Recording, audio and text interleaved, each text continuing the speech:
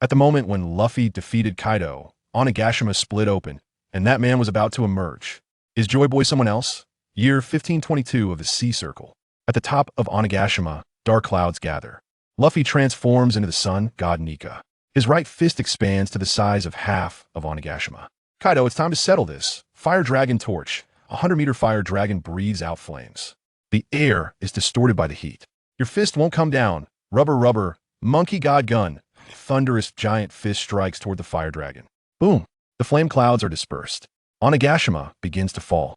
Luffy's conqueror's haki erupts. I want to create a world where my friends can eat their fill.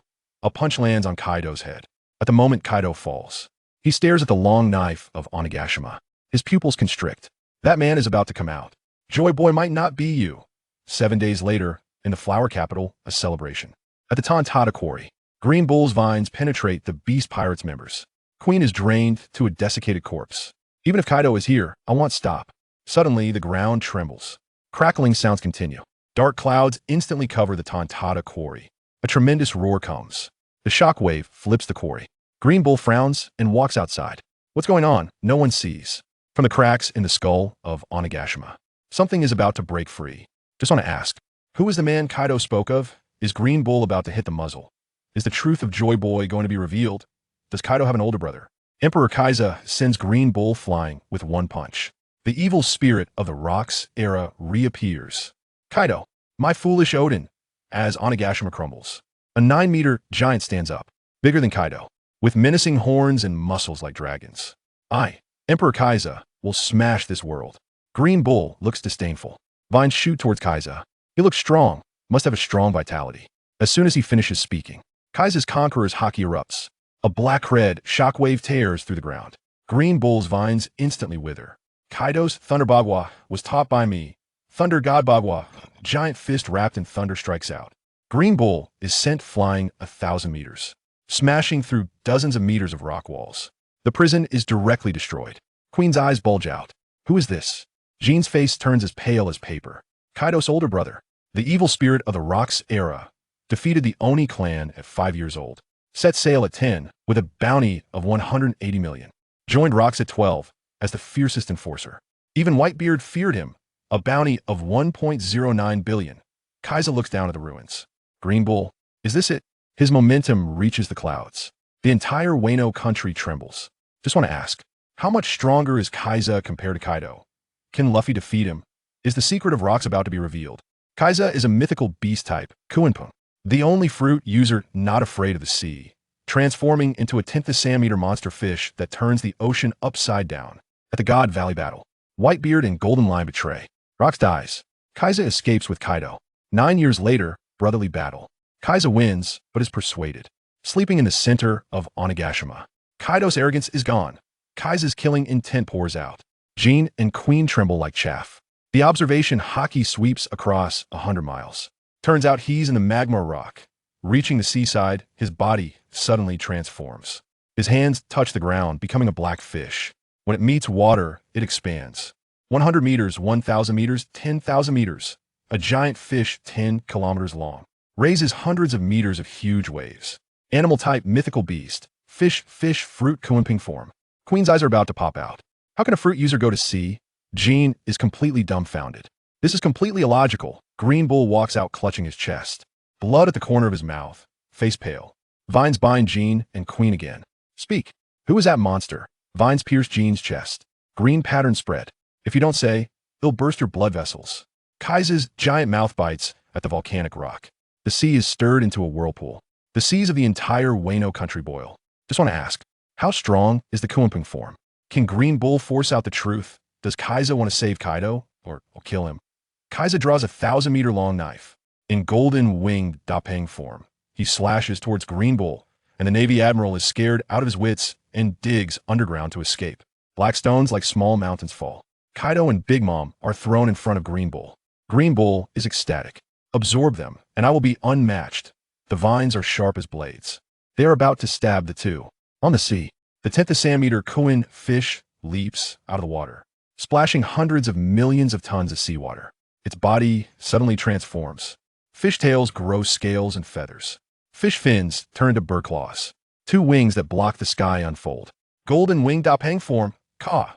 The golden beak spits out frost pillars. Thousands of meters, long, ice cold. Instantly freezes Green Bull's towering giant tree. How does he have Akiji's ability? Kaisa dives towards Onigashima, grabs that 1,000-meter-long knife. My dear friend, Zhu Long. The long knife trembles joyfully. Conqueror's haki wraps around the blade. Sky opening slash. Green Bull is terrified. For the first time feeling despair. His main body falls from the tree, frantically drilling underground. No, the 1,000-meter knife, light, slashes down. The earth is cut open into bottomless cracks. The frozen giant tree is instantly split in half. Just want to ask, can Green Bull escape this slash? Will Kaisa awaken Kaido? How strong is this Zhu Long great knife? Kaisa withstands the Admiral's attack with his physical body. Green Bull's vines can't pierce his skin. Roger and Garp couldn't kill him. The 1,000-meter knife energy slashes down. Black-red Conqueror's haki wraps around, instantly shattering ice blocks and giant trees. From underground comes Green Bull's scream. Corrosive liquid drenches him, making him feel cold to the bone. His body is pockmarked and a sight to behold. Kaisa transforms back to human form. The 7-meter-long knife bears dragon patterns. The hilt resembles a dragon's tail. He walks up to Big Mom. His mouth twitches. How did Linlin end up like this? Suddenly, he grins foolishly. I'm still stuck at 35 years old. Haven't touched a woman in 30 years. Just as he gets lost in thought, the vines underground quietly spread, surrounding everyone. Devouring domain. Wither away. Green Bull roars as he activates his fruit awakening. Kaisa's lower body is bound. Green Bull is ecstatic. The vines wrap around him layer by layer, wrapping him into a giant zongzi.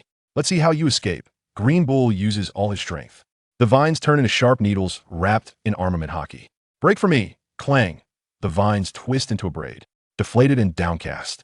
Kaisa scoffs Roger, and Carp didn't kill me. Green Bull was completely stunned. Impossible. Akina said I could absorb Kaido. Just want to ask, how hard is Kaido's body? Does Green Bull have any backup moves? Will he be counter-killed by Kaido? Kaido's sword came alive, transforming into a 100-meter purple dragon spitting venom. Green Bull was beaten into a propeller. Green Bull's vines pierced towards Kaido. They punctured through. Kaido laughed loudly. Kaido's talent is nowhere near mine. The strongest of the Oni clan for 1,000 years is me. Green Bull's vines drilled into the 7 orifices that I can seal all your pores. Kaido grinned. Oh, you really think you've got me? The large sword on the ground suddenly transformed. Scales appeared, and the hilt turned into a dragon's tail. Ever seen a Zhurong dragon form sword? The 100-meter purple dragon soared into the sky, spitting out columns of purple poisonous smoke. Green Bull's vines couldn't stop it. Instantly charred and stinking that I am restrained by this venom. Just finished absorbing the venom that a black fist slammed into Green Bull's head. He spun like a helicopter, doing a 3,600-degree flip, knocking Kaido away, then crashing into Big Mom. Kaido transformed into a human beast form over 10 meters tall. Black golden skin, spikes all over. Domination. Thor's 8 trigrams. A giant lightning fist chased after Green Bull. Bang, bang, bang. Bones shattered all over the ground. The purple dragon shrank into a large sword. Kaido raised the sword to chop. Jean hurriedly shouted, "He's a Marine Admiral. Keep him as a bargaining chip." Kaido squatted down to look at Jean's wound. "Your heart was pierced. How are you not dead? Just want to ask. What secret does Jean have? Will Green Bull be taken hostage? What will Kaido do next?" Kaido's drop of blood revived Jean. Wings grew back, but he was still thinking about food and women. Jean smiled bitterly. "I am one of the gods. I can't die, even with a broken heart." Kaido looked disdainful. Too weak. What kind of subordinate did Kaido find? Red ruby blood erupted from his fingertips, precisely dripping into Jean's heart. Boom! Blood energy exploded like a volcano. Jean arched his body, the wound rapidly healing. The severed wings grew back again, stronger than at my peak. Queen watched with wide eyes. Kaido snorted coldly. "Waste doesn't deserve to eat." Queen cried on the spot. Kaido patted his belly. "Slept for 30 years, need food, need women." Jean's rising admiration instantly shattered. With a slap, he embedded him into the ground. Over 1,000 pounds of roasted meat, cleared in 2 or 3 minutes. Kaido looked eagerly at Jean. "All gone. Just a pig crock left? And the woman?" Jean pointed at Big Mom. Kaido's face darkened. "Looking for death? Handing over the den mushi. Green Bull's a direct line to Akainu. Isn't the Marine Marshal empty? That was decades ago." Jean talked about 30 years of changes, hearing that Whitebeard died in the Marineford War. Kaido fell silent for a long time. "Newgate, how did you die so quickly? Just want to ask. Will Kaido call Akainu? Who is the woman he is looking for? Who will he go to fight next?" Kaido called Akainu a dog. Less than 3 minutes in, he wanted to kill Green Bull Marine headquarters exploded. Is there nothing good to eat in Flower Island? Are there many women? Kaido picked up Green Bull's Din Din Mushi, dialed the Marine Marshal's direct line. Hello, Akainu. Akainu's voice came through. The Din Din Mushi turned into him holding a cigar. Kaido grinned. What the hell? Emperor Kaido. Akainu frowned. You're Kaido's son? You little brat dare to challenge me. Carp can still see the other Marines are all trash. Green Bull is in my hands, call Carp, and Sengoku in 3 minutes. Otherwise, he's dead. Click, the call ended. Akainu was so angry he erupted magma. The office walls melted into big holes. Get Sengoku and Carp here. Sengoku dialed the phone. Kaido laughed mockingly. Old dog, you were late, the man is gone. Akainu roared. It's only been 2 minutes. I said it's late. It's late. Sengoku quickly tried to mediate. Feel free to make any demands. First, tell us about Green Bull's whereabouts. On the other end of the line. Kaido's laughter shook the Din Din Mushi. The new Marine headquarters personnel turned pale. Just want to ask, did Kaido really kill Green Bull? Will Carp intervene? How big of a wave will this call cause? Kaido is Rock's #1 henchman. Carp and Sengoku were stunned. His fruit ability ignores Sea Stone. I am Emperor Kaido. You punched me on Hive Island. Roger cut me once on the chest. As soon as the voice on the other end fell, Carp crushed the popcorn. Sengoku's Conqueror's Haki stirred up a hurricane. Devil Kaido, you're not dead. Sengoku shouted in anger. Akainu was stunned. Carp said solemnly. Kaido's brother, Rock's #1 henchman. Strength comparable to the young Whitebeard. Akainu was completely dumbfounded. Kaido has such a high-level brother. After God Valley, he took Kaido and escaped. Disappeared for 30 years, we all thought he was dead. Kaido laughed wildly. Heard your grandson defeated Kaido. Is he in Wano now? Carp shouted angrily. If you dare to lay a hand on Luffy, I won't let you off. Jaha, you're getting old, your fists must be rusty. I want to be one of the 4 emperors. Let the world know who the Sea Emperor is. Click, the call ended. Sengoku was so angry his hands trembled. Carp's expression turned serious. His fruit is the most special, can turn into a several thousand-meter big fish swimming in the sea. Sea water and sea stone are ineffective against him. Akainu was completely dumbfounded. Just want to ask, will Kaido go after Luffy? Who will the Marines send to deal with him? If he becomes one of the 4 emperors, who can stop him? Kaido plunged into the deep sea. The Sea Kings of Wano have all turned to stone. Has it been polluted? Akainu issued a death order. Kizaru took 5 vice admirals. To set up a net in the waters of Wano. Carp and Sengoku also wanted to follow. This setup is for something big. Kaido was just about to fly to find Luffy. Jean hurriedly stopped him. The Straw Hat can take on 2 4 emperors. You solo would be tough, Kaido sneered. I can suppress Kaido, but fighting 2 of the same level is tricky. Did he actually listen to advice? He turned around and kicked Kaido. Waste, getting knocked out by a little brat for so long. A punch smashed into the stone wall. The whole quarry shook. Green Bull was jolted awake, looking bitter. The Black Koan, 10 kilometers long, swims towards the deep sea. I need to get some essence blood to save Kaido and Big Mom. Kaido swims fiercely in the sea. For hundreds of miles, he hasn't seen a single fish. Damn it. Suddenly, he notices something wrong with the underwater peaks. What the hell? Those peaks are actually Sea Kings, all turned to stone. What has polluted them? He wants to ask, are these Sea Kings beyond saving? Can Kaido obtain essence blood? Will he be ambushed by underwater monsters? However, they don't look like fish at all. Each one is huge and deformed, resembling the mountain peaks rather than fish. Moreover, their speed is incredibly slow. No wonder Kaido can't recognize them. Who cares? As long as it's alive, I could devour and extract its essence blood, right? Swallow it for me. Kaido opens his enormous mouth, several kilometers long, and swallows a pitch-black sea turtle in one gulp. Kaido's size is close to that of a super-large sea king, incomparable to these small sea kings that are about a kilometer long. Moreover, his speed is very fast. These fish, moving as slowly as turtles, can't escape at all. They can only float there dumbly, being devoured one by Kaido in a frenzy. Kaido can't even perceive the taste of the sea kings. His stomach is like a bottomless pit, and any fish, no matter how hard, once swallowed, is directly digested and transformed into essence blood of marine life. This method of devouring and conversion is somewhat similar to Green Bull's ability. However, it seems that Kaido's efficiency is even higher. In the waters off Wano's rabbit hole, Kaido stirs up the sea, crazily devouring sea kings. What he doesn't know is that in the distant misty sea, a massive giant elephant is slowly turning and looking in his direction.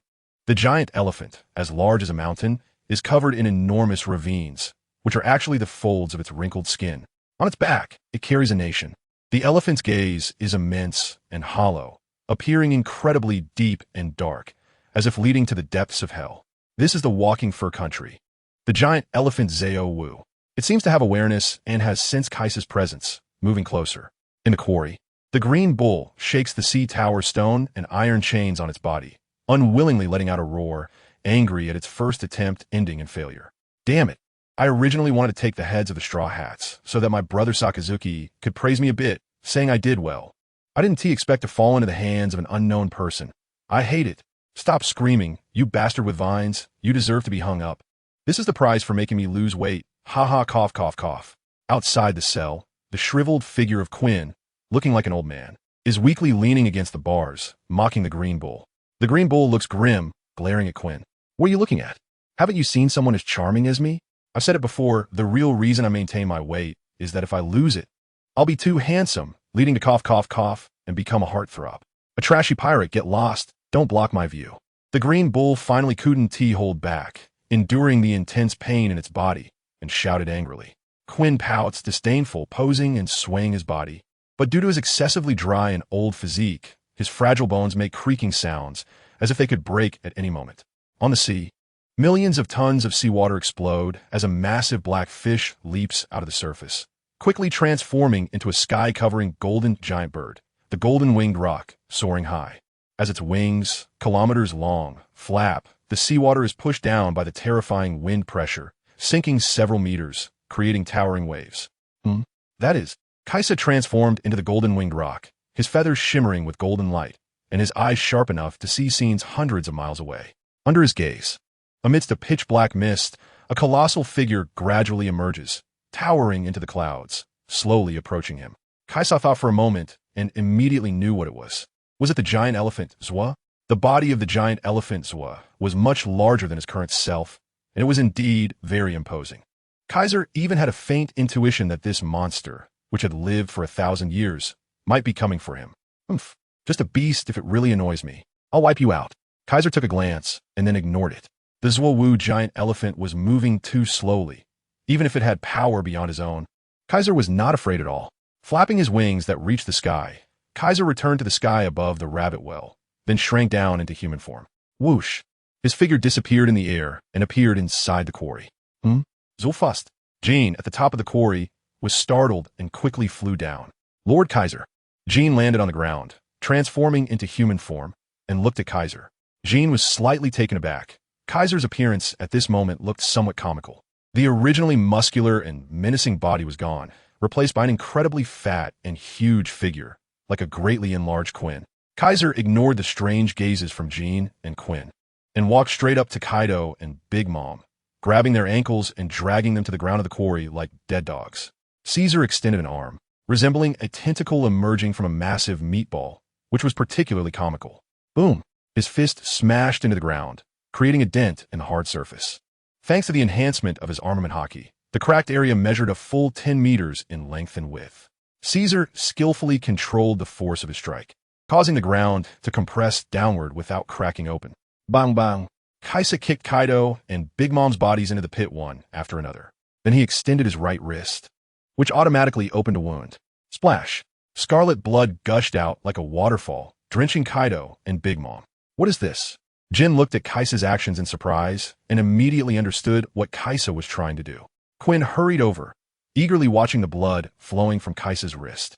He knew very well what it was. Just a drop could heal the wounds on Jin's body. If he could get a drop, he could restore his ghastly appearance back to his original, charming self. The blood kept pouring down, and Kaisa continued to scratch at his wrist from time to time. His body's recovery ability was so powerful that after a while, the wound on his wrist would naturally heal. What? How could he have such a massive amount of life essence within him? This is impossible. In the cage, Green Bull watched this scene in disbelief. No one understood the aura of vitality better than him. His fruit ability was to absorb and devour the life force of others, converting it into his own strength. Therefore, Green Bull was immensely shocked at this moment. The blood pouring out from Kaisa's body was measured in tons and had completely submerged Kaido and Big Mom, filling the 10-meter square pit. Meanwhile, Kaisa's enormous, ball-like body rapidly shrank like a deflated balloon. By the time he dropped the large knife in his hand and sat down, he had completely returned to his original form, 9 meters tall, with a physique like a dragon, muscles bulging, and an imposing presence as heavy as a mountain. Damn it, I just woke up and I haven't enjoyed any delicious food, fine wine, or beautiful women, yet I'm sacrificing myself to save you two fools with my own blood. If you still don't wake up like this, I'll just bury you right here.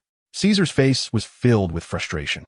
As the Grand Emperor Caesar, when had he ever done something so degrading? Even back on a Rock's ship, he often disregarded Rock's authority. For Caesar, if he didn't want to do something, even Jesus's persuasion wouldn't work. The dense essence of blood in the pit was visibly diminishing at a rapid pace. Gulp, gulp. Kaido and Big Mom's bodies were like two bottomless pits, crazily absorbing vast amounts of life essence. Soon, the pool of crimson plasma was drained, but in the pit, Big Mom and Kaido lay still, showing no signs of waking up.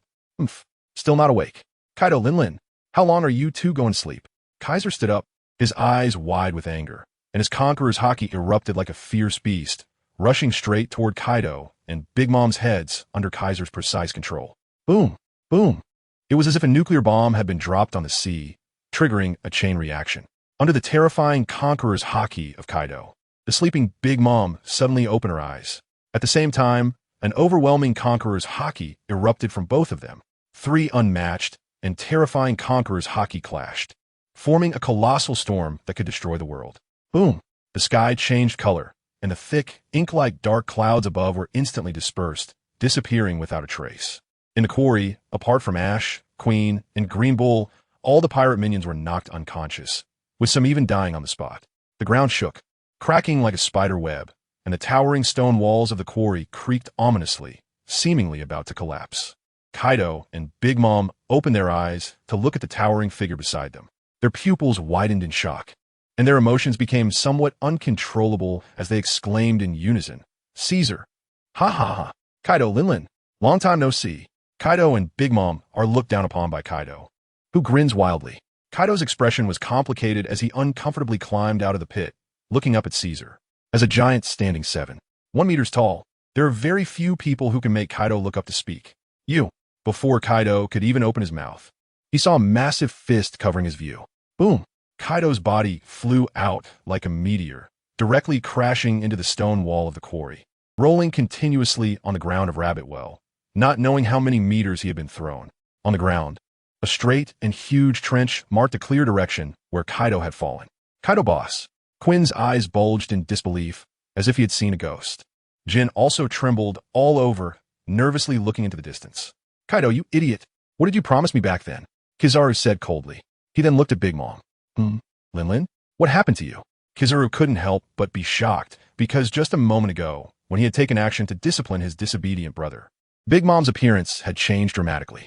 She had become a tall and beautiful woman, with charming eyes that seemed to captivate the soul. This was an extraordinarily outstanding beauty, a larger version of a beauty, standing only 20 centimeters shorter than Kizaru. She wore a pink hat, had long pink hair, fair skin, and a slender neck. Her waist was strong yet delicate, and the clothes she wore appeared somewhat oversized. But it was precisely because of this that it couldn't hide her enchanting figure. One couldn't help but wonder what kind of breathtaking scene lay beneath that loose dress. Gulp! Kaisa couldn't help but swallow, inexplicably recalling a wonderful time many years ago on Honeycomb Island. Ahem, Linlin, you're still so young and beautiful, huh? Kaisa felt his mouth a bit dry and needed some moisture to refresh himself. Linglin's autumn-like eyes blinked, and a blush appeared on her face. She pressed her pink lips together and shyly walked up to him like a little delicate wife, looking at her husband, and timidly said, "Is it really you, Brother Kaisa? You're still so young and handsome." As she spoke, Lingling's cheeks flushed, the charming blush creeping all the way to her ears, making her look even more shy and lovely. Huh? Yes, he. Kaisa was stunned, secretly cursing himself for being so easily tempted by such simple gestures. Kaiser secretly warned himself that Lingling was no longer the little woman of the past. She had become a plump housewife, no longer suitable for his preferences. Although he was actually 65 years old, having slept for 30 years made him seem very young, and Lingling was actually 3 years older than him. Even though he had been too domineering back then and had forced Lingling to call him Big Brother, there was no need to dwell on the pleasures of the past. After all, I am Emperor Kaiser, and there are many beauties on this vast sea, so I shouldn't repeat the same mistakes. However, Lingling's next words completely changed Kaiser's expression. Kaiser brother, it's been over 30 years. Do you know how much I missed you? Lingling leaned closer, causing Kaiser to instinctively take a step back. Linlin revealed a trace of tearful grievance that firmly gripped Kaiser's heart. Have you forgotten the 4 children we had together back then? How cruel of you to have disappeared for over 30 years. Your 4 sons are almost 40 now. Caesar's eyes bulged out, his mouth wide open. Even his tonsils were exposed to the air and trembling. Quinn and Jean couldn't hold it in anymore, bursting into laughter, and quickly covered their mouths, their faces flushing uncomfortably. Kaisa only felt like his forehead had taken a heavy blow from carp, making him a bit dizzy. After a long while, Kaisa finally regained his senses and stammered. Don't joke around, Linlin. Don't we only have 1 child? Besides, didn't you say you were all ready, you know? Linlin gently punched Kaisa's chest, and tears seemed to well up in her eyes, as if she was about to cry. You heartless one. How could I bear to give up my own child? Parasparrow is our first child, and didn't we spend some more time together later? I got pregnant again, so there wouldn't be 3, right? Kaisa was a bit at a loss. After sleeping for 30 years, he woke up to find that he had 4 grown sons, all nearly 40 years old. How could he, with a mental age of only 35, handle this? Linlin revealed a bright smile. They are triplets. I named them Katakuri, Daifuku, and Owen. Now that Big Brother Kaisa is back, I think the children's last name should change to Barbarossa. How about my Charlotte family changing its name to the Barbarossa family? Kaiser felt a splitting headache. He hated dealing with these family matters the most. Otherwise, he wouldn't have left the ghost tribe at the age of 10 to become a pirate at sea. No, let's not Linlin between us. It's been so many years. How come you still haven't forgotten me? Kaiser stammered, not even knowing what he wanted to say. In fact, he wanted to directly refuse Linlin. But somehow, seeing her still as enchanting as she was back then made his heart race. To be honest, back in those days at sea, in terms of looks and strength, Charlotte Linlin was truly second to none. Even the famous chief strategist of the Navy, Ahe, couldn't compare to her. Linlin between the ages of 15 and her 20s was at her peak of beauty, with a golden ratio figure, tall and graceful, curvaceous. She was the only woman who was slightly inferior to him in strength. Therefore, during a battle with Charlotte Linlin, the youthful and vigorous Kaiser, while fighting, developed a strange feeling. It's all my fault for being young and reckless. Kaiser sighed as he felt Linlin's delicate body pressing against him. Suddenly, Kaido came crashing in like a wild dragon, roaring and shouting as he swung his fist at Kaiser. Kaisa, I'm going to kill you. Kaido, how dare you speak to your brother like that? You're so disobedient. Linlin suddenly turned around, her fist covered in armament haki, and instantly struck Kaido's right cheek, sending his astonished body flying once again. Kaisa secretly wiped the cold sweat from his forehead, feeling that his future life seemed a bit ominous. In Rabbit Well Prison, 3 huge figures sat on the ground, and Jean and Quinn stood in front of them, looking like 2 babies. Jean glanced left at Kaido, right at Kaisa and Big Mom, and exchanged silent glances with Quinn. Kaido's face still bore 2 very clear fist marks. Kaido and Big Mom's fists are not something just anyone can withstand. Only someone with Kaido's physique can take a couple of hits with his head. Kaido's expression was very unpleasant. He raised his hand and pointed at the old lady, saying, Linlin, how did you end up looking like this? You're already in your 70s or 80s. It's really disgusting. Slap. Bang. Kaisha raised his hand and gave Kaido a slap on the head. The heavy muffled sound like a drumbeat. The massive wind pressure from the slap sent the eavesdropping Quinn flying far away. What are you doing, Linlin? Show some respect and call me sister-in-law. Linlin, who also had a bad temper, punched Kaido in the left eye, leaving it bruised and swollen like a bear's eye. I'm just like this, right, brother Kaisha? As she spoke, Linlin blinked her eyes and leaned closer to Kaisha. Of course, my Linlin is the most beautiful in the world. You idiot. Kaido's fists crackled as he gritted his teeth, glaring at Kaisa and Linlin, who were looking at each other affectionately. Anger surged within him. Kaisa and Linlin both looked at each other with threatening eyes. Kaido's mouth twitched, and he had already cursed inwardly for a long time.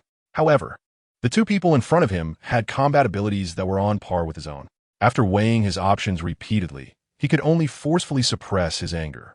In the distance, Quinn, dragging his frail body, stealthily crawled into the pit, using his murky, clouded eyes to search for any remnants of Kaido's blood.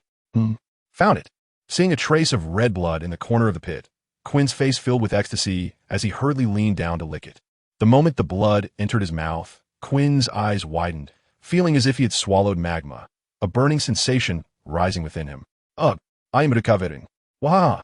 The charming Quinn is back on stage. Ding ding ding ding. At this moment Quinn, Want to sing a song dedicated to the esteemed Lord Kaido? His shriveled body quickly inflated like water-filled pork.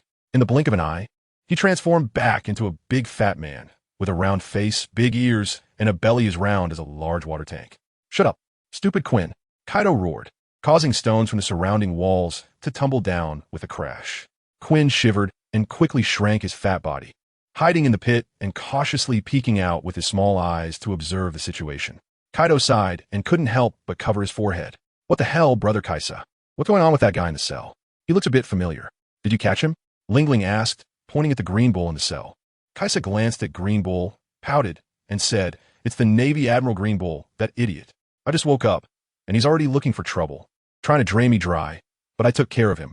Linlin smiled charmingly and punched Kaisa lightly. He really is an idiot. He can't even drain my brother Kaisa. Thinking too highly of himself. Hum. Ahem. Kaisa's old face turned red, quickly changing the subject. He shouted at the dark-faced Kaido. "Kaido, look at you. You've been busy for decades, and at your age, what have you become? I heard you were defeated by a bunch of kids? Truly useless. What did you say?" Kaido glared angrily. Kaido snorted coldly and pointed at Kaido's nose, cursing, "You idiot. Always so arrogant. As soon as I heard Jin's account, I understood what happened. What do you have to be so boastful about?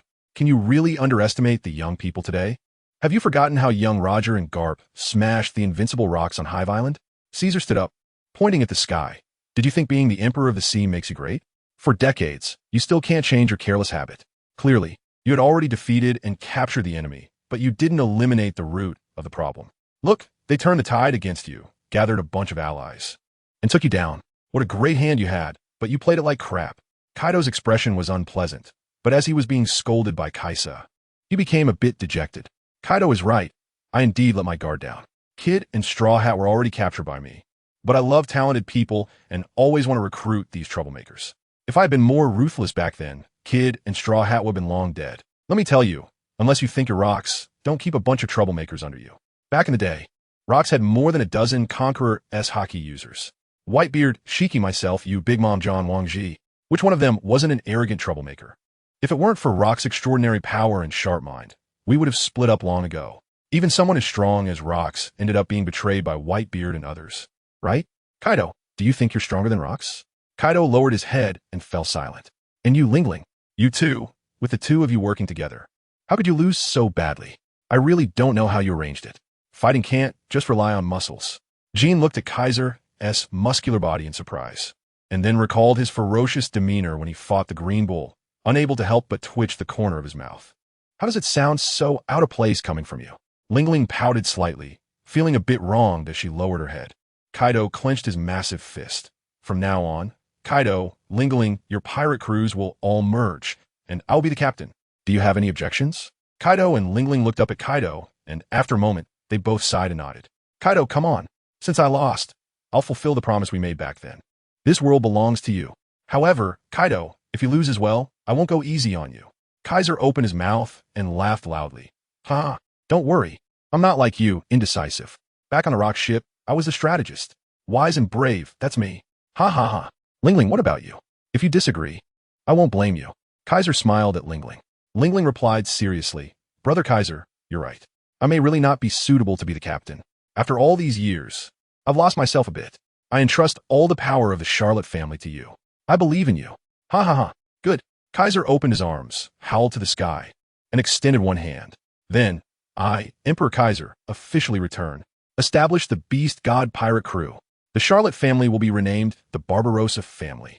Kaido, from now on, you shall be the Dragon God Kaido. Linlin, do you want to be a god too?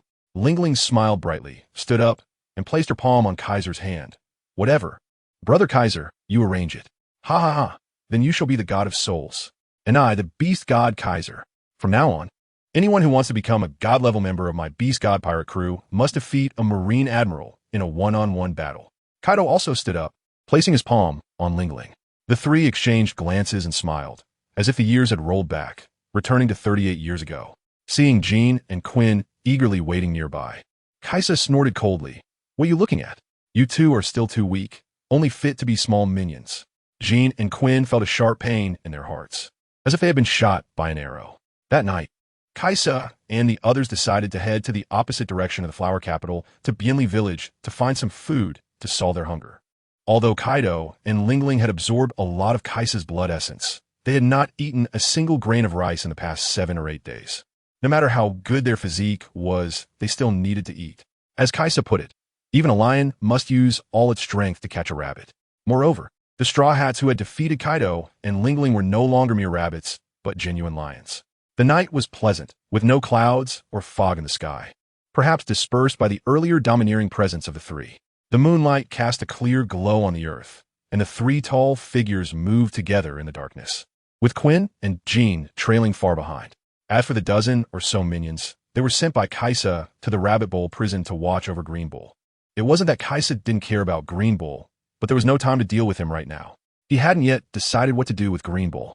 Kaido was not worried about whether the Navy would send someone to rescue. The Navy was too far away, and it would take at least 10 days to half a month to reach Wano country. Looking at the tall chimneys that were faintly visible in the night, Kaido curiously asked, "Hey, what are you working on?" "Iron smelting plant. That's a weapons processing factory I set up in Wano country," Kaido replied with a glance. Kaisa was astonished. "Wow, little bro, you actually came up with a way to make money. I thought your head was just full of muscles, and when you ran out of cash, you'd go around robbing people." Kaido's brows twitched, unable to resist the urge to hit someone. Hee, Kaido's mind is still quite sharp. The weapons he made in Wano are of very good quality, and various countries in the New World, as well as some pirate factions, have business dealings with him. My Tato land also frequently purchases Kaido's weapons. The musket technology in Wano is somewhat outdated, but the cold weapons they forge are really durable. Linlin affectionately linked her arm with Kaido's, smiling as she spoke. That's right. I rely on the weapon processing factory here to earn hundreds of billions of berry every year. The more than 500 gifted soldiers under me are funded by this money." A proud expression appeared on Kaido's face. "Gifted soldiers? What is that? Are they strong?" Hearing this from Kaido, his pride swelled even more, and he raised his head to say, "More than 500 people, all of them are Zoan-type devil fruit users. Just buying a large number of devil fruits every year consumes 90 of my berry. After failing with thousands of people, I finally succeeded with more than 500. They are all elite pirates under my command. My dream is to create a pirate crew where everyone has Zoan-type abilities." Kaido was truly surprised this time. He turned to Kaido and exclaimed, "So many devil fruit users? Wait, where did so many devil fruits come from? And they're all Zoan-types? Are you kidding me?" Kaido was choked into silence. Beside him, Linlin laughed and said, "Kaisa brother, it's not what you think. I know about this matter. The devil fruit Kaido bought is artificial, which is why it could be purchased in large quantities." "Artificial devil fruit?" Kaisa exclaimed in surprise. "Is there such a thing? That would be amazing. With that, wouldn't it mean the mass production of ability users? Who made it? Would the world government allow such an organization to exist?" Linlin covered her mouth and chuckled. It's not as impressive as you think. This was created by a scientist named Caesar. The effects aren't very strong. It can only create animal-type ability users. Moreover, the side effects are quite severe. Out of 10, getting one good one is considered lucky. And the upper limit of the ability users is very low. They can't even reach Queen's level. Although Kaido's brother made it sound frightening, in reality, they're all a bunch of useless ones. Not far behind, Queen's face twisted as he stared at Linlin's back, muttering softly, "Humph, what are you comparing with me? Have you forgotten that I made you lose your memory? Oh no. I mean, recover your memory? My bounty is quite high." Linlin seemed to hear Queen's mumbling and glanced back at him, causing Queen to shrink his neck in fright. Kaisar suddenly understood and looked at Kaido with a mocking expression. "Oh, so it turns out it's just a bunch of half-baked individuals. Hundreds of billions of berries every year. You really are a prodigal son, Kaido." Kaido said somewhat unconvinced. "What do you know? Although the upper limit isn't high, the overall level is still quite good. My gifted army, if placed in the Navy, would at least be a group of elite officers, and a few of them could even match the strength of commanders in a real fight. So what? Hundreds of billions of berries.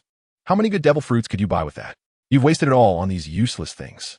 After decades of accumulation, this is all you've got? What are you even thinking? In this broken world, if you want to dominate the seas, it's not about a bunch of fools and useless people. It's about top-tier strong ones. Just think about it. Can these 500 people win against those 2 idiots behind us?" Caesar gave a thumbs up and pointed behind him. Kaido opened his mouth, wanting to argue a bit, but suddenly realized that what Kaido said was all true. However, he was still unwilling to accept it and could only mutter, "Top-tier combat power isn't so easily obtained. Those slightly stronger guys all have bad tempers and are as hard as stones in a cesspool. They won't easily join my side." Kaisa chuckled lightly. So how did Newgate manage that? I heard he has a fleet of 46 ships, and those captains are all top-notch talents. You can't even win people's hearts? What, do you only know how to dominate with strength? Kaido's face turned red with anger as he shouted. That bastard Whitebeard is looking for people to be his sons everywhere. I don't have the kind of spare time for that. I only have one son, and he doesn't even recognize me as his father. He's even conspiring with outsiders to rebel. Kaisa shook his head repeatedly, sighed, and glanced at Linlin beside him. To make others willingly become his son is truly a remarkable skill. What relationship can be stronger than that of a father and son? Look at Linlin. She has a whole bunch of children and manages the vast hotland like a well-oiled machine. How can you be so unsuccessful? Your own son has even gone to the enemy's camp? Linlin smiled slightly, showing no signs of shame, and said, You know, Kaisa brother, except for Perispero, Karakuri, Daifaka, and Oven, all my other children were adopted from infancy from all over the world. You also know my past experiences. The old nun had a significant impact on me, so I later learned from her to adopt children everywhere. However, I publicly claim that they're all my biological children, as this helps to stabilize my pirate crew. Kaiser patted her hand and smiled. Linlin, you've really worked hard over the years. You don't need to explain anything to me. You don't owe me anything. Instead, it's me who has made things difficult for you by sleeping for so long, leaving you, a woman, to single-handedly raise a group of children and build a power. You've truly been put in a tough position all these years. From now on, I'll handle these matters. You want to build a world of nations, and I'll help you realize your dream. Brother Kaiser. Linlin showed a touched expression and tightened her grip on Kaiser's hand. Kaido is speechless. Are you two being too sweet? It's so annoying. As Kaisa chatted with others about the specific power dynamics of Kaido and Linlin, he was also secretly planning some future arrangements.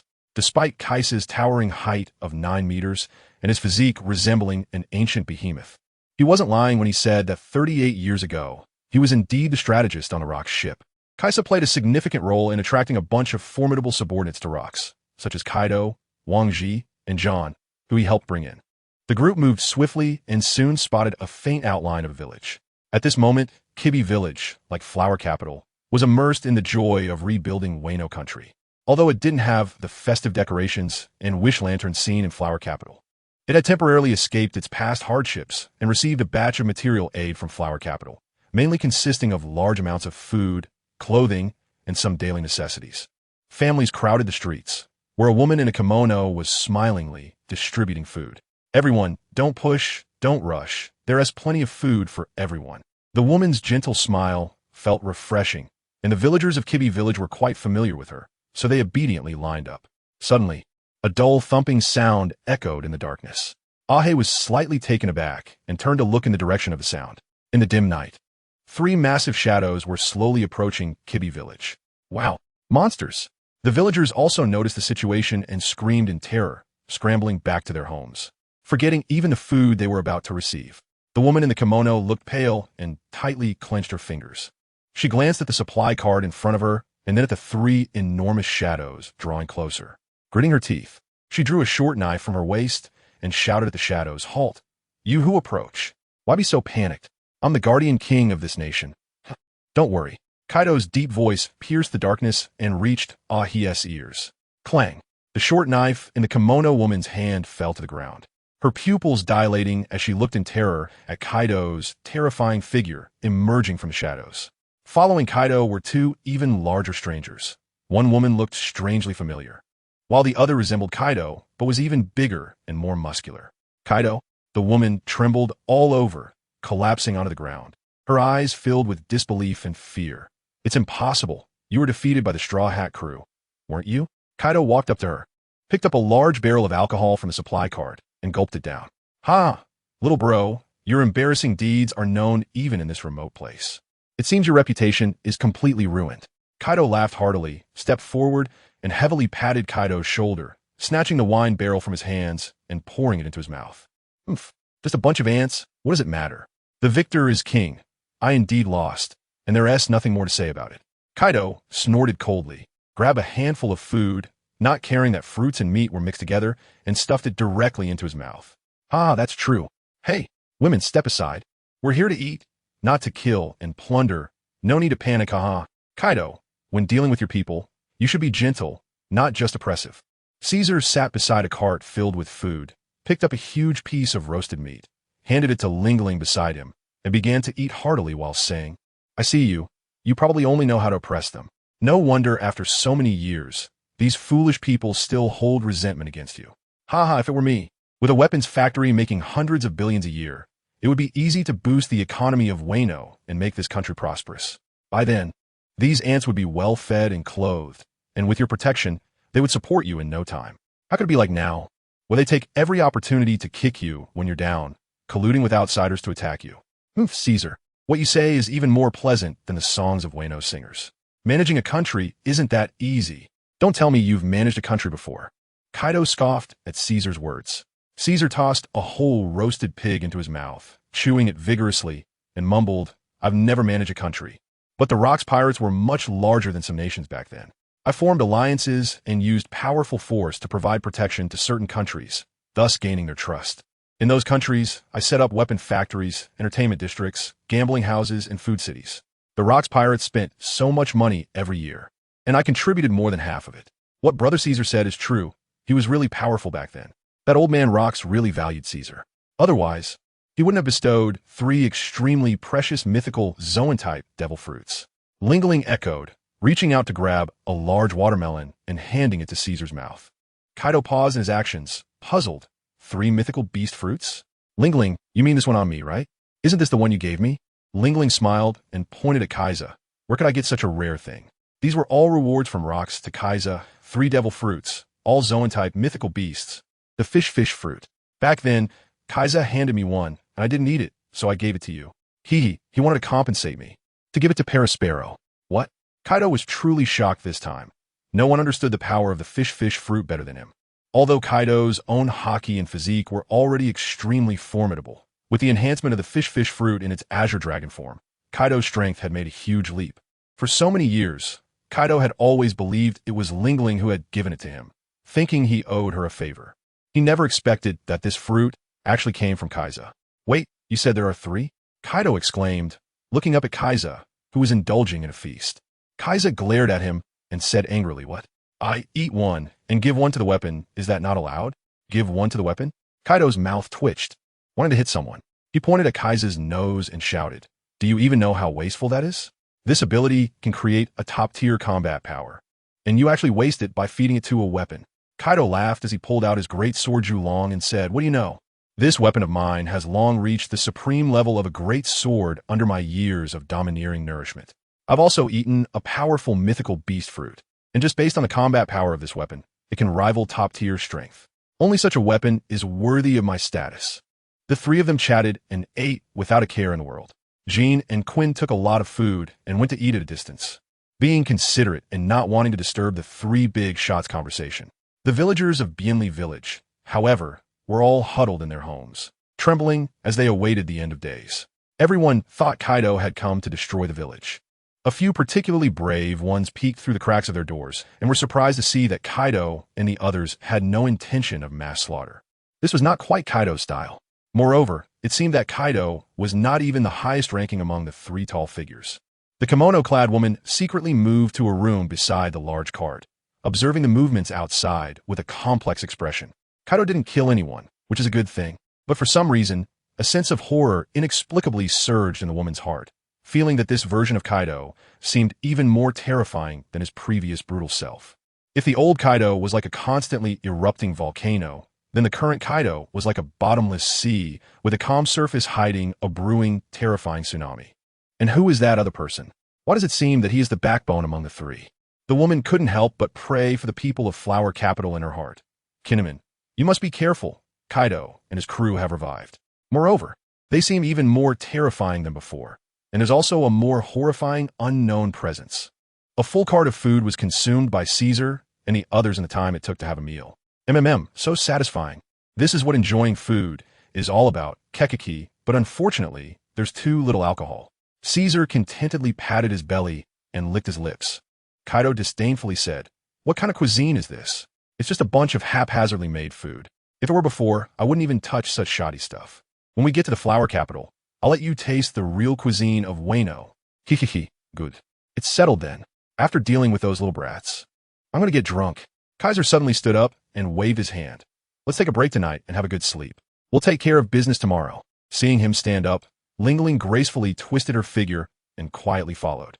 The silhouettes of the two gradually disappeared into the darkness. Kaido curled his lips and muttered, "Humph." Dogman and woman. In the darkness, in an empty temple, Caesar casually wrapped his arms around Linglin's resilient waist, resting in the main hall. "Brother Caesar, I heard you say that you have been asleep for many years. Why?" Linlin lay on Caesar's chest, seductively drawing circles on his hard chest with her long and strong index finger. As she spoke, her breath was fragrant like orchids, and a mature scent wafted into Caesar's nose, making his blood boil uncontrollably. Kaido coughed. "Ahem. Linlin, here's the thing. Back in the day, after I took Kaido and left Hive Island, we wandered around the New World, and a lot happened during that time. Since our ideals clashed about 30 years ago, I fought with Kaido. And then, did you lose?" Kaisa snorted coldly. "How is that possible? I would lose to that kid Kaido." Actually at that time I won, but somehow I was dazzled by that brat's big talk, and since I was feeling a bit down after Rock's defeat, when that kid Kaido provoked me, I agreed to sleep without waking in the depths of Onigashima. In the darkness, there was a rustling sound, but Kaisa remained calm and composed. "Linlin, you know, as a member of the Oni clan, as long as we fall into a sleeping state, no matter how long we sleep, we can maintain our peak condition. This is the talent of my clan, just like the divine race, who are born able to manipulate fire." A pair of soft and slippery arms reached out, wrapping around Kaisa's neck. Linlin sat up and said with a mournful voice, "Humph, Kaisa brother, you really have a cruel heart, only thinking about yourself, not considering me at all. Do you really not have me in your heart? Cough, cough, what are you saying? How could that be? Linlin, don't you know me? I'm Kaisa, a big-hearted idiot." Linlin pouted and covered Kaisa's mouth, laughing lightly.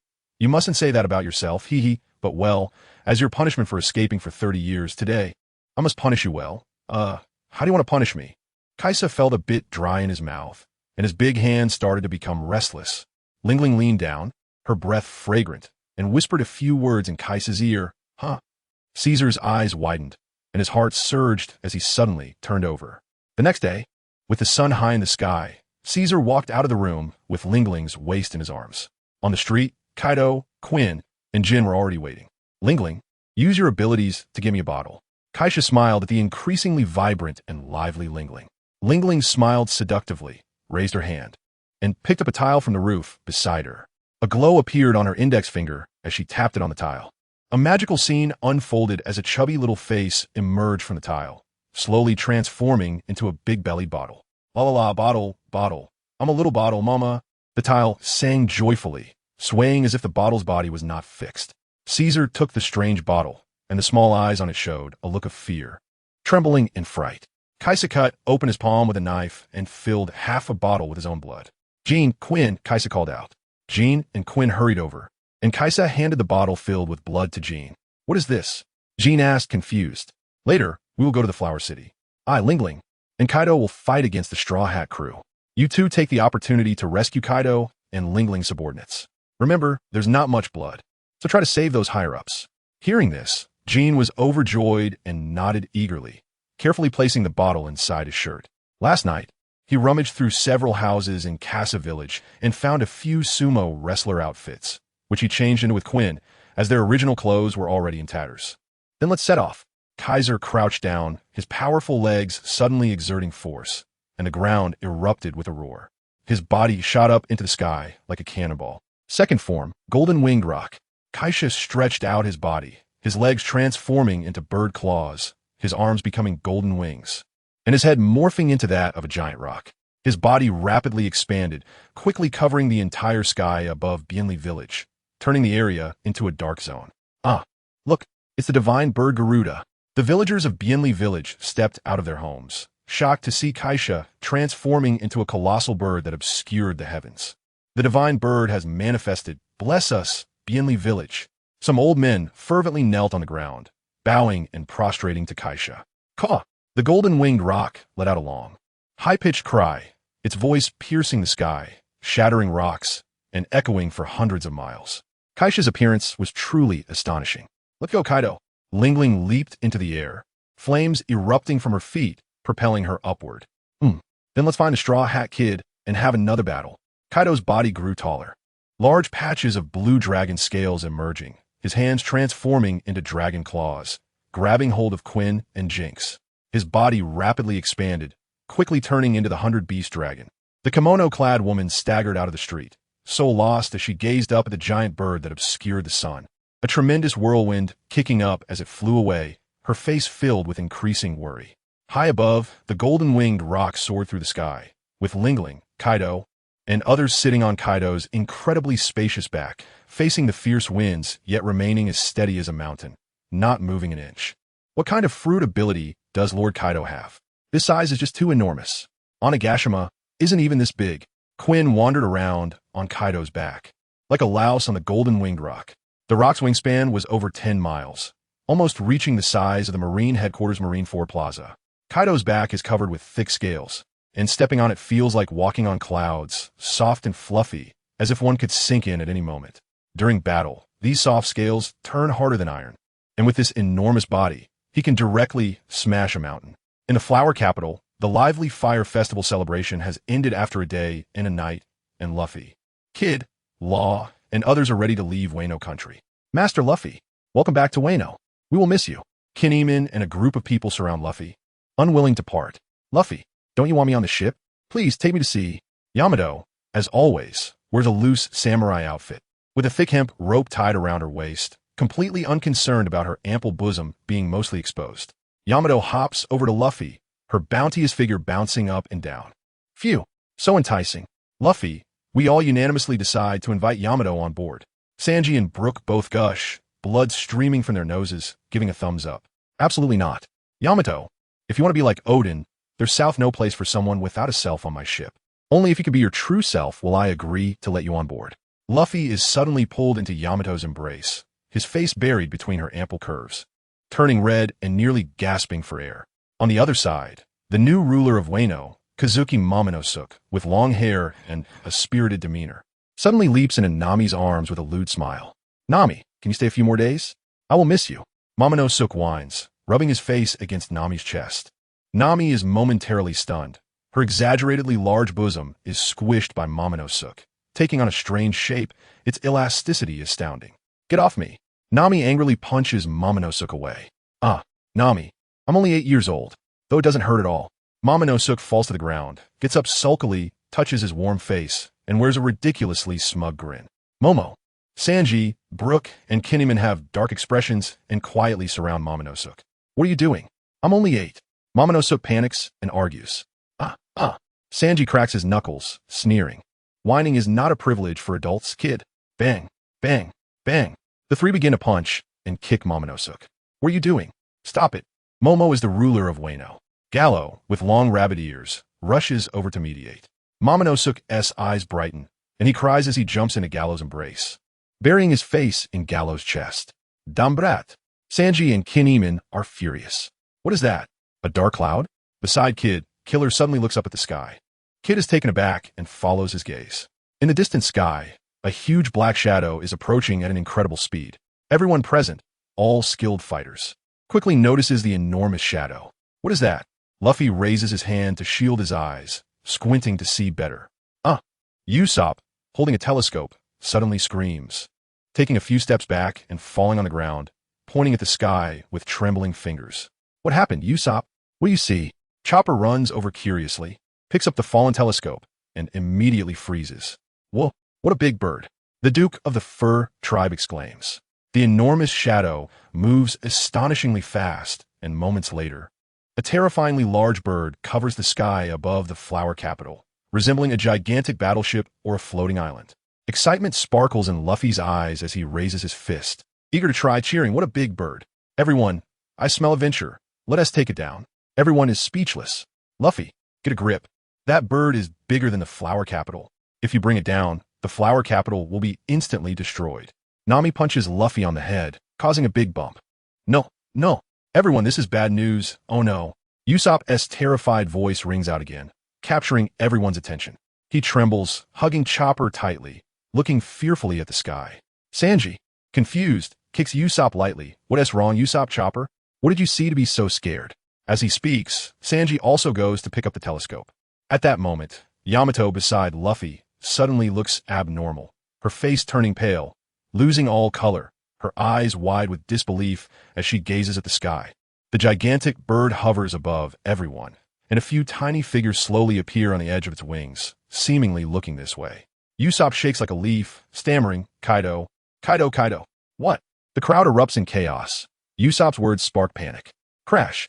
The telescope Sanji held falls to the ground and shatters. The cigarette in his mouth slips away unnoticed. Fear, petrification, disbelief. Everyone stares in shock at the gigantic bird. Kaido and Big Mom's imposing figures appear, and the place falls into a terrifying silence. A suffocating atmosphere of oppression fills everyone's hearts. Momonosuke, unable to bear it, screams in terror, collapsing to the ground. Ah, Charlotte Luffy. Long time no see. MMM. Kid and Law, your injuries have completely healed. Come on, let us fight again. Kaido and Big Mom jumped down from the giant bird, with Kaido transforming into a 100-meter giant dragon, while Big Mom stood on a cloud of fire. The terrifying momentum erupted, shaking the heavens and the earth, creating a storm of air. Kaido, Big Mom, Luffy's eyes widened in shock. This is bad. How could they appear unscathed? What exactly happened? Have the Beast Pirates and Big Mom Pirates been resurrected? Kid lost his composure, staring at Kaido and Big Mom in disbelief. Exclaiming no way, the golden giant bird suddenly let out a long cry, and the terrifying sound waves tore through the air, whipping up a hurricane in the flower capital. The giant bird opened its mouth and spoke human words. You are mistaken, kids. They are now my subordinates of the Beast God Pirates, Dragon God Kaido, and Soul God Charlotte Linlin. The giant bird's voice was grand and thunderous, shaking the earth. What? The bird's words hit the crowd like a deep-sea bomb, leaving them dizzy. The Beast God Pirates? Never heard of them. If it's a fight you want, then bring it on. After all, you lost once. Even if you fight again, you'll still lose. Luffy shouted. The Beast God Pirates? Yamato's expression changed drastically, as if realizing something. This is bad. Luffy, run away. Remember my name. The captain of the Beast God Pirates, Beast God, Kaisa, Kaido, Big Mom. Let's unleash our full power and have a great battle. Kaisha opened its massive bird beak and suddenly spewed out a 1,000-meter-long frost column reaching to the sky. Kaido and Linlin roared, understood. Captain Kaisa. The 100-beast dragon opened its mouth and spewed out crimson flames. Heat breath. Linlin took off her hat, transforming it into a gigantic sword, and struck down with infinite flames. Emperor's sword, broken blade, frost pillar, heat breath. 1,000-meter-long icy frost and blazing flames fell from the sky. Boom! Like a natural disaster erupting, the frost froze everything. In the blink of an eye, countless buildings in Flower City were encased in thick ice. On the ground, Zoro, with 3 swords in hand, instantly made his move. Foxfire Flow, Fire Slash. The Enma's sword, wrapped in armed color hockey, slashed through the air, cutting through Kaido's heat breath. Soul Sword, Freeze. Brook also took out his sword, swinging it with all his might, trying to extinguish the flames that Zoro had cut. At the same time, Marco made his move. He transformed into a blue and green flame phoenix, flying against the wind directly towards Kaisa. Lord Law, we can't make Flower City a battlefield. Please evacuate everyone. I'm begging you. Momonosuke shouted anxiously. Law's expression was grim as he looked at the terrifying giant bird overhead. What are you joking about? That bird is too big. I can't evacuate. Momonosuke held his head in fear. What should we do? If we fight here, the civilians will suffer. Everyone, attack that giant bird first. Kinemon roared, drawing his long sword. No way. It's flying too high. Not everyone can fly. Duke Dogstorm was extremely anxious. It was daytime, and their mink warriors couldn't transform into their moon lion form, meaning their combat power was greatly reduced. Law spread his right hand wide, a huge dome covering a large area, shouting, I'll do it. Room. Shamble. On the ground, a large area suddenly saw some people disappear as they were taken away by Law's ability. In the sky, more than 20 people instantly appeared on the back of the giant bird. Kid, Killer, Law, Duke Dogstorm, Kinemon, Zoro, Brook, and Luffy. Well done. Trafalgar. Luffy cheered, his body rapidly expanding. Gum Gum. Muscle Balloon. 4th gear. Bounceman. The black patterns spread across Luffy's rubber body, a manifestation of armed color hockey wrapping around him. He bounced off the ground and leaped into the sky, flying towards the giant bird's head. 3-sword style ultimate. 3,000 worlds. Sidestorm. Foxfire 1-sword style. Dragon Slash. In an instant on Kaisa's back, It was like a large die house, with more than 20 people bombarding fiercely. Yahaha. Are you scratching my itch? Do you have no strength to hit me? Haven't you eaten? Kaido's massive body flipped in the air, and his gigantic wings fell directly to the ground, unleashing a terrifying force that flattened everything it touched, creating a huge indentation. Rubber. Monkey God Gun. Luffy, enraged, transformed once again into the Sun God Nika form, his right arm swelling into a gigantic fist the size of an island, wrapped in haki, and slammed it toward Kaido's head. Haha, not bad. You're the straw hat kid who defeated my brother, right? Very well. The sky-blocking golden-winged rock vanished into thin air, revealing Kaido in human form, holding a large sword, the Candle Dragon. Going for a fist fight, huh? I like it. Candle Dragon, let's fight. Kaiser threw away his large sword, and the blade swelled in the wind, transforming into a massive purple dragon that coiled in the sky. It opened its mouth and let out a roar, directly spraying purple venom at Kid and the others. With no way to gain leverage while suspended in midair, Law had no choice but to use his ability again to teleport everyone to the ground. Kaisa stood high in the sky, a pair of golden wings growing from his back, spreading over 20 meters wide. Armed haki surged with power, and Conqueror's haki erupted as Kaisa unleashed a powerful attack. His right arm's muscles swelled, instantly growing hundreds of times larger, resembling a mountain, overwhelming Luffy's island punch. The two colossal fists collided. Boom! The heavens and earth shattered, the sound wave reverberating for dozens of miles, with the air splitting apart like shattered glass. Wow! Luffy's body was knocked backward, the gigantic fist deflating and rapidly shrinking, causing him to plummet from the sky. Luffy! Zoro shouted. Law beside him instantly acted, throwing a stone. Room. Substitute. Whoosh. Luffy's falling body appeared next to Zoro, limp and powerless. Are you okay, Luffy? Zoro called out. Law frowned and said his haki has been overexerted. He needs time to recover. As he spoke, he furrowed his brows, looking up at the sky. In the air, Kaisa's massive right arm returned to its original state, flapping its wings as he descended. Boom! Boom! 3 loud noises echoed, smoke billowing, revealing 3 enormous figures. Kaido, Big Mom, and Kaisa. Luffy stood up, his expression serious, feeling an immense challenge ahead. Kid, Law, Zoro, and others gathered around Luffy. Kid shouted loudly, "Hey, who the hell are you?" Kaido raised his hand to hold the large knife, grinning as he said, "I'm Kaido, the brother of Kaido. Recently, my younger brother has been under everyone's care." How annoying, what a joke. Kid lost his composure and couldn't control his emotions. Nonsense. You're clearly younger than Kaido. Luffy shouted as well. What he said is true. A female voice came from behind, startling everyone as they turned to look. It was Yamato, who walked forward with a pale face. That person is indeed Kaido's older brother, a great demon. I heard Kaido mention him when I was a child. What? Kaido actually has an older brother? Everyone's expressions changed drastically as they exchanged glances and discussed among themselves. Yamato. Kaido tightened his grip on the kanabo and shouted, "My foolish son, come back now." Yamato bit her lip and yelled, "Shut up. Kaido, I'm not Yamato. I am Kazuki Oden of Wano." Kaisa grinned, stepping forward as the large knife in his hand, Zhulong, began to drip purple venom, corroding the ground and creating large holes that emitted charred black smoke. His face was ashen as he glared at Yamato. "Look, Kaido, your daughter, actually teaming up with outsiders to attack her own father. What a filial child. I heard from Jean, Yamato, that you were brainwashed just by reading a notebook by Oden. Is that it? A single notebook brainwashed you? How ridiculous. You have no right to say that about her." Luffy shouted angrily, glaring fiercely at Kaisa. Ha. Then let's all die. Kaiser held the knife with both hands, unleashing both armament haki and Conqueror's haki, as a thunderous roar echoed through the sky, and a massive black-red blade of light slashed out. Be careful. Zoro, Kinemon, Brook Killer, and all the sword users rushed forward, charging at Kaiser. Kinemon? You're still alive? Kaido looked at Kinemon, disbelief in his eyes. He clearly remembered that Kinemon had not only been sliced in half by him, but also had a blade pierced through his chest and had been struck on the head with a club wrapped in haki.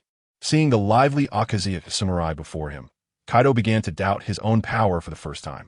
Gripping the club tightly, Kaido's face twisted further, his arm muscles bulging as he swung the club towards Kinemon. Down with the 3rd generation. Bring forth the abyss. Boom!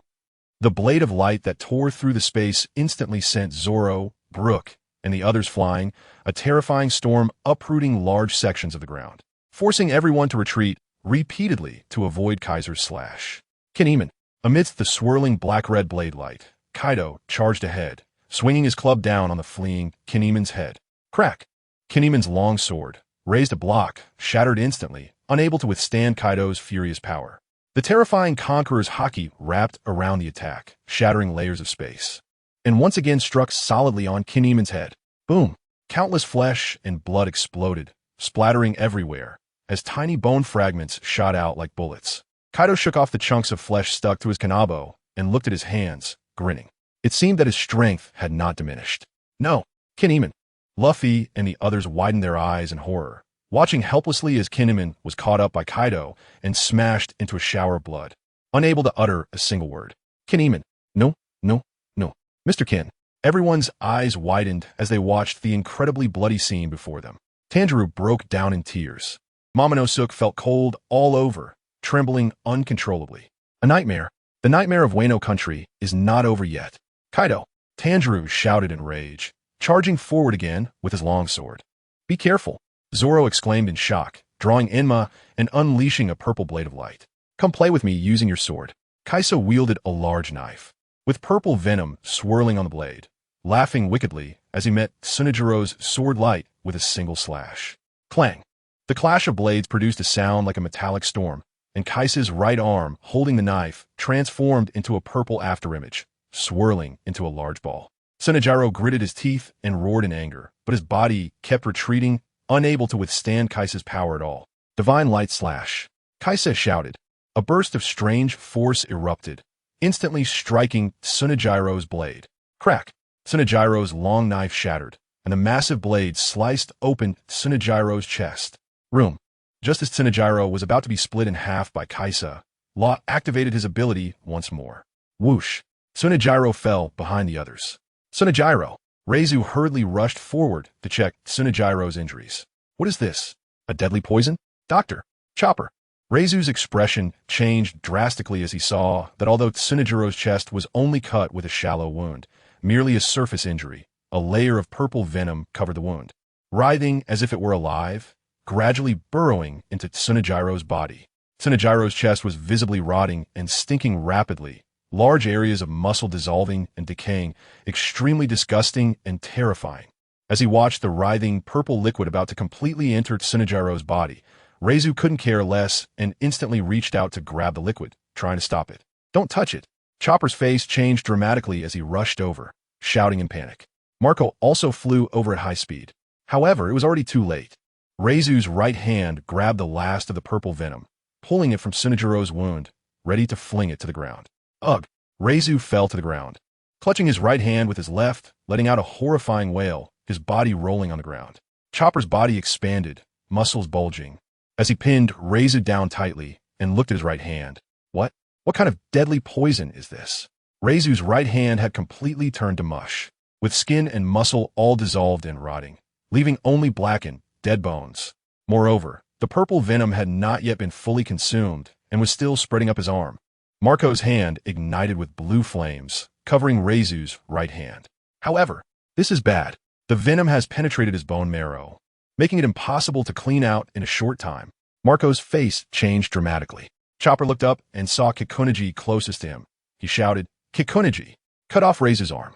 Quickly, Kikunoji gritted his teeth, raised his long knife high, and slashed down like a flash. Slash! Scarlet blood splattered as Reizu's right arm was severed at the shoulder and fell to the ground. Everyone was horrified to see that the arm lying on the ground had completely rotted away in the blink of an eye, turning into a pile of broken black bones. Tsunejiro!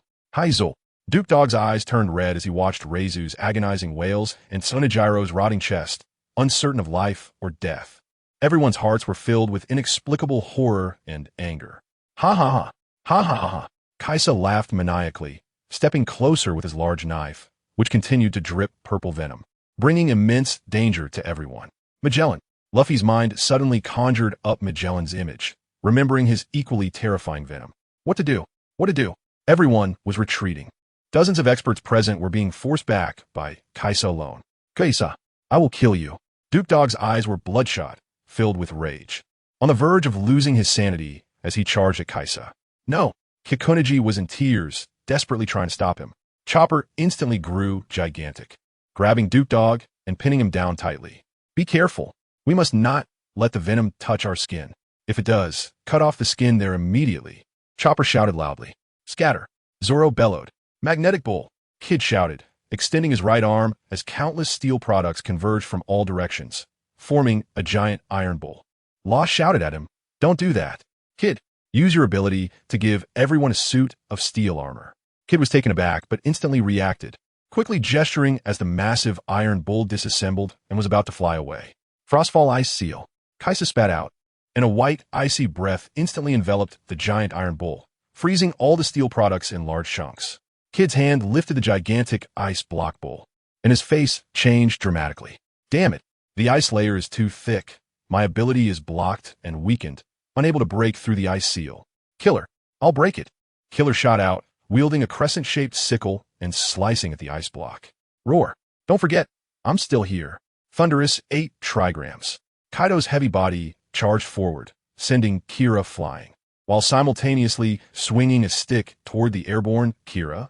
Sanji moved at incredible speed, instantly disappearing and delivering a kick to Kaido's waist. Demon Wind Kick. Waist Meat Kick. At that moment, Big Mom also moved, swinging a gigantic flame sword that unleashed a torrent of raging flames toward everyone. God Wind Slash. Kaisa swung his big knife again, and the purple poison on the Zhulong blade rained down on Luffy and the others. Be careful, Luffy shouted in shock. Wind Cannon. At that moment, Frankie jumped out, spreading his strong arms towards Kaisa. His arms inflated, and a compressed air cannonball shot out from his palms. The immense impact blowing away the poison in the air and instead showering Kaisa, Kaido, and Linlin. Well done, Frankie. Everyone was amazed and overjoyed. Luffy jumped up in happiness. Nice. Kid laughed loudly. Kaido, you bastards, enjoy your own poison. Chopper cheered loudly. Poison these beasts. Dog Duke roared. The poison shot out, instantly landing on the surface of Kaisa and the other three. Kaisa picked his nose, letting the venom splash on his body and face, yet he remained unscathed. The venom gathered on him like clay, twisting into a ball, and eventually flowed back onto the large blade, Zhulong, in his hand. Kaido and Linlin, massive in size, were also splashed with venom. However, although the venom fell on them, it could not break through their defenses at all. With their incredibly powerful bodies and exceptionally thick armament haki, this little bit of venom was nothing more than a drizzle. Gudong. Usopp swallowed hard, looking at Kaisa and the others in horror. Monsters. They're all monsters, Chopper murmured, just as the main battlefield was in full swing. Jean brought Quinn straight to the underground prison of Flower City. This place was located on one side of a moat in Flower City, very hidden. But for Jean, who was familiar with the terrain of Flower City, finding it was as easy as going home. As Jean and Quinn stealthily approached the moat, Jin's gaze sharpened. In the ditch sat two people, chatting and drinking, with a fox wagging its tail beside them. Is that River Pine and Fishman Jinbe? This is bad, Quinn, Jean whispered, reaching out to pull Quinn, but ended up grabbing nothing. Huh? Jean turned around, stunned. He saw Quinn charging ahead, directly attacking River Pine and Jinbe. Ha ha! Grandpa Quinn is here, 1 against 2 plus a dog. Quinn's hefty body jumped off the bridge, crashing down like a mountain onto Jinbe and River Pine. River Pine and Jinbe were highly alert. Earlier, they had felt somewhat uneasy due to the explosions coming from the direction of Flower City. Although they didn't know what was happening, they had already planned for one of them to go check the situation.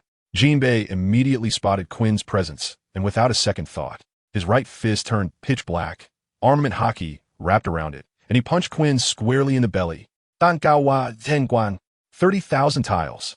Boom! Quinn's massive body fell quickly, but flew back even faster. With a loud crash, Quinn shot back, creating a large hole in the bridge above. River Pine's figure suddenly disappeared, following Quinn's body, and a knife slashed out with a brilliant light, aiming for Quinn's neck. You are more trouble than you're worth.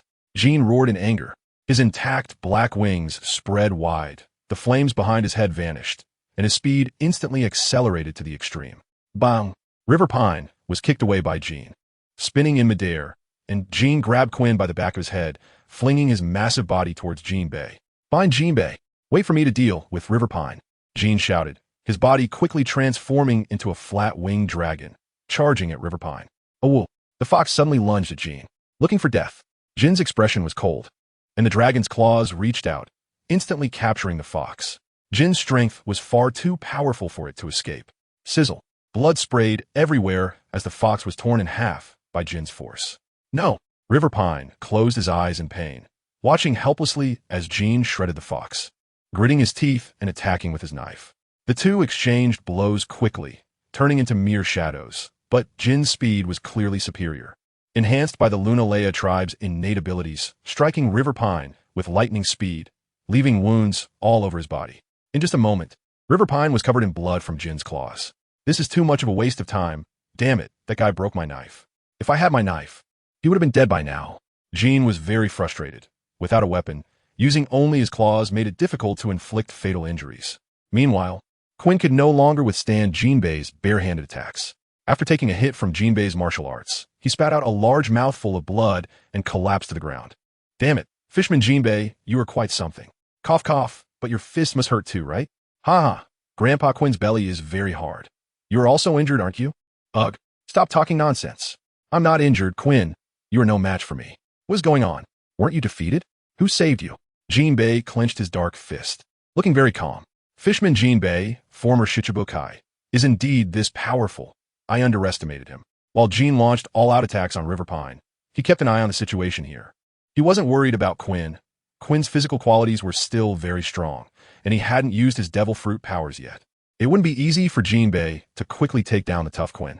Sure enough, Quinn roared, his thick neck rapidly growing longer, his body swelling up, transforming into a massive Zoan-type, ancient species, Brachiosaurus form. Fishman Jinbe, come on. Quinn laughed heartily, raising his pillar-like forelimbs and stomping towards Jinbe. Jinbe frowned and thrust out his right fist. 30,000 tiles. Tangchao Wazheng Quan. Boom. The two fought with raw power, without any flair, every punch landing solidly. Without a knife style, Jin suddenly leaped high, transforming into human form, his black wings spread wide, covered in armament hockey, rolling and slicing towards River Pine. Fire Dragon King. Fiery flames surged, and a giant red fire dragon roared, engulfing River Pine. Wah! River Pine let out a miserable scream as the fire dragon struck him directly, turning his body into a burning torch. River Pine, Jinbe was shocked and wanted to rescue him. You are distracted, Fishman Jinbe. Fire Spark Queen. Quinn's eyes flickered with lasers, instantly hitting Jinbe. Boom. Ha, I took down a Shichibukai. Grandpa Quinn, am indeed formidable. Quinn laughed heartily, eagerly wanting to check his results. Not so fast. Armament hockey. Plum Blossom Skin. Fishman Karate. A massive black hand suddenly shot out from the explosion's smoke, grabbing Quinn by the head. With all his strength, Jinbe roared. Tidal Wave Suplex. Boom. The earth shook, and Quinn's towering body, over 10 meters tall, was actually lifted by Jinbe's arms and slammed back to the ground with a loud crash, smashing the moat wall to pieces, Quinn's heavy body immediately sinking deep. Quinn, blast through the wall, open the underground prison's passage. Jin rushed over in an instant, throwing a punch at Jinbe. Flame Disaster Jin. Jinbe curved his arm to block, his body wrapped in hockey. His defense was simply monstrous. Even Jin found it hard to deal with for a moment. Water Strike. Jinbe waved his hand, launching bursts of water bullets that made booming cannon-like sounds. Their power stronger than cannons. Ooh, that's right, I'm indeed playing into your hands, cough cough. Mechanical Brachiosaurus, Fire Spark Queen. Quinn forcefully thrust the thick neck of the Brachiosaurus into the rubble, firing lasers directly at the wall. Boom! The moat wall exploded, creating a huge opening, and Quinn's body fell through. Jin's flames behind him disappeared, his figure instantly accelerated, vanishing from Jinbe's sight. Not good. Jinbe's expression changed drastically. He didn't know what method Jin was planning to use to rescue the severely injured and dying cadres in the prison. But I must not let Jin and Quinn succeed. Jinbe strode up to Hisong, checking his breath. Fortunately, although he was severely injured, he was still alive. Jinbe breathed a sigh of relief. But when he saw the fox split in two, he couldn't help but sigh. The fox was dead. Hisong took Jin's ultimate move head-on, but because he fell into the moat, the water dampened the flames and saved his life. Jinbe jumped into the river, stirring the water with his hands, causing the entire moat's water to twist and turn as if it had become a single flowing band of water, gripped firmly in his hands. Sea Current. Jinbe roared, throwing the river water towards the large hole. Boom! Splash! A massive amount of river water surged in, and then Jinbe followed the water into the hole. In the underground prison of the Flower Capital, Several severely injured officers from the Beast Pirates and the Big Mom Pirates lay helplessly on the ground. They were heavily wounded, although each possessed extraordinary physiques that allowed for rapid self-healing. They had been imprisoned here for 7 or 8 days without eating a single morsel. Their bodies were unable to replenish their strength, and they were all listless and on the verge of death. Damn it! Kaido and Big Mom teamed up, and they were still defeated. How did the Straw Hats do it? If we had known, we should have left Wano earlier. The eldest sister of the Flying Six, Ultai, sat angrily in a corner of the prison, her hands shackled with sea prism stone handcuffs. Beside her was the bloody Page One. Page One was much weaker than Ultai, so he was severely injured. By the time he was brought in, he was hanging by a thread. The people of Wano, seeing his condition, couldn't be bothered to put sea prism stone on him. Just toss him in and left him to fend for himself. Along with Page One, several others from the Flying Six and Perospero from the Big Mom Pirates were also heavily injured and dying. This eldest son of Big Mom lay on the ground, a large pool of blood accumulating beneath him, and it was unclear whether he was dead, as he showed no signs of movement. Little brother, you must hang in there. Don't die. Ultai pouted, cradling Page One's head in her arms, unable to hold back her tears. In this prison, she only cared about Page One. As for the others, even if they died, it had nothing to do with her. Boom! A loud noise shook the entire underground prison, causing dust to fall from the ceiling in large chunks. What happened? Ultai looked up in confusion. The dark underground prison suddenly opened up a large hole, allowing bright sunlight to stream in. A massive Brachiosaurus fell down from above. Quinn? Ultai's expression changed as she put down Page One and hurried to the front of the prison to observe the situation. Whoosh! A black shadow flashed, and Jean transformed from Pteranodon back into human form, standing outside the prison. Ultai immediately showed an expression of immense surprise. Jean, are you here to rescue me? Yes. Jean wasted no time and directly pulled out a bottle from his pocket, passing it through the gap in the prison. What is this? A key for the handcuffs? Ultai asked curiously as she took the bottle. No, it's a healing potion. Hurry and give each person a bit. Don't feed too much at once, as its effects are too powerful. Be careful not to overdose. Jean said quickly, rushing to Quinn, who had just fallen. He pulled him up and dragged him to the prison door. Quinn, hurry. Use your spare key to unlock the prison and free everyone from their sea prism stone handcuffs. Quinn was a bit dazed from the fall, but after Jean shook him, he came to his senses, extending his dinosaur forelimb and transforming it into a 3-clawed mechanical form. Then, from his mechanical hand, a constantly changing key appeared. This is a super memory alloy made by Vegapunk. Hee. This key made from sea prism stone is a universal key, and only I have one. Jean shot him a fierce glare and scolded, "Stop talking nonsense and hurry it up." Quinn shrank his neck and quickly unlocked the prison door. Inside the prison, Ultai was the first to drink a bit of the potion from the bottle. Huh, what kind of medicine is this? So hot. Ultai felt as if she had swallowed a piece of hot coal, incredibly fiery, turning her delicate body into a furnace. A powerful warmth instantly cleared away all her fatigue and pain. Wow, I'm fully recovered. This medicine is amazing, Ultai exclaimed joyfully, quickly running to Page One and carefully pouring a bit into his mouth. Splash! Suddenly, the opening above made a roaring sound, and Jean was startled. Looking back to see that the large hole was being flooded with river water like a waterfall, the force of the water was astonishing. Not good. Ultai, hurry up, Quinn. Unlock everyone's handcuffs.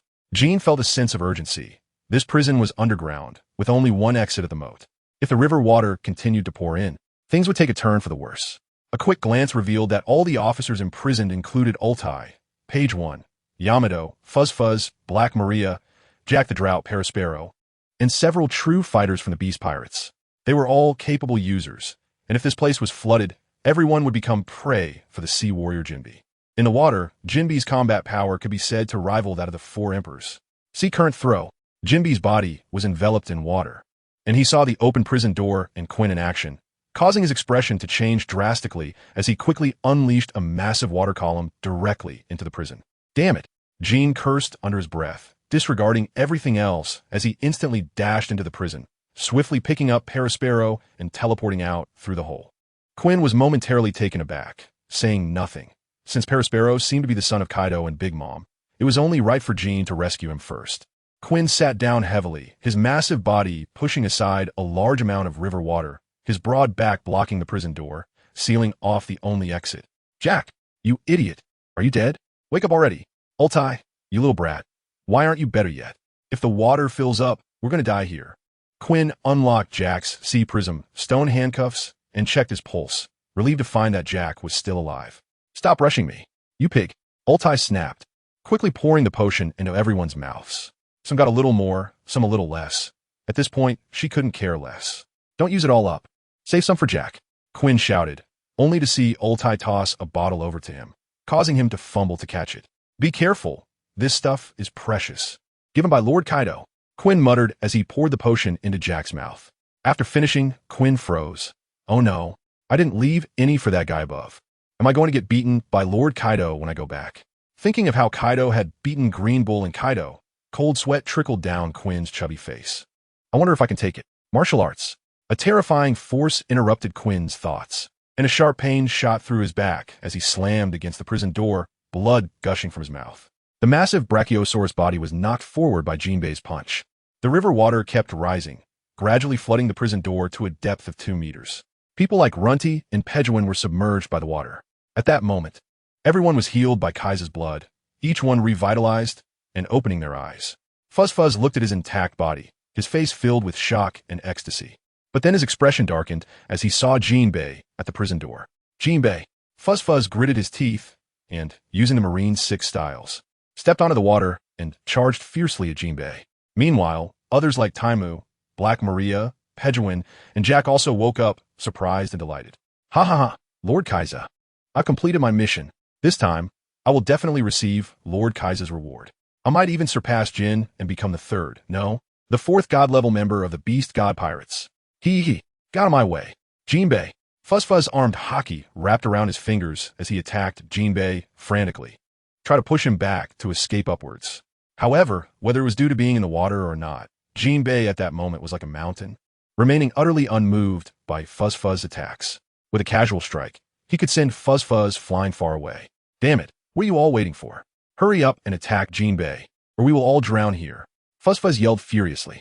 Runny shot him a glare and pointed at the ceiling. Can't we break through the roof to escape? Are you an idiot? This prison is made of a large amount of sea prism stone mixed in. We can't break out. The only exit is the prison door. Quinn was also stunned. Just a moment ago, he had been sitting at the prison door to block Jinbe from coming in. But now it had reversed. Although they had been liberated, they had truly become trapped, with Jinbe blocking them inside the prison. Everyone, charge with me. Fuzz shouted, leading the charge at Jinbe. Runty grabbed Pejuan, both transforming into dinosaur forms. Runty directly covered her head with armed hockey and charged at Jinbe. Damn it, don't all transform. The cell is too small to maneuver. Fuzz was knocked away by Runty and was furious enough to want to kill someone. What a bunch of useless teammates. Black Maria, tall and completely unclothed, with snow-white delicate skin, was now powerless, sitting in the water, letting the river soak her alluring body. Flower pattern tile. Seaweed tile, right fist. 20,000 tiles.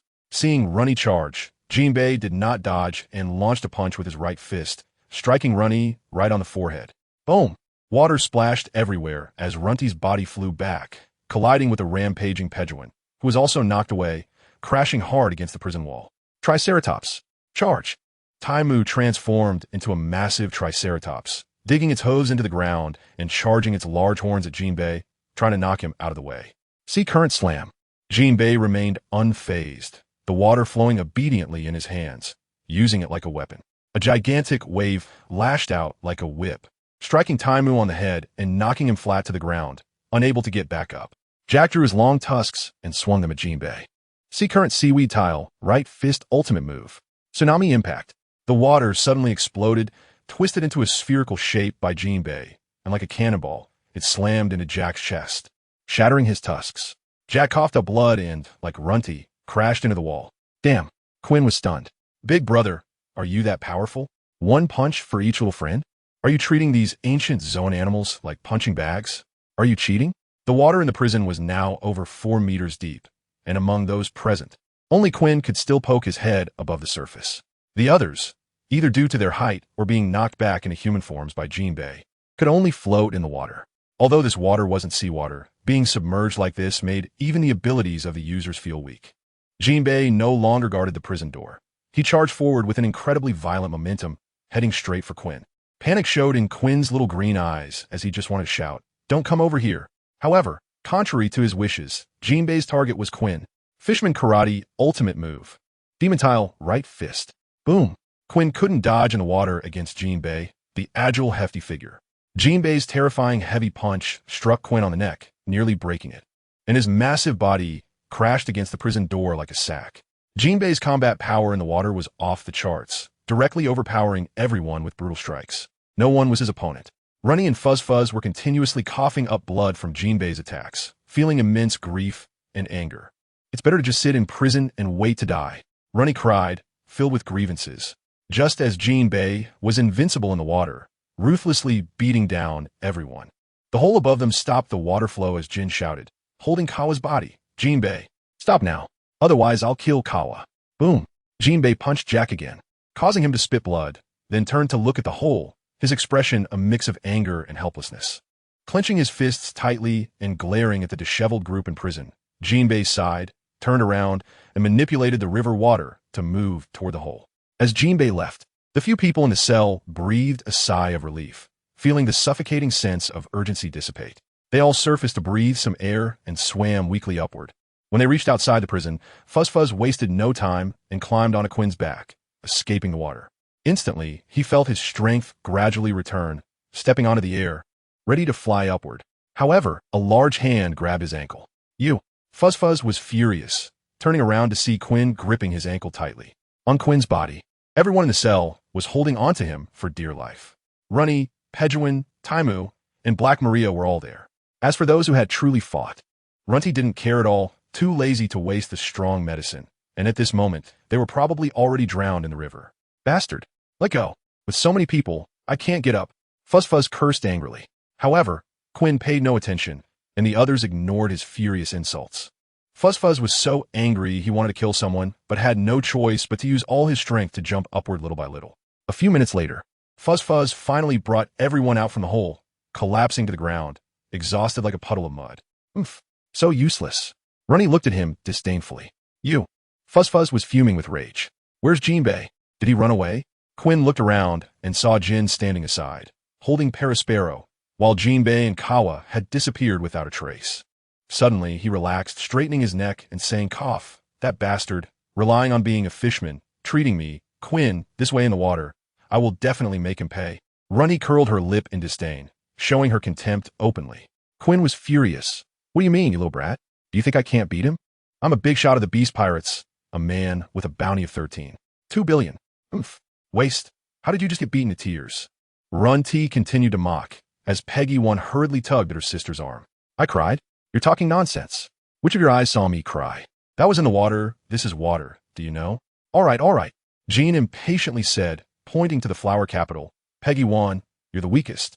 Come over and take Perispero away from the flower capital, or find a place to hide first. The rest of you, follow me to help Lord Kaisa and Lord Kaido. Everyone was shocked by the words. Jack excitedly looked at Jean and said, Brother Jean, is Kaido okay? That's great. Runty frowned, somewhat puzzled. What Kaisa? You guys have been saying Kaisa since earlier. Who exactly is he? Also, I heard from Jinbe that Kaido and Big Mom were defeated by Luffy and the others and are already dead. Jean smiled widely and said, Brother Kaido and Linlin are not dead. Lord Kaisa brought them back to life. Me and Quinn were also revived by him, including you guys. The thing we drank just now was a reward from Lord Kaisa. By the way, Lord Kaisa is Brother Kaido's brother. Let me tell you one more thing.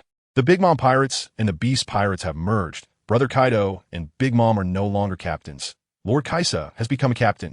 What? Runty was stunned. Jack was dumbfounded. Fuzz Fuzz, Taimu, Black Maria, everyone was shocked. Rabbit Prison. Green Bull stared wide-eyed at Kaido and Big Mom, revived by Kaisa, and a storm surged in his heart.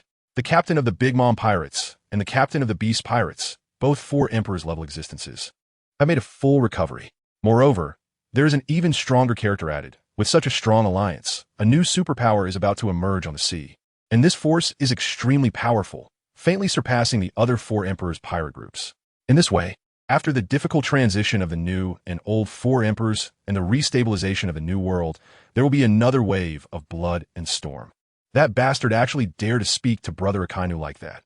Once I escape, I will definitely not spare him. Green Bull was very angry because he personally saw Kaisa insult Akainu yesterday, which made him, a worshipper of Akainu, explode with rage. Whoosh. Huh? Who's there? Green Bull strained to look outside the cell, but saw no one, only the faint sound of wind. Swish, swish, swish. The few pirate henchmen left to guard Green Bull hadn't reacted when a pitch-black hand crushed their throats. Tap, tap, tap. Outside the cell, a tall, thin figure appeared, wearing a white hat and a mask on his face. CP0? Great. Hurry up and find a way to unlock the sea stone handcuffs on me. Did Brother Sakazuki contact you? Green Bull showed a look of surprise. He had long known that there were spies from the world government lurking in Wano country. So after being defeated and captured by Kaisa, Green Bull was actually not very worried, because he knew that CP0 would definitely come to rescue him. Outside the cell, the masked CP0 walked in directly. The cell wasn't locked, but Green Bull was locked with sea stone and chained to the stone wall. Alamak, he chuckled. Long time no see. I didn't expect you to be defeated like this and so badly injured. It's really surprising. The CP0 member didn't rush to break the iron chain, but instead spoke, his tone mixed with a hint of astonishment and ridicule. Green Bull's look of joy gradually froze, and he frowned. You are not CP0. Who are you? The masked man chuckled lightly and took off the mask. A golden-haired young man's face appeared, with a scar over one eye. It was Sabo, Chief of Staff of the Revolutionary Army. Why are you here? Green Bull's eyes showed shock, seemingly unable to believe it. Sabo chuckled, his right hand clawed, grabbing Green Bull's head, leaning down to meet his gaze. Alamak, what are you doing in Wano? You don't want to cause trouble for my brother, do you? Ha ha ha. He finally became the Sun God, became a 4 emperor, achieving such accomplishments. Can't you Navy be a little magnanimous? Ha ha ha. That's right. I'm indeed here to take the Straw Hat Kid's head, Sabo. If it weren't for Fujitora not going all out of the Holy Land, you wouldn't be able to escape. What is your purpose in coming to Wano? Sabo's expression darkened, his black fingers applying pressure, deforming Green Bull's head. Go ahead and kill me. The Revolutionary Army, like pirates, should be exterminated. Green Bull screamed. I won't let Ace's fate repeat itself on Luffy. Luffy, awakening and becoming the Sun God Nika, is the beacon of history, worthy of our full protection as the Revolutionary Army. Green Bull, I will take you to Santiago Island. Your career as a general is over. Sabo crushed Green Bull, knocking him unconscious. Then he broke the iron chain, lifted the tightly bound Green Bull, and walked out of Rabbit Prison. Flower Capital. Kaisa, I'm gonna kill you. Luffy roared, his white hair flying, burning pale flames. With Conqueror's haki wrapped around his fists, he punched Kaisa in the chest. Yeah, ha ha. Stahlhatkit. This is the price you pay for standing up for Wano. At such a young age, trying to act like an older brother everywhere, standing up for this and that. Who do you think you are? A savior? You're just a damn pirate. Just moments ago, Kaisa had sliced Frankie and his robot in half with one strike. Frankie, being a cyborg, had most of his body replaced with metal. Although Kaisa's strike didn't kill Frankie, he also fainted. If he wasn't treated in time, there would be a significant risk to his life. Marco immediately stopped Frankie's bleeding. However, for a half-metal, half-human body like Frankie's, his healing ability couldn't do much. Nami, Robin, Brooke, Chopper, Usopp, you guys take Frankie in retreat from the battlefield. The fight here is not suitable for you. It's too dangerous. Make sure to protect your lives. Luffy's eyes were red, and tears were still on his cheeks. Kaisa swung his sword and sent the gigantic steel puppet controlled by Kid flying, then slashed at Luffy again. Straw Hat Kid, only now realizing the danger? It's too late. Zhulong, clear away all the small fries for me. Kaisa exerted force with his wrist and suddenly threw the large knife like a spear, instantly brushing past Luffy. Awoo! The large knife transformed into a purple giant dragon, which opened its mouth and sprayed venomous liquid. Trafalgar! Luffy shouted. Room. Law extended his right hand, and the abilities bubble was about to transfer the position of the dragon. Oof. This annoying ability is never-ending. Kaisha is quite troubled by Luo's abilities. Luo's repetitive teleportation switch is simply a versatile move. Not only can it take care of the entire field at any time, but it can also assist teammates, replace them, and launch surprise attacks. The most critical point is that the range is large, and it is instant. Great rock body. Light wing slash. Kaisa suddenly unfurled 2 massive golden wings behind him, lifting him into the air as his body spun like a drill. As the wings rotated, they shot out a storm of sharp feathers. Whoosh, whoosh, whoosh. The feathers covered an area of several dozen meters, creating an impenetrable barrier. Clang, clang, clang, clang. Kid blocked his body with his enormous steel arm, while Luffy vanished in an instant, but Law couldn't escape. This is bad.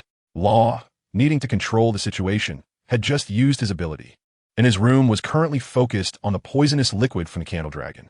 The Candle Dragon's body was too large for Law to completely cover, and it was continuously spewing out poison.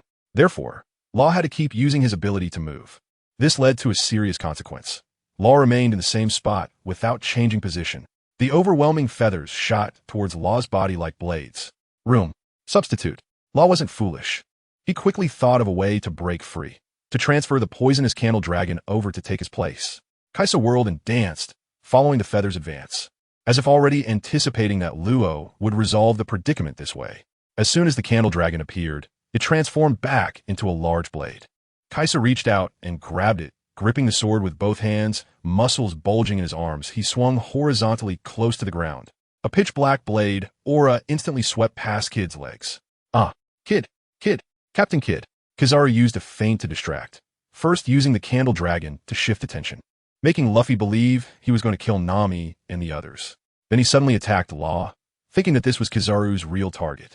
He calculated that Law would definitely switch the candle dragon over to replace himself, thus charging in this direction. When Law used his ability to switch the candle dragon, Kizaru immediately gripped his knife, his body inverted, haki enveloping him, and he made a horizontal sweep close to the ground. Kid's legs were severed at the knees, leaving his body, and he let out a scream, painfully collapsing to the ground. Blood gushed out, spraying uncontrollably from his severed legs. Kid, Killer, who was attacking Kaido alongside Zoro, had his eyes bulge out, instantly turning red with rage, abandoning Kaido and charging madly at Kizaru. Killer, furious, unleashed extraordinary power, the scythe in his hand creating a massive scythe illusion, piercing through Kizaru's chest like it was being penetrated.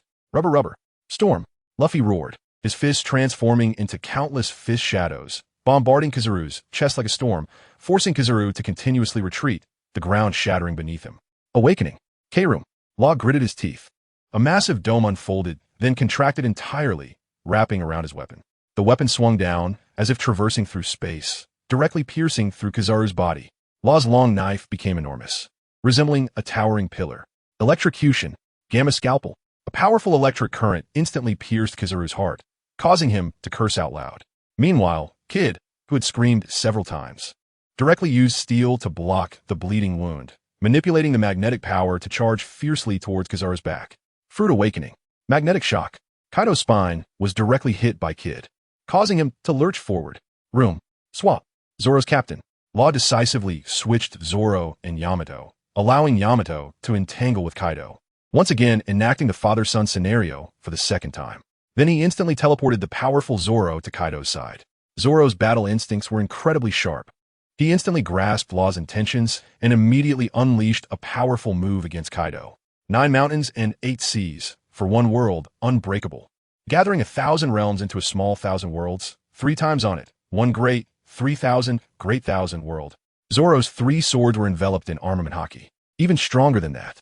After battling Ryakujiu, Zoro awakened Conqueror's haki, and under the terrifying layering with the Emma sword as the main focus, all 3 swords struck out simultaneously, instantly turning the world black and white, as if the universe were extinguished. A miraculous phenomenon of heaven and earth, a line as fine as possible swept across Kaido's chest. Swish. Kaido was injured for the first time. Zoro sliced open Kaido's thick chest with one strike, and a massive amount of blood gushed out. An astonishing thing happened. As Kaido's blood flowed to the ground, with a blood past, flowers bloomed, and green grass grew wildly. In the blink of an eye, the previously wrecked land transformed into a wetland park filled with flowers and lush green grass. What is happening? Luffy was extremely surprised, feeling a sense of comfort throughout his body, even his fatigue significantly alleviated. It's life force. This guy's blood contains immense vitality. Law said solemnly. What do you mean? Luffy was taken aback. This means his recovery ability is very strong. As soon as Law's words fell, Kaido halted his decline. The wound on his chest quickly healed and scabbed over, raising his hand to slash Kira away. Then gripping his sword with both hands, he fiercely struck towards Zoro. Haki. Open Sky. The enormous candle dragon blade struck heavily against Zoro's raised Enma. The terrifying power was unstoppable. Zoro spat blood and was struck deep into the earth. Room. Law was going to use his ability again. Damn it. I seal 1,000 miles. Kaiser's massive body trembled, and a terrifying chill erupted violently, sweeping across half of the city of flowers in an instant. Wherever the chill passed, the ground froze, houses were covered in frost, and the dozen or so people surrounding Kaiser were instantly encased in ice. Kaisa leaped high into the air, swinging his greatsword wildly at Kira. world-destroying poison. The great sword, Zhulong, was covered in purple venom, and with a clang, it struck Kira's arm. Ah! Kira howled in agony as Kaisa sliced through his two outstretched arms, and the sword instantly struck Kira's helmet. A large amount of venom seeped directly through the holes in Kira's mask. Ugh! Kira screamed, falling directly to the ground and rolling around frantically. Kira! Kid's eyes turned red as he rushed to Kira's side without hesitation. His massive steel arm pinned Kira down, and, with his only hand, he wrapped it in armament haki and crushed the mask on Kira's face. Under the mask, Kira's features were twisted, his face corroded by the potent poison, with empty pits where his mouth, nose, eyes, and cheeks used to be. Ah! Kill me! Kill me! Ah! It hurts so much! Kid! Hurry and kill me! Kira struggled madly, emitting a terrifying wail. Ah! Kid cried out in pain, raising his massive steel fist and decisively smashing it onto Kira's head. Kira had no intention of resisting at all, letting go of all defense and allowing Kid to blow up his own head. Beast! Devil! You are a devil! Luffy roared like thunder, striking out again at Kaisa. Ha ha ha! Don't be naive, Straw Hat Kid. Do you think being a pirate is just playing house?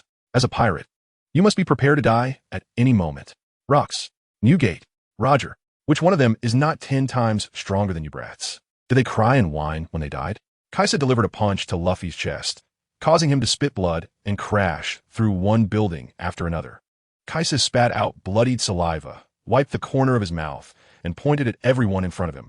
When Rocks died, he laughed heartily, full of bravado. What's wrong? Dying for one's ideals. Isn't that a kind of happiness? Ha ha ha. Ha ha ha ha ha. Boom. The house collapsed, and Luffy was covered in blood, but his steps were steady, inching forward to stand in front of everyone once more. At this moment, the anger on Luffy's face disappeared, and he looked up to meet Kaisa's gaze. Kaisa, you're not wrong. Dying in battle for one's ideals is a kind of happiness. Luffy raised his hand. Pointing at Kaisa, he shouted loudly. Come on, captain to captain. Kaisa, let's have a one-on-one. Ha ha ha. Straw Hat Kid, you're pretty good. So young yet with such strength, regardless of bloodlines or any so-called fate. I, Kaisa, acknowledge you. All right. Kaisha clenched his fist. Then it's captain against captain. As he spoke, Kaisha pointed at Luffy, Kid, and Law. The captain of the Beast God Pirates is me. Kaisha, I will face you 3 new era captains. Luffy was taken aback and was about to object, but Law suddenly reached out and shook his head at him. Room. Battlefield transfer. Law expanded his domain, enveloping Kaisha, Luffy, Kid, Zoro, and himself. The 5 of them instantly disappeared from the main battlefield of Flower Capital. Luffy proposed a captain versus captain match, with a main team of 4 against Kaisha. With Law, the strongest commander of this battlefield, gone, the remaining fighters against Kaido and Big Mom faced dire situations. Marmor, Marco, do you want to stop me? You're still too naive. Big Mom smiled charmingly. Her formidable armament haki once again sending Marco, who was flying toward her, crashing down. The massive Emperor's sword raised a large flame, turning the battlefield into a sea of fire. Boom! Marco crashed to the ground, blue flames burning, revealing his extremely fatigued face, blood spilling from the corner of his mouth, dripping into blue flames. This is bad. That Kaisha is too powerful. Law's refusal to let Luffy face Kaisha alone must be out of caution. Although the battle over there is dangerous, with Law present, they can still maneuver a bit. But here, with just me and Yamato, there is absolutely no way to defeat Kaido and Big Mom. Marco's expression darkened. If they can't break the deadlock at 3 battlefields, they would face total annihilation. Marco thought hard about how to break the deadlock, but no matter how he considered it, he couldn't find an entry point. A deadlock. Even if Kaido or Big Mom were missing one, they could not quickly eliminate either of them together, without Luffy and the others in the main force. Although they're all top-tier experts, they're still far from the level of Kaido and cannot inflict fatal injuries on them. They can only try to buy time, hoping that Luffy and the others can resolve Kaisha smoothly and then come over to deal with Kaido and Big Mom together. Just as Marco was pondering, Big Mom seized the opportunity and swung her sword at him. Marco, are you actually distracted in a fight? You're too arrogant. Breakblade, heavenly fire. The massive Emperor's sword swung down toward Marco's head, and Marco was about to dodge this blow. Armament haki, plum blossom skin. Big Mom's large sword seemed to have struck something as hard as a reef and got stuck, unable to be retracted for a moment. Fishman karate ultimate technique. Guan. Amid the flames, a figure dashed out and punched Big Mom in the abdomen, staggering her massive body back. Jinbe, Marco exclaimed in surprise. Jinbe nodded. standing shoulder to shoulder with Marco, confronting Big Mom. Marco, what's going on here? I saw several familiar faces die. Jinbe's expression was grave. Marco Said, I'm just as confused. In short, another brutal big shot has emerged, and both Kaido and Big Mom acknowledge him as their captain. Luffy and the others went to confront that guy. We need to hold Kaido and Big Mom back, Jinbe. We must break the deadlock. Otherwise, the consequences will be severe. Jinbe frowned deeply, veins popping on his forehead, but his face was stern as he said coldly, "It's not that easy, Marco. Besides Kaido and Big Mom, they have other fighting forces." What? Marco was shocked. The underground prison was breached. Jin and Queen released the prisoners and somehow healed their injuries. Kawamatsu, seriously injured and unconscious. How can this be? Marco's expression changed again.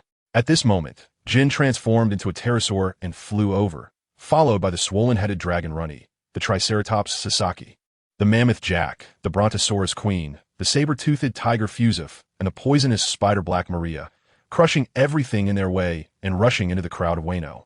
Queen. Sanji's face turned pale. He clearly remembered injuring Queen severely and even knocking him off on Onigashima. Yet he never expected to see Queen again, looking lively and unharmed. Brook, Nami, and the others, who originally intended to leave the battlefield, stopped again upon seeing this scene and rejoined the fight. Usopp, Chopper, you take good care of Frankie and find a place to hide. Nami shouted, already wielding the weather stick and releasing Zeus, charging into the battle. Nami. Usopp gritted his teeth, wanted to rush out, but was held back by Chopper, who shook his head at him. Usopp, that kind of battle is not suitable for you. You are a sniper. You take care of Frankie and hide well. I'll go help them. Be careful, Chopper. Usopp shouted, struggling to carry half of Frankie's body as he ran away. Woo, Transcendence, Killer, Kinneyman, all dead. Reizo and Frankie are seriously injured too. Everyone, we are in a very dangerous situation. Damn it. Tears streamed down Chopper's face as he felt regret for coming to Wano to help Momonosuke reclaim his country for the first time. Although Chopper is kind-hearted, the most important thing to him is still Luffy and the others. Now that Frankie is unconscious and in such a dire state, they are about to face an even greater crisis. Luffy, Nami, Zoro, we must not lose each other again. Why is the pirate world so cruel? Yamato, why? Why do you have to treat me this way? I am your father. Kaido held a massive kanabo and was struck in the chest by Yamato, his enormous body crashing down into the ground. Father? No, you are not. Kaido, I don't need a father like you. I am Kazuki Oden, not Yamato. I will restore Wano. Yamato panted heavily and shouted. Why? What has changed you? Haven't I always treated you well? Even though I often beat you, locked you up, and let you go hungry. All of that was to toughen you up. You can't even comprehend the cruelty of this world. Kaido got up, tears streaming down his face, a giant man who was actually sobbing uncontrollably. Yamato, holding a smaller spike club, glared at Kaido. You call that sharpening? You just want a son. I'm a woman. I don't like fighting and killing. The life I want is peaceful and harmonious. Isn't the cruelty of this world brought by people like you? Wano was fine. Why do you have to bring suffering to everyone? Fine? Kaido shook his head, raised the spike club, and pointed at Yamato. Even without me, this country has Orochi, Kinemon, and other pirates who will come. There is no place in this world that is peaceful and harmonious. Why did I go to sea back then? It was because I was not strong enough to control my own fate. Yamato, without strength, you will never be able to enjoy a peaceful and harmonious life. Kaido swung his club towards Yamato. Yamato also unleashed a Thunder Bagua, clashing head-on with Kaido. However, it was evident that Yamato's strength was far inferior to Kaido's, and he was sent flying by the blow. In the distance, Momonosuke trembled all over, lacking the courage to face Kaido. Although his strength had greatly improved after Shinobu used her mature technique to accelerate his growth, and his physique was as robust as Oden's in his prime. He had spent years hiding and lacked the courage to confront the shadow of his life, Kaido, in direct combat. Lord Momonosuke, please hide well and don't come out. We are waiting for you to help Yamato. Duke Inuarashi said to Momonosuke. Momonosuke grasped his clothing, his eyes filled with helplessness and panic, trembling as he pleaded, Run. Let's escape. Run. Let's escape. Momonosuke cried out in desperation. Duke Inuarashi and Kinemon were stunned, looking at Momonosuke in disbelief, questioning if they had heard wrongly. Shinobu and Kiku, who were taking care of Reizo, were also taken aback, looking up at Momonosuke. Let's escape quickly. Just like before, let's leave Wano country, go to the sea, to another place, and never come back to this nightmare of a hell. Momonosuke pulled at Duke Inurashi's clothing, crying with tears streaming down his handsome face, which bore a hint of Kazuki Oden's features. However, the spirit of the two was like the difference between heaven and earth, not on the same level at all. Duke Inuarashi felt a pang of disappointment in Momonosuke. He had hoped that after so many sacrifices, they could witness the unyielding flame of Oden's legacy, and that Wano would have a brave, fearless, and wise lord. Who would have thought it would come to this? When the winds were favorable, Momonosuke could ride the wave, taking advantage of the Straw Hat Crew's momentum to ascend to power, appearing quite impressive. But whenever faced with headwinds or danger, Momonosuke shrank back, hesitant and indecisive. Duke Inuarashi forced himself to find excuses for Momonosuke. The lord is still young. He is only 8 years old. He has experienced the destruction of his family and has a psychological shadow regarding Kaido. Although his body has matured, his mind has not. However, no matter how he tried to excuse Momonosuke's behavior, Duke Inuarashi was still filled with disappointment, which was even reflected on his face. They should never have let Kinemon take Momonosuke, Kenjuro, Reizo, or any of them. Only Kinemon should not have been allowed. Although Kinemon had a sense of responsibility, he was too carefree, too unreliable, and too lecherous. How could a child brought up by such a perverse and lustful person be brave, fearless, and wise? No, Momonosuke. Duke Inuarashi refused Momonosuke's pleas, even directly calling him by name instead of referring to him as Lord. At that moment, in Duke Inuarashi's heart, Momonosuke transformed from the Lord of Wano into just a small child. Why? We could escape before. Why can't we now? Didn't my father also endure humiliation for a lifetime? We could go to the open sea, make some strong friends, and bring them to defeat Kaido. Momonosuke shouted loudly, seemingly a bit mad, disregarding everything. Enough. Duke Inuarashi coldly snorted, startling Momonosuke, who let go of his grip. Shinobu, Kiku, you take Momonosuke and escape. I will go to fight, even if it means death. Duke Inuarashi turned away, not wanting to see a face that resembled Oden's. Kinemon sighed, saying nothing, and followed Duke Inuarashi towards Kaido. If you don't escape, you will die a miserable death, just like my father. A trace of hatred and resentment appeared in Momonosuke's eyes.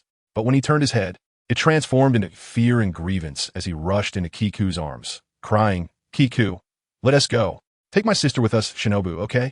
It's too dangerous here. We can't stay any longer. Although Kiku wanted to chase after Kinemon, seeing Momonosuke's helplessness made it hard for her to harden her heart. She had no choice but to join Shinobu in taking Momonosuke, Hiyori, and the injured, unconscious Reizo, and they fled outside of Flower Capital. Bakuzen, descend, Sansei, lead to Neriku. Kaido hit Yamato high into the air with a single blow, causing the Kanabo in Yamato's hand to slip and fall. Perhaps as Kaisa said, letting Lingling's daughter directly erase your memories would be a very good choice. Kaido recalled the proposal that Kaido had given him last night. At first, he disagreed, still holding on to the hope that Wano would suddenly awaken. But now, looking at it, he didn't know what was recorded in Oden's notebook that brainwashed Wano, filling his mind with Oden, as if he were possessed.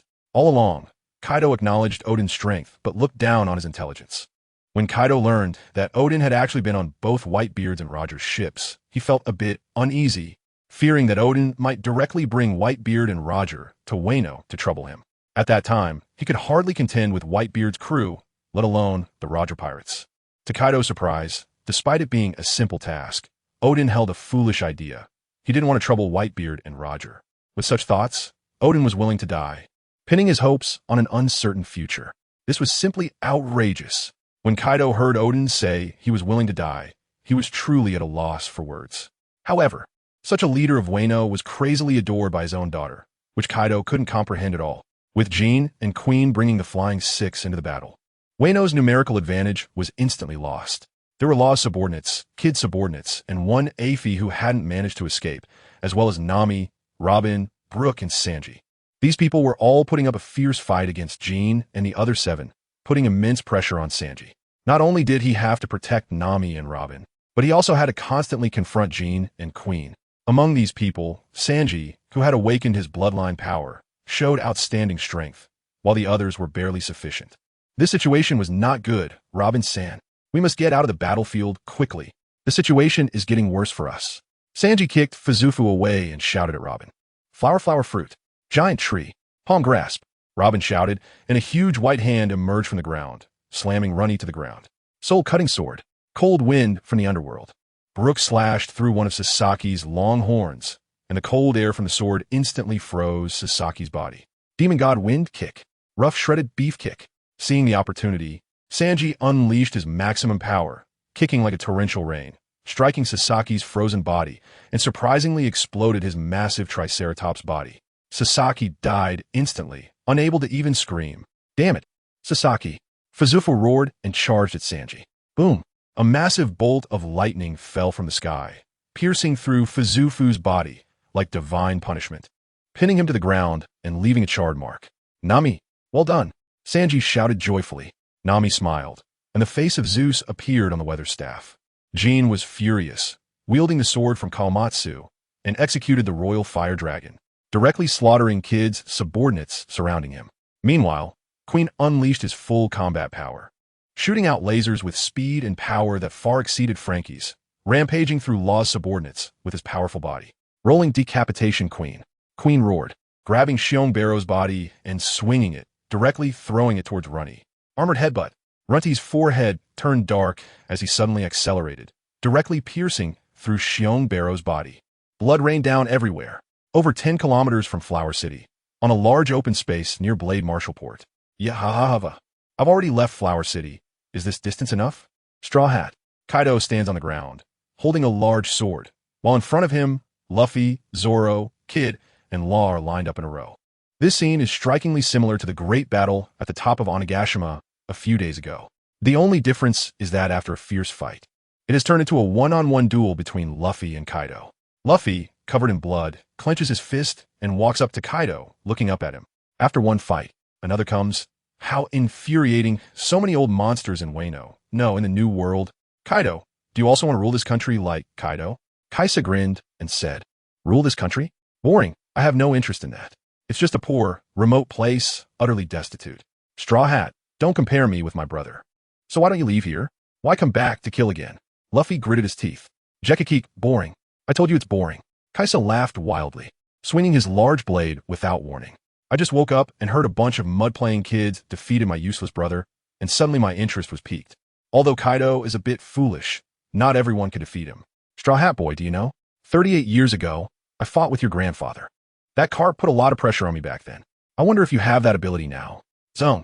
Zoro's arm muscles bulged as he blocked Kaisa's large blade with 3 swords. His teeth clenched tightly, and the ground beneath him cracked inch by inch. Luffy was quickly engulfed in pale flames, his momentum bursting forth.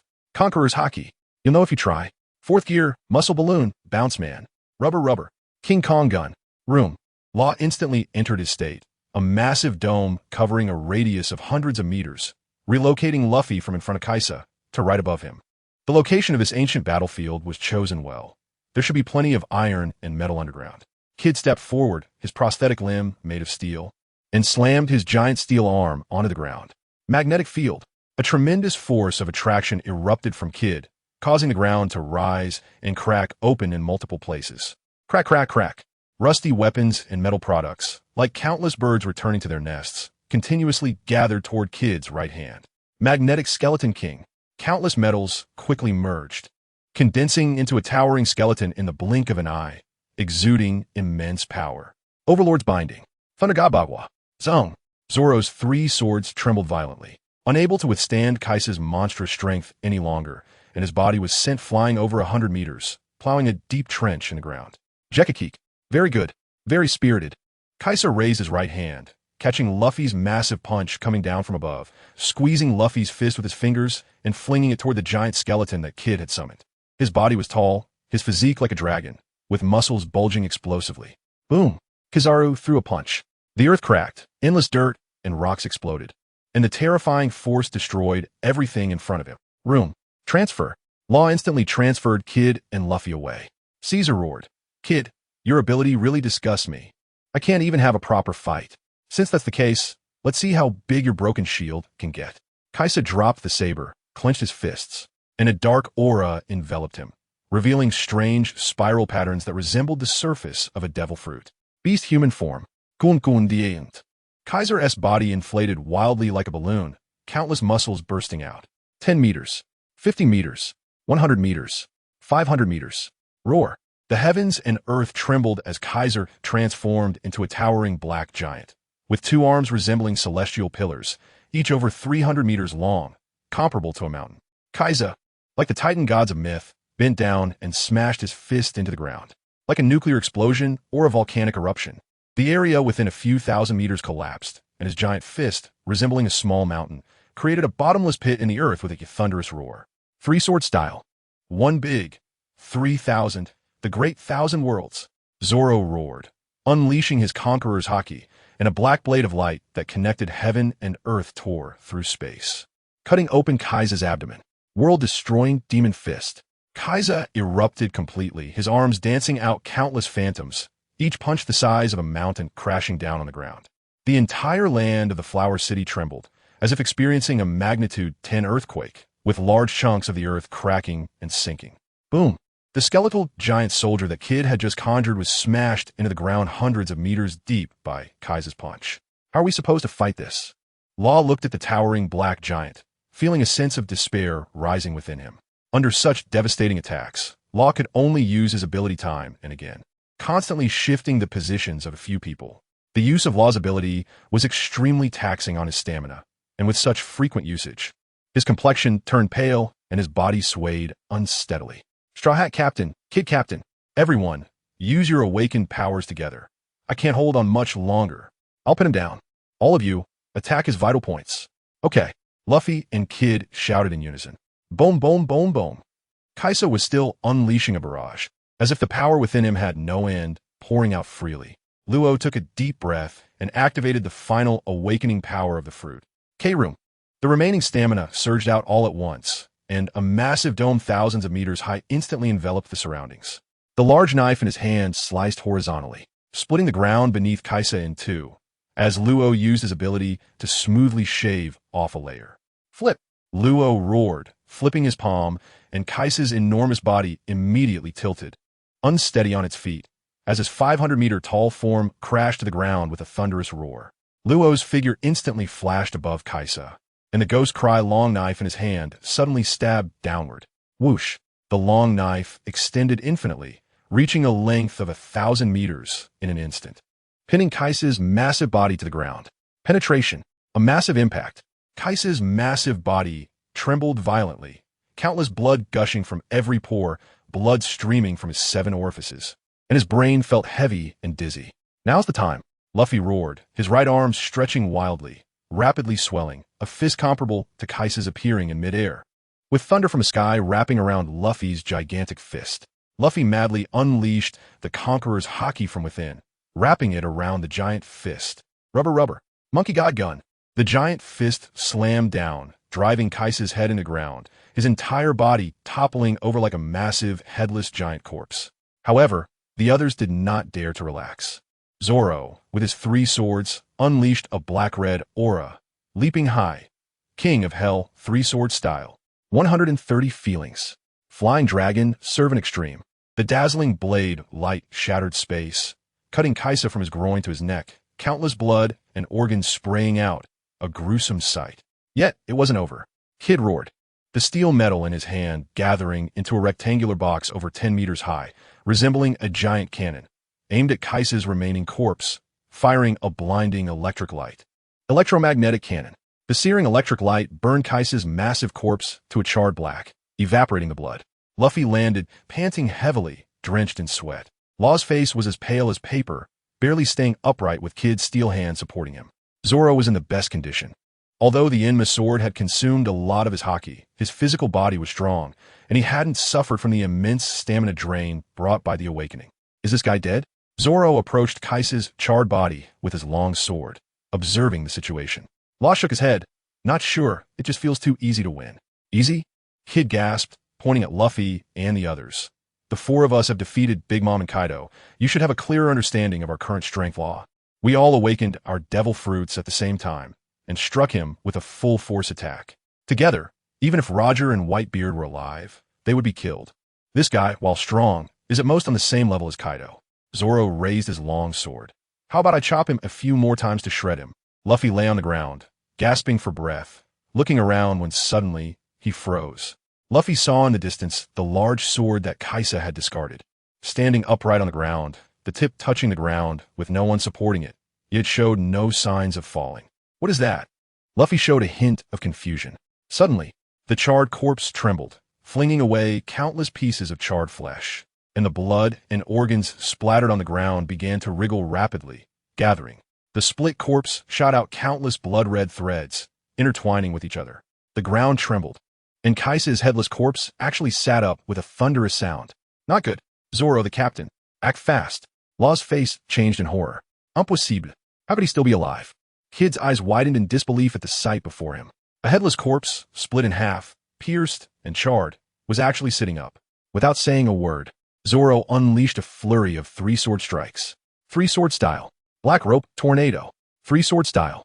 3,000 worlds. Three-sword style. 1,008 troublesome winds. Massive sword energy shot into the sky, continuously slashing at the towering corpse, cutting through countless flesh and blood like a slaughterhouse. The massive black giant's body suddenly began to collapse, its skin cracking into ashes. The gigantic body resembling a huge, empty shell, explosively bursting apart, kicking up clouds of dust. In the center of the exploding dust, an immeasurable crimson light erupted, a surging life force pulsing, countless blood swirling, gradually forming a muscular and grotesque human body. Ha! Not bad, being able to shatter my black giant form. Your combat power is extraordinarily impressive. However, there's one shortcoming. Your stamina is simply too weak. Sword, come. The large sword buzzed, instantly slicing through the air, caught by Kaisa. Boom, boom, boom. The ground trembled as Kaisa, wielding the sword, stepped forward, one step at a time. Luffy struggled to stand up. Law extended his right hand, and Kid raised his steel fist. Kaido held the knife with both hands, the black and red colors of the Conqueror's haki and armament haki covering the large blade, distorting the very space with terrifying power. Conqueror's Wrath. World Annihilation Slash. It was plain and ordinary, a straightforward cut without any embellishment, the trajectory of the blade clearly visible. Zoro fiercely unleashed all three swords, attempting to block. King of Hell, three-sword style. Swish. The black and red large blade fell, and Zoro's expression changed drastically as he felt a terrifying power akin to that of splitting heaven and earth, shaking his entire body to the core, leaving his muscles weak and sore. Crack! Two crisp sounds rang out as the other two long swords, aside from the Enma's sword, were instantly severed by Kaido. No! Kuina! Zoro cried out in anguish, calling out Kuina's name. Yes, all along, Zoro had regarded the Wado Ikemanji that Kuna had given him as a treasure, treating this sword as a symbol of Kuina's soul. In Zoro's mind, the Sandai Kitetsu represented his determination to pursue his path.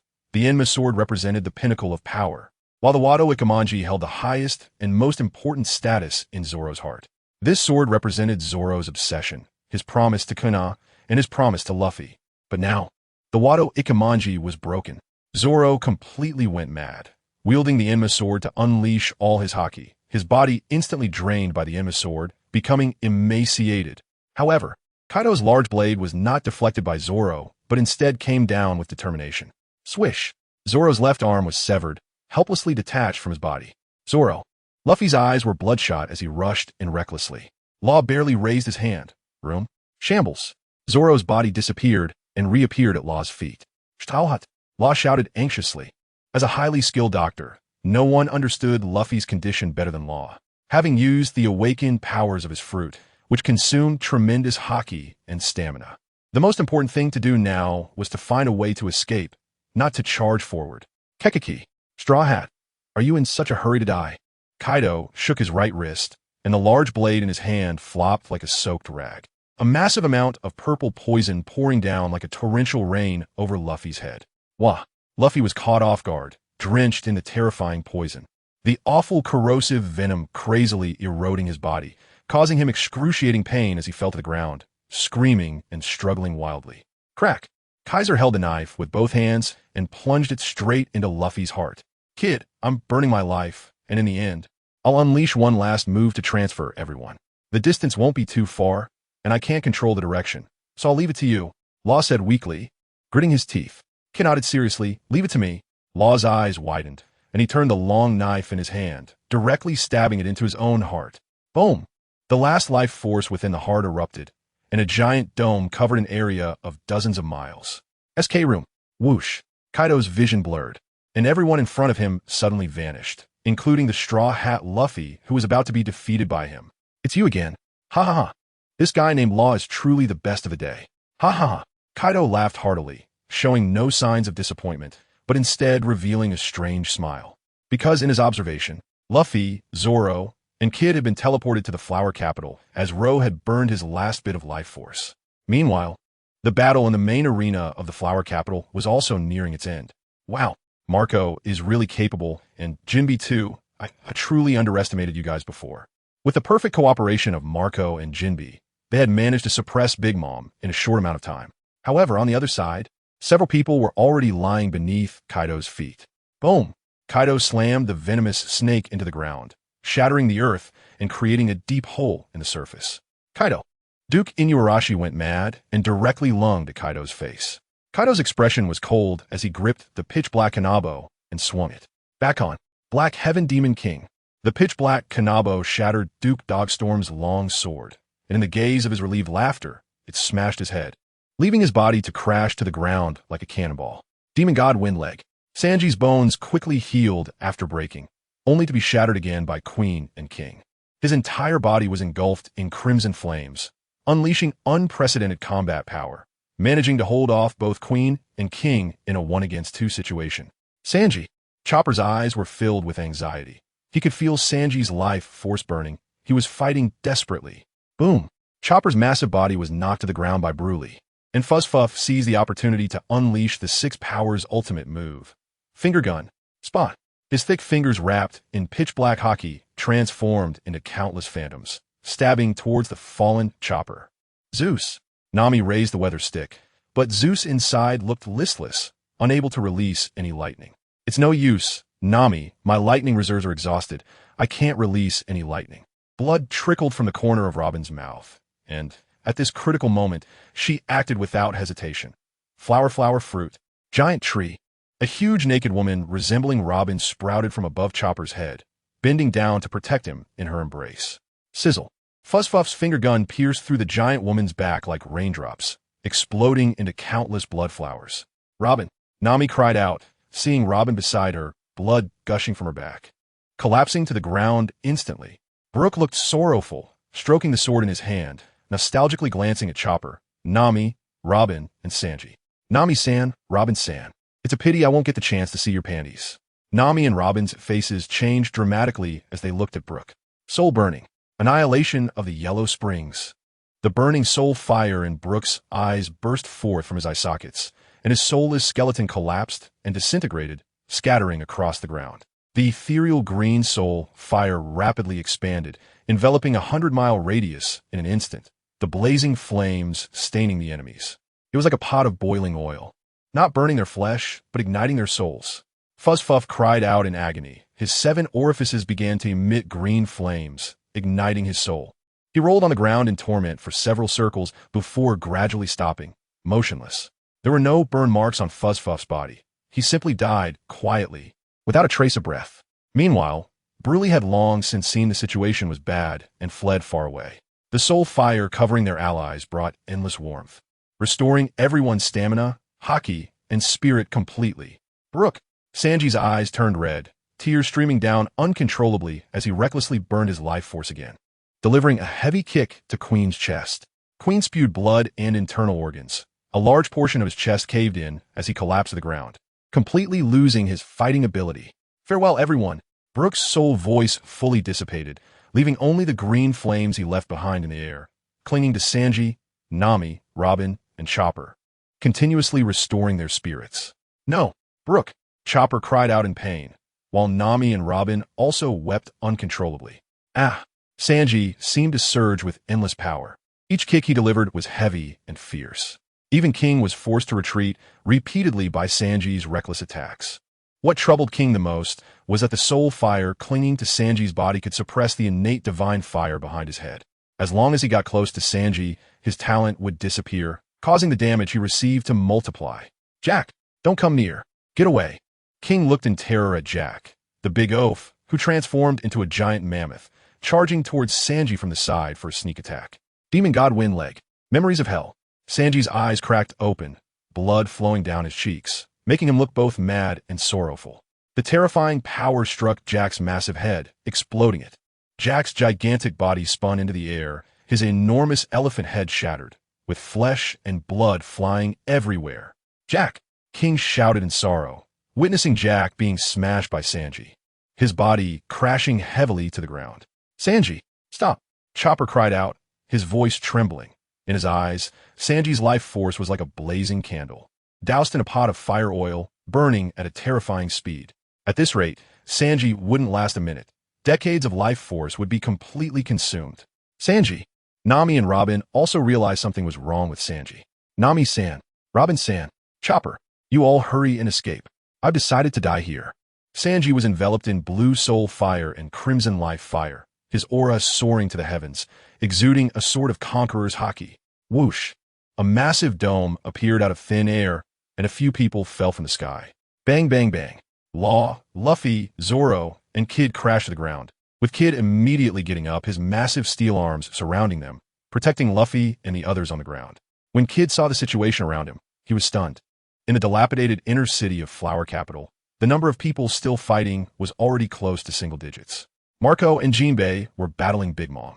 Kaido had already resolved the battle on his side, but he showed no signs of helping Big Mom. He only sat beside the unconscious Yamato, stroking Yamato's face. Lost in thought. Next to him lay a circle of mangled corpses. Apu, the brute known as Mamba, Duke, Inu, and the Viper. On Sanji's side, the ground was even more littered with bodies. Black Maria, Sasaki, Jack, Fusif, Brook, Jinbe, Beppo, and a large group of Kid and Law subordinates were sprawled across the ground. A mass of bodies scattered everywhere, some still relatively intact, leaving one to wonder if the people were dead or alive. Tick-tock, tick-tock. Kid could no longer contain himself. Large tears dripped to the ground, splashing up dust. They were all dead. Kid's subordinates, completely wiped out, not a single one alive. Law subordinates were also nearly all dead. Beppo was missing a leg, lying on the ground, unsure if he was alive or dead.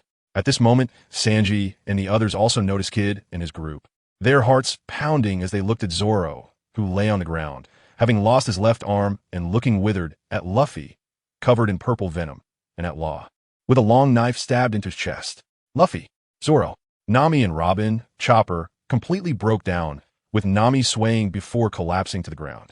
Ugh! Sanji's teeth almost shattered as his life burned even more fiercely. He stomped on Jin's arms, slamming him deep into the earth. Luffy-kun. At that moment, Jinbe, who was working with Marco to subdue Big Mom, noticed the devastation, and his expression turned extremely grim. Marco gritted his teeth, stepping forward again, flames of blue burning. Phoenix. Fishman karate secret technique. Jinbe roared, coordinating with Marco's attack, delivering a heavy punch to Linlin's chest. Both used all their strength and haki, sending Linlin's towering body flying hundreds of meters into the moat. Huff, huff. The two gasped for breath, glancing at the still Kaido, feeling slightly relieved, and hurriedly ran toward Luffy's side. Get out of the way. I'll heal them. Marco shouted to Kid, blue healing flames erupting from his hands. Kid's expression was blank, as if he hadn't heard Marco, like a soulless statue. Sigh. Jinbe sighed, rushing to Chopper, picking up the unconscious Nami, and called to Sanji. Sanji-kun, stop it. Don't waste any more lives. We must evacuate quickly. We've already lost too much. The flames surrounding Sanji slowly dissipated, revealing his wrinkled face. His once golden hair had turned gray and lost its luster.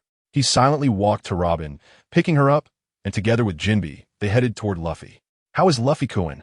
Marco sighed, retracting the blue flames covering Luffy's body. His face was pale, blood continuously oozing from the corners of his mouth. On the ground, Zoro's expression stabilized a bit, his body becoming fuller again, but his left arm was permanently gone. The long knife in Law's chest was removed. This knife carried Law's special ability. Therefore, it did not truly pierce his heart, and after Marco's treatment, although Law had not awakened, his complexion had improved significantly. Only Luffy showed signs of being corroded by venom. His eyes rolled back, seemingly dead, with no rise or fall in his chest. Luffy, damn it. Sanji shed tears again, his tears dripping onto Robin, soaking her clothes. Robin was not unconscious. She was also silently crying. Luffy, Chopper wailed. Marco coughed a few times, blood seeping through his fingers, and forced himself to say, Luffy is not dead. Don't be too sad. Not dead? Sanji's eyes widened. Jinbe, Robin, and Chopper were also stunned. Marco forced a smile. Sigh. His condition is strange, neither alive nor dead. You can understand it as a state of false death. No matter. You all need to get them out of here quickly. If you don't leave now, you won't be able to escape. As Marco spoke, he looked at the still Kaido and the distant sound of Big Mom's angry curses gradually coming from the moat. What about you? Let's go together. Jinbe hesitated, frowning as he spoke. Marco shook his head with a bitter smile, coughing a few more times, his complexion extremely poor. I can't go. I've lost too much of my essence. You all go. Jinbe, hurry and go. Jinbe gritted his teeth, resolutely turning back, picking up Luffy from the ground again, and shouted to Chopper, Chopper, pull yourself together, quickly get them on board. We need to leave. Chopper, with a choked voice, hurriedly grabbed Zoro and Law. He wanted to grab Kid, but couldn't move him. Kid stood silently like a statue. Let's go. Don't mind him. Jinbe yelled. Chopper gritted his teeth and turned to follow Jinbe, while Sanji ran wildly. Keek, keek, keek. The battle seems to be over. In front, a tall figure strode forward. The sky above was filled with dark clouds, thunder rumbling. Jinbe's frantic steps suddenly halted, his face looking grim as he stared at Kizaru. Kaido? No, it wasn't Kaido, but a presence not inferior to Kaido. In the plaza, Kaido, who had been sitting still, also stood up, picking up his kanabo. On the other side, Linlin swayed her elegant waist, wielding the enormous sword Napoleon, crushing the earth with each step. Damn it! What to do? What to do? Jinbe, Sanji. Chopper was sweating profusely, filled with fear and panic, desperately holding on to Zoro and Law. Shit! Jinbe cursed for the first time, placing Luffy and Nami onto Chopper and Sanji. Run! Jinbe said just one word before charging toward Kizaru. Come this way! A voice screamed. Sanji and Chopper quickly looked over to see Usopp sitting in an iron war chariot, waving frantically at them. Usopp! Chopper exclaimed in surprise. The two hurriedly ran toward Usopp. What's going on with this vehicle? Chopper placed Zoro, Law, and Luffy in the chariot's compartment, then shrank his body and crawled inside. Sanji carefully laid Nami and Robin in the compartment, but did not get on the vehicle himself. It's me. I transformed myself and Frankie into a war chariot. A voice came from the front of the chariot. Surprisingly, it was Frankie. Sanji, what are you still doing? Get on. Chopper urged. You all go. I'll stay. Sanji pulled out a cigarette, lit it, and took a deep drag. Don't say foolish things. Your body is in terrible shape. If you fight any longer, you will die. Chopper cried out. Sanji smiled, scanning their faces, and finally looked at the unconscious Luffy and Zoro. Resolutely, he turned and ran toward Jinbe. Sanji! Usopp and Chopper shouted. But Sanji did not look back as a red flame of life rose again around him. Go! Go! Don't let everyone's blood be in vain. Chopper yelled fiercely. Usopp cried out as he activated the war chariot. You can't escape. A cold voice echoed from the ground. The earth shattered. Jean was covered in blood, soaring into the sky, and kicked the Frankie-S battle car, sending it tumbling out, throwing everyone sitting on it out. Sanji, who was running, changed his expression drastically and turned to run wildly. Jean! Sanji roared, flames bursting from his body, his vitality igniting like burning oil, his speed increasing dramatically. Too late. Jean flew directly towards the unconscious Luffy, swinging the long knife down. Chopper's body grew wildly, pouncing on a Luffy. Chopper! Sanji cried out in agony. Jin's long knife was extremely sharp, piercing through Chopper's body, nailing both Chopper and Luffy to the ground. Ultimate Powder Star. Green Wave Star. Usopp was horrified, pulled out his weapon and began to operate, but Jean was completely indifferent to his attack. Everyone, damn it! The transformed Frankie let out a pained cry, utterly unable to stop all of this from happening. 10,000 colors, giant tree. Robin suddenly spoke, and the ground quickly sprouted gigantic arms and long legs, attacking Jean. Guardian. Fire Dragon King. Jean drew his long knife, slashing out a surging fire dragon that engulfed all the arms and legs, burning them to ashes. Robin's limbs emitted charred smoke, her body trembling, curled up next to Nami. No, no!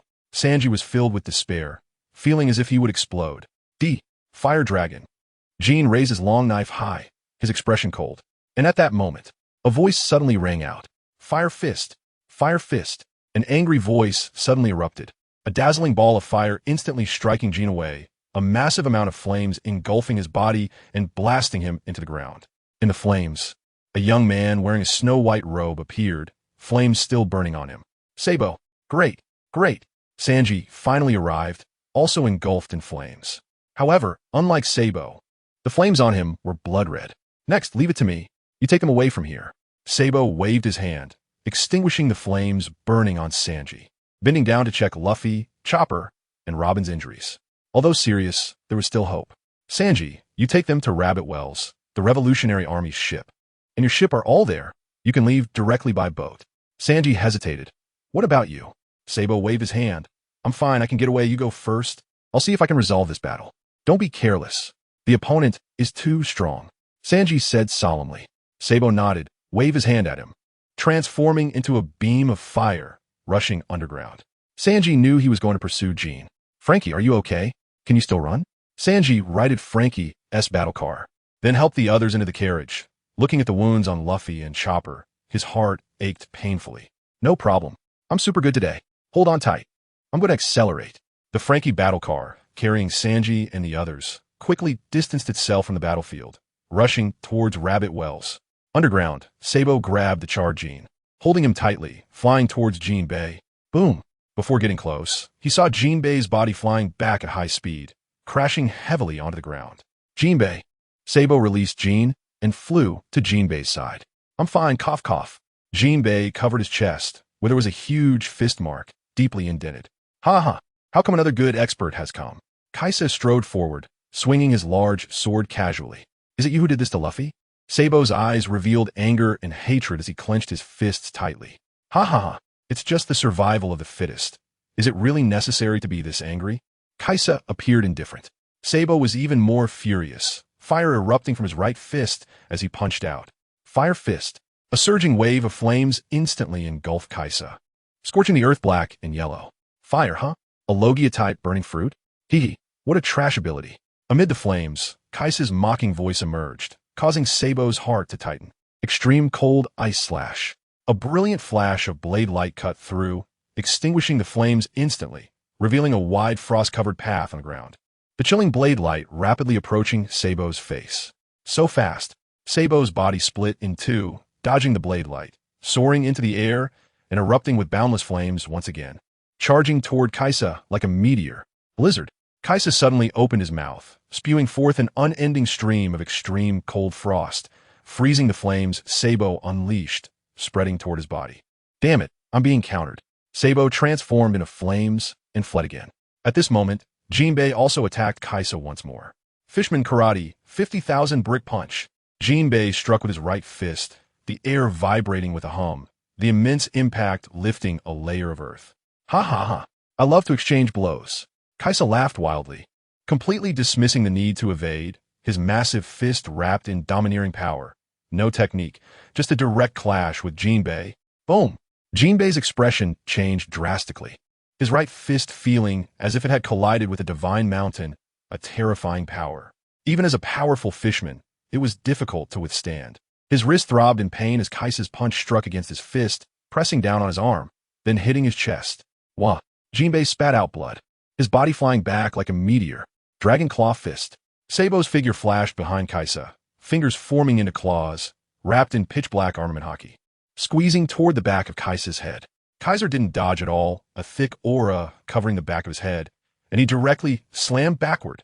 Bang! Sabo's fingers twisted as he was violently sent, flying dozens of meters, crashing down at Kaido's feet. Down to the third generation. Lead to the abyss. Kaido raised his kanabo high and swung it down fiercely. Immortal Phoenix. Phoenix Mark, just as Sabo was about to be hit. Marco's blue flames in the form of the immortal Phoenix kicked Kaido in the waist, sending him staggering backward. Damn it, how can he be this strong? That guy, I was careless. Green Bull must have been defeated by him. Sabo's face twisted in pain as 3 of his right fingers were broken. He gritted his teeth and forced his fingers back into position one by one. Sorry, I can't heal you properly. Hee, cough cough. Marco forced a bitter smile, coughing repeatedly and spitting out a few mouthfuls of blood, looking increasingly wan. Marco, are you okay? Sabo quickly supported him. Mama, did the Straw Hat Kid escape again? Huh, why is there still someone over there? It's Kid, what is he dazed about? Linlin swayed her hips as she walked over, ignoring Sabo and Marco on the ground, heading straight for the dazed Kid. The large sword in her hand was already raised, and a powerful aura surged. Elbaf's spear, King of Nations. The ground shattered as a massive chasm appeared, and a terrifying shockwave surged towards Kid. Divine Fire. Flame Emperor. Sabo roared, and an overwhelming flame erupted from his body, instantly transforming into a dazzling sun that crashed toward Linlin. Break for me. The enormous fireball, as radiant as the sun, nearly shattered Linglin's King of Nations. And in her shocked gaze, it collided with her ultimate move. I seal for 1,000 miles. Kaisa let out a loud roar, and a blue frosty ring exploded from his body, instantly spreading for thousands of meters. The bone-chilling frost clashed with Sabo's gigantic fireball. Boom! The earth-shattering explosion sent Sabo's body flying, turning it into a sea of flames. One after another, it's really troublesome. I don't want to play anymore. Kaido, Linlin. Let's join forces. The three of us will use a combined attack technique. Kaiser shouted loudly, his arm muscles bulging, holding a large knife, as the armed color haki and the conqueror's haki surged from within him, covering the large knife. Got it, brother Kaiser, Linlin exclaimed, also gripping the emperor's sword tightly. Unleashing all her haki, Kaido silently picked up the kanabo, with conqueror's haki wrapping around it. Haha, I haven't used this move in 38 years. Let's see if I can blow up this flower capital. Kaisa laughed loudly, swinging the giant sword Zhu Long in his hand with a fierce slash. At the same time, Linlin and Kaido joined in. The top three powers of the current world launched their attack together.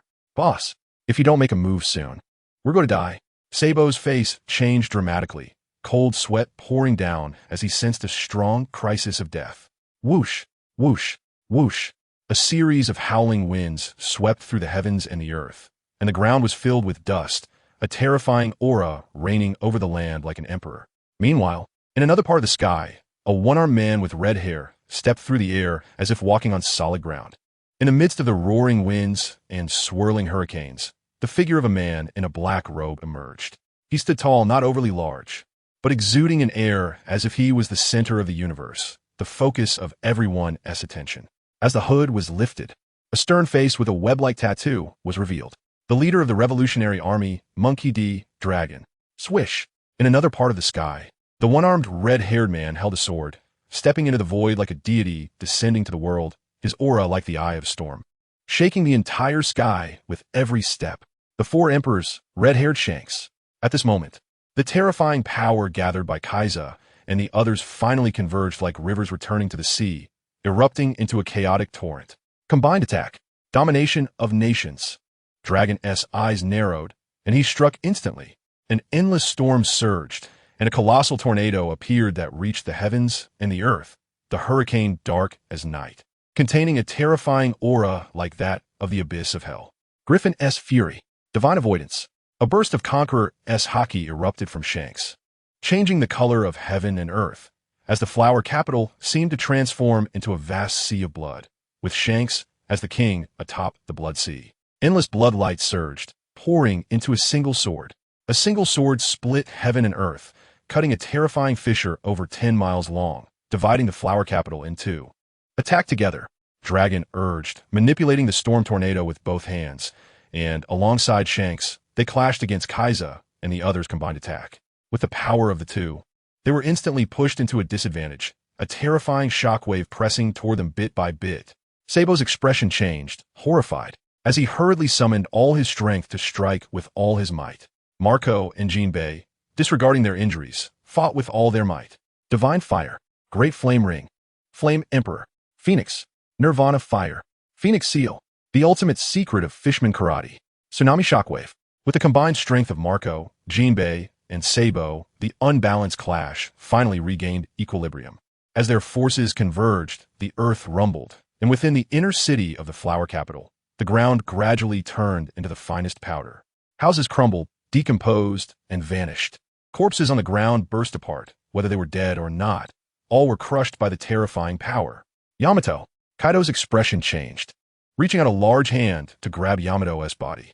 Shocked by the terrifying shockwave, Yamato regained consciousness. Looking at Kaido's anxious expression, her heart trembled. Fool!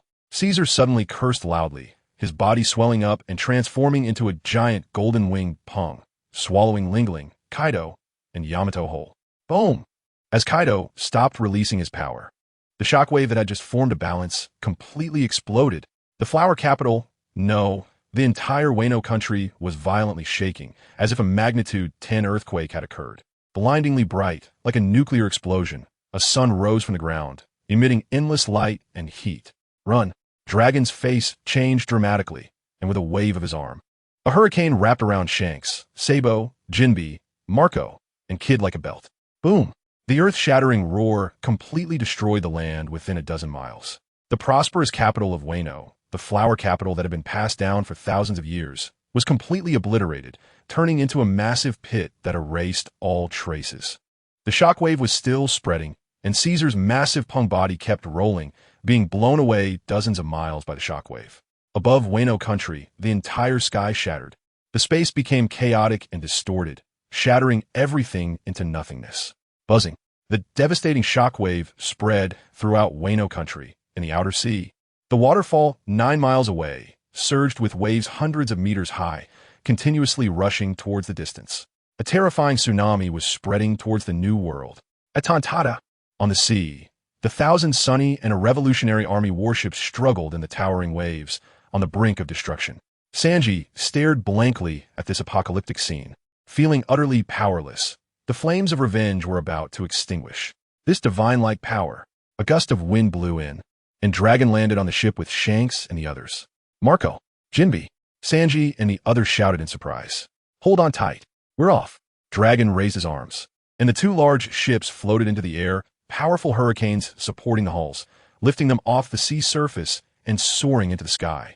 Wano country, at the edge of Blade Port, Shinobu Kikuno, along with Momonosuke and Hiyori, looked in despair as the world-destroying shockwave approached, destroying everything in front of them.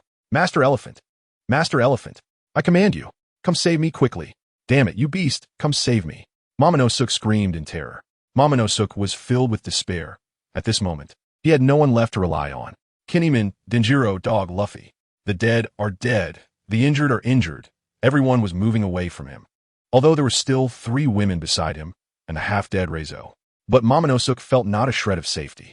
He looked at Kikuno, at Shinobu, at Reizo, at Hiyori, looking at the entire Wano country. Brother, what's wrong with you? Your eyes are so terrifying. Hiyori trembled in fear. It's all your fault. It's all your fault, Odin. Why didn't you kill Kaido? You clearly had the chance. You could have killed him, yet you chose to pretend to be crazy and jump around naked.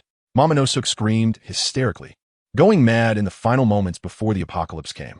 He hated the heavens. He hated the earth. Momonosuke hated everyone.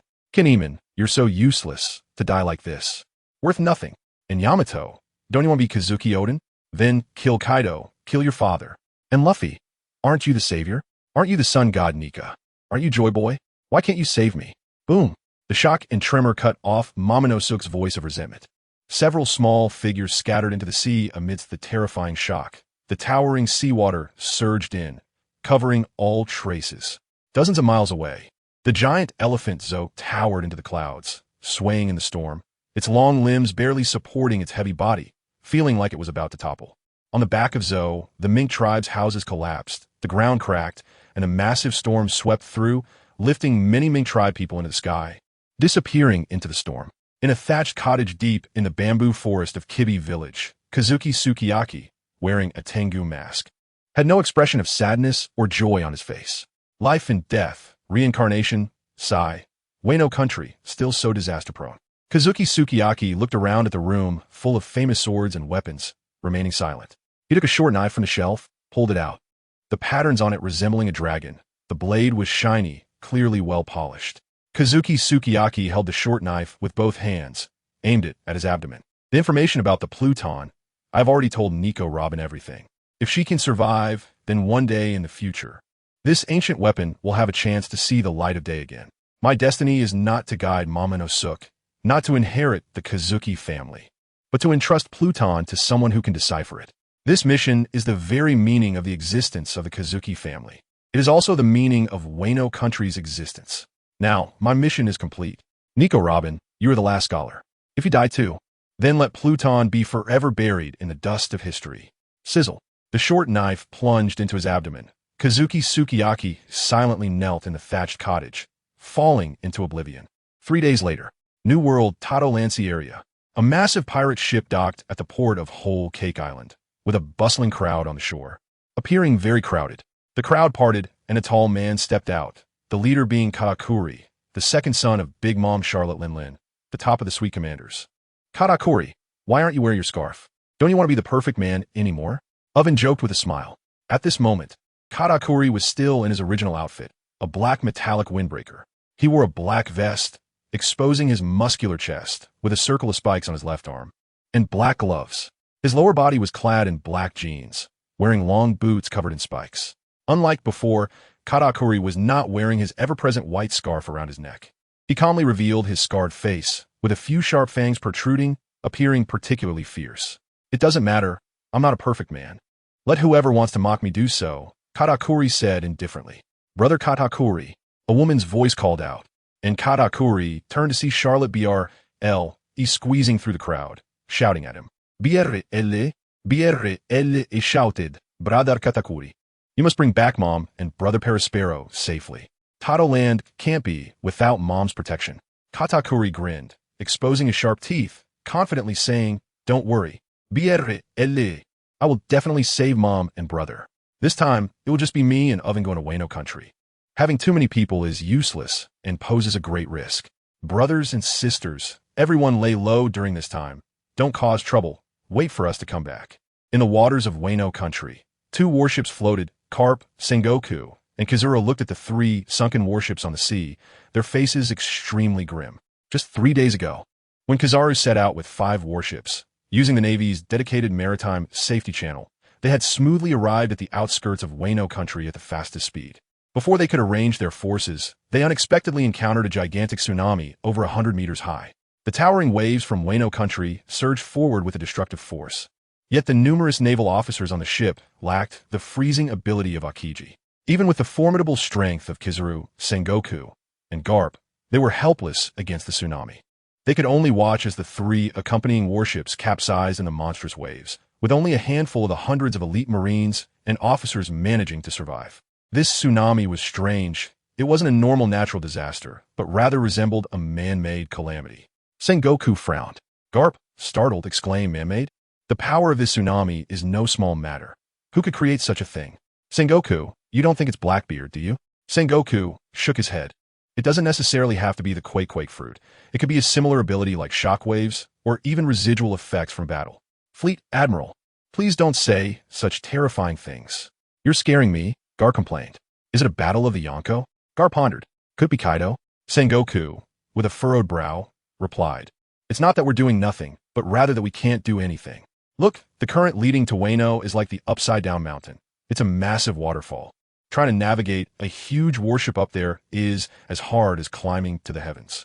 Unless one has the ability to fly, it's playing with fire. So what now? Garp said, picking his nose, looking displeased. So, let's have Kizaru go ahead and scout the situation in Wano, Sengoku suggested, looking at Kizaru. Kizaru sighed and nodded helplessly. I will take a look first. Be careful. If things are unmanageable and you can't find Green Bull, prioritize your own safety, Sengoku warned seriously. Don't worry. I don't like recklessly risking my life, Kizaru replied. His body gradually glowed, transforming into a dazzling point of light that shot into the sky, creating a golden beam that refracted through the clouds at an uncatchable speed, heading straight for Wano. I really envy him. I want a flying ability too. For instance, the Thunder fruit ability. Haha, I wanted that power since I was a child, Garp said, looking up at Kizaru as he flew away, filled with envy. Sengoku also sighed. If only you could eat the Thunder fruit, Garp, it might really fulfill my grand vision for the Navy. Unfortunately, that fruit hasn't appeared on the seas for 200 years. Sengoku couldn't imagine the kind of power Garp would wield if he had the ability of thunder. In Wano country, at the town of Burrow, there was a vast ancient building complex with flying eaves and painted beams and wooden structures nestled closely together. In one of the houses, the wooden structure shook violently, with tiles sliding off the roof. Tea spilled all over the table as if an earthquake had occurred, and the trees in the yard rattled, while the rockery cracked open with several fissures. It took a full half an hour for the tremors to subside. Moments latte. Kaido stepped out of the house with a content expression, casually uprooting a tree as thick as an adult's arm, stripping off the branches and leaves, and began to pick his teeth. Exiting the isolated courtyard, Kaido arrived at the plaza, where he found many large tables set up, filled with food and drink. As people busily prepared for a banquet, the busy pirates noticed the tall and robust Kaido, and their expressions instantly stiffened in awe. They all stopped their actions and shouted in unison, Lord Kaido. Kaido spat out the tree trunk from his mouth, walked to the table, picked up a grilled fish more than a meter long, tossed it into his mouth, chewed a few times, and swallowed it. Ha ha ha, not bad. You guys carry on. Don't mind me. Kaido waved his hand at the pirates. He noticed that many of these pirates had various obvious animal characteristics, such as goat horns, deer legs, elephant trunks, and some even sported lion heads. So this is what Kaido meant by the gifted. Although they didn't look particularly strong, they were indeed much stronger than ordinary pirates, qualifying as elites. It's just that there are too few of them, only 500. If there were 50,000, or even 500,000, that would be something to see. Caesar sat on the ground. Originally, there were prepared stools for him. However, his physique was too strong, and these intricately carved hollow stools were merely for show and not practical. When he sat down, they would shatter. So Caesar simply sat on the ground. After all, he was tall enough. Even without a stool, he was still 3 or 4 meters higher than the table. My lord Caesar, here is your wine. Kaisa was taken aback and looked down to see a female pirate with 2 furry ears, dressed quite lightly, struggling to hold a large wine jar and handing it to him. Caesar reached out to grab the wine jar, his sharp gaze sweeping up and down the petite and adorable female pirate. The female pirate blushed, shyly lowering her head, her hands nervously clutching the corners of her clothing, not daring to meet Caesar's fiery gaze. Kaisa, under some strange impulse, reached out and stroked the furry ears of the female pirate. My lord. The female pirate's body softened, and her delicate voice ignited a surge of anger within Kaisa. What do you call? Just as Kaisa was about to chat with the adorable girl, a group of people suddenly rushed over from a distance, with Jean leading the way. My lord. Kaisa. Jean hurriedly ran over, followed by a crowd of people of various heights and sizes. Kaiser discreetly released the female pirate and looked at Jean. Jean, what's the matter? Jean ran forward. Behind him were a few bloodied individuals being gently placed on the ground. Lord Kaiser, I found these few in the ruins of the Flower City. They are seriously injured and on the verge of death. I implore Lord Kaiser to save them. Oh, let me take a look. Kaiser stood up, his terrifying physique towering at 9 meters, causing the men and women behind Jean to change color in shock. An overwhelming aura emanated from Kaiser, like a mountain pressing down on everyone's hearts, making it hard to breathe. Who is this? Kaido? A female swordsman with long legs whispered in confusion. No, we saw Kaido last time, and he wasn't this tall, nor was he this young, said a middle-aged man in a blue top with a shaved head and 2 mustaches. Kaisa glanced at these oddly shaped people and looked at Jean with a hint of question. Jean immediately understood Kaisa's meaning and quickly introduced Lord Kaisa. These people are Big Mom's children, also known as Lady Linlin. This one is Smooji, one of the Sweet Commander stars, and this one is Daifuku. Kaisa was taken aback, looking at Dafu beside him, and exclaimed, Dafu? No way. You're my triplet son? How did you end up looking like this? Dafu was stunned, and Samuji was also confused, while a large group of people behind them were bewildered. After a moment of shock, Dafu suddenly twisted his face and shouted in anger, Bastard. What did you say? Say it again. Jean, who is this bastard? I want to kill him. Jean pulled at the corners of his mouth and quickly restrained Dafu, who was rushing out to confront Kaisa, signaling him to calm down. Jean didn't bother to explain further. Dafu wouldn't believe him anyway, and he didn't believe it either. Soon, Lord Linlin would clarify everything. This was Kaisa's family matter, and he dared not interfere. Sigh, I've built a lifetime of reputation. It's all Rock's fault. Damn it, with such a large pirate crew, only Linlin is presentable. Kaiser shook his head, sighing inwardly, and ignored Dafu as he walked over to a few severely injured individuals lying nearby. On the ground lay Quinn, with a large dent in his chest. Runty, who had no visible injuries. Peggy Wan, whose breath was faint. Perispero, whose blood had all dried up, and the remains of a half-dismembered woman. Kaiser raised an eyebrow and pointed at the half-destroyed corpse, saying, Who is this? You brought back a body that's already charred? Jean hurriedly replied, This is Black Maria. Her ability is a bit. As long as the remaining torso is more than half, there is still a chance for recovery. Kaiser nodded, no longer speaking, and began to unbuckle his belt. Smuggy, Dafu, and the others were stunned and looked at each other in confusion. Don't get me wrong, I'm not trying to take my pants off. Kaiser grinned, and the belt around his waist was a soft, purple dragon. When he took it off, the purple dragon slowly transformed into a large sword, glinting coldly. Kaiser raised his left hand and made a slash at his wrist. A stream of blood as red as magma shot out, splattering onto the injured on the ground. What is this? Daifuku was filled with confusion, staring intently at Perispero. When Kaiser's blood fell on Quinn and the others, their unconscious bodies suddenly trembled, and the blood seeped into their bodies through their pores. Quinn was the first to open his eyes, letting out a scream like a slaughtered pig. A woo! He knelt on the ground, the huge depression in his chest swelling up as if inflating, quickly returning to its original state, and his dry, cracked skin was healing rapidly, restoring a healthy color. He exclaimed in delight, lunging towards Kaiser, wanting to hug his thigh. Lord Kaiser, woo-woo, thank you so much, you've saved my life again. I, Quinn, have no way to repay you, only with my body a woo. Kaisa's face was dark as he grabbed Quinn's braid at the back of his head, like picking up a fat rat, and tossed him out. What? His blood can actually heal injuries, and the effect is so fast? Smuggy and the others were shocked, and Dafu quickly looked at Perospero. Sure enough, the previously unconscious Perospero also opened his eyes, and his injuries were rapidly healing. The most exaggerated part was that the arm Perospero had lost on Cake Island was actually starting to grow back, a new arm reappearing. Perospero, big brother. Dafu shouted in surprise. Perospero looked at his hands in confusion, seemingly unable to believe what he was seeing. My hand, how has it come back? On the ground, Runty and Pejuan had no injuries. They were just stunned by the last shockwave and quickly woke up when stimulated by Kaisa's blood. Kaido. Runty was startled when she saw Kaisa leaning over them, and instinctively kicked towards Kaisa's head. Bang! Kaisa stood still, allowing Runty to kick him on the nose. He didn't even flinch, while Runty was knocked back and fell to the ground in a sorry state. Enough! Runty, this is Lord Kaisa, the elder brother of Kaido. Didn't I tell you? What? Kaido's brother? Everyone was shocked, their faces filled with disbelief.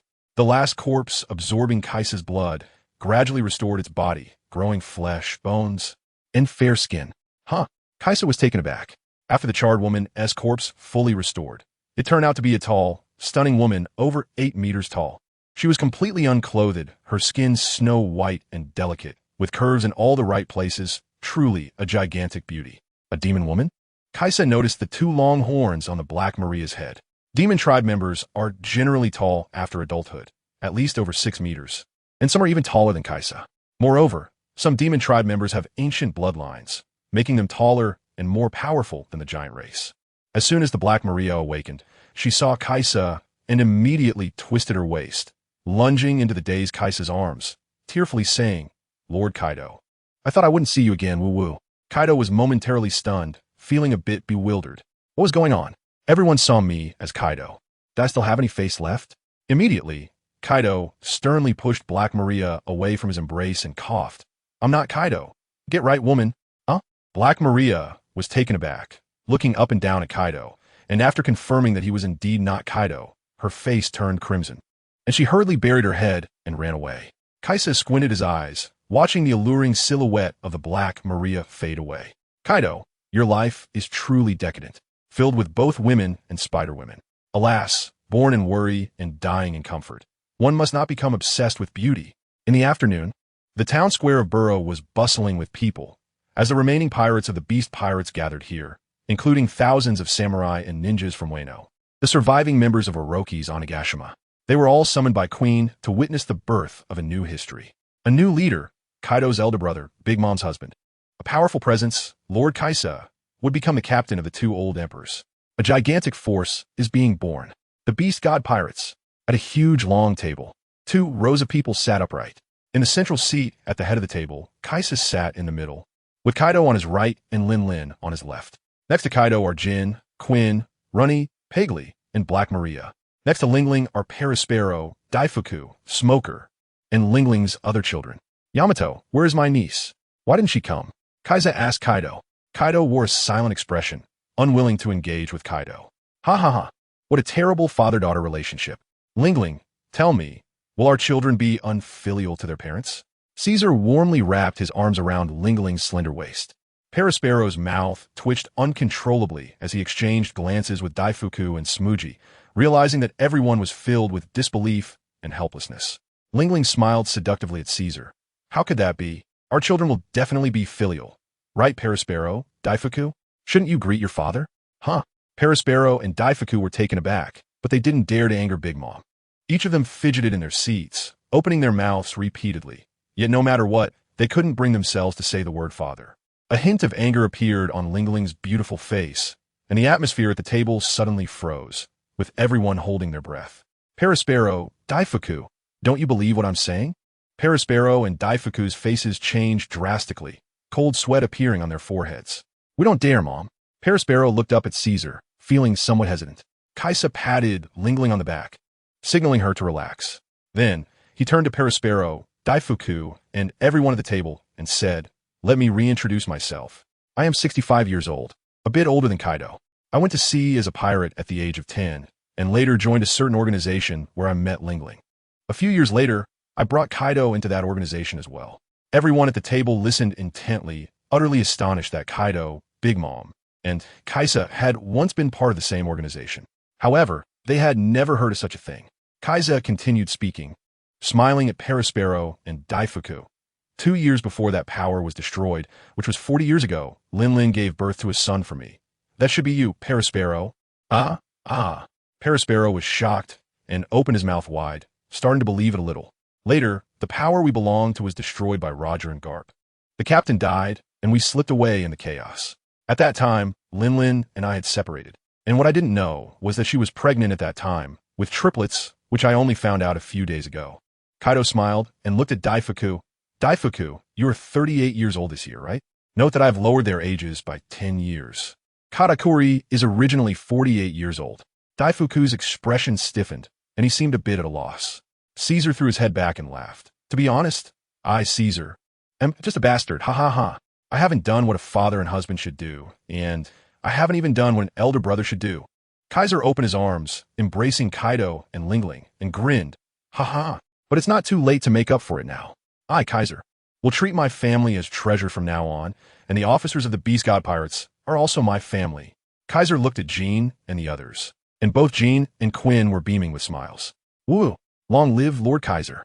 Quinn even cheered directly, fully believing in Kaiser's words. Ever since Kaiser saved him twice, Quinn completely abandoned his old boss Kaido and turned to Kaiser. And you, whether you are my biological children or Linglin's children from now on, you will all be my Barbados Kaiser's children. In this vast sea, who dares to touch my Kaiser's family? Whether it's the Navy, the world government, the Revolutionary Army, or other pirates, I will make them regret coming into this world. Kaiser spoke, and an overwhelming aura of conqueror's haki erupted, illuminating the sky over Burrow Town and dispelling all darkness. Kaiser stood up, his majestic figure towering 9 meters high, bringing a heavy sense of oppression to everyone present. I declare, the Beast God Pirates are established. Everyone who joins the Beast God Pirates is a part of the Barbarossa family. Those who are promoted to officers will receive my surname, Barbarossa, and become my family. Anyone who can defeat a Marine Admiral alone will earn the title of God and be on equal footing with me. Kaiser, everyone, I will lead you to the pinnacle, to seize the world in our hands. Perispero and the other children of Big Mom exchanged glances. Instead of displaying dissatisfaction, a sense of relief and comfort arose within them. When Big Mom ruled Tato Land, she was too willful. To satisfy her own cravings, she would arbitrarily start wars. Her children feared her authority and power while also dreading the loss of her protection. Furthermore, Big Mom suffered from severe cravings. When her hunger struck, she would become unrecognizable.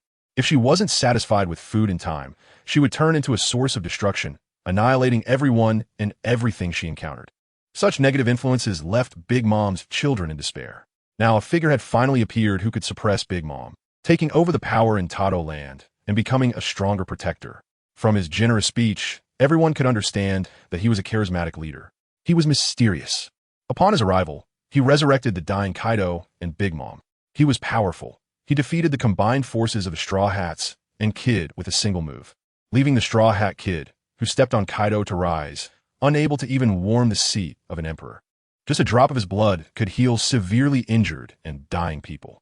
Such a leader was a dream for all the pirates present to follow. Black Maria's eyes sparkled. Yay, little pay. We only need to defeat one admiral to stand on top of Queen and Jin and be on equal footing with Kaido and Big Mom. Isn't it that simple? Runty playfully tightened her grip around Pewin's neck, laughing with joy. Peiwan rolled his eyes, completely ignoring her words. Lord Kaiser, I want to become Barbarossa Queen. Queen cheered loudly, while Jin smiled beside him, looking around the table at the joyful and harmonious scene. Yes, this is the life I want. And it should be the life my brother Kaido wants too. This feeling is truly wonderful. Caesar raised his glass, and everyone quickly stood up to raise their glasses. Cheers! Kaiser was about to down his drink. Boom! A thunderous explosion shook the entire borough town, causing the table in front of Kaiser to topple over, and everyone struggled to stand. The hands of those raising their glasses trembled, spilling drinks all over the floor. What had happened? Kai's anger surged up suddenly, and he stood up abruptly. Everyone rushed outside, wanting to check what was happening. On Caesar's back, with a whoosh, 2 golden wings unfolded and with a powerful flap. His sturdy body shot straight into the sky. What kind of ability is that? Everyone looked up in awe. Kaisa flew into the sky and didn't need to search carefully to see a massive beast as large as a mountain, stepping onto the land of Boluo Town. It was a towering giant elephant, with legs like heavenly pillars, its enormous body hidden in the mist and 2 dark, hollow eye sockets that resembled the abyss of the 9 hells. Anyone who met its gaze felt a deep sense of panic and despair. Shockwave! Kaisa furrowed his brow in confusion. Roar! A 100-eyed dragon flew up and came beside Kaisa, speaking in surprise. Zowu? I heard from the great serpent that this giant elephant has been exiled by the land of harmony to the endless sea for over 800 years. Without the consent of its master, it cannot be pardoned and will wander the sea until the end of its life. Could it be that it has found a master? At that moment, at the entrance of the land of harmony, a beam of golden light shot upward, revealing a tall silhouette in midair.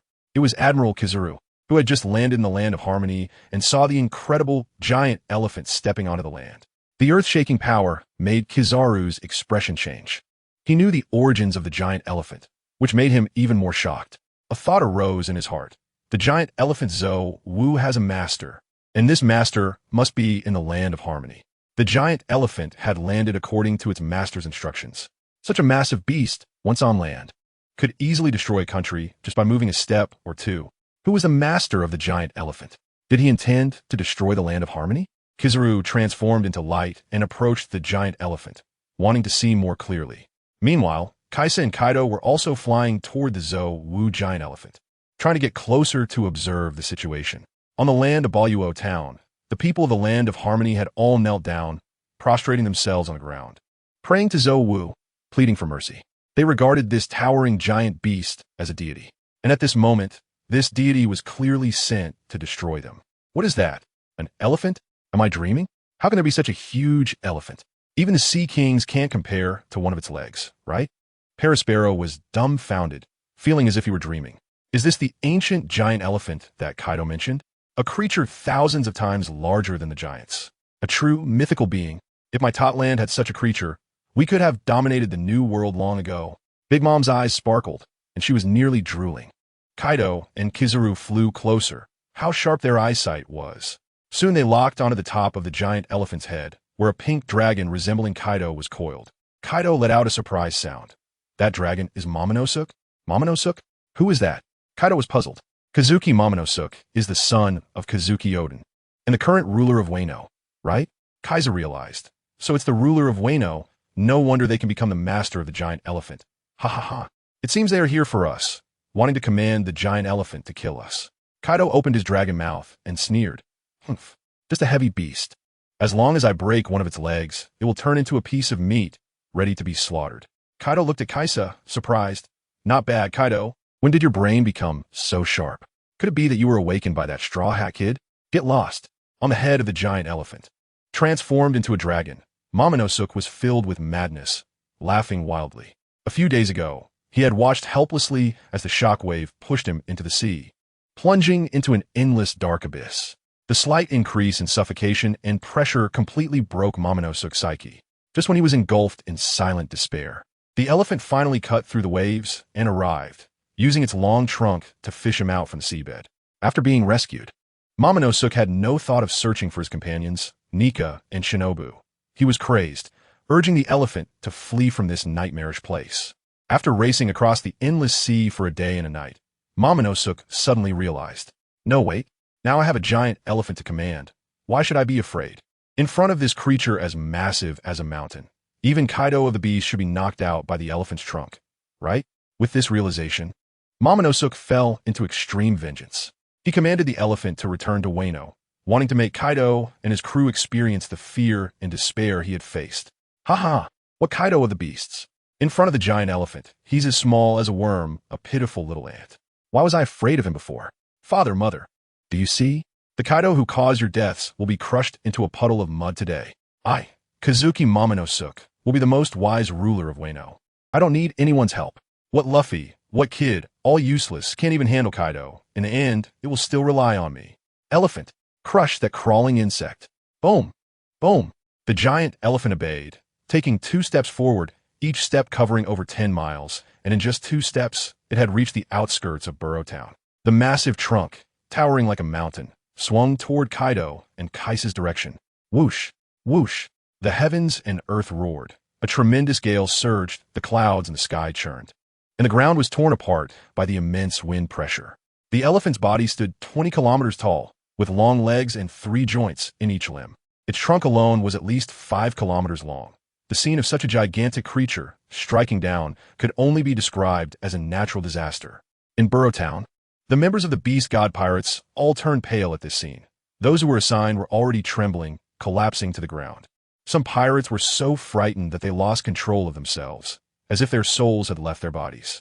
Even the cadre members of the pirate crew, like Smooji, Daifuku, Queen, and Jin, were pale, trembling, having lost all courage to flee. Just as Kaido was about to evade the elephant's attack, Kaisa beside him suddenly looked fervent, throwing his head back and laughing. Ha ha ha, what a beast! Incredible! I wonder how much essence it can provide me? Ha ha! My true form of Kunpeng has been maintained at a length of 10,000 meters for decades. No matter how many sea kings I devour, I can't make any progress. I think, maybe if I eat this monster, my power will reach new heights. Caesar advances instead of retreating, his body flying towards the giant elephant, like a moth to a flame. The true form of the golden-winged Garuda. The true form of the golden-winged Garuda. Kaisa's body instantly expanded thousands of times, with dazzling golden wings spread wide, blocking out the sky and the sun, stretching 10 kilometers long, looking even more enormous than a giant elephant. Screech, the enormous bird, larger than a mountain, opened its mouth and let out a screech, its massive claws striking and tearing through the sky, colliding with the giant elephant's long trunk. Whoosh, boom, the heavens and the earth mourned, a sound more thunderous than 100 times the roar of thunder. The ground shattered layer by layer. The houses in Burrow Town were swept away by the hurricane, and members of the Beast God pirate crew were blown away for miles by the immense wind pressure, with some unfortunate ones being swept up to 1,000 meters high, crashing to the ground and turning into a pile of mush. Get away! Stay away from Lord Kaisa's battle, Jean shouted loudly. Perospero also ordered all of Big Mom's children to retreat.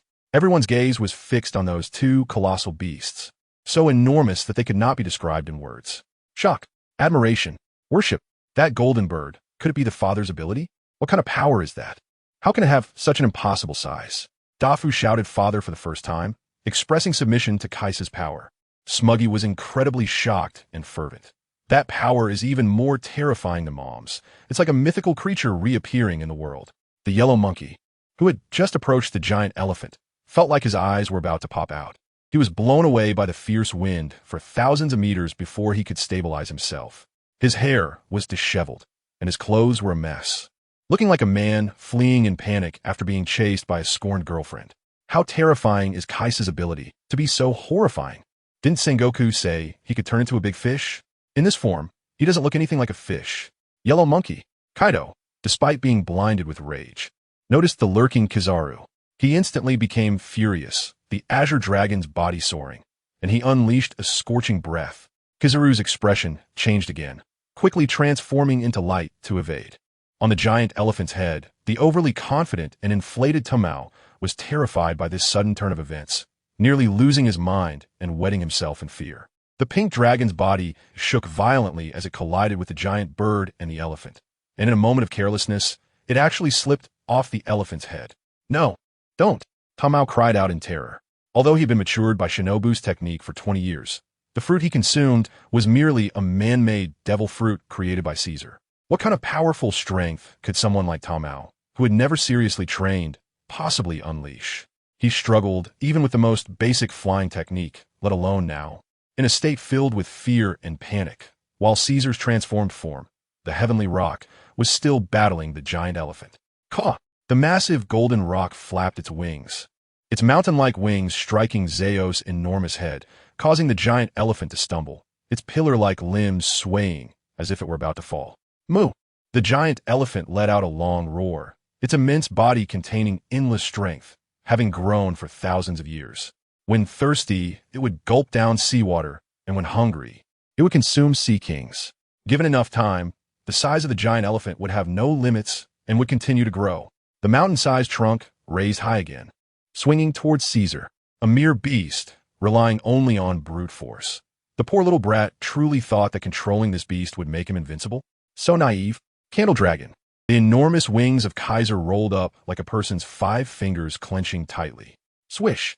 A purple long knife wildly surged, instantly growing thousands of times larger, reaching a length of 4,000 meters. Without any technique, Kaiser simply held the colossal knife and swung it toward the trunk of the giant elephant. Moo! The giant elephant Zeo Wu let out a mournful cry, seemingly foreseeing the tragic fate that awaited it. In the distance, the yellow ape, constantly pursued by Kaido, twitched at the corners of his mouth, watching that enormous golden bird shamelessly use a weapon to fight. On the ground, the members of the Beast God pirate crew, who were originally madly fleeing for their lives, now had their mouths wide open in shock, staring at the sky. Crackle! Caesar roared, swinging his knife, and the elephant's several-kilometer-long trunk was effortlessly severed, split in half by a 4,000-meter-long blade. Splash! Suddenly, the sky poured down a torrential rain, a rain of blood. Moo! The giant elephant let out an extremely mournful howl. Its massive body could no longer support itself, swaying as it gradually fell towards Barbarossa. Ah, it's over. We're all going to be crushed. I don't want to die. Quinn's eyes bulged, trembling in fear, devoid of color. Ha ha ha. On the brink of death. Still wanting to cause destruction? So naive. Kaisa flapped his gigantic wings and soared into the sky, the massive golden bird body crashing directly into the fallen giant elephant. Boom! The earth and sky roared as the two mythical beasts collided with a thunderous sound. Kaisa let out a roar that tore through the heavens and the earth, his wings flapping wildly, creating a tremendous hurricane. Whoosh! Finally, he braced himself against the towering body of the giant elephant Zwa, pushing the fallen beast towards the other side, straight down toward the sea. What a grand scene it is when a 20-kilometer-long body falls. The highest peak on Earth is Mount Everest, which is about 850 meters. The body of the giant elephant Zwa reaches a height of 20 kilometers, or 20,000 meters. Its height, if placed on Earth, would be close to the height of a stratosphere. This is truly a spectacle of pushing over mountains and collapsing pillars. The sea off the coast of Barbarossa town surged thousands of meters in an instant. The ocean sank, and hundreds of millions of tons of seawater poured out in all directions. Screech! Kaisa soared down with an exhilarating cry, snatching up the mountain-like half of the fallen elephant trunk and flinging it into the sea. In the center of Barbarossa town, Jean, Quinn, Dafu, Smuggy, and others were left in a daze, deeply shocked by Kaisa's power. Big Mom's face flushed red. Her voluptuous body trembled uncontrollably, completely entranced by Kaisa's ferocity. Ah! Peach Boy opened his mouth, speechless with shock, completely abandoning all thoughts, collapsing to the ground, forgetting even to escape. My goodness, this place is not suitable for staying long. I won't play with you anymore, Kaido. Kizaru's heart stirred with a 12-level earthquake, instantly transforming into a beam of golden light, piercing through Kaido's flames, and swiftly cutting across the sky, fleeing from this place of turmoil. Kaido threw his head back and howled, feeling incredibly exhilarated. He turned to look at Caesar, only to see the massive form of the giant bird diving straight into the sea. Huh, what is Caesar doing? Kaido was somewhat puzzled. Quinn and the others were even more dumbfounded, staring blankly as Caesar plunged into the ocean, creating towering waves. Father, Caesar, Smokey, Daifuku, Perispero, and others thought something had happened to Caesar and hurried towards the seaside of Barbarossa town, wanting to rescue him. Immediately, a large group of people rushed towards the sea. Jean transformed into a black wyvern and flew into the air. Could be that Caesar wants to. Is he looking for death? A power user actually jumped into the sea? Tama's eyes were filled with confusion. His body felt weak, and he couldn't muster the courage to escape. He watched as wave after wave of people passed by him, yet not a single one glanced at him, as if he were invisible. Damn it!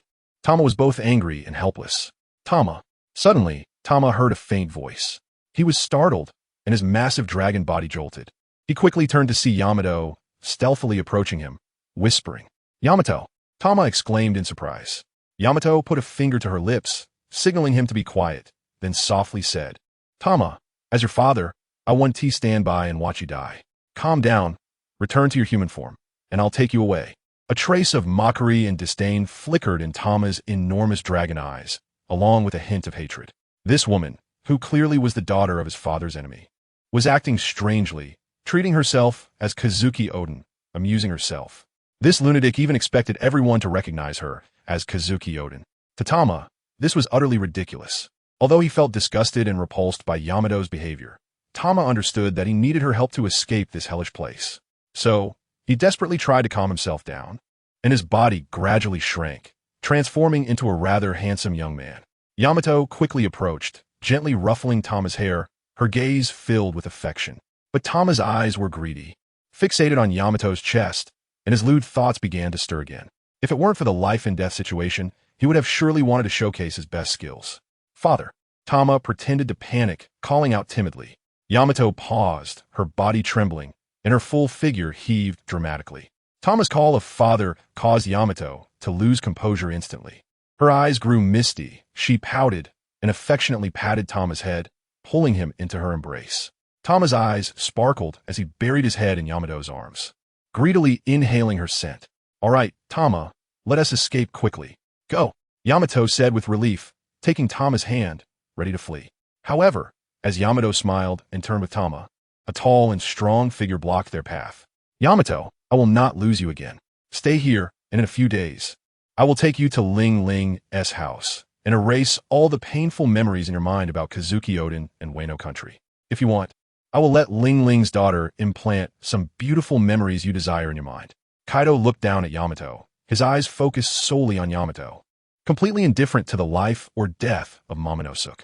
"No, I won't let you succeed," Yamato yelled angrily, protecting Momonosuke behind him like a mother hen shielding her chicks. Kaido's gaze then turned to Momonosuke.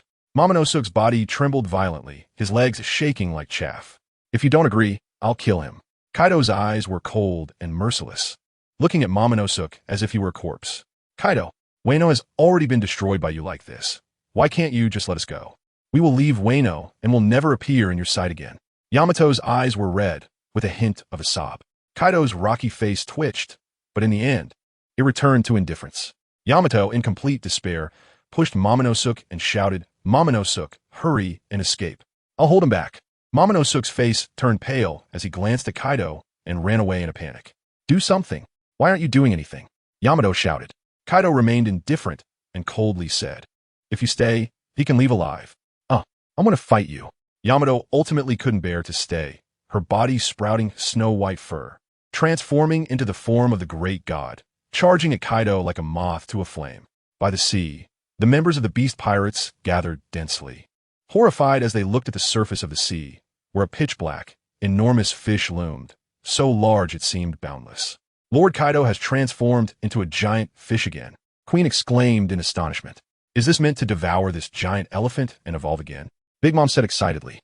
Smoothie and the others looked dazed. Devour this giant elephant? How is that possible? In this world, there is nothing that Kaido wants to do, but cannot, Big Mom said proudly. "Your father is a man who stands tall." On the sea, Kaido opened his massive mouth, millions of tons of seawater pouring in and then filtering out through his several kilometers long gills. He exerted all his strength to open his mouth wide, wanting to swallow Zoe. "Damn it, this guy is still too big. It's unlikely I can swallow him whole." Kaido felt some reluctance. From the giant elephant, Kaido saw the possibility of taking another step forward. He could clearly feel his Kunpeng blood raging, a biological instinct, a thirst for evolution. And the object that stimulated this evolutionary instinct was right before him. The giant Zoe. As Zoe fell into the sea, the fur tribe that had originally depended on the giant elephant had already fallen into the ocean, each one desperately swimming toward the shore. The sea was too turbulent, and some unfortunate ones were tightly caught by the waves, sinking deep into the sea and meeting their demise. That's right. I had almost forgotten about the half of the elephant's trunk that I specifically threw into the sea. Kaisa suddenly perked up and quickly began to survey the seabed. After a moment, he discovered a giant elephant's trunk lying quietly on the ocean floor. The huge mouth of the Kaisha emitted a terrifying suction. pulling half of the elephant's trunk into its mouth. Huh. As soon as the trunk entered, it slid into the belly.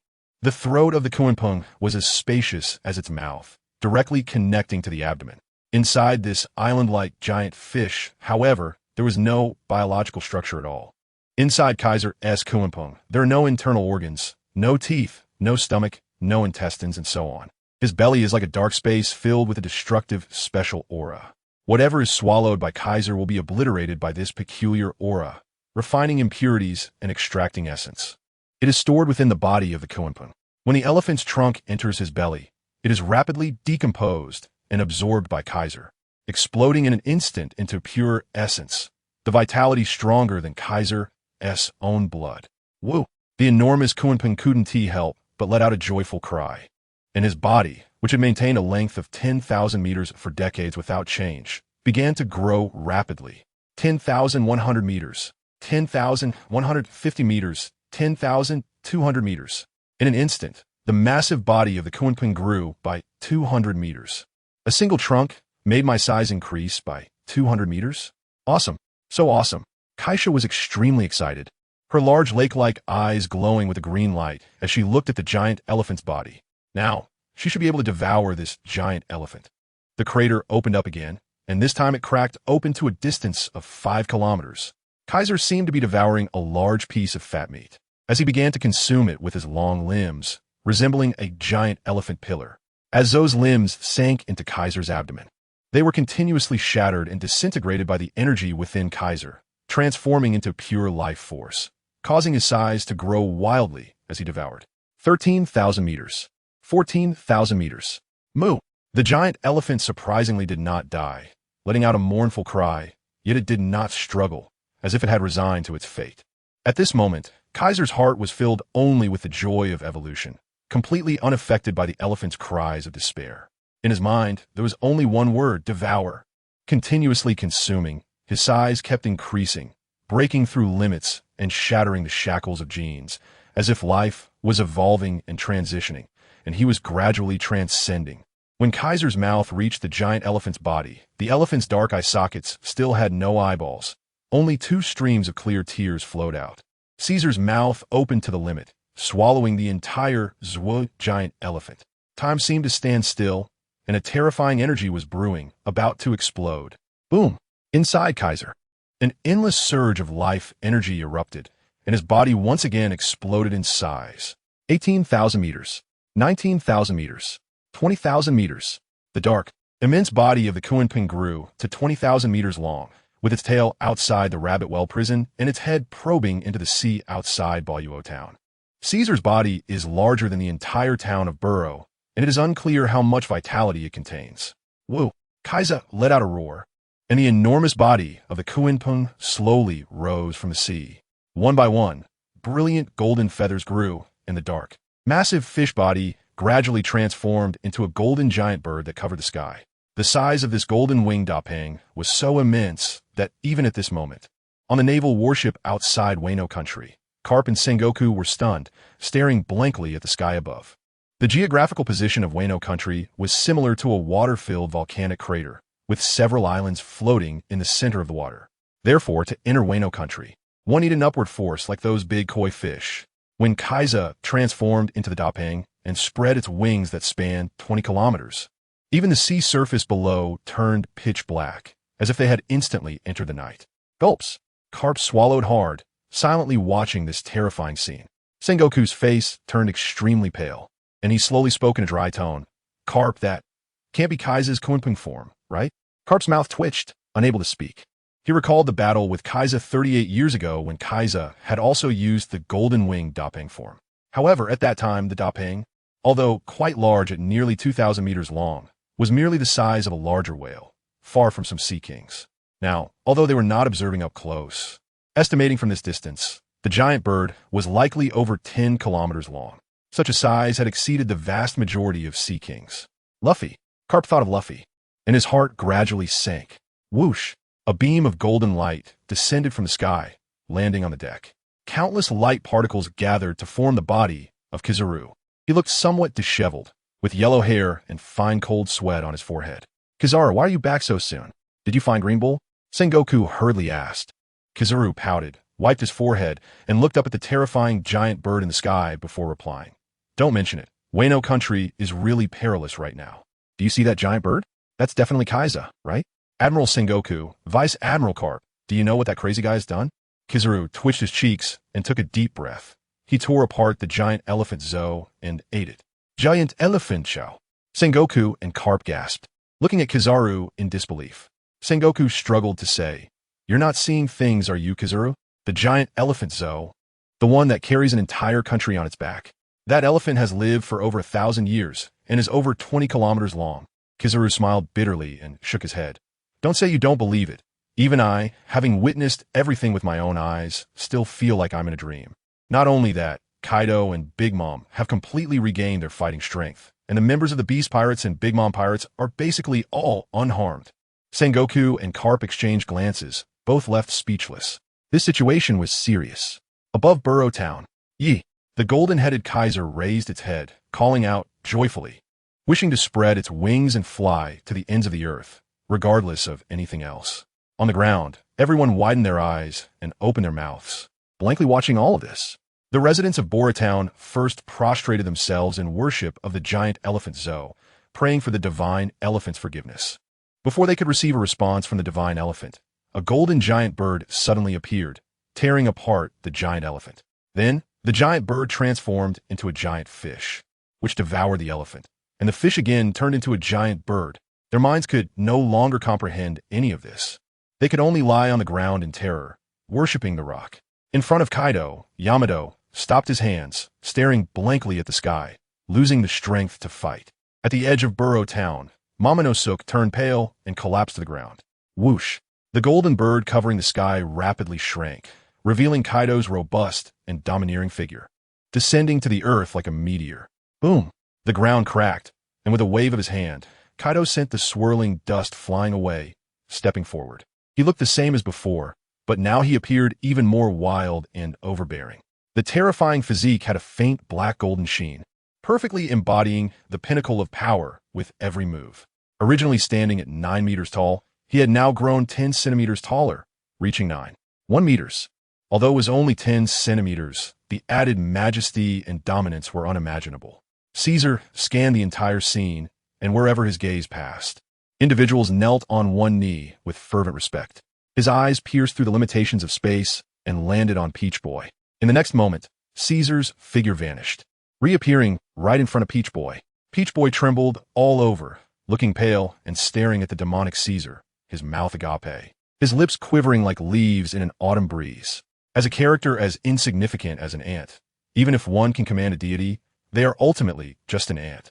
As the Lord of Wano, since you survived the great battle the day before, you should understand that uselessness only allows for survival through cowardice. Kaisa's expression was indifferent as he slowly extended a massive palm. Don't! Behind him, Yamato's face turned pale as he reached out, letting out a piercing scream. However, Kaisa's demeanor showed no sign of wavering, as if he were a 1,000-year-old glacier. The enormous palm pressed down into the air above Momonosuke's head. The air compressed in layers, and the terrifying pressure descended like a mountain 1,000 meters high, crashing down instantly. In Momonosuke's eyes, despair, hatred, malice, and fear intertwined in a mix of emotions. Boom! The earth shook and dust flew, the ground sinking deep into a pit several dozen meters down, where only a puddle of human-shaped flesh remained. Thud! Yamato knelt on the ground, staring blankly at the scene, his mind buzzing with emptiness. The next day, Burrow Town was festooned with lights and decorations, and the town's residents all learned of an astonishing piece of news. The gigantic bird that blocked out the sky yesterday was, in fact, the true form of Kaisa, the captain of the Beast God Pirates. This news struck the people of Wano like a thunderclap. No one knew better than the residents of Burrow Town, who had experienced the battle of the colossal birds, just how fearsome that golden giant bird was. It was a true deity, the divine bird Garuda from Wano's mythology, capable of devouring dragons. At this moment, everyone was filled with both fear and reverence for Kaisa, the captain of the Beast God Pirates. These two entirely different emotions coexisted in the hearts of all. The residents of Burrow Town became both respectful and fearful of the Beast God Pirates. On this day, Mr. Quinn, the technical director and scientist of the Beast God Pirates, created enormous projectors to be distributed across Wano by those with flying abilities. In the Kaisa Palace of Burrow Town, in a spacious hall, Kaisa sat comfortably on a specially made dragon-patterned metal chair, sipping wine while observing the few women before him. To be precise, there were 3 women, no, 2 women and 1 man who looked very much like a woman. Shinobu, Kikuno, and Hiyori. After experiencing the attack by the giant elephant driven by Momonosuke, Kaisa developed the idea of completely controlling Wano and directly instructing the officers of the Beast God Pirates to take on the role of Wano's ruler. Wano, as an ancient country with a legacy spanning thousands of years, harbors many unspeakable secrets. Even though Kaido had been entrenched in Wano for decades, he still hadn't grasped many of its intricacies. For instance, he had no information about the location of the Pluton that Kazuki Oden had controlled. Of course, Kaisa also knew nothing about Pluton. The fact that Wano's ruler could command a giant elephant was so astonishing that it piqued Kaisa's intense interest. After discussing for half a day with Kaido, Kaisa learned about the lineage of Wano's ruler. Besides Momonosuke, there was another, Kazuki Hiyori, who was Momonosuke's sister. Upon learning this, Kaisa immediately sent people to search the coasts of Wano. Perhaps Lady Luck had smiled upon Kaisa, as within just half a day, the flying team led by Jean discovered 3 unconscious individuals in the area between Tontada and Ringoport. When they found them, the 3 were tightly embraced together, having swallowed a lot of seawater and were barely clinging to life. Which of you is Kazuki Hiyori? Kaisa asked, looking at the 3 standing before him. The 3 were startled, nervously watching Kaisa's every move. Hiyori, with her gentle and charming appearance, had a slender and enchanting figure, known as the most beautiful woman in Wano. Her crystalline lips moved as she was about to speak, but was pulled back by Shinobu. Immediately, Kikuno opened her mouth and said, I'm Kazuki Hiyori. Kaisa pouted, showing an expression of helplessness, and pointed at Xiao Ju, saying, Don't think that just because you look like a woman, you can impersonate one. I'll ask you one more time, forget it, you come here. At first glance, Kaisa knew who Hiyori was among the 3 people. Kazuki Hiyori, 26 years old this year, so it definitely wouldn't be the short, old woman on the left. And the one on the right was clearly a man, so he couldn't be Momonosuke's sister. Caesar pointed at Rihayo, and the expressions of the 3 changed dramatically. Shorin and Shoju stepped forward, blocking Rihayo's way. My patience is limited. If you waste any more of my time, I will destroy this country. As for who I am, I believe you have already gained some understanding just now, and you wouldn't think I'm joking. Kaiser's gaze was cold, a terrifying aura pressing heavily on the hearts of the 3, making them feel weighed down. All right. Hiyori pursed her lips, pushed aside Shinobu and Kiku, and walked towards Kaiser. Princess Hiyori. Shinobu and Kiku called out anxiously, but dared not approach, all because of Kaiser above, whose imposing presence was far too overwhelming, even more so than Kaido of the 100 Beasts. Hiyori walked up to Kaiser, looked up at him with fear in her eyes, yet her expression was firm, defiantly meeting Kaiser's gaze without any intention of backing down. Not bad. Kaisa laughed, suddenly leaned down, grabbed Riho's slender waist with one hand, lifted her up, and placed her on his lap. Shaoran and Xiaojun were taken aback and rushed towards Kaisa without saying a word. Kaisa's gaze turned cold, and he waved his hand as if shooing away flies. A gust of wind suddenly formed, swirling like a tornado, enveloping Xiaorun and Xiaoju, spinning their bodies and directly carrying them out of the main hall. Outside the hall, the pirate members on guard hurriedly stepped forward to grab Xiaorun and Xiaoju, efficiently placing handcuffs on them. A female pirate walked gracefully to the entrance of the hall and timidly asked, Lord Kaisa, is there anything you need? Nothing. Take those 2 away. Don't make it too difficult for them, Kaisa said. Yes. The female pirate obediently replied and exited the hall. Hearing Kaisa's words, Riho's tense expression relaxed slightly, her clear gaze fixed on Kaisa. Looking at Riho's fair and beautiful oval face, Kaisa felt an inexplicable flutter in his heart. Unconsciously, he reached out and pinched Riho's tender chin. Kazuki Riho, daughter of Kazuki Oden, tell me, how should I deal with you? Kaisa looked down at Riho, his mouth wide open, revealing a set of sharp fangs that looked somewhat sinister. Riho maintained a stubborn expression. Kill me or torture me. It's all up to you. I am the daughter of Kazuki Oden, and I will never submit to you. Ha ha ha ha. Interesting, interesting. You are much better than your foolish brother and more pleasing to the eye. Ha ha.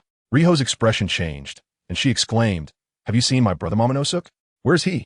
Kaisa didn't answer, but instead talked about other topics. I have restructured my forces, and am going to expand my territory, the small country of Wano. For me, it has become useless. Hiyori, tell me, should I just leave like this? Or before I go, should I destroy this country? Kaisa looked into Riho's beautiful eyes, and his words sounded like the whispers of a demon, causing Riho's delicate body to tremble, and the stubbornness on her face gradually faded, losing her composure. Riho looked at Kaisa in panic, her lips trembling, and after a while, she finally pursed her red lips and said, "What do you want me to do?" He clever. What a smart little girl. You've understood my meaning so quickly. Kaisha laughed heartily. Talking to someone as wise as Rai is a relief. Kaiser stared at Riho's eyes like a hungry wolf. Riho, you will become my concubine. Before I leave, I will hand over the position of the ruler of the Land of Harmony to you. In return, you must establish a weapon manufacturing plant in the Land of Harmony according to my instructions and supply me with weapons. How about that? What? You think not? Riho's expression changed dramatically as she extended her delicate fingers. You still want to set up a weapon factory in the Land of Harmony? Over the years, how many innocent lives have you destroyed? Why do you have no mercy? Riho questioned angrily, but her voice gradually grew softer. In the end, she sat down dejectedly on Kaiser's lap, looking up at him with an expression that resembled a helpless Persian cat. Pitiful, helpless, and small. It was truly a sight that tugged at one's heartstrings.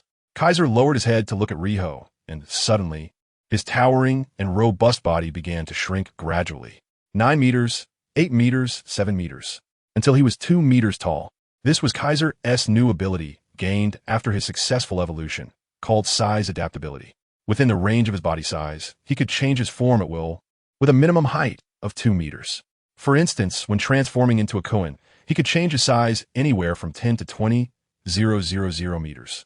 The same applied when transforming into a pung. When returning to human form, he could alter his body within the range of 2 to 9.1 meters. Now, he stood at 2 meters tall, exuding a wild and dominating aura, his exposed chest as hard as steel, radiating masculinity. His long hair, cascading over his shoulders, did not make him appear feminine. Instead, it enhanced a touch of unruliness. This sudden change left Riho stunned and panicked, wanting to escape from Kaiser's embrace. However, Kaiser held her tightly, his arm a solid cage, and Riho felt like a canary trapped in a cage, unable to break free. Riho, you are a smart and capable woman. You should be able to find a win-win solution between weapon production and the happiness of the people of Wano. I am giving you an opportunity. Wano is too small, and my ambitions are great, but my brother's years of efforts cannot go to waste. I need a large number of weapons to expand my territory. If you can't even manage this. Kaisa leaned closer to Nihi's ear, whispering softly, yet made Nihi tremble uncontrollably. Tell me, can you do it? Nihi's face turned pale, trembling as she bit her lip and nodded. I can do it. Please give me this opportunity, Lord Kaisa. Kaiser smiled slightly, released the embrace of Hiyori, leaned back against the chair, and raised his chin. Show me. His gaze was piercing, filled with an undeniable dominance. Hiyori was taken aback for a moment. Her cheeks suddenly flushed, her eyes a mix of shyness and anger. After hesitating for a moment, she finally mustered the courage to lean down. Half an hour later, Kaiser returned to his true form and walked out of the main hall with Hiyori. Behind them, Hiyori's face was flushed, her head down as she looked at her toes, her gaze filled with confusion and a hint of shyness. As Kaiser stepped into the square, Quinn, who was already prepared, eagerly turned on the projector, aiming the lens at Kaiser.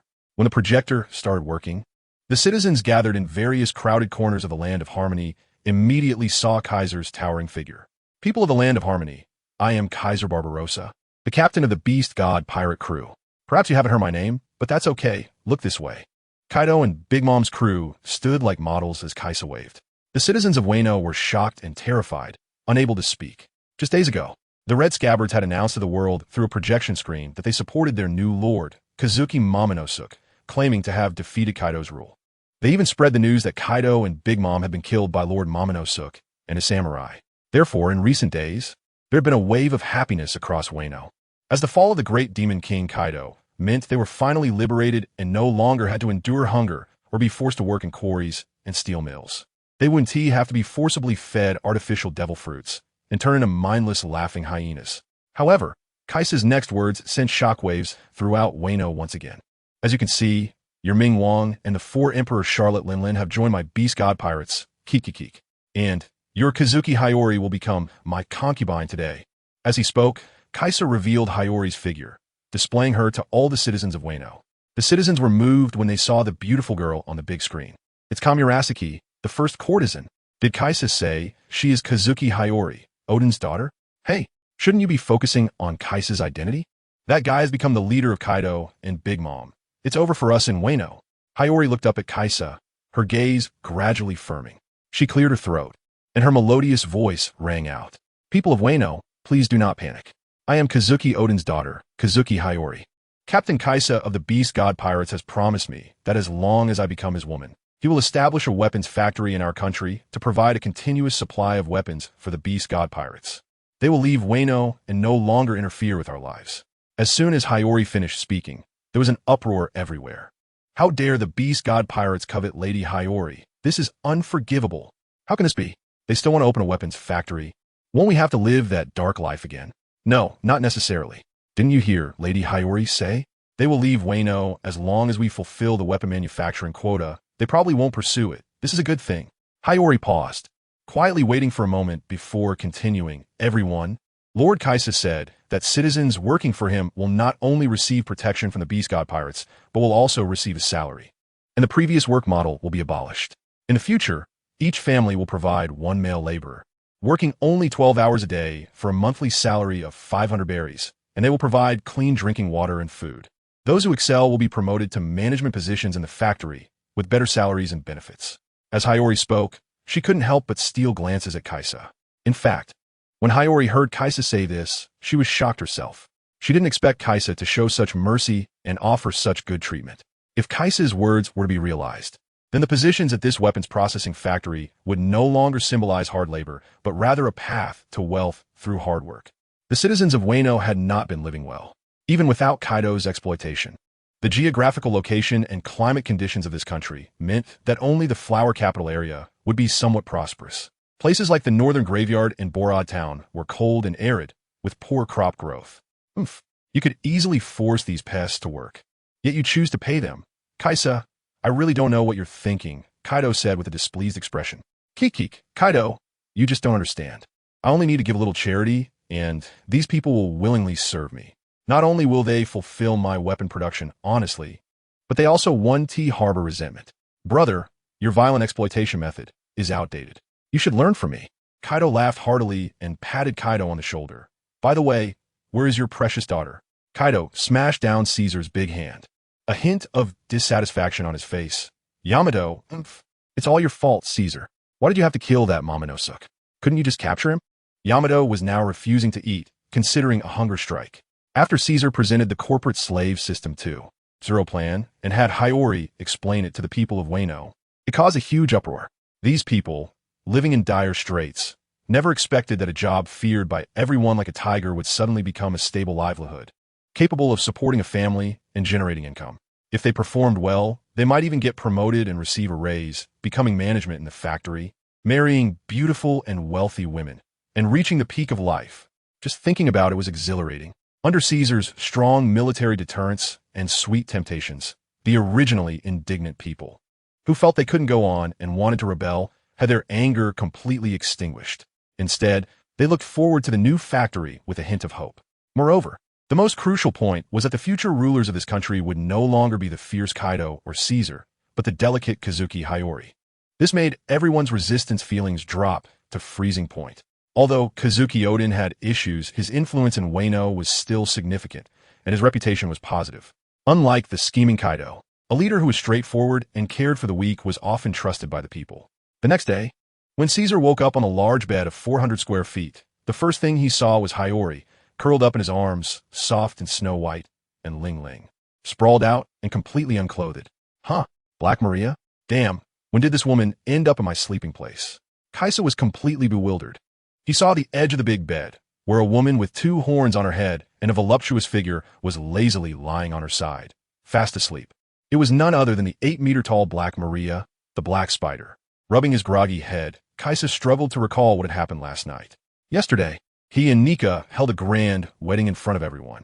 Then, one by one, people came up to toast, and Kaisa welcomed them all, drinking heartily. He also engaged in a wild drinking contest with Kaido, Jin, Quinn, and others. In the end, Kaisa single-handedly defeated the entire beast pirate crew in drinking. Even the notorious drunkard Kaido was no exception. After that, Kaisa felt dizzy and stumbled back to the room, holding the bashful Nika. Just as the battle was heating up, both sides panting and sweating, Linlin suddenly twisted her slender waist and charged into the battlefield. When Linlin saw Kaisa, who had shrunk to just over 2 meters, her eyes lit up as if she had discovered a new continent. With the addition of this third party, the battle became even more intense. Caesar, fueled by alcohol, fought fiercely and valiantly, causing Linlin and Rai to lose their composure and fall apart. Meanwhile, Caesar utilized his extraordinary control abilities to unleash his combat power to an unprecedented level. Later, the woman known as Black Maria secretly joined the battle.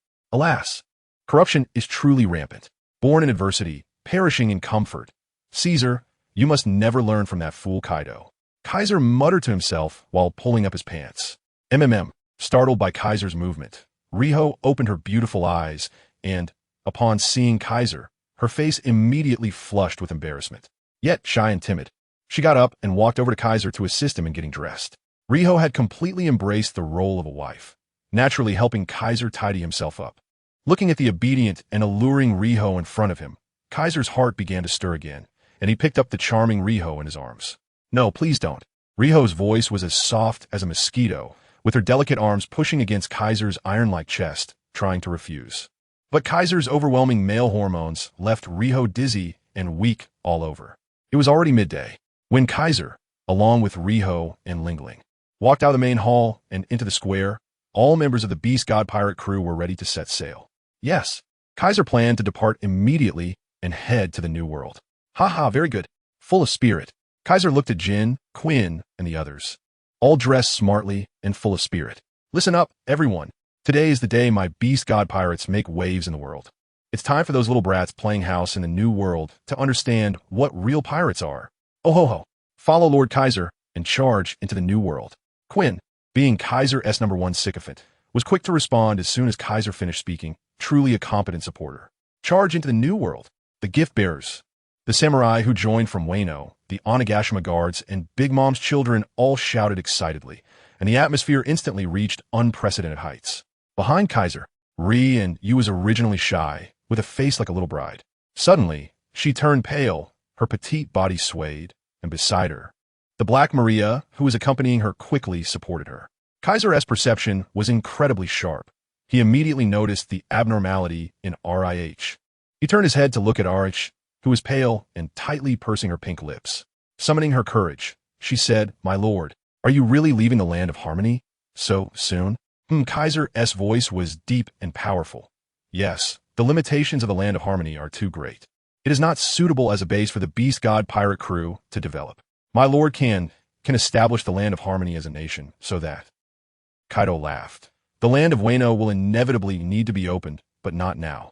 Once I have enough territory in the New World, and the weapons produced by Wano are sufficient, I will personally come to break the pillars of Wano, allowing this secluded country that has been closed for 1,000 years to once again rise to the surface of a new world. Hiyori, as my concubine, I hope you can abandon past grievances. Transform Wano into my stronghold, and I will have Yamato, Page 1, and Black Maria stay behind to protect you. Kaiser bent down, stroked Riho's head, and smiled at her. When I establish my territory in the New World, I will come to bring you over. Until then, you must be a good empress of Wano. Riho's face flushed. Being publicly affectionately treated by Kaiser made her quite embarrassed. However, Kaiser's words steadied her emotions, and she resolutely replied, "Please rest assured, my lord, I will not let you down." Caesar nodded and shouted to the crowd, "Runny, Peggy Wan, step forward. I command both of you, along with Black Maria, to temporarily stay in Wano country. Your task is to protect Nika and maintain the domestic weapons production in Wano." Runny pouted and walked out of the crowd, shouting loudly, "Hey, Caesar, I don't want to stay here to protect your little lover. I want to go play in the New World. Sister, please don't talk to adults like that." Peggy Wan was startled and quickly tried to dissuade the oblivious Runny. Kaiser curled his lips slightly. Dealing with this Run-T was incredibly easy. Kaisa cleared her throat. "Runny, if you can assist Riho and improve the weapon production in Wano country, then perhaps you can earn the highest title of god in the pirate crew and stand on equal footing with me." Upon hearing this, Runny's eyes lit up. but she still hesitated a bit. Kaiser glanced at Quinn, who was sharp as a tack, and immediately ran out, shouting, "Lord Kaiser, I, Quinn, am willing to stay. Please grant me the divine title, and I can do without Runny." "Get lost. You fat pig. Quinn, how dare you compete with me?" Runny shouted, hands on her hips, angrily. Kaido laughed. "We must work hard, Runty. I'll leave you a god-level title." Runty patted her bulging chest confidently. "Don't worry, Kaido, leave it to me. You should call me lady or sister." Peggy was a bit anxious, worrying about her carefree sister. Just as Kaido and the others were about to set off, a great battle broke out in the waters outside Wano, 200 miles from the foot of Wano. Two warships belonging to Sengoku and others were heading back to the Navy headquarters in the New World. Originally, Gar planned to go to Wano alone to check on Luffy's situation. However, as soon as he mentioned this idea, it was harshly dismissed by Sengoku. The reason was simple. As a hero of the Navy, you think of saving a pirate who is one of the four emperors? Besides, Wano is now a den of danger. No matter how strong you are, Garp, you're getting old. You think you can go alone? That's like a dung beetle digging into a dung pit. Therefore, Sengoku immediately ordered the return to leave the dangerous waters of Wano and go back to the Navy headquarters to formulate a strategy against Kaido and the others based on further information. The speed of the Navy warships was not fast because part of the propulsion system was damaged in the previous tsunami. Most of the sailing now relied on the sea breeze filling the sails. "Huh, a ship is approaching." Garp, who was wandering on the deck, suddenly exclaimed in surprise. "Oh, let me see." Sengoku also found it strange that any ship would approach this sea area at this time. When he picked up the binoculars to check, he saw the signature pirate flag of the Big Mom pirates fluttering in the wind on the approaching ship. Sengoku's expression changed, and he said in a deep voice, "It's the Big Mom pirates. It seems they are heading to Wano to find Charlotte Linlin." Garp nodded, fully agreeing. "That's right. A few days ago, we leaked the news of Kaido and Big Mom's defeat. Although that damn Morgan's exposed Luffy's information, this ship is definitely trying to rescue Big Mom." Watching the approaching pirate ship, Sengoku stroked his chin, lost in thought. After a moment, he slammed his fist and looked at Garp. "We can't let Kaido's forces grow stronger again. Kaido and Charlotte Linlin have already been confirmed to be revived. Garp, prepare yourself. When they get closer, use lightning-fast methods to take them out. I'll immediately inform Kizaru to cooperate with this action." Garp clenched his fist, grinning with a sinister smile. On Katakuri's pirate ship, there were only Owen and Katakuri. The rest were a dozen sailors and miscellaneous workers responsible for the ship's power, food, and navigation. The moment Sengoku issued the assassination order, Katakuri, who had been lounging in a chair soaking up the sun, suddenly felt a chill run through him, his hairs standing on end, as an inexplicable sense of crisis surged in his heart. "Not good. Something's wrong, Owen." Katakuri suddenly stood up and whispered to Owen. Owen firmly believed in Katakuri's instincts and immediately grabbed his weapon. The two stood up to observe ahead and soon discovered the traces of the two warships. "It's the Navy. How could they appear in the waters of Wano? Are they coming from Mom and Kaido? Why are they heading in our direction? Are they returning? Has the Navy completed their mission? What is Mom's current situation?" Katakuri frowned deeply. "Katakuri, should we turn back? If we get any closer, we'll be within cannon range." Owen said nervously, staring at the increasingly close warships. Owen's ability is the heat fruit, and being on the ship, he couldn't exert too much power. Otherwise, he could easily damage the ship. Katakuri focused entirely, his observation haki predicting the future to the utmost, locking onto the enemy warships. "This not good. There are Navy Admirals Kizaru, Sengoku, and Navy Hero Garp on the opposing ship." Katakuri's face changed slightly, and his fingers clenched involuntarily. Owen was shocked and panicked. "What are we waiting for? Let's turn back quickly. Who dares to approach that kind of lineup?"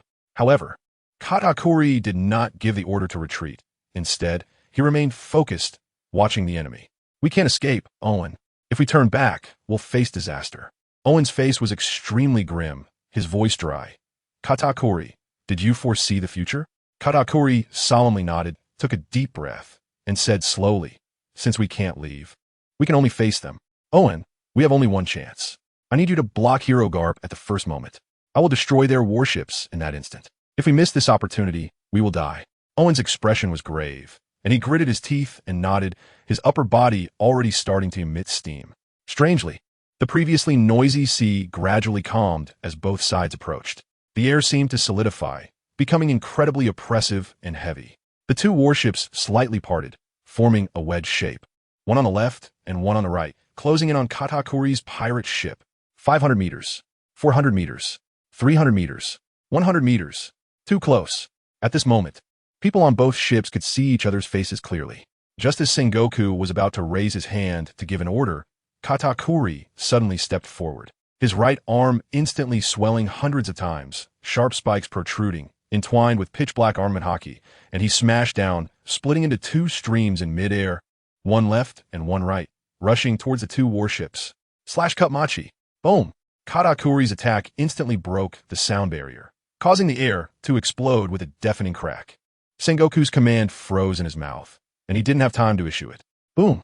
The two terrifying black arms, like gigantic morning stars, fell on the two warships in the blink of an eye, shattering the towering masts and crushing down onto the decks. It's Katakuri, the chief of the Sweet Commanders. Damn it! How dare he attack first?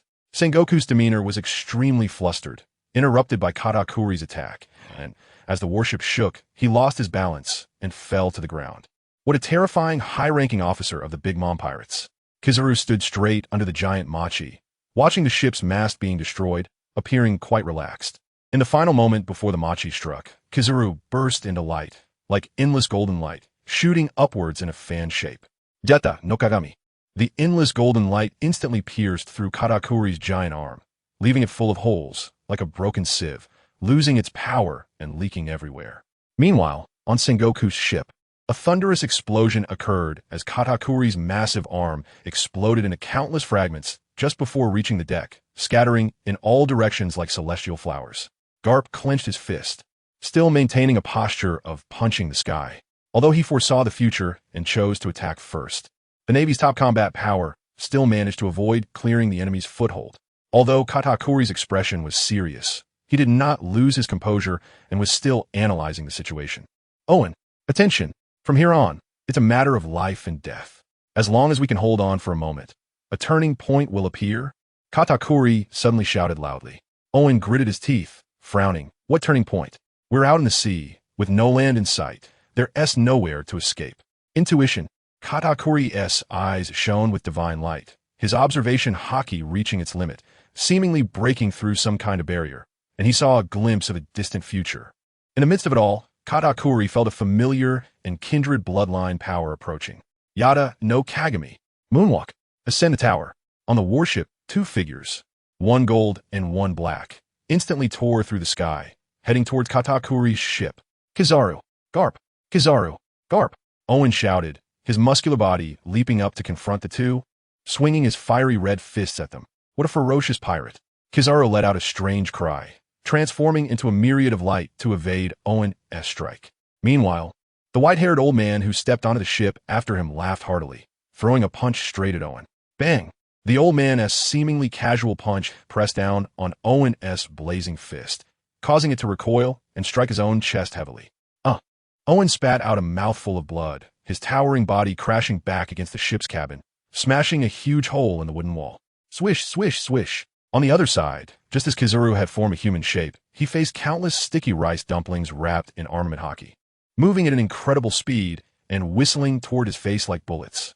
Unmatched rice cake blades.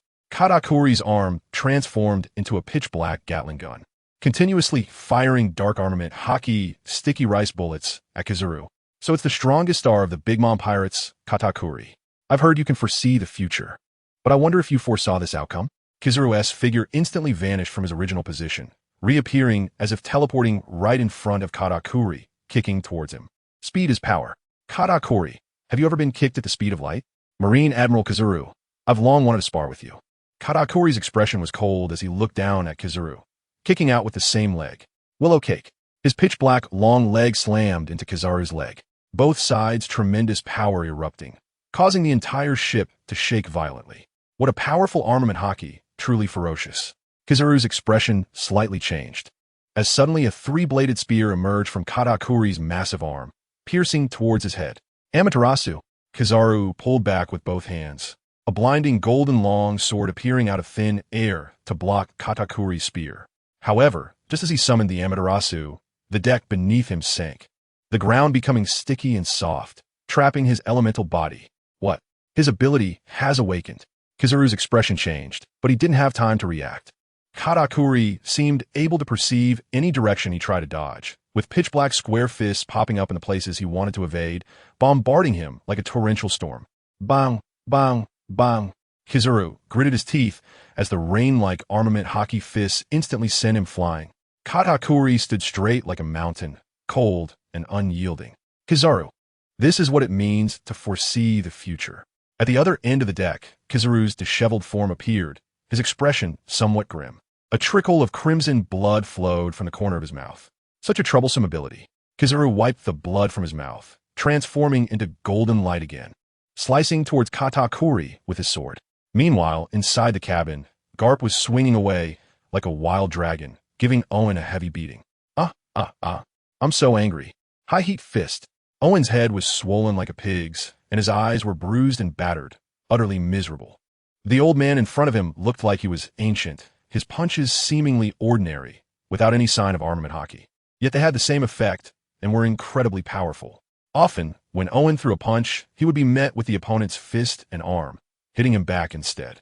This frustrating fighting style left Owen extremely vexed, while also in awe of this hero Garp's strength.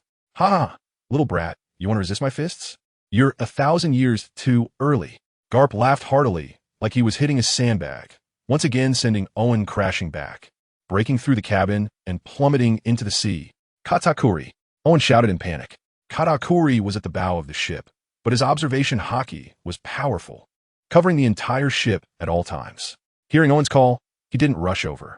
Instead, he stomped his foot, unleashing an invisible force that twisted a part of the wooden ship's body, transforming it into a white sticky rice dumpling with super strong stickiness that instantly glued Owen's body and pulled him back onto the ship. Garp's eyes lit up as he instantly disappeared, appearing at the bow of the ship, throwing a punch at Katakuri. Katakuri focused intently on Garp's fist, activating his future-seeing ability again, trying to evade this punch. Can't dodge? Katakuri's gaze sharpened, somewhat incredulous. In his foresight, the white-haired old man's fist descended like a mountain, causing the surrounding space to freeze, and he found himself unable to break free for a short time.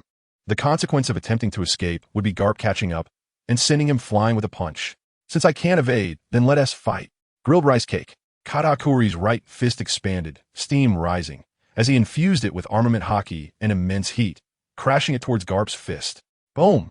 The two fists, one large and one small, collided, the air exploding, the void trembling, and the deck beneath them cracking with countless fissures, as if it might collapse at any moment. Not bad power. Warm-up is over. Old man is about to go all out. Garp's eyes sparkled with fervor as his momentum erupted. Although it wasn't Conqueror's hockey, it was like a towering mountain suddenly rising from the ground, standing between heaven and earth, giving a feeling of awe. Mountain-breaking fist. Garp's fierce momentum surged. There were no myriad of fists flying, no dodging left and right, just a bent right arm, fist clenched, slowly hammering towards Katakuri. Katakuri's expression grew serious, as behind him, huge pitch-black arms were continuously pounding towards Garp. He didn't choose to evade, but directly met Garp's fist head-on. It wasn't that he didn't want to escape. It was that in his foresight, the outcome of escaping was Garp catching up and sending him flying again. This old man's fist was peculiar. Katakuri unleashed all his power. Countless rice cake fists wrapped in armament hockey bombarding Garp. However, as Garp's seemingly slow fist advanced, all the massive punches aimed at him were unable to penetrate, being shattered by an invisible force halfway. It was a force. The momentum of the punch affected the surrounding space, causing the entire small world to advance with his punch. Not as a tiny fist. Katakuri gritted his teeth, and his body instantly melted into the deck, forming a huge donut like a tire. Invincible donut. Monster strength state. The donut rolled quickly on the deck, with Katakuri's arms extending from its center, veins bulging, muscles rippling, and terrifying monster strength erupting. Cut Machi. The donut soared into the air, and Katakuri shouted, his massive arm extending from the center of the rapidly spinning donut, gaining tremendous inertia, turning pitch black and enormous. Covered in spikes, crashing down with immense force. Boom! The space tore apart, dark cracks appearing in the collision, as if the void had been torn open.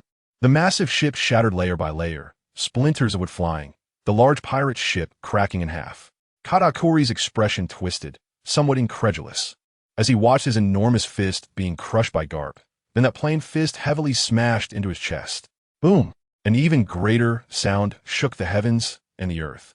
Katakuri's figure flew back like a meteor, smashing through the ship's rail, flying straight out, and actually crashing into the hull of Sengoku's warship, falling inside the ship. Garp! You bastard, what are you doing? Sengoku's frantic voice came. Sorry, I didn't control the direction well. This guy's strength is very strong. I can't hold back. Garp said, scratching his head awkwardly. Katakuri. Owen, grabbing onto the slowly sinking half of the ship, looked anxiously towards the warship. What are you looking at? Charlotte Owen. The lazily mocking voice of Kizaru rang in Owen's ears, making his hair stand on end. Lightspeed kick. Kizaru raised a leg, and a beam of golden light flashed suddenly. Owen's chest caved in, spitting blood, instantly shattering layers of the ship and plummeting straight into the sea. Owen, inside the warship's hull, Katakuri's face turned ugly. His observation Haki sensed that Owen was in trouble, but his own situation was also dire. Looking down at the clear fist mark on his chest, even Katakuri's eternally stoic demeanor showed signs of losing composure. Monkey D. Garp, is he the grandfather of the Straw Hat Kid? What a terrifying old man. Truly worthy of being a legendary marine, the hero Garp. Katakuri got up and looked around at the scene. Surrounding him were shattered wooden blocks, judging by the broken beds. This should be the quarters of the Marines on the warship. Taking a deep breath, Katakuri extended a hand and pressed it on the ground. Fruit awakening, flowing rice dumpling. In the blink of an eye, everything around began to transform into glutinous rice dumplings. Whether wood or steel, all were influenced and transformed by the power of the awakened fruit, turning into rice dumplings. In just a moment, half of the warship completely turned into soft, squishy rice dumplings manipulated by Katakuri in his hands. Just then, a circle of golden light shone through the gaps in the rice dumplings. Kizaru? No, it was Sengoku. Buddha Sengoku. Katakuri's expression changed, and with a wave of his hand, countless rice dumplings rose, forming layers of barriers in front of him, on the deck of the warship. Sengoku looked at the large portion of the ship that had turned into sticky rice dumplings with an ugly expression, so angry that he directly unleashed his power. Buzz! Sengoku's body swelled, infinite golden light bursting from his surface. In the blink of an eye, Sengoku transformed into a dazzling golden Buddha, his immense weight causing the warship to tilt upwards. Buddha's impact. Sengoku slapped out a palm, a spherical golden shockwave spreading, shattering walls of rice dumplings, reaching Katakuri inside. Wow! Katakuri spat out a blood arrow, glaring at Sengoku. Buddha Sengoku, his ability can actually penetrate my Haki defense and impact my internal organs. Where's the turning point? Where's the turning point? Katakuri frowned and pondered, but he couldn't think of any opportunity that might arise in this situation. Whoosh! Whoosh! Garp and Kizaru landed beside Sengoku, the three of them standing in a line, looking at Katakuri. An extremely oppressive aura pressed down on Katakuri. Fight! Katakuri gritted his teeth and roared, his fruit ability erupting again. Fruit awakening. Invincible donut. Glutinous dumpling chant. In an instant, the half of the warship that had turned into rice dumplings transformed into hollow, giant donuts, spinning upwards. Boom, boom, boom, boom. In the center of the donuts, huge black square arms emerged, as if from another dimension, attacking Sengoku and the others. Shaku K.G. Kizaru clasped his hands together, and countless golden rays shot out. Buddha's impact. Sengoku stepped forward, the massive golden Buddha slapped out, the shockwave surging. Garp had no techniques, moving in and throwing punch after punch, shattering the arms made of machi, getting closer and closer to Katakuri. 3 against 1. The situation was overwhelmingly one-sided. No matter how Katakuri continuously created giant fists wrapped in Haki, he still couldn't stop Sengoku and the others' advance. The golden shockwave broke through the rice dumpling obstacles, golden beams piercing through the giant arms, and Garp, like a bulldozer, was the first to break into Katakuri's front. Boom! Katakuri was once again sent flying by Garp. In midair, Kizaru's figure condensed, coming down with a kick. This was the Flying Thunder God's second stage. It was the lightspeed kick. Katakuri spat blood again, falling towards the deck. However, waiting for him was Sengoku's gathering momentum golden palm. Buddha's impact. Although Sengoku kept using that same move, Katakuri now was powerless to stop it. And the compressed golden shockwave hit his abdomen squarely, exploding inside his body. Boom! The sea surface rolled, waves rising and falling, and the golden shockwave spread out, forming circles of rippling waves. Ugh! Katakuri's pores erupted with blood oozing from his 7 orifices, his tall body becoming a bloodied figure, his breath dropping sharply. Clearly gravely injured. Trading a warship to capture 2 capable officers was still a worthwhile deal. Kizaru, holding a golden light sword, walked in front of Katakuri. The golden Buddha gradually shrank, Sengoku returning to his original form. A hint of a smile appearing on his face. This was the only good news in these past few days. Charlotte Katakuri, the top of the suite 3 generals. This guy is the backbone of the Big Mom pirates, managing many affairs in Tato land over the years. Garp also chuckled. Catching this big fish gives us the leverage to negotiate with people like Kaido. Are you talking about Alabasta? Sengoku frowned. At that moment, Katakuri, lying on the ground and gasping for breath, suddenly widened his pupils slightly, revealing a hint of a smile, murmuring, the turning point has come. The opportunity one foresaw has arrived. What are you talking about? Kizaru raised an eyebrow, somewhat puzzled. Why has it suddenly gotten dark? Cap suddenly expressed his confusion. As soon as Cap's words left his mouth, a sense of unease surged in the hearts of Kizaru and Sengoku. It wasn't just the 3 of them. All the remaining naval soldiers on the 2 warships looked up at the sky. What is that? A black cloud? Some soldiers whispered softly. High in the sky, a massive black shadow was moving rapidly from the direction of Wano, seemingly having spotted them. It traced an arc and flew towards them. As the shadow gradually descended, the soldiers and officers on the warships widened their mouths in shock and horror, expressions of astonishment blossoming on everyone's faces. Squawk! A sound tore through the sky as a super giant golden rock with a wingspan of 20 kilometers appeared, its lake-sized golden pupils reflecting the figure of Katakuri lying on the deck. This intense bloodline power, is it of the same origin as mine? That kid down there. Has he inherited the bloodline of my race? Is he another child of Linlin and me? Ha ha ha! Defeated by Carp and Sengoku. The shadow, which blotted out the sun, covered the 2 warships, bringing darkness to everyone. Carp, Sengoku, and Kizaru all stood on high alert, their expressions serious as they gazed at the golden bird. Ha ha ha! Carp! Sengoku! Ha ha ha! What are you 2 old men doing to my child? Katakuri's pupils dilated as the golden rock in the sky obscured all his vision. He could feel the blood within him boiling. His head felt restless, and the temples on both sides throbbed, as if something was about to break through and grow from within. Kaido!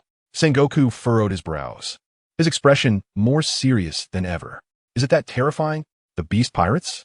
Kizaru clenched his lightsaber tightly, licking his lips. Carp! Sengoku! What are you 2 old geezers planning to do to my son? The wide wings of the golden rock revealed the figure of Charlotte Linlin. Mom! Katakuri exclaimed in joy. Big Mom is actually safe. She looked not only unharmed, but also appeared to have rejuvenated by several decades, becoming youthful and energetic. Roar! What a great way to welcome. Just as I enter the new world, I can have a good fight. Everyone, the beast god has emerged. Let's take down the navy below. Kaido let out a wild laugh, his massive body suddenly leaping down, directly plunging towards the warship. Carp clenched his fists and said solemnly, Sengoku, Kizaru, the situation is dire. Be careful. Kizaru felt his mouth go dry. 2 of the 4 emperors at their peak, and a monster stronger than the 4 emperors. Kizaru felt a sense of dread when it came to Kaido, the monster that had devoured the ancient giant beast, the giant elephant Zoe. As soon as it appeared, whoosh, whoosh, whoosh, figures shot out from Kaido's back like lightning, falling towards the sea. Leading them was Jean, transformed into a dragon. Kaisa lowered his altitude and opened his mouth to release a thick frost mist. Ha ha! Without a battlefield, how can we fight to our heart's content? Frozen for thousands of miles. Crack, crack, crack. The frost mist, as thick as a pillar of heaven, struck the sea, and in an instant, a large area of the ocean turned snow-white and crystal clear. The seawater rapidly froze, spreading and thickening. In just a breath, the sea area within hundreds of miles completely transformed into a glacier kingdom. This was Akiji's ability. Sengoku's fists cracked as he clenched them tightly. Whoosh! The massive bird that had covered the sky suddenly vanished without a trace, as if its earlier appearance had been an illusion. Tens of thousands of members of the Beast God Pirates appeared densely in the air dozens of meters above, descending towards the ice surface. Kill! In an instant, The shouts of battle shook the heavens. Prepare for battle. Sengoku roared suddenly. Gulp. Hundreds of Navy soldiers on 2 warships looked grimly at the dark mass of figures. Especially those 2 tall, familiar figures made them feel as if their legs were unresponsive, unable to move at all. Boom! With a thunderous explosion, a terrifying figure slowly stood up in the center of Sengoku and the others. Ha ha ha! Carp, it's been a long time.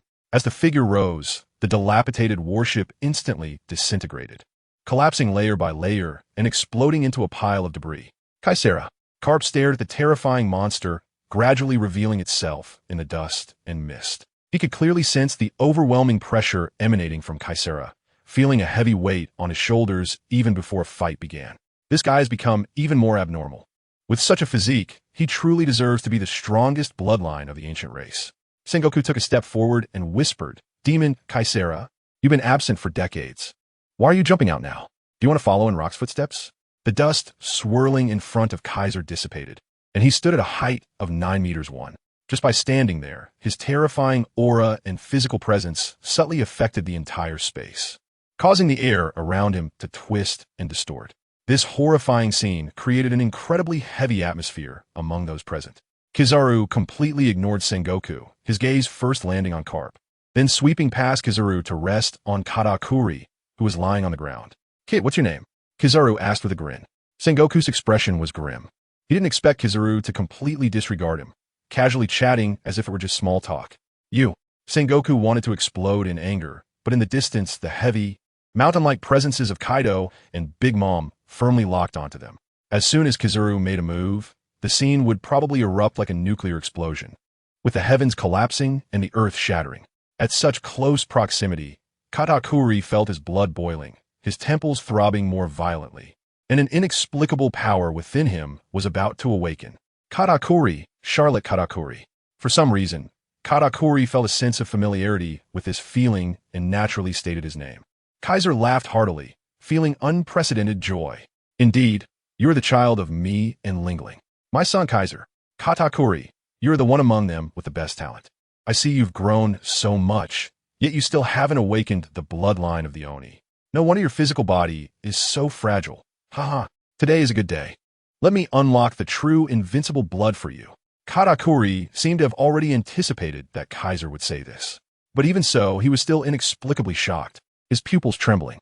Kizaru ignored the Wano country and walked directly towards Katakuri, his arrogant demeanor making it seem as if he were strolling in his own garden.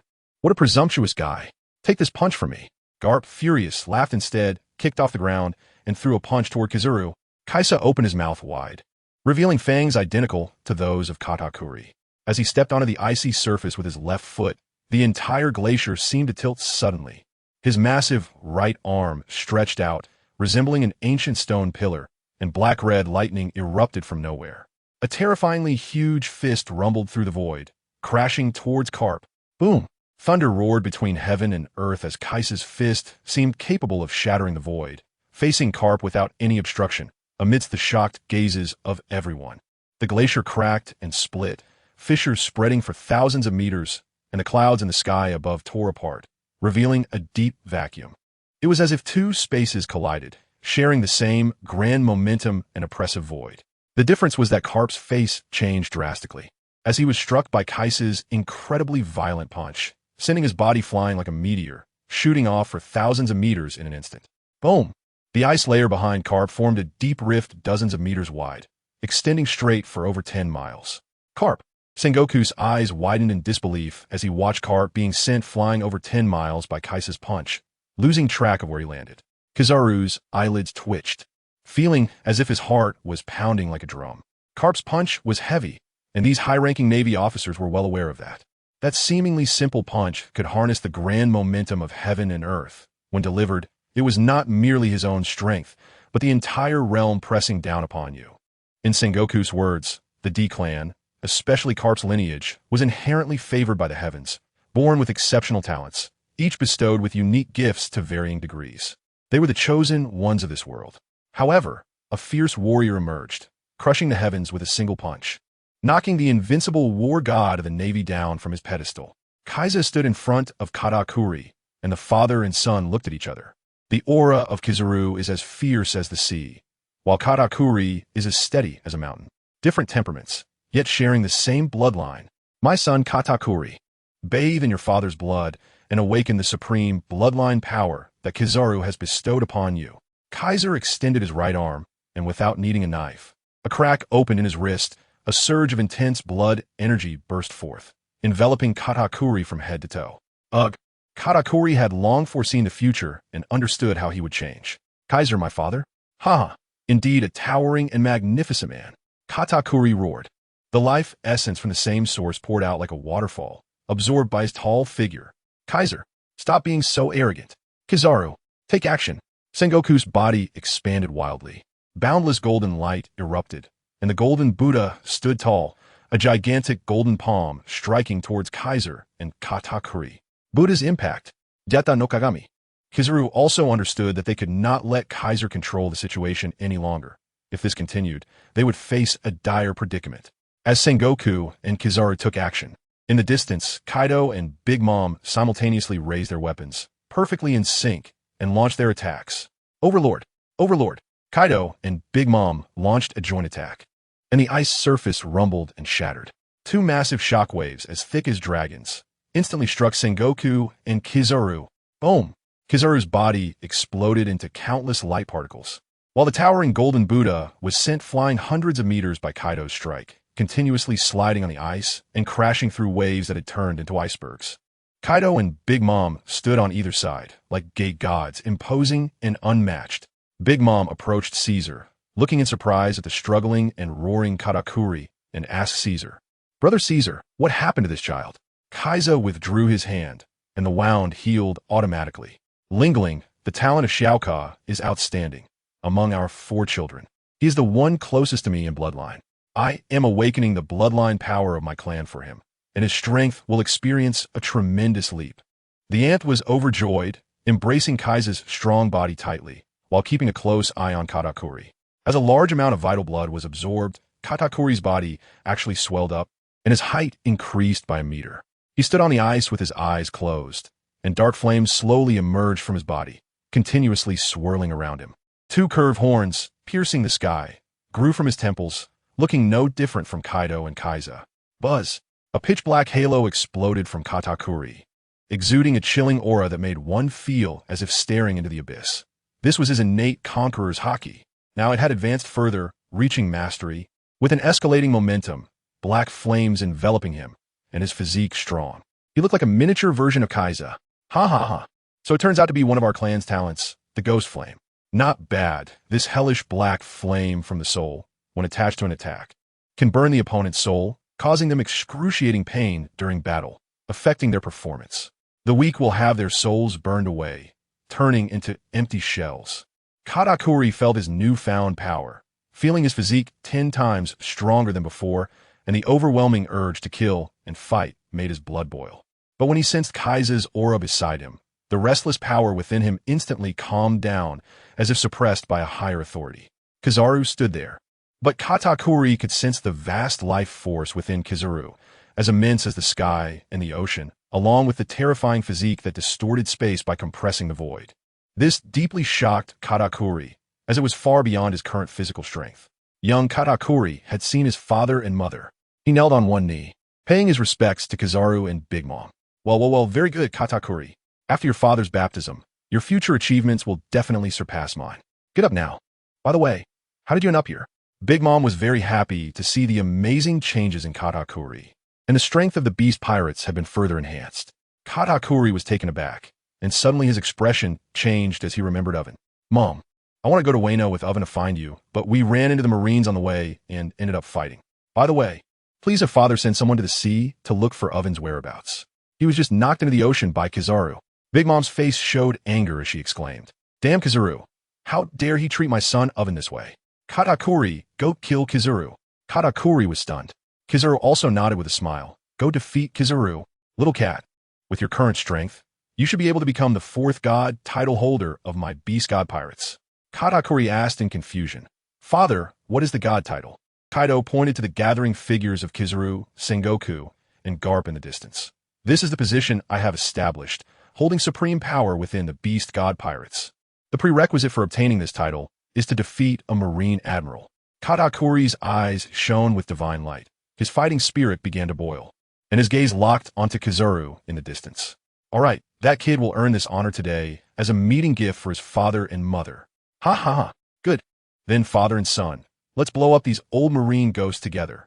Kaido and Katakuri exchange smiles, then vanish from their spot, heading straight towards Sengoku and the others. On the warship, Jinbe had a rear admiral from the headquarters under his foot, yawning out of boredom as he watched the overwhelming aura of Kaido's sons, astonished.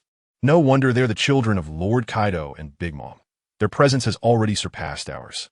Next to him, Quinn wore a troubled expression and muttered, "Damn it. How can we become stronger to gain the title of God?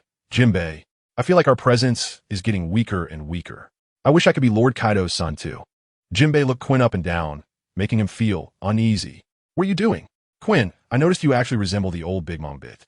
"Ha ha ha. Why don't you go and ask Lord Kaido? Maybe you really are his long-lost son." Jinbe laughed heartily. Little did he know. Quinn's eyes lit up as he stroked his chin, pondering the feasibility of the idea. Jinbe rolled his eyes and shook his head. "Quinn, you're hopeless." Even without Kaido and Big Mom joining the fight, the soldiers on the two Navy ships were quickly defeated by the members of the Beast Pirates. In terms of numbers and strength, the two sides were vastly different. Capture the high-ranking guys, then we can negotiate with the Navy and kill off the other useless ones. Perospero loudly commanded his siblings. He also noticed Katakuri's change and couldn't help but feel happy for his exceptionally talented brother. Kaido sat on the ice with an unhappy expression. Playing with his big club, he watched the battle between Kizaru and the three from the warlords, feeling frustrated that he had long wanted to fight but had no meat to eat. That bastard Kizaru had taken all his opponents. How infuriating. Why could that bastard's son awaken the demon flame, while his daughter Yamato showed no sign of bloodline power? It made him furious.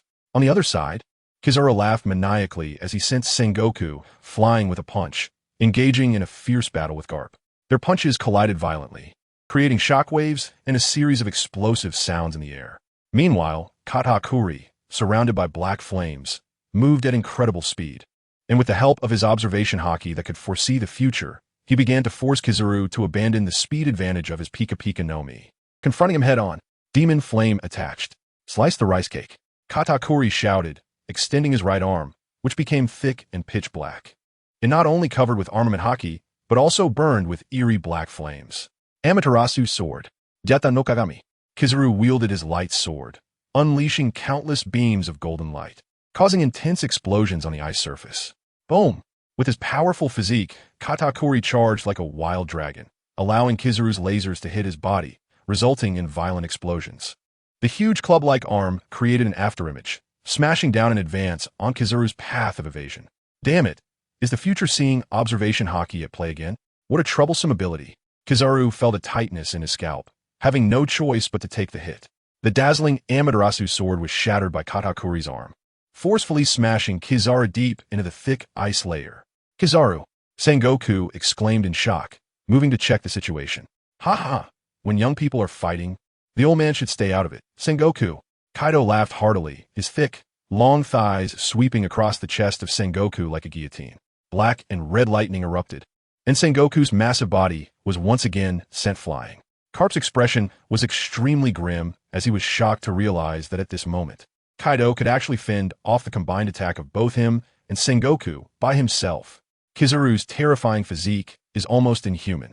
Even if Carp, by chance, manages to hit Kizaru's body under Sengoku's restraint, it wouldn't be enough to seriously injure Kizaru. At most, it would make him spit a mouthful of blood, and then he would continue fighting as if nothing happened.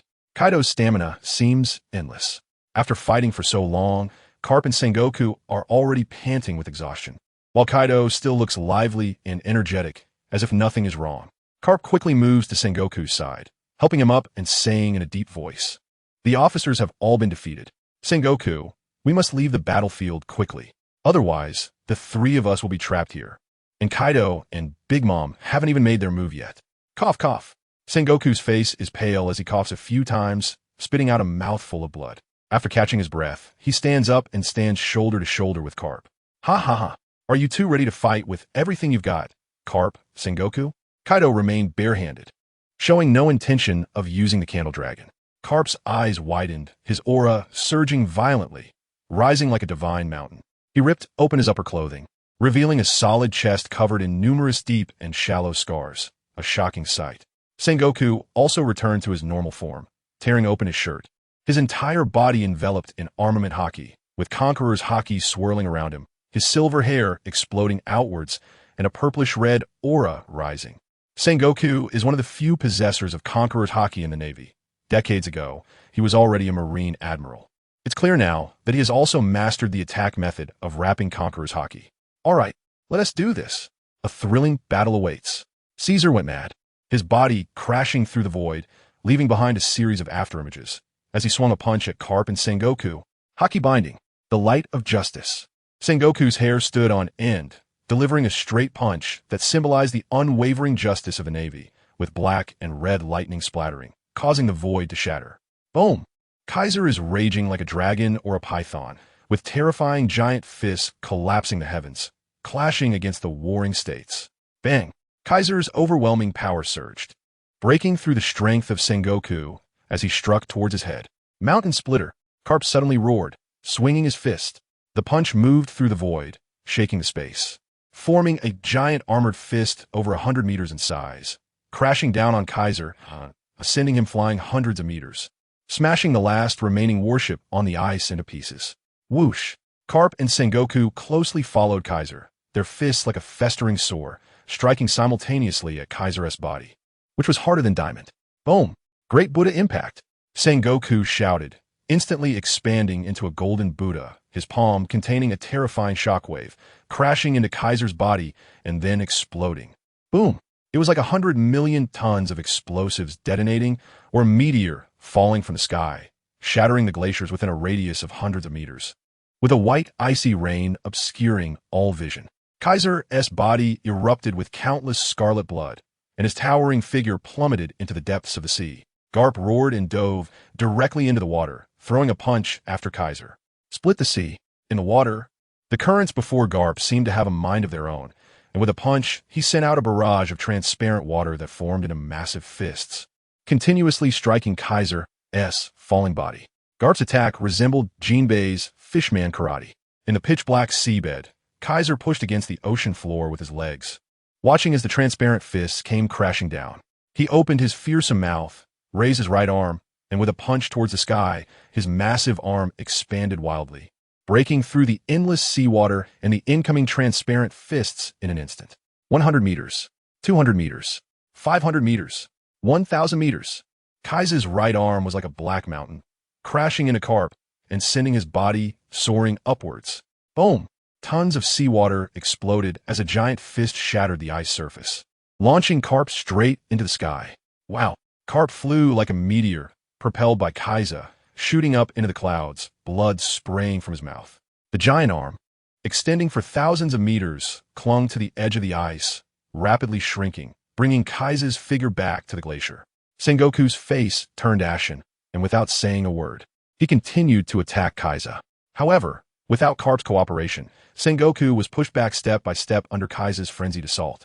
He was outmatched in power, in haki, and in physicality, facing an all-around suppression. Boom! Kaido once again unleashed his powerful punch, sending Sengoku, who had also used his powerful ability, flying hundreds of meters. At this moment, the battle between Katakuri and Kizaru had also reached its climax. Kizaru shot out a thick golden beam of light from his entire body, crossing space and hitting Katakuri in less than a second, striking him solidly. A blazing, deep red explosion erupted, centered around Katakuri. This strike was incredibly powerful, extinguishing the black flames on Katakuri's body and leaving a large, transparent hole in his towering figure. Damn it, was it predicted?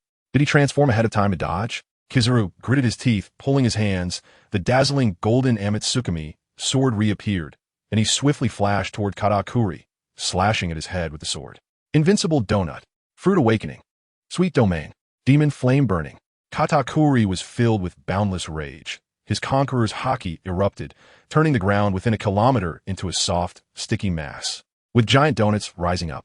Each one was as dark as ink, with black flames burning on top. Kizaru, after enduring so many burns from the demon flame, it should have some effect by now, right? Soul Black Flame, detonate for me. Katakuri roared, his right hand spreading open, as if releasing something.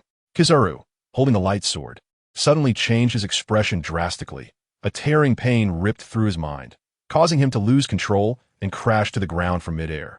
Large clusters of pitch-black flames erupted from Kizaru's body, burning fiercely. Kizaru dropped the light sword, holding his head in agony as his soul was crazily burned. The pain far exceeding that of the body, vividly reflected in his nerves. At this moment, the ground had already turned into a sticky, glutinous rice ball, and as Kizaru fell, it was like a bug caught in a spider's web, rolling and becoming increasingly wrapped and stuck by the sticky rice. Glutinous rice ball chant. Katakuri's towering figure stood tall, and above his head, giant donuts floated, resembling other dimensional spaces, with arms entwined in haki and demon flame, clenched into fists, raining down like a storm. Boom, boom, boom, boom, boom. In his agony, Kizaru had no power to resist, being continuously struck by countless fists. In a moment, Kizaru lost his combat ability, lying in the sticky, glutinous rice ball, beaten to a bloody pulp by Katakuri. Kizaru. Sengoku was filled with a mix of sadness and anger. Sengoku, do you still have time to worry about others? Kaido grinned and punched Sengoku deep into the ice layer. The 6-meter-tall Katakuri, surrounded by black flames, looked like a demon emerging from hell. Beneath him lay Admiral Kizaru, bloodied and sprawled on the glutinous rice ball ground. As the highest combat power of the Navy, Kizaru's strength was unquestionable, definitely a top-tier force. He possessed one of the fastest abilities granted by the Pika Pika no Mi throughout his career. He had achieved crushing victories in battles. Perhaps due to the overwhelming power of his devil fruit, Kizaru had not focused much on cultivating his haki and martial arts. His personality was laid back. His daily routine consisted of slacking off and showing off with his superhuman speed in various combat scenarios. Now, however, his super reflexes had been countered by Katakuri's foresight ability. His super speed was affected by the sticky ground, and after being burned and accumulated by the ghostly flames for a long time, Kizaru was suddenly overwhelmed by Katakuri's explosive attack, leading to a moment of loss of control. This was the consequence of a single misstep leading to total defeat. Katakuri, you actually defeated an admiral. Congratulations. You have become the 4th divine member of the Beast Pirates. Perospero's expression was complex, filled with surprise and disappointment, but more than that, he felt a sense of pride and joy as an older brother for Katakuri's growth. Katakuri retracted the black flames emanating from him, restoring his stern and unsmiling demeanor. Aside from his height and the long horns on his head, his appearance had not changed much. Brother Perospero, were you also saved by father? That's great. By the way, what about Owen? Has he been rescued? Katakuri had great respect for his brothers, especially for his older brother Perospero. Because of this respect, even though his strength could be considered the strongest under Big Mom in the Big Mom Pirates, he still remained humble and allowed his brother Perospero to handle significant matters. Perospero nodded. Don't worry, Owen has been found. He's fine, just took in some water and has some internal and external injuries. He will recover after a few days of rest. As the two spoke, soon, the other children of Big Mom also gathered around to congratulate Katakuri. Originally, Charlotte Flamp had lost her perfect image of Katakuri and felt disgusted, but now her gaze towards him was filled with awe. Especially upon seeing the 2 horns on Katakuri's head and his resemblance to Kaido, she no longer dared to criticize Katakuri's peculiar mouth as she had before. With Kizaru's defeat and Sengoku's consecutive retreats, this battle had essentially come to an end. Kaido and Big Mom exchanged a glance, standing up in perfect harmony, and began to move towards Carp and Sengoku. It was time to end this battle, when Sengoku once again struggled to pull his exhausted body out from the shattered ice. Facing Kaisa directly, Carp, who had been sent flying by Kaisa to an unknown height, also descended from the sky, using a punch to push Kaisa back, shielding his injured old friend Sengoku behind him.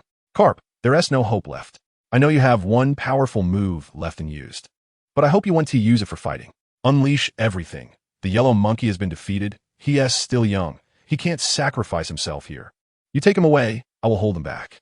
Sengoku's eyes were fixed on Kaisa, but he was quietly instructing Carp. Carp immediately rejected without looking back. Don't joke around, Sengoku.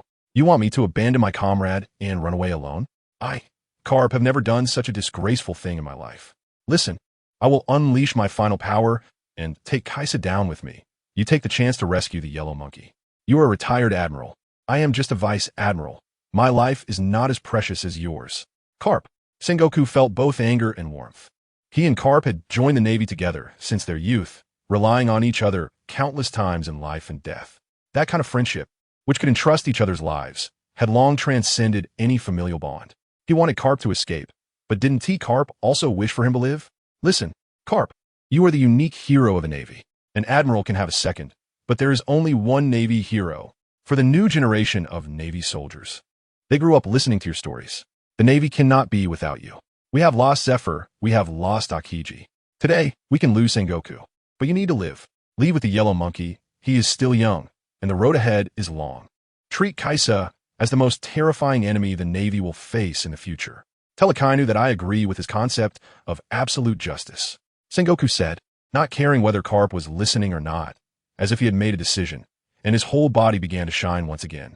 This time, unlike before, the light that Sengoku emitted was not just a solitary golden glow, but a golden hue laced with a hint of blood red. A massive golden red Buddha, solemn yet tinged with a sense of eerie determination. Sengoku.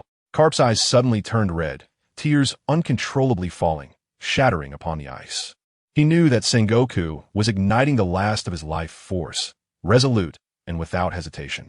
After today, it was likely that the Navy would lose another admiral who upheld justice. The wise strategist, Buddhist Sengoku.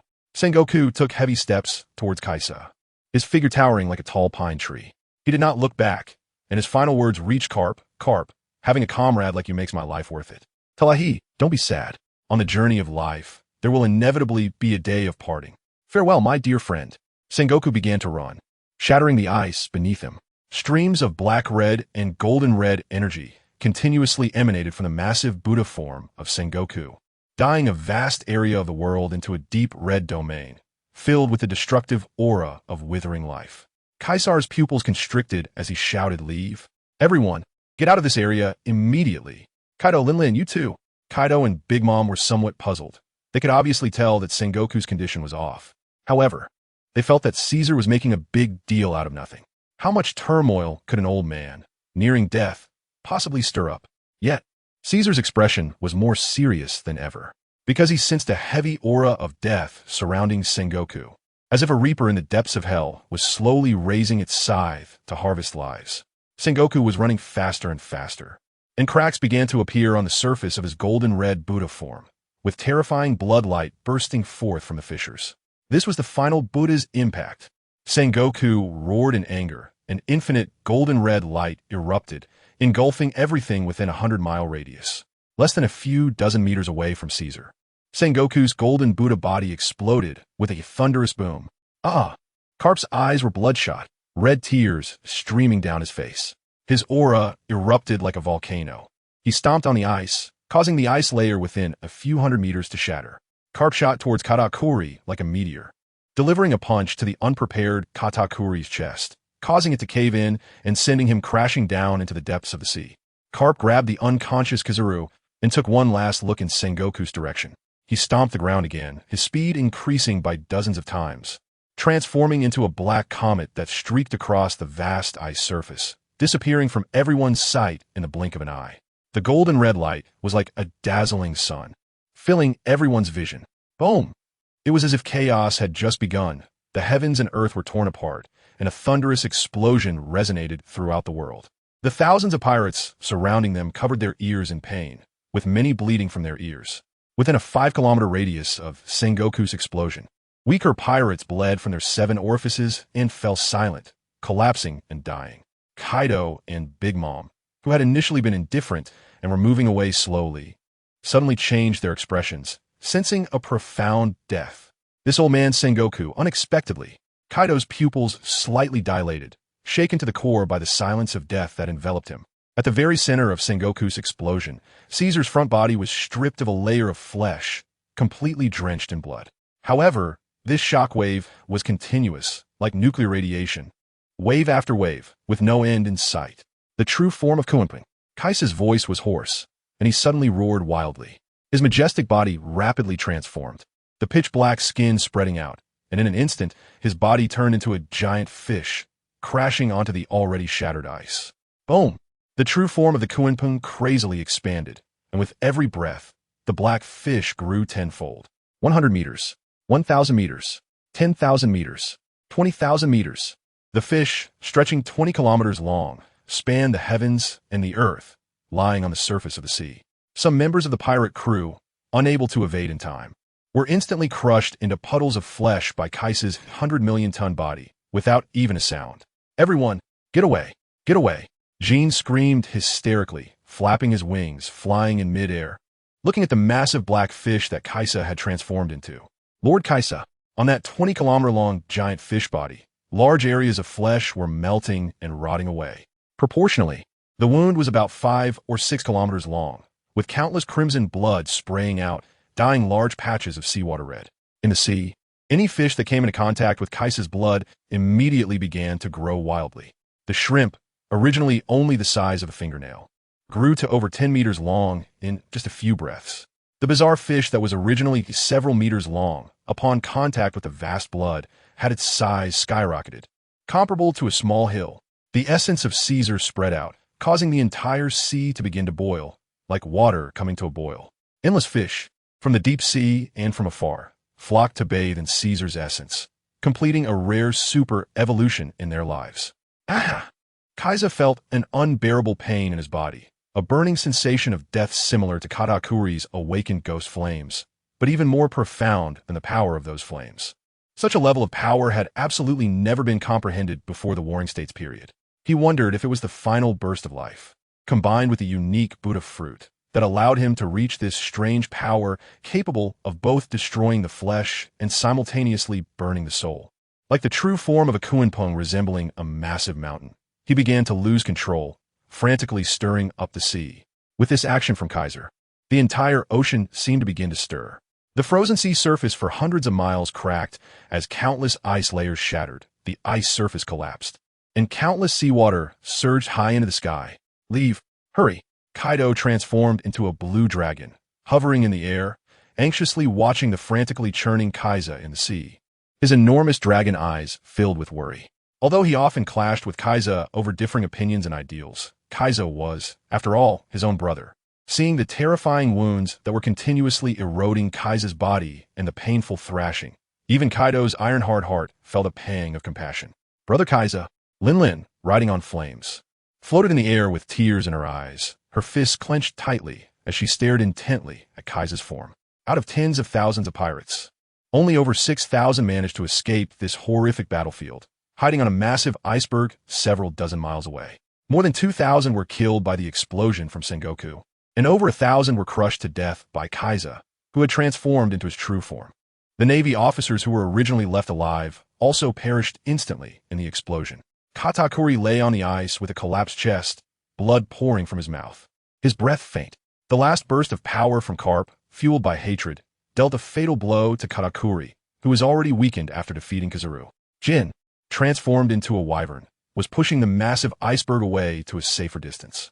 Because Kaisa's enormous body was still rolling and stirring in the sea, creating towering waves. Linlin, go help them leave this sea area first. Otherwise, everyone will perish here, Kaido shouted. However, Linlin was oblivious to his words, lost in a daze, her eyes only on Kaisa's figure. Sigh, crazy woman, I'll go myself. Kaido sighed, swung his dragon body, and approached the floating ice. On the floating ice, Yamato, handcuffed with sea prism stone, was also prominently present. Kaido glanced at Yamato and immediately unleashed his powerful wind control ability, creating a massive storm that propelled the floating ice rapidly forward. In the sea, Kaisa was still rolling, surrounded by countless fish that, like zombies besieging a city, frantically fought to consume the blood he was losing. As billions of fish feasted, Kaisa's blood was completely devoured. These crazed fish then set their sights on Kaisa, who bore a large wound. In an instant, numerous fish of all sizes opened their mouths and lunged at Kaisa's injury. Among them were even a few sea kings several kilometers long. Because blood was still seeping from Kaisa's wound, it was a fatal attraction for these mindless fish. However, Kaisa's wound was not a simple one. It was filled with the ultimate power of the Warring States before death, a force imbued with powerful death and destruction energy. Therefore, as soon as these fish approached Kaisa's wound, their bodies exploded, turning into countless bits of flesh, which were then fought over by other frenzied fish. Kaiser's mind gradually became hazy as he smelled the overwhelming scent of blood in the seawater. The ever-growing desire for slaughter in his heart was also crazily breeding. Finally, Kaiser opened his massive mouth, which resembled a great rift. In just an instant, billions of fish lost a large chunk of their population. The 10-kilometer-wide maw had no idea how many fish it had devoured in a moment. Once the vast number of fish entered his belly, they were obliterated by the chaotic aura within Kaiser, transforming into a continuous flow of essence and blood that replenished his body. The wounds were disintegrating, releasing essence and blood. Meanwhile, Kaiser was frantically consuming fish to replenish his essence. As one side diminished, the other grew. The enormous wounds on Kaiser's body actually began to heal. With countless fish continuously being devoured by Kaiser, the wounds on his body became smaller and smaller. In the end, only a narrow crack over a kilometer long remained, filled with the aura of death and destruction, unable to be washed away or obliterated by the essence and blood. Kaiser stopped devouring and eating these fish species did not lead to the evolution of his life. Perhaps only a supergiant creature like the Zao elephant could stimulate Kaiser's size to evolve once again. After Kaiser's injuries mostly healed, he felt weak all over and just wanted to sleep. His massive fish body began to shrink, reverting back to his human form. In the sky, Linlin, whose gaze was originally lifeless, suddenly awakened when Kaiser's gigantic fish form disappeared, hurriedly scanning the surface of the sea. Soon, Linlin spotted Kaiser lying on his back in the water, quickly sinking towards the seabed. Brother Kaiser. Linlin's expression changed dramatically. The enormous knife in her hand suddenly elongated and became incredibly soft, wrapping around Kaiser's body and pulling him up from the water. Linlin quickly checked Kaiser's condition, and when she discovered he was merely asleep, she let out a huge sigh of relief. As she stroked Kaiser's chest, her pupils suddenly narrowed at the sight of the unhealed pitch-black wound. Wano. Linlin thought of the last scene in Wano and sighed involuntarily. Suddenly, her gaze landed on a skeleton floating on the sea surface. The skeleton was tall, entirely golden, and shone brilliantly, glimmering in the sunlight. Linlin hesitated for a moment, but decided to retrieve the skeleton. This should be the remains of Wano. In the New World, in the land of Tsangyen on Santiago Island. This island covers an area of only a few dozen square kilometers, is sparsely populated, and countless fierce sea kings lurk in the surrounding waters. This unique geographical condition has made the island a true isolated island in the New World. At this moment, inside a solitary towering peak on this desolate white land, there was a spacious and flat hall, smooth corridors, and numerous large and small residences, looking as if they were gently smoothed rather than artificially excavated. In the spacious hall, instead of meeting tables, there were rows of beds. Shanks, with his red hair, and the tattooed revolutionary leader dragon, along with Chief of Staff Sabo, were inspecting the condition of the people lying on the beds. How is Ivan, Luffy's condition? Sabo couldn't help but ask Ivankov, who was checking Luffy's body. The Okama King Ivankov sighed, his expression heavy as he touched the pockmarked scars on Luffy's body and slowly said, Luffy has been poisoned by a very terrible toxin again. Another toxin? How does it compare to Magellan's? Shanks frowned, looking at Luffy, who had been unconscious for several days. I'm afraid this toxin is even more terrifying than Magellan's. Magellan's toxin mainly affects the mind and body, while this toxin targets only the body and has extremely powerful corrosive properties. Even a Straw Hat Kid, who developed a strong resistance to Magellan's toxin, would find it hard to withstand this. Ivankov shook his head again. Dragon's expression remained stern, showing no signs of worry. He spoke calmly. Is there any way to cure Luffy? Ivankov nodded yes, and there are quite a few options like Law's fruitability, which could solve Luffy's problem once and for all, but doing so would put Law's life in jeopardy. The kid has also been through a life-and-death situation this time. Alternatively, we could have Marco treat Luffy, but you all know Marco's condition. The injuries he sustained in Wano far exceed his capacity to bear. Even Marco's own injuries haven't fully healed, let alone helping Luffy. If we force him to treat Luffy, Marco would undoubtedly die. As Ivankov explained, the expressions of the few people grew increasingly grave. The petite Carla noticed Sabo, gritting his teeth, tightly clenching his fists with tears in his eyes, and hurriedly went to his side, gently hugging him and patting his head. Sabo, don't cry. Luffy will be fine. However, Sabo couldn't hold back the tears that welled up in his eyes because of her comfort, and they fell like a kite with a broken string, soaking Carla's clothes. Shanks sighed. Is there anything else? There is another healing ability. I once heard that the owner of this fruit can absorb the healing power of others to heal the injured, as long as the absorbed healing power is sufficient. Even the most severe injuries can be healed. Upon hearing this, Shanks' expression finally softened a bit, and he forced a smile. The owner of the healing ability is the Little People's princess from Dressrosa, Mancherry. She also knows Luffy and the others, so that will make things easier. We can send someone to Dressrosa to bring Princess Mancherry over, or send Luffy to her. With this answer, Shanks sighed in relief. He didn't care about the others. For example, Kid had broken both legs but was otherwise fine. He had been in a daze since returning, as if he had gone mad. Additionally, Jinbe, the Shark Man, had also sustained serious injuries. He had been hit by Kaiser's powerful punches multiple times and had concave bones in his chest. Even with Jinbe's strong healing abilities, he couldn't fully recover in a short time. Then there was Law, who was recuperating alone elsewhere, and Marco. These individuals, without exception, had suffered extremely serious injuries, both mentally and physically. Especially for Law and Kid, they had lost all their comrades who had been like brothers to them in the battle in Wano. The blow to young men like Law and Kid was truly immense. Even among Luffy's crew, they had lost a companion, the Soul King Brook. When Shanks appeared at the foot of the mountain, Sanji, Nami, and the others, who had been waiting for a long time, rushed over to inquire about Luffy's condition. It wasn't that they didn't dare to approach, but they were too afraid. They had already lost Brook and didn't want to lose Luffy, their pillar of support. Everyone was scared, and Shanks sighed inwardly as he scanned the faces of several people. Sanji, with his golden hair turning gray and wrinkles forming on his face. Chopper, with his abdomen wrapped in bandages, still stained with blood. Nico Robin, severely burned but incredibly strong, had woken up and was still taking care of others. Zoro, who had lost an arm, was regaining his normal form, but was holding the remaining Enma with a vacant expression, seemingly lost in thought. Frankie, who had transformed himself into a vehicle. The only two uninjured members of Luffy's crew were Usopp and Nami, along with the unconscious Luffy and Jinbe. The outcome was indeed tragic, with almost everyone suffering significant losses. However, compared to Law and Kid, it was much better. Shanks shook off his thoughts and smiled. Everyone, don't worry too much. Although Luffy's condition is serious and he is still unconscious, there's a possibility of healing, and that includes your injuries as well. Really? That's great. Luffy is fine. That's so great. Chopper was the first to cry, having been worried sick about Luffy these days. That day in the Flower Capital, if Chopper hadn't desperately intervened, the blade from the flames would have pierced Luffy's heart directly. If his heart had been pierced, no matter what kind of drum of liberation, it wouldn't be able to beat again. Luffy, this fake rubber man, the true sun god, would meet his end after 800 years of fate. Nami also had tears in her eyes. What about the healing method? Princess Mancherry of Dressrosa. You must all know her. Her ability can heal wounds. Are you all deciding to go to Dressrosa or stay here?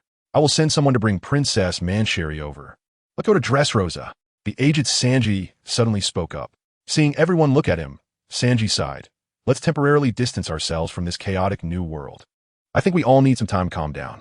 This time, we have truly lost too much. After Sanji finished speaking, his eyes turned red, and he turned away to look elsewhere. However, he saw Zoro, who was in a daze, with his empty left arm, and Frankie, who had become motionless like a vehicle. The pain in his heart grew heavier, and he shakily pulled out a cigarette, putting it in his mouth, but after fumbling for a long time, he couldn't find a lighter.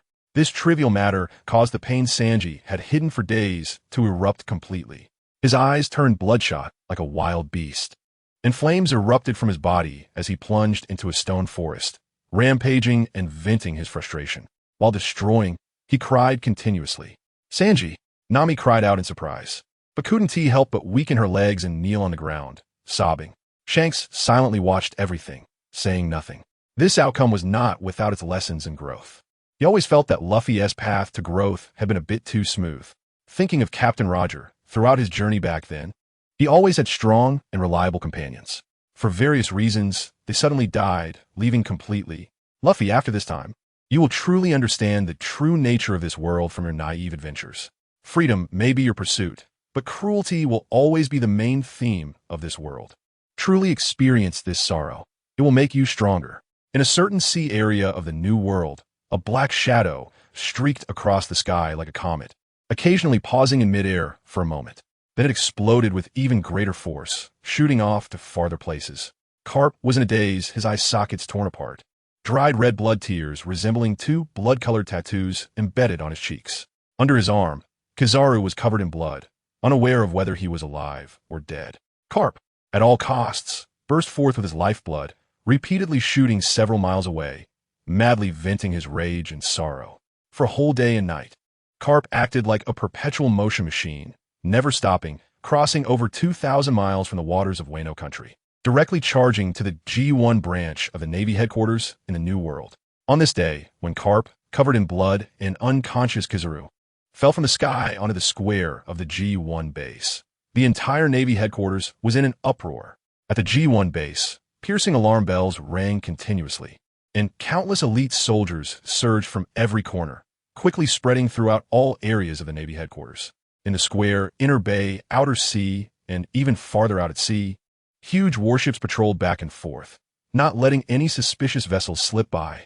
One by one, wearing justice cloaks, with tense and incredulous expressions and immeasurable anger, the officers rushed into the highest conference hall of the Navy. Inside the hall, it was already a sea of people, with one determined and angry face after another. Powerful Navy generals. Everyone's gaze was focused on the center of the hall. There, Admiral Kizaru, covered in blood, had his bones visibly twisted abnormally, unconscious. And another person was none other than the invincible myth of the Navy, Hero Carp, who was now tightly closing his eyes, his breath like a candle in the wind, as if it could extinguish at any moment. Below his eyes were 2 lines of blood tears. Who can tell me what on earth is happening here? The legendary Vice Admiral of the Navy, Chief Advisor Hark, completely lost her usual calm demeanor, cradling Carp's head and shouting angrily at everyone around her. As her gaze swept over them, the tall and strong generals all dared not make eye contact. Bang! The hall's door was suddenly slammed open, and Fleet Admiral Akainu rushed in, emitting white smoke, looking frantic. Behind Akainu were several masked CP0 members and Admiral Fujitora, leaning on his cane sword. Borsalino, Carp, how could this happen? How could this happen? Akainu saw the 2 people lying on the hall floor, and his vision darkened, his burly body swaying, nearly falling over. Hark suddenly stood up, walked a few steps to Akainu, and in front of everyone's shocked gaze, raised her hand and slapped Akainu hard. The hall instantly fell silent, so quiet that a pin drop could be heard. Hark's chest heaved violently, her face frosty, trembling as she pointed at Akainu's nose and shouted, "Sakazuki, what mission did you assign them? Why did this situation occur? Where is Sengoku? 5 warships went out, not a single one returned. Where is Elamaki? Why have Carp and Borsalino turned out like this?" Akainu, who had been slapped and was being accused, did not get angry. Instead, he gritted his teeth, his eyes reddening, and roared at everyone around him. "Where are the doctors? Where are the medical personnel? If they don't come soon, I'll kill him myself." As soon as he finished speaking, several medical personnel in white coats rushed into the hall, sweating profusely and panting, looking at Akainu. Akainu fumed, raising his fist, bubbling with hot magma. "What are you looking at? Hurry up and treat Vice Admiral Carp and Borsalino." The medical personnel, trembling with fear, knelt beside Kizaru and Carp, checking their injuries. In the hall, aside from the busy sounds of the medical staff, everyone else dared not breathe loudly. After a long time, a leading doctor raised his head, wiped the sweat from his brow, and said, "They are temporarily not in life-threatening situations. Admiral Kizaru's injuries are more severe. Most of his muscles and bones are torn and shattered. He needs to be sent to the medical room for further treatment. Vice Admiral Carp's situation is more complex. His vitality has been severely depleted, but he has no significant injuries. I suspect he must have exploded with potential, which led to some physical loss. With the special medicine developed internally by the Navy, Vice Admiral Carp should be able to recover from the physical damage and wake up." Akainu immediately urged, "Then what are we waiting for? Hurry and send Borsalino to the medical room and give Vice Admiral Carp the special medicine. We need to understand the specific situation." "No." Hark's face turned pale, glaring at Akainu, her furious expression making Akainu shrink his neck. Hark looked at Carp, who appeared aged. With a hint of painful sorrow on her face, as if she had guessed something, her eyes slightly reddened. She coldly said, "You all know the rapid effect of the special medicine. It is for emergencies, not for treatment. Carp is already like this. He cannot suffer any more unexpected injuries. Let the best medical team take over and treat Carp's injuries in the most stable way. But doing so would take a lot of time." The leading medical personnel was still explaining, but was frightened into silence by Hark's cold gaze. Not daring to say another word, Hark coldly said to the nearby mass CP0 members, "You few, immediately go back to the world government, report to the Gorosei and the Celestial Dragons, to give me the best medical personnel from Mariehua to treat Carp and Kizaru. Hark's tone was resolute, leaving no room for doubt, as if it were a command. You, a masked man, let out an angry word from his throat, but was instantly pulled back by a companion beside him. In that moment, everyone in the hall, including Akainu and Fujitora, fixed their murderous gazes on these few CP0 members, the tide of killing intent making them tremble. Please rest assured, Vice Admiral Akainu, we will return to Mariehua immediately. We will definitely carry out your orders. A tall masked man said nervously, hurriedly dragging his stiff companion away in a dejected manner. After the medical staff took Carp and Kizaru away, everyone in the hall looked back at Akainu. Sakazuki, you tell us, what mission did they go on this time? Akainu spoke in a deep voice. Akainu's expression was grim as he looked at everyone, and after a long pause, he finally spoke. They went to the seas outside Wano. Previously, I received a call from a snail phone from Alabasta, but the person on the other end claimed to be a man named Caesar. Akainu frowned. Caesar? Wano. Could it be Kaido's brother, the demon Caesar? Kaido's brother? The hall erupted in an uproar. Akainu glanced at Akainu and nodded. That's right, it's that demon Caesar. He said Alabasta is in his hands, and we don't know the specific situation. So Sengoku suggested that Kizaru, Carp, and he lead 5 warships to the seas outside Wano, waiting for the people inside to come out before executing the capture plan. The atmosphere in the hall was extremely heavy. The scarred-faced Vice Admiral Ghost Spider stood up and asked in a deep voice to be able to defeat Fleet Admiral Sengoku. Vice Admiral Carp and Admiral Kizaru, along with 5 warships on this sea, can be said to be unique. What exactly happened? Just relying on that Caesar? Even if he is Kaido's brother, he is at most comparable to Kaido, or even inferior. I really don't know what kind of scene that was. However, Akainu's expression was very grim as he shook his head. It's not just that. Just 2 days ago, I received a call from Sengoku. He said that as soon as the 5 warships arrived at the seas outside Wano, 3 of them were destroyed by a sudden tsunami. Moreover, after Kizaru's investigation, they discovered a terrifying fact. In Wano, not only is there the unfathomable Caesar, but also the resurrected Kaido and Charlotte Linlin. What? Kaido and Big Mom are both resurrected? How is that possible? Just a few days ago, it was confirmed that they were defeated by the Straw Hat Kid and others, and their whereabouts were unknown, with their lives or deaths unclear. The generals in the hall looked at Akainu in disbelief. Akainu continued in a deep voice. Not only that, but Caesar has established the Beast Pirates, and both Kaido's Beast Pirates and Big Mom's pirates have merged under his command. He has become the captain of Kaido and Big Mom. Moreover, according to Kizaru's information, this person's strength is probably even above Kaido. He can transform into giant fish and birds dozens of kilometers long, and that walking sea giant, the 1,000-year-old elephant Zoe, was directly eaten by Caesar. Silence. The hall fell into a terrifying silence, with shock and horror on everyone's faces. Fujitora tightened his grip on his cane sword, his voice hoarse. It seems that another terrifying force has emerged on the sea. Marshal Akainu, how should we deal with this force? They seem to be even more terrifying than the usual 4 emperors. The Rock's pirates, Akainu suddenly said. Everyone looked at Akainu again, and she continued. The demon Caesar is ambitious, not inferior to the Rocks of that year. Now that he has returned strongly, he must want to rebuild the Rock's pirates. His ambition is great. However, at the peak of Rock's time, his strength was many times more terrifying than Caesar's current power. And what was Rock's ultimate fate? Wasn't he defeated? So you don't need to worry too much about this. Let the pirates of the New World fight among themselves due to this shark's arrival. That night, in the Navy headquarters medical room, Akainu sat alone next to the sleeping Carp, looking at the bloodstains on his cheek, which could not be washed away no matter how much one tried, as if deeply branded into flesh or heart. Just as Akainu's gaze was vacant, lost in thought, Carp, who was in a deep sleep, suddenly trembled, bolting upright, his eyes wide open, bloodshot, and letting out a dull roar from his throat like an injured beast. Akainu was overjoyed and hurriedly went forward to grab Carp's arm. Carp, you're awake? You're finally awake. That's great. Akainu said, her eyes reddening, her nose feeling sour. Carp was gasping heavily, as if he had just had a nightmare. His gaze was unfocused, scanning the medical room as if searching for someone's figure. For a long time, Carp found nothing until his arm was shaken continuously by Akainu, and his eyes slowly focused on her.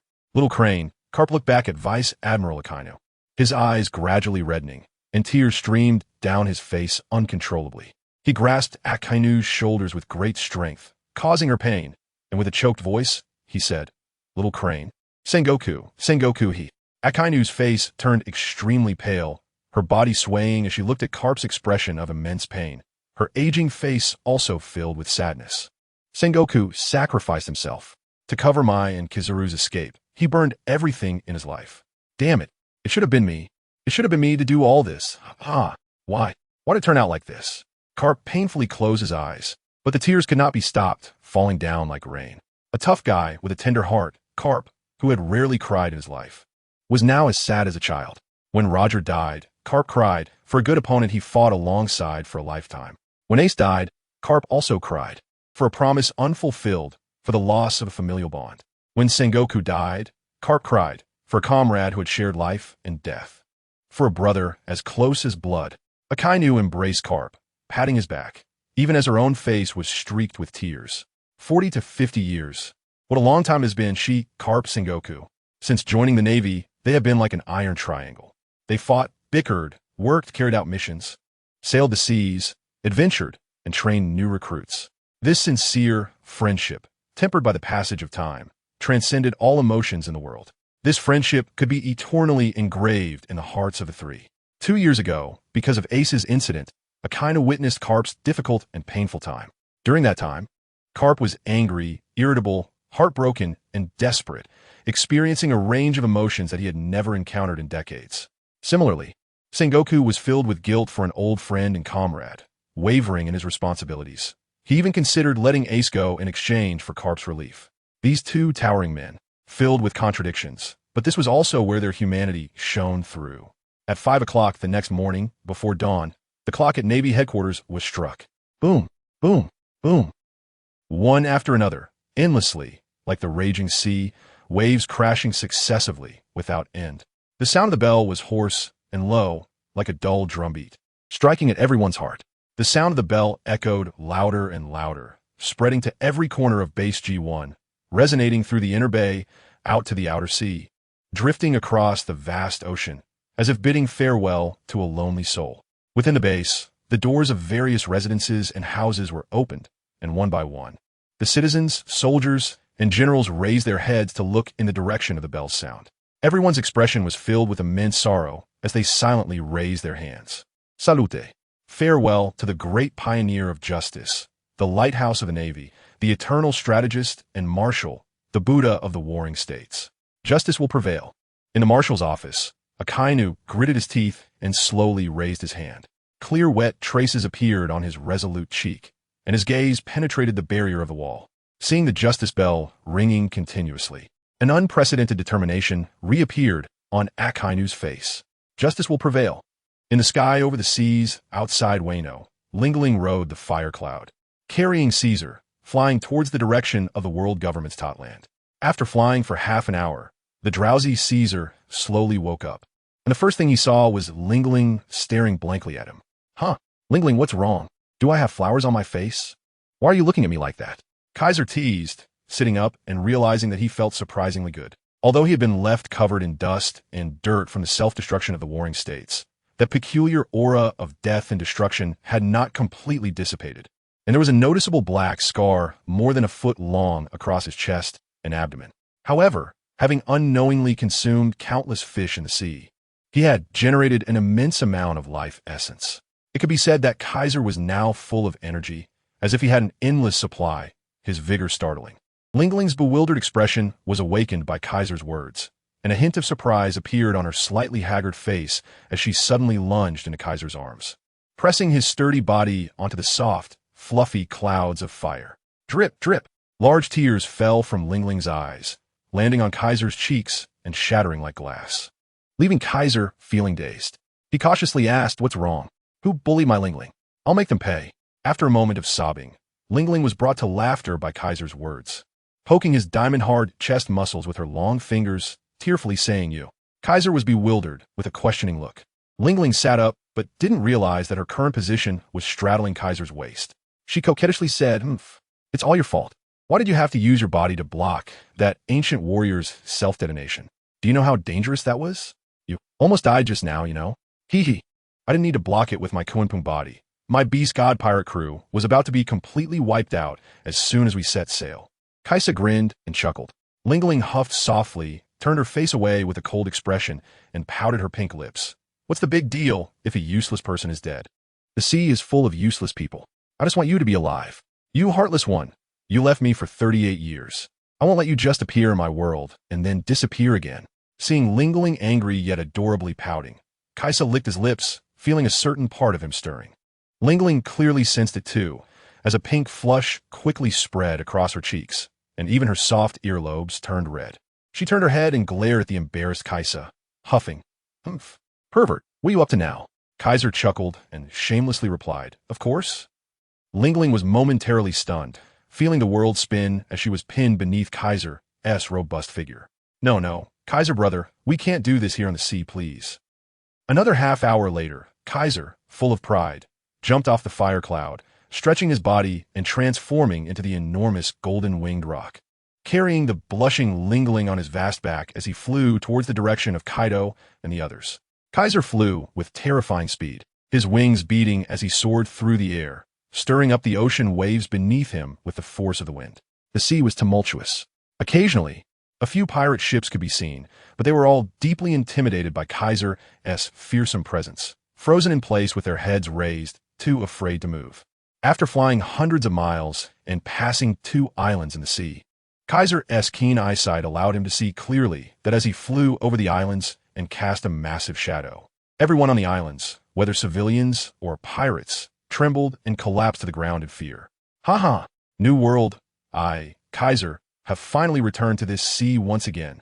Kaisa soared with incredible speed, like a giant floating island gliding through the sky. Brother Kaisa, look quickly, Kaido and the others are down there. Hee, that silly brother Kaido is working as a laborer. It's really a rare sight.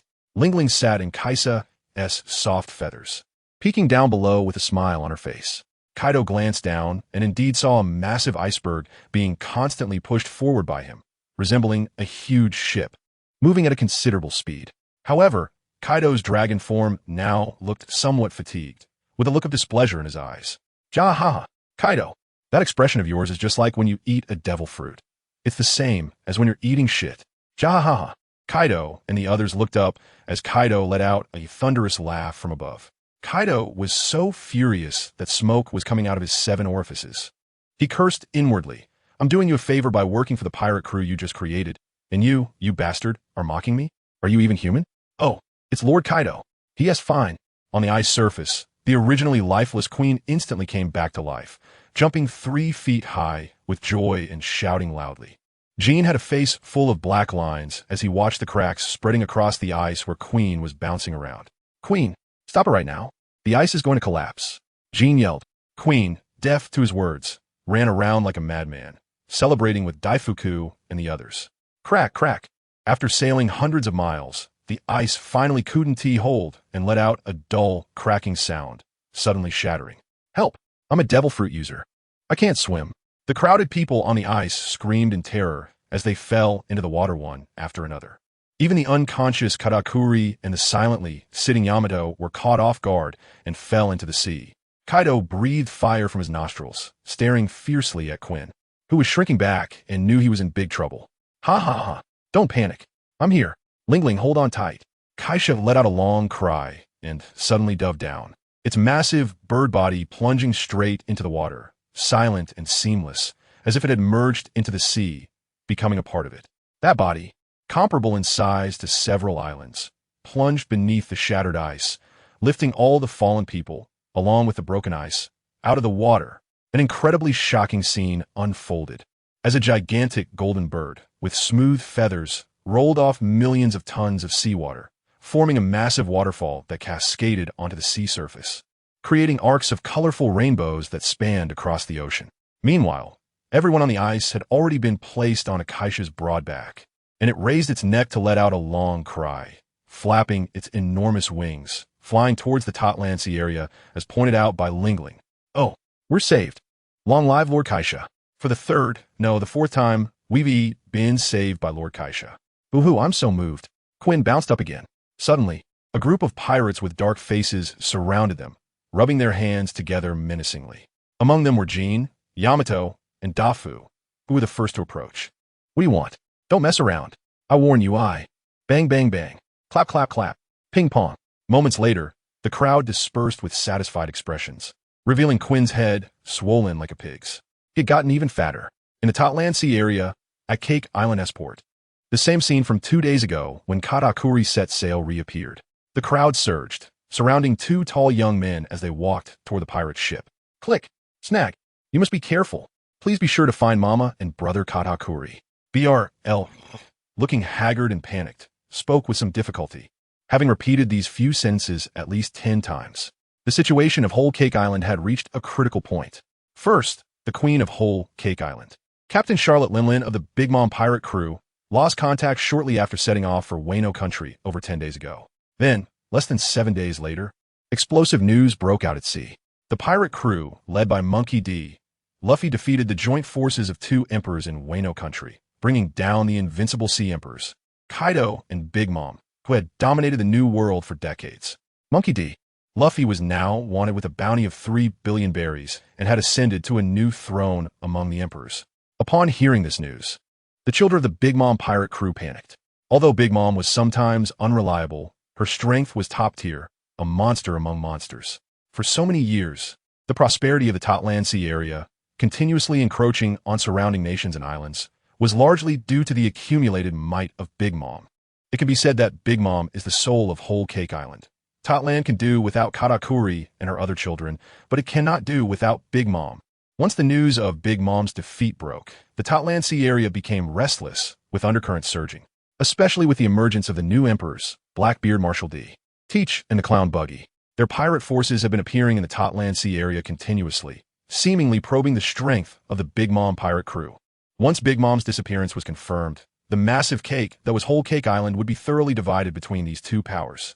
Therefore, as the strongest among Big Mom's children, Katakuri stepped forward to head to Wano, carrying everyone's hopes to find Mama.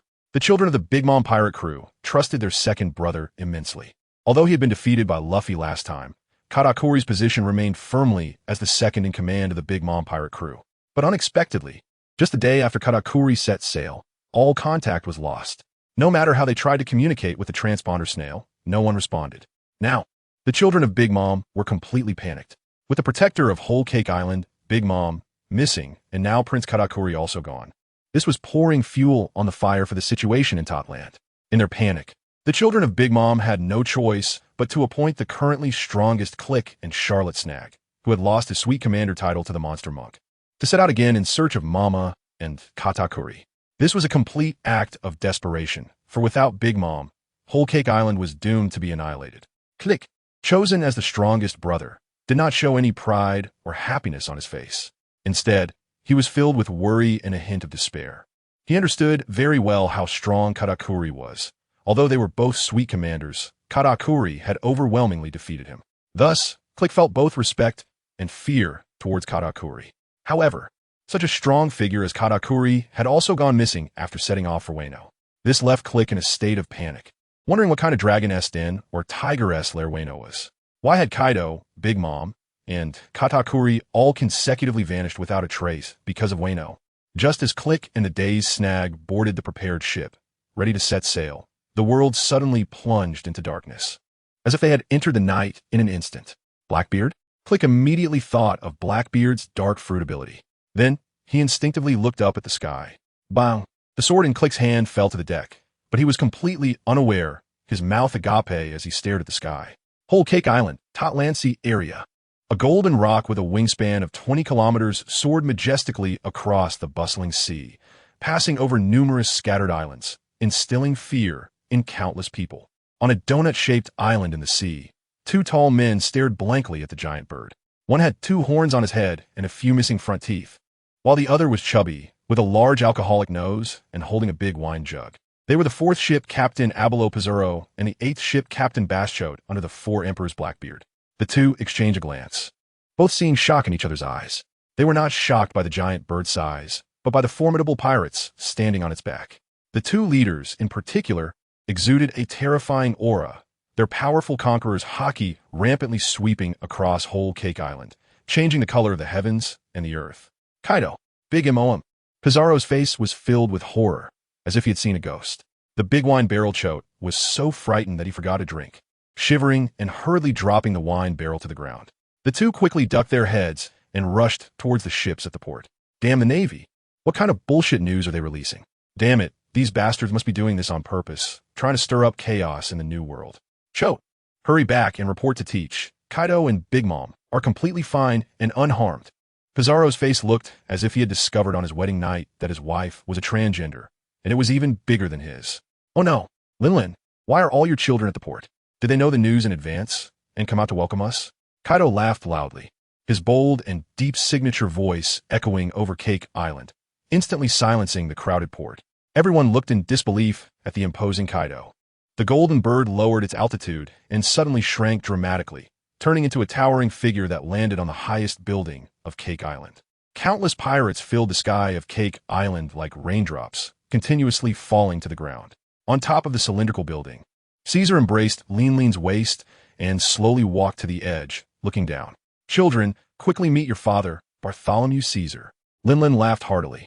Thud. On Cake Island. Bruley and the other children who stayed behind, along with the crew on the ship, Koreha and Snag, were all stunned. Mom. It's Mom who's back. Suddenly, everyone cheered loudly. The heavy stone that had been pressing on their hearts finally lifted. These children, who had endured tremendous pressure, couldn't help but burst into tears, their eyes brimming with hot tears. The next day, Totland. With the appearance of Kaido and Big Mom, the entire Totland erupted in excitement.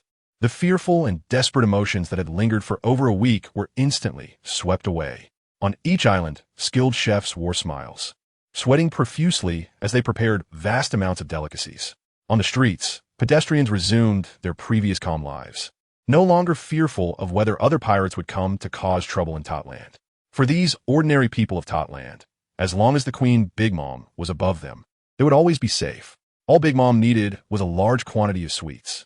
At the core of Totland, on Cake Island, at this moment, it was bustling with activity as beautiful maids served delicious food delivered from one ship after another, continuously passing it to every table in the square. The tables were filled with fierce-looking pirates, the givers, the laughing ones, the Onis of Wano, the warriors of Wano, the elite of Big Mom's pirates and Big Mom's children. Everyone wore smiles, raising their glasses to each other, enjoying the moment. At the center of the square stood an enormous round table, laden with a dazzling array of rare delicacies. Large barrels of fine wine were placed beside the big round table, where a dozen burly strongmen stood respectfully, ready to serve wine to the distinguished guests seated at the table. The most eye-catching figure at the round table was undoubtedly Caesar, who sat at the center, his towering and mighty stature exuding an overwhelming aura, like a demon god descending upon the world. At this moment, Caesar wore a smile like a kind elder, constantly nodding at Linlin's children. Ha ha ha, Linlin, your place is still bustling. Look at what Kaido has done to Wano. It's all smoke and ruins, such a poor backwater.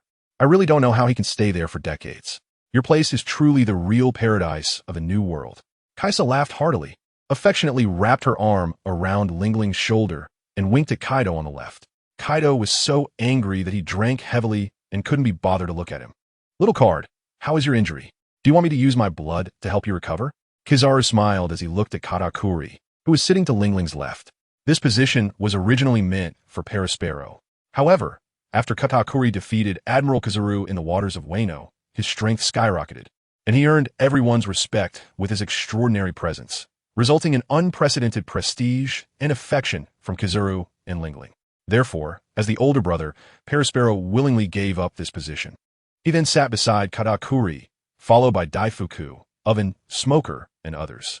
At this moment, Katakuri was sitting on a massive stool, standing at 6 meters tall, making him stand out.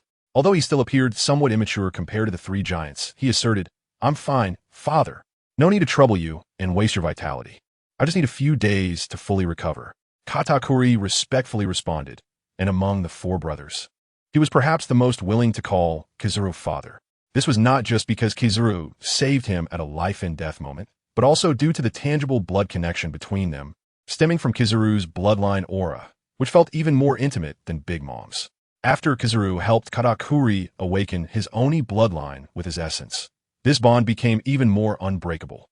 Around the round table, Katakuri's left hand reached out, and one by one, Lingling's children, whether curious, in awe, or silent, occasionally glanced at Kizaru at the center.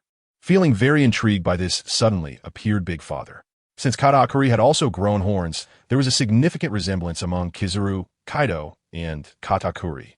Kaido's big dad, Kaisa, can affectionately hug their mothers and make jokes about Kaido without any hesitation, all of which indicate Kaisa's strength and mystery. Come on, kids, stand up one by one and introduce yourselves to your father and Uncle Kaido. From now on, we are all family. Our Charlotte family will be renamed the Barbarossa family.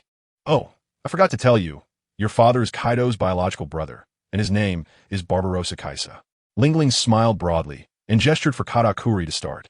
Katakuri nodded, stood up first, raised his glass to toast Kaisa, then raised his glass to toast Kaido, and respectfully said, "Your nephew Katakuri, greetings to Uncle Kaido." Kaido rarely showed a satisfied smile on his face. He picked up a huge barrel of and clinked it with Katakuri's, laughing loudly. "Uro Katakuri, you're not bad. I wish you surpassed that bastard of a father of yours soon. Can you even speak?" Kaisa was so angry that his nose twisted, and he punched Kaido's arm, making Kaido sway and spill quite a bit of the drink he was holding. Barbarossa Kaisa, the elder brother of the beast Kaido. When Krija, Snag, and Brule, who were meeting Kaisa for the first time, saw this, their brows furrowed in shock. When it was their turn to introduce themselves, they all trembled, stuttered, and were so nervous that they couldn't even speak, until a figure who was about the same size as an ordinary person, with a beautiful appearance but a third eye on her forehead, stood up. Kaido, when in Wano, both heard from Linlin about Brin's ability, the Paramecia-type memory fruit, which can read, extract, seize, and alter others' memories. This is an extremely powerful ability, somewhat idealistic. When Kaido learned about the characteristics of this ability, he immediately thought that he could use Brin's power to enslave countless powerful figures, altering their memories so they would willingly serve him. For example, capturing Kizaru, altering his memories to make him Kaido's son, directly turning him against the bewildered Navy. If this might not work due to memory conflicts, that's fine. He could simply erase their memories, leaving their minds blank and turning them into clueless idiots. Kaisa couldn't help but want to see a whole group of high-ranking Navy officials all turn into idiots. Presumably, the administrators of the world government would definitely break down, right? Of course, this premise is that they can capture people and render them unable to resist. Ever since her marriage with Vinsmoke Sanji failed, Brule has become somewhat melancholic. Usually, to maintain her beautiful image, she always concealed her third eye, but she no longer cared about such things. She stood up indifferently, quite obediently, but there was little smile on her face. Instead, Kaisa and Kaido, who were being toasted by her, exchanged a glance and were very pleased, laughing heartily. "So you're Brule? Very good. Ha ha ha, Brule. I need your abilities to help me with something. In return, what do you want?" Everyone was taken aback, not expecting Kaisa to be so enthusiastic towards Brule, aside from being a bit warmer towards the Katakuri brothers. Brule was slightly stunned, but only nodded silently, revealing a stiff smile. "No need. Father, I don't want anything." Kaisa laughed out loud. "I heard Linlin say that you're quite fond of that Vinsmoke Sanji. I can capture him and make him your real husband. What do you think?" Brin was taken aback, then her petite body trembled, and a hint of excitement appeared on her face. Her expression was filled with hope as she looked at Kaisa. Brin opened her mouth to say something, but it seemed she thought of something else and sighed, appearing somewhat dejected. "It's better not to." Brin's voice was a bit hoarse. "No, he must come. Kaisa, I've decided to do this, and no one can stop me." Kaisa grinned widely, his mouth filled with sharp teeth, exuding an evil aura. "My name is Buggy. I am 39 years old. I live on Kairabli Island in the New World, and I am unmarried. I run a chain courier company and have to work overtime until 8 p.m. every day before I can go home. I don't smoke cigars and only drink alcohol sparingly. I go to bed at 11 p.m. and make sure to get a full 8 hours of sleep every day. Before bed, I always drink a cup of warm milk and then do 20 minutes of stretching exercises. Once I get into bed, I fall asleep immediately. I sleep until dawn and never carry fatigue and stress into the next day. Doctors say I am very normal. I am a man with extraordinary luck. My subordinates all admire me, even though my personal strength is not that great. However, the power of my subordinates has inexplicably increased several times. I became a Shichibukai by accident, enjoyed it for a few years, and then faced the Navy abolishing the Shichibukai system, which made me quite anxious for a while. However, unexpectedly, not only did I not suffer a major blow because of this, but I was also promoted consecutively and became one of the 4 emperors ruling the seas. This was all because a few of my colleagues who were also abolished as Shichibukai inexplicably joined my ranks. Since becoming one of the 4 emperors, my luck has only gotten better. The Big Mom pirates, led by that monstrous old woman, were actually defeated, and it was rumored that she had died, which made me covet the prosperous Totland Sea of the world government. In recent days, I have been constantly sending people to investigate the situation in Totland, ready to mobilize troops at any time to swallow up a piece of territory from the world government. Until this morning, a newspaper was placed on my desk. In the office of the newly appointed 4 Emperor Buggy on Kairabali Island in the New World, a loud and earth-shattering scream suddenly echoed early in the morning. The voice was filled with terror and panic, as if someone had woken up in the morning, gone to the bathroom, and found their manhood missing. Galdino, also known as MR3, along with Buggy's old partners, the triumphant Machi and Kabeji, rushed into Buggy's office, looking puzzled at the panicked Buggy in front of the desk. "Captain Buggy, what's wrong? You're a 4 Emperor now. Please pay attention to your image. Those fierce people outside have very sharp senses." Machi hurriedly tugged at Buggy's exaggeratedly large red robe. Though MR3 was not strong, he was a wise man. His keen eyes immediately noticed the newspaper in Buggy's hand, and his brows furrowed. "Buggy, what on earth happened? Is there any big news?" Buggy opened his mouth but was too nervous to speak, his face drenched in cold sweat. MR3 snatched the newspaper from Buggy's hands and looked down at it. In an instant, his expression changed dramatically. The entire newspaper was filled with news about one force. The Beast God Pirates. Captain, Beast God, Barbarossa Kaisa. Bounty, 8 billion berries. Latest achievements. Defeated the Navy's new Admiral Green Bull. Defeated the newly appointed 4 Emperor Monkey D. Luffy, Kid, Trafalgar Law, and killed the former Navy Fleet Admiral, strategist Sengoku. Crew, Dragon God, former 4 Emperor, Beast Pirates Captain Kaido. Bounty, 611 billion berries. Crew, Soul God, former 4 Emperor, Big Mom Pirates Captain Charlotte Linlin. Bounty, 388 billion berries. Crew, War God, Barbarossa Katakuri, former Big Mom Pirates. Head of the Sweet Commanders. Bounty, 678 billion berries. Latest achievements. Defeated Navy Admiral Kazu. Crew, Jin, Quinn, Daifuku, Oven. Territory, Wano Country, Totland Sea. The newspaper had 4 clear photos of Kaisa, Kaido, Linlin, and Katakuri, their appearances vividly captured. And on the front page of the entire newspaper, in bold black letters, it read, "For Emperors Barbarossa Kaisa." MR3's hand trembled, and the newspaper fell to the ground, his whole body shaking. He finally understood why Buggy had suddenly screamed. "Mr. 3, damn it, which bastard suggested we invade the territory of Totland? How could this happen? Another terrifying figure has emerged from the sea. What should I do? What should we do?" Buggy stammered, incoherent, his face pale.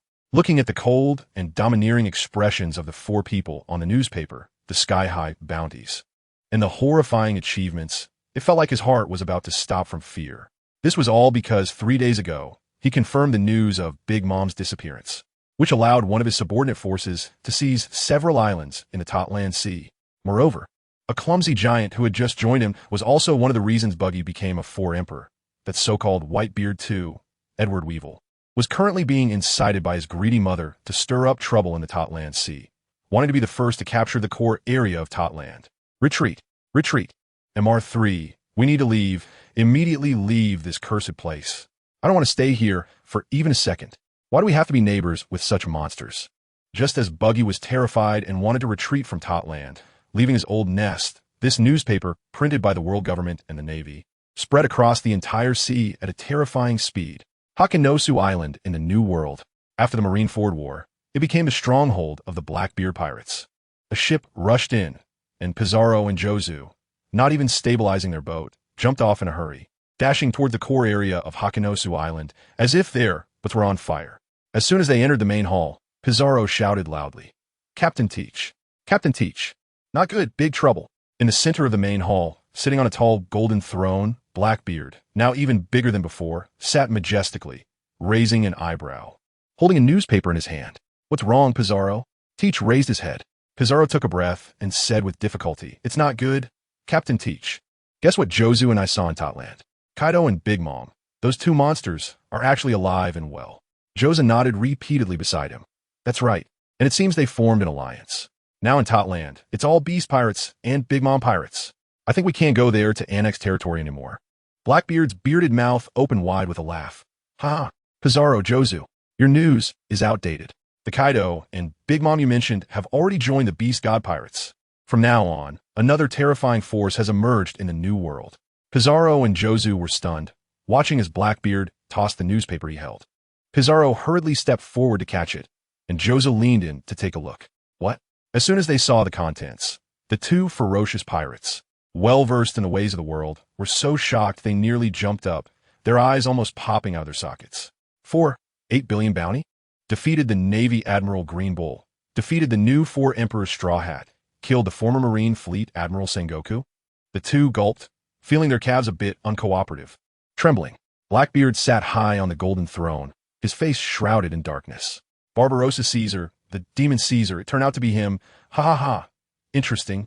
Even more interesting this world. Ha ha ha. The Grand Line, the Calm Belt Sea area, the daughter kingdom Amazon Lily. Outside the luxurious palace hall. The anxious old new granny clutched a newspaper, stumbling as she pushed open the palace door and ran inside. The palace was adorned with dragons and phoenixes, with huge stone pillars draped in silky ribbons, pink and alluring. The palace was enormous. An old new granny passed through curtains and doors, finally arriving at a door. She took a breath, pulled open the door, and shouted, "Snake Princess, it's bad, quick, look at the newspaper." Old new granny looked around and saw that this room was an extraordinarily spacious giant bathroom. The floor was covered in precious white jade, intricately carved with beautiful patterns, and the pool water was steaming, with many red rose petals floating on top, exuding a captivating fragrance. At that moment, in the pool, a stunningly beautiful woman, naked and radiant, was bathing. Her skin was whiter than snow, and her long black hair cascaded down to her chest, supported by her towering bosom, flowing down both sides of her peaks. She had a graceful figure, elegant curves, a slender waist, and her fiery hot body was complemented by a pair of long, exquisite legs. In the pool, she playfully splashed, causing the water to ripple, like the strings of a lute being plucked by this enchanting beauty, enough to stir the heart of anyone witnessing the scene. Poof! Although old new granny was a woman, and an old one at that, she couldn't withstand the beauty of the enchanting woman before her, spurting a nosebleed and her small body flying backward. In the pool was none other than the captain of the Kuja pirates, the empress of the daughter kingdom Amazon Lily, the former warlord of the sea, Boa Hancock, known as the most beautiful woman in the world. Disturbed by old new granny's sudden nosebleed, Hancock frowned, raised her long white leg, and stepped out of the steaming pool, merely taking a semi-transparent veil from the white jade stand and casually draping it over herself. She walked out of the bathroom with a swaying posture. "Old hag, what are you disturbing me for again? Don't you know this is my bathing time every day?" The Empress Hancock slightly lifted her snow-white chin, looking down at old new granny lying on the ground. Her posture seemed to look down upon an ant. Her naturally lofty aura, under the faint veil, appeared even more noble, like a proud peacock. "Snake Princess, can you wear something proper? Look at your clothes. They don't cover the necessary places at all. This outfit is too shameful." Old new granny got up, seeing the semi-transparent veil on Hancock. Her face turned red again. "This entire country belongs to me. I can wear whatever I want, even if I don't wear anything. That's my freedom. Who told me? I am the most beautiful woman in the world." Hancock kicked old new granny over, stepping on her, her chin held high, her head raised so high that she couldn't see old new granny at all, one hand extending a finger pointing at old new granny. Poof, everyone saw it. They all saw it. Old new granny once again spurted a nosebleed. Looking at the fainted old new granny, Hancock restored her cold expression, bent down to pick up the newspaper and open it to take a look. "Oomph, it's those stinky men again in the new world. There are always all kinds of monsters, but it has nothing to do with me." Hancock was not interested in the Beast God Pirates or the new 4 Emperor Caesar at all, nor did she want to know. To her, there was only one man in this world worth her attention, and that was Luffy. Just as she was about to casually toss the newspaper aside, she noticed an introduction about Caesar. Defeated the newly promoted 4 Emperor Monkey D. Luffy? Hancock's expression suddenly changed, hurriedly searching for any news about Luffy on the newspaper. Soon, when she turned to the second page, there was a recent photo of Luffy and his crew. It was unclear where the Navy got it from. In the photo, Luffy lay on an iron war chariot, unconscious, covered in pockmarked injuries, his appearance ruined, looking extremely ugly and frightening. Luffy's other companions, including the one-armed Zoro, were also present. However, Hancock was not concerned about them. In her eyes, there was only the injured Luffy. "Luffy, no, how could this happen?" Hancock's hand holding the newspaper trembled. She looked at the photo in disbelief. Luffy's extremely tragic appearance made her heart ache, making it hard to breathe. She fell to her knees, clutching her chest. Her face flushed, staring intently at the photo of Luffy, her eyes transitioning from heartache and sorrow to rage, a deep hatred towards Caesar and the Beast God Pirates. Beast God Pirates. Barbarossa Caesar. How dare you use such vicious means against Luffy? Boa Hancock, will never let you go. Hancock's chest heaved violently.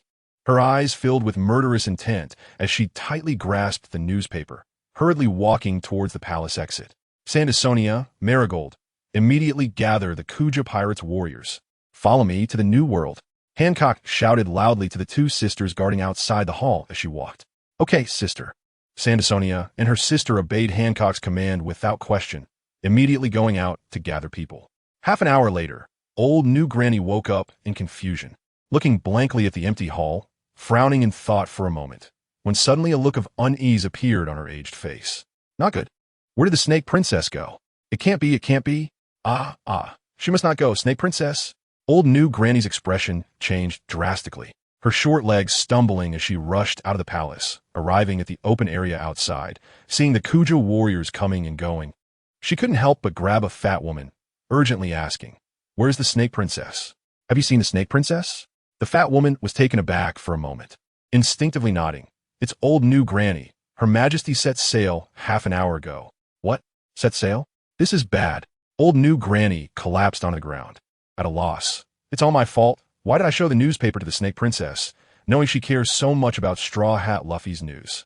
Old New Granny's expression changed repeatedly, feeling anxious.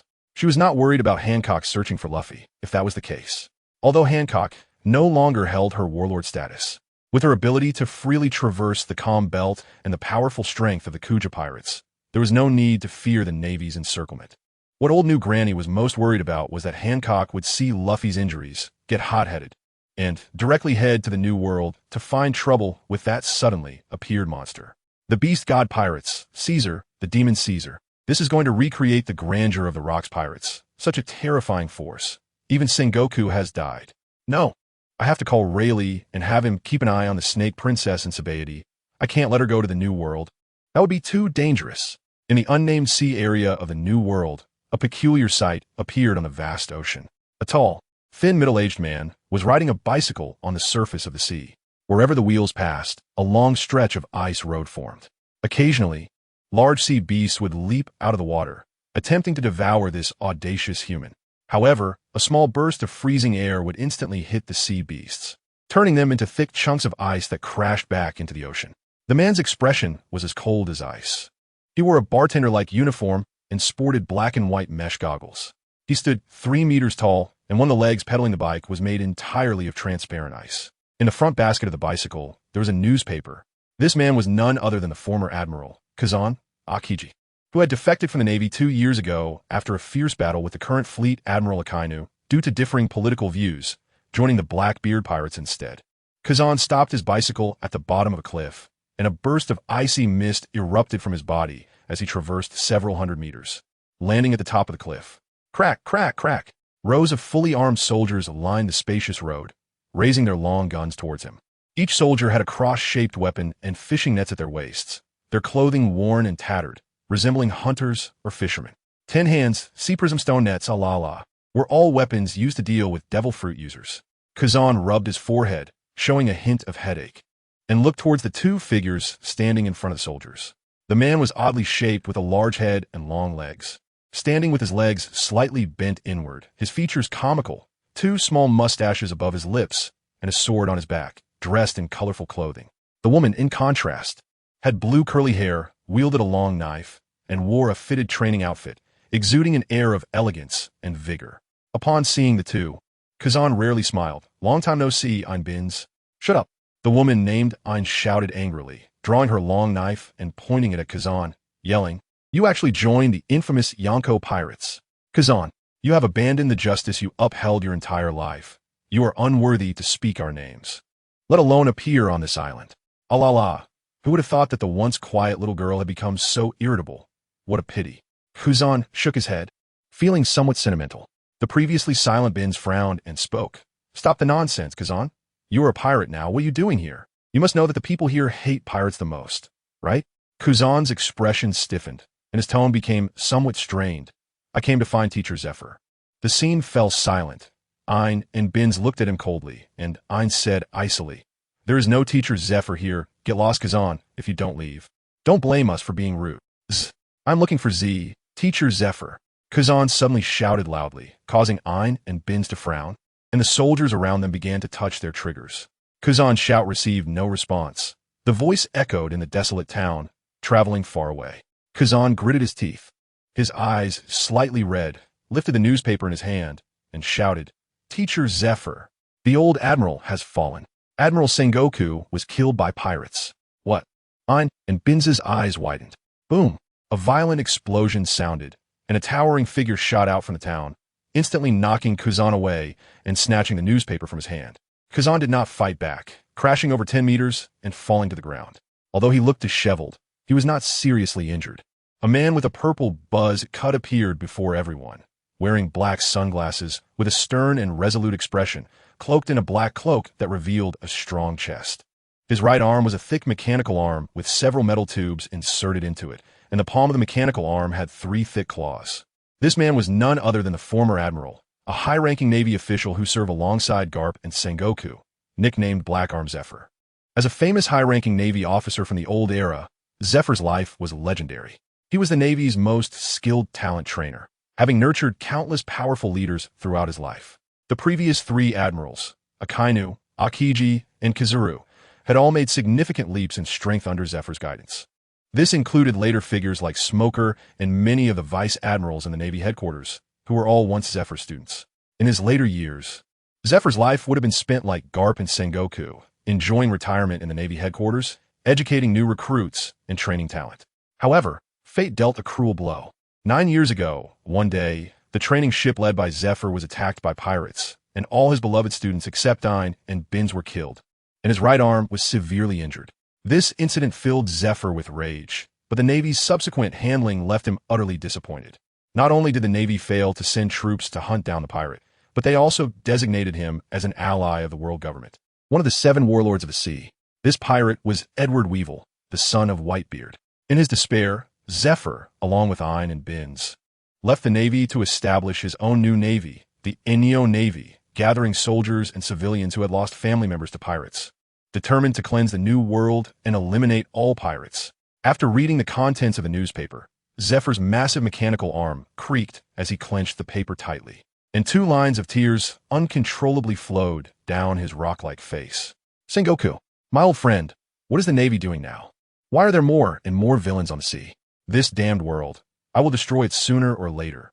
And Kizaru, I told him to focus on training his haki and not to rely too much on his devil fruit abilities. His powers may be strong, but they can only suppress those weaker than him. When he encounters an enemy of equal strength, his meager hockey training is simply inadequate. Zephyr's emotions surged, and in a fit of rage, he stuffed the newspaper into his chest and glared at Kuzan through his sunglasses, shouting, "Kuzan, I don't care why you joined the pirates. You have your own thoughts, and you don't need to tell me. Why are you here? Did you come just to inform me of Sengoku's death?" Kuzan brushed off the dust, stood up, walked back in front of Zephyr, and said solemnly, "Teacher Zephyr, I want you to help me kill Kaido and destroy the beast pirates to avenge Admiral Sengoku. Wano Country, Cake Island. On this core island of the Tado Land Sea area, many buildings are made of various kinds of food. For those who love sweets, it is simply paradise. However, without a certain identity, it is still forbidden to damage specific buildings in this place, such as the symbol of Cake Island, Big Mom's residence, the towering pink cake tower.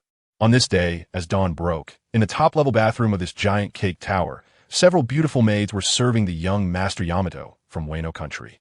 No, now it should be called Princess Yamato's bath. The bathroom is filled with steam, and several maids are smiling, tiptoeing as they help Yamato remove her male attire and the thick rope tied around her waist. "Princess Yamato, your figure is truly amazing, hee hee." One maid blushes as she looks at Yamato's tan skin, secretly admiring her voluptuous body. The maids exchange glances, each recognizing the envy and jealousy in the other's eyes. Yamato stands like a wooden figure, showing neither shyness nor impatience. Ever since Kaiser smashed Peach Boy into a pulp in front of her, Yamato has been in a daze for the past few days. Splash, splash. The maids apply fragrant shower gel all over Yamato, carefully washing her. After a moment, they helped the freshly bathed Yamato out of the bath, bringing a gorgeous princess dress for her to wear and placing some accessories on her head. Dressed in a princess gown and fully adorned, Yamato looks incredibly beautiful. She is tall, over 3 meters, with a full yet not bulky figure, and her long hair flows smoothly down her back. The 2 small red horns on her head do not make her look fierce. Instead, they add a unique charm. Complemented by dazzling headpieces, red high heels, and white stockings hugging her long legs, with the long hem of her dress trailing on the floor. Yamato appears to be like a noble princess from some kingdom, elegant and dignified, solemn and beautiful. The only flaw is her expression, which still looks vacant and lifeless. The maids lead Yamato through a long corridor into a huge reception room. This is where the matriarch has held grand tea parties over the years. At this moment, 3 people are already waiting inside the reception room. After the maids bring Yamato in, they respectfully exit the hall and close the door.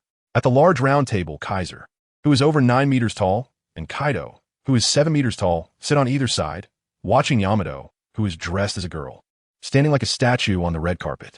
Kaido patted Kaido's shoulder and said with a smile, "Brother, your daughter's outfit doesn't seem very appropriate, does it? How can you, as her father, allow her to wear that rough hemp rope and torn burlap, while she's clomping around in those silly wooden sandals? And for a girl, her weapon is just like yours, a big hammer. Don't you think you're being a bit irresponsible?" Kaido rolled his eyes and thought, "Do you think I want this?" Yamato, that kid, had a rebellious spirit and was always going against his old man. Kaido felt helpless. Looking at Yamato's dazed expression, a hint of gloom flashed across Kaido's old face. He sighed and made up his mind, giving a slight nod to the 3-eyed girl, Bryn, who was sitting beside him. Bryn bit her lip, feeling a bit nervous, and nodded to Kaisa and Kaido before stepping down from the round table and walking towards the center of the hall where Yamato was. As Bryn approached Yamato, she saw his vacant expression and slowly extended her hands towards his head. Yamato remained motionless, indifferent. But when Bryn stood on her tiptoes and touched his face with her fingers, an ethereal image resembling a videotape began to flow from Bryn's fingertips, revealing Yamato's past memories. Buzz. Yamato suddenly opened his eyes, seemingly subjected to a significant stimulus, and his innate conqueror's haki was instantly triggered, erupting autonomously. Bryn, who was standing too close to him, was startled, her eyes turning white, and her petite body swayed. "Dare to tamper with my memories? You seek death." Yamato regained his senses, his face filled with rage. Without a second thought, his white, jade-like fist instantly enveloped in armament haki and struck towards Bryn, who was just within reach. Whoosh! 2 towering figures stood in front of and behind Yamato, blocking his attack. Kaido carefully sent Bryn behind him, while Kaisa extended his enormous palm and caught Yamato's swinging fist. "Get away from me!" Yamato seemed to have gone mad, a powerful aura erupting from her, and the gold and silver ornaments on her head scattered everywhere as she tried to break free from Kaisa's grip. However, no matter how she struggled, there was no sign that the arm held by Kaisa would loosen at all.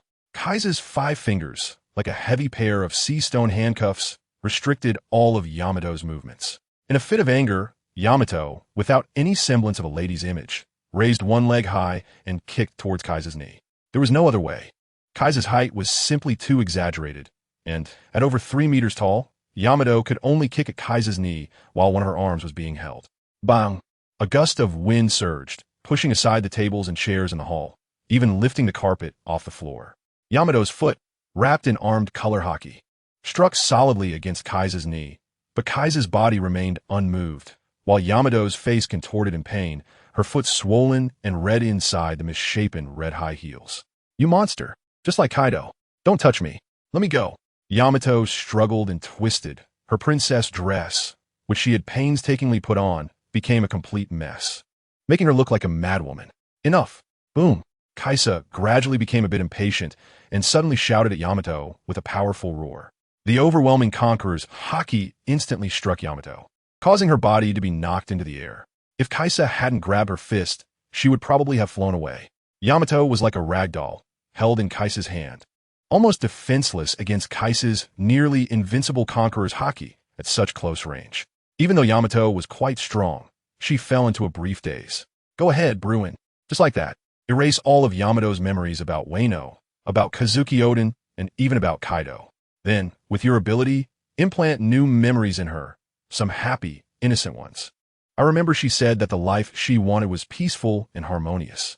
That's fine. In this sea, with me, Kaisa, and my little brother protecting her, Yamato can live her whole life as a carefree little girl. Kaiser said indifferently. Faced with such an almost invincible figure as Kaiser, Yamato, whose strength was already considerable, was completely powerless to resist. She could only watch helplessly as Bryn, who had regained consciousness, timidly walked towards her, extending her hands once again. Despair and fear appeared in Yamato's eyes. Having always been strong-willed and living like a man, she finally broke down in the face of the impending loss of memory and self. She pouted and began to sob, tears streaming down her face like they were free. Seeing Yamato in such pain, Bryn hesitated with her outstretched hands and couldn't help but cast her gaze towards Kaiser. Kaiser's expression was as hard as rock, and two cold words escaped his mouth. Make a move.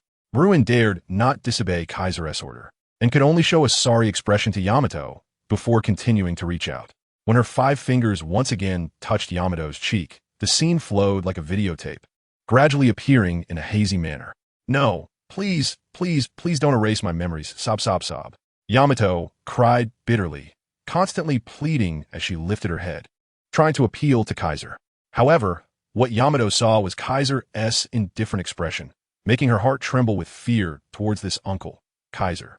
Clearly, asking Kaiser for help was not going to work. Yamato gritted her teeth and turned her pleading gaze toward Kaido on the other side. Kaido felt a bit reluctant when he saw his daughter in tears.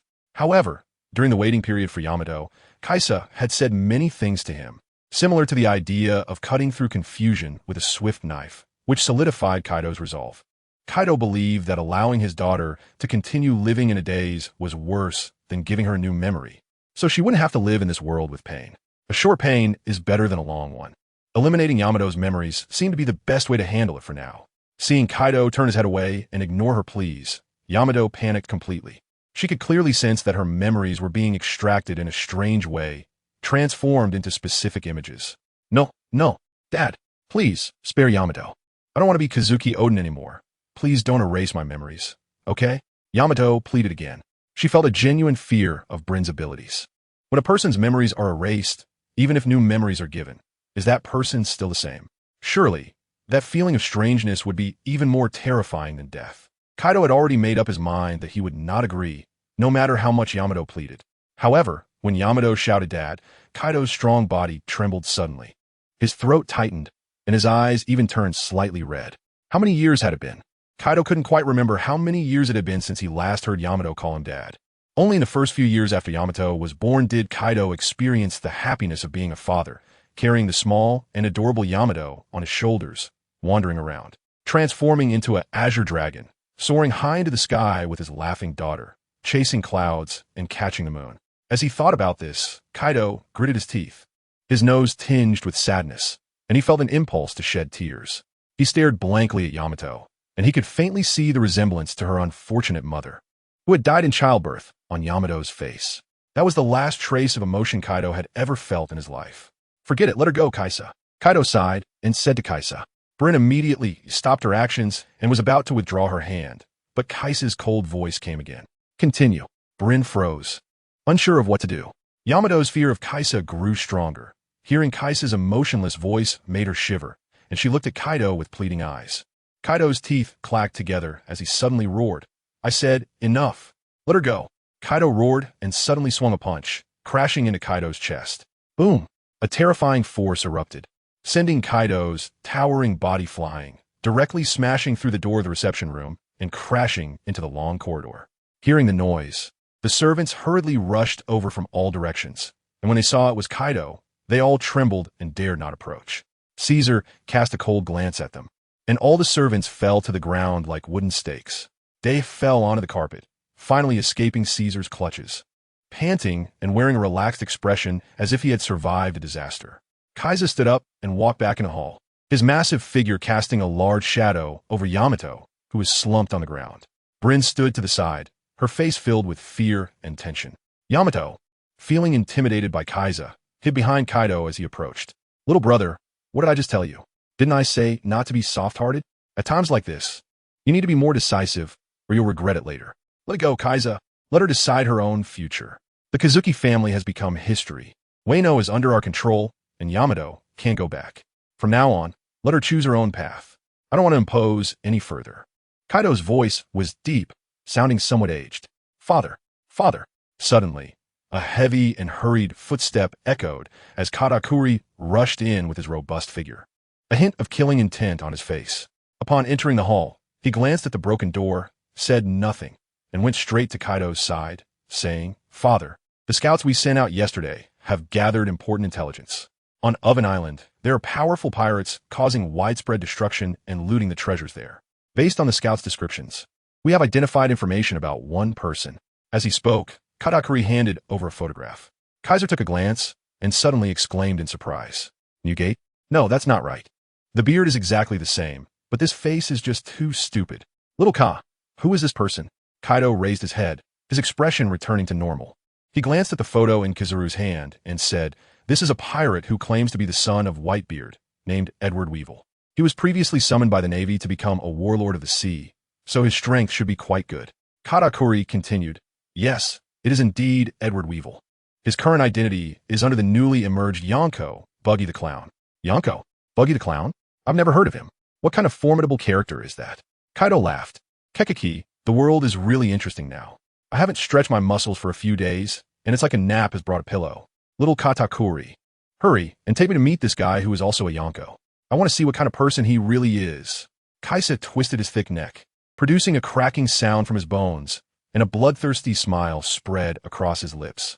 However, as soon as Kaisa said this, a strange expression appeared on the faces of Katakuri and Kaido.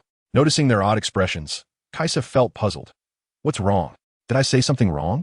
Katakuri quickly shook his head. No, it's just that, Father, you may not know this newly risen Emperor, the Clown Buggy, his strength, how should I put it? If he isn't hiding his true power very well, then he's just an ordinary devil fruit user, probably at the same level as Uncle Kaido's subordinates. Just an average fighting level. Kaiser was taken aback and exclaimed, Oh? Then how did he become one of the 4 emperors? The Navy's standards for evaluating this so-called Sea Emperor can't be that low, right? Kaido was also somewhat puzzled. Buggy only became one of the 4 emperors a few days ago. In fact, it was due to the defeat of Kaido and Big Mom that positions were opened up for Luffy and Buggy. However, Luffy's situation is even worse than Buggy's. He barely settled into the seat of the 4 emperors before being chased off by Kizaru, and to this day, no one knows whether he is alive or dead. Katakuri laughed and said, That's right. This person's luck is quite good. During the war 2 years ago, he gained the support of many escaped convicts, and with his identity as a former crew member of the Pirate King, he obtained the title of a warlord of the sea. Recently, the Navy suddenly announced the abolition of the warlord system and dispatched troops to hunt down these capable individuals. This led to a few of them gathering together for mutual support and unanimously electing this Clown Buggy as their leader. And that's how he became one of the 4 emperors. Kaisha was taken aback, thinking, is it really possible to play like this? Although Kaiser is somewhat clever, he has always adhered to the worldview of strength being paramount. Since his debut, he has fought countless battles and knows well that one's position on the sea is earned through strength. However, today, Bucky, the destined one, shattered Kaiser's understanding. It turns out he is someone whose reputation does not match his reality. Boring. Well, I'll go find Linlin and take a stroll outside. Kaisa felt somewhat disheartened and suddenly noticed Yamato still hiding behind Kaido, eavesdropping on their conversation, which struck him as amusing. He pointed at Katakuri and said to Yamato, Yamato, since you don't want your memories erased, then go with your cousin to that island and bring back the troublemaker. If you can't do it, you won't be so lucky next time. You won't have me, your foolish brother, protecting you. Little cat, it's up to you. If there's an emergency, contact your Uncle Kaido. Okay, father. Katakuri quickly replied, looking at Yamato, his cousin whom he had not met yet. Hearing Kaisa's words, a small sense of excitement welled up in Yamato's heart. After the recent commotion, the bad mood that had been hanging over Yamato for several days seemed to have drained away with the earlier tears. As someone who had lived in the impoverished Wano country for over 20 years, what Yamato truly desired was not to become Kazuki Oden, but to go to sea, to leave the oppressive Wano, and to adventure in the colorful ocean like Oden once did. Yamato regained her boisterous personality and stepped out from behind Kaido. Her steps a bit uneven due to one of her high heels breaking when she kicked Kaisa earlier. She casually took off both high heels and walked on the ground in her white stockings, looking up at the tall Katakuri. Over the past few days, Yamato had not closely observed her cousin. Although she had been somewhat dazed recently, she still knew that this cousin had defeated a Navy admiral just a few days ago and became the 4th god-level member of the Beast Pirates. Nicknamed the God of War, Yamato looked Katakuri up and down without any hesitation. Katakuri stood at 6 meters tall, clad in his unchanging heavy metal style, with shiny long leather boots covered in silver spikes. He had noticeable scar lines on both sides of his mouth, a few sharp teeth protruding from his lips, and 2 long horns on his head. Yamato pouted and muttered, "Oomph. He really looks just like that guy. No wonder they are father and son. Hee. Shall we set off, Yamato?" Katakuri smiled. Though his grin was somewhat fierce, his voice was magnetic and gave a warm feeling. Kaido witnessed 2 people leaving one after the other and returned to the round table, picking up a jug of wine. Bryn then left the hall and went back to her room. Recently, Bryn's status among Lingling's many children had greatly improved, thanks to Kaido's attention. Back at her room, Bryn sat on her bed, lost in thought. She touched her head, and a long roll of illusory tape appeared in her palm, displaying an image of Sanji busily working around a huge cake with several chefs assisting him. Sanji was deeply focused and serious while cooking, exuding a unique charm. He would shout in frustration over some flaws in his dishes and cheer like a child when things went well. He would often turn around to share his joy with Bryn. Watching these familiar memories, Bryn bit her lip and tears couldn't help but flow. The images kept playing, returning to the wedding scene when Bryn revealed her third eye, which she had always considered ugly, and raised the gun in front of the stunned Sanji. In the footage, Sanji looked dazed and suddenly exclaimed, "What beautiful eyes, Bryn." "Oh, Sanji." Bryn repeatedly watched this scene, her tears blurring her vision. At the top of the cake tower, Kaido was embracing Lingling, preparing to leave Cake Island to explore some places in the Totland Sea. With no battles to fight, Kaido felt restless and always wanted to find something to do. Suddenly, a phone bug sound rang out from Lingling's arms. Whose call is it?" Lingling was a bit surprised. Her phone bug could only be called from her side, and only a very few important figures like Katakuri, Kaido, and Morgans had her contact number. Kaisa stopped and looked at Lingling. Click. The phone bug connected, and the appearance of a snail quickly transformed into the face of a middle-aged man. Lingling frowned. The man's face looked somewhat familiar. "I am Admiral Sakazuki. Is Charlotte Linlin there? Is Kaisa available? Have him take the call." Kaiser paused for a moment, took the phone bug, and casually said, "Ah, it's you, Akainu, right? We want." On the other end of the line, Akainu, sitting in the Navy headquarters office, gritted his teeth, barely containing the rising killing intent within him. "Sakazuki, calm down. Just explain the situation. It concerns the dignity of Sengoku and the dignity of the Navy." In the office, several serious-looking individuals were present. Garp, Ache, the bandaged Kazu, Fujitora with his cane sword, and a man with a white dove perched on his shoulder. Akainu took a deep breath, forcing himself to calm down. Just as he was about to speak, he heard Kaiser's impatient voice from the other end. "What the hell is going on? Hurry up and say it. I was just about to go out and have some fun. How can you, a fleet admiral, be so slow? I heard you're a magma fruit user. Shouldn't someone with that power be hot-tempered? Why have you turned into a timid ninja?" Akainu gritted his teeth, steam practically coming out of his head, furious to the extreme. Kizaru is not wrong. Ever since he became this ridiculous admiral, he's been stuck in the office all day, dealing with a pile of chaotic matters. Completely losing the freedom he once had to go out and catch pirates or trouble whoever he wanted. Who dares to defy his face, Akainu? Want to die? However, after becoming an admiral, Akainu realized that anyone could spit on his face. The Gorosei occasionally called him to the Holy Land to act as a punching bag. Sengoku and Garp didn't treat him like an admiral, constantly mocking him, and Fujitora completely ignored him, always opposing him. Even now, the pigeon man Rob Lucci, standing in the office, doesn't take him, the admiral, seriously at all. "Kizaru, I want to ask you, is there any remains of Sengoku left? If there are, please return them to us in the Navy. We owe you a favor." Akainu suppressed his urge to kill, his words spilling out through gritted teeth. "A favor? What a joke. I'm a notorious pirate, and I need a favor from you, righteous Navy people. You really think of that?" "That's right, that old guy Sengoku. Although he's self-destructed, his bones are tough enough to remain. It's not impossible to exchange them for you. I, Kizaru, also greatly admire this old guy and wouldn't insult him that much." Crash. In the office, several people suddenly stood up. Garp clenched his fists, his expression agitated, filled with anger and sorrow. I patted his arm and whispered, "Calm down, Garp. The most important thing now is to bring Sengoku's remains back to his homeland. Back to the Navy headquarters." "I know. Garp's voice was hoarse. Everyone stared at the den mushi in front of Akainu, signaling him to continue negotiating with Kizaru. Go ahead, Kizaru, what are your conditions? Akainu said in a deep voice. On Cake Island, Kizaru revealed a strange smile, grinning, hand over Shiki, Wangji, and bear it to me. Uffed. Big Mom couldn't help but laugh out loud, casting a charming glance at Kizaru. You really are wicked. In the Admiral's office at Navy headquarters, there was a moment of silence after Kizaru's words. After a long while, Akainu slammed the table and shouted angrily, Kizaru, what the hell are you joking about? Golden Lion has been on the run for over 20 years, and no one knows where he is now. Wangji, that cold-blooded person, just like you, has vanished since the God Valley incident. Barrett is the same. Who knows where he is hiding? You want me to hand over these 3 people to you? Are you out of your mind? Ha ha, don't be so excited, just a joke. Kizaru's mischievous laughter came through, constantly provoking Akainu's about-to-explode mood. How can this be a joke? Kizaru, listen clearly, I'll be straightforward. The Navy needs to bring back Sengoku's remains. This is something that must be done. Right now, we are calmly negotiating conditions with you. As long as your conditions are not excessive, we can consider them. But if you continue to act unreasonable, then we will take the most direct approach, which is to go to war. Akainu roared, somewhat exasperated. On the den mushi, Kizaru's smile disappeared, and a cold voice came through. War? Haha, then let's go to war. I've been waiting for this.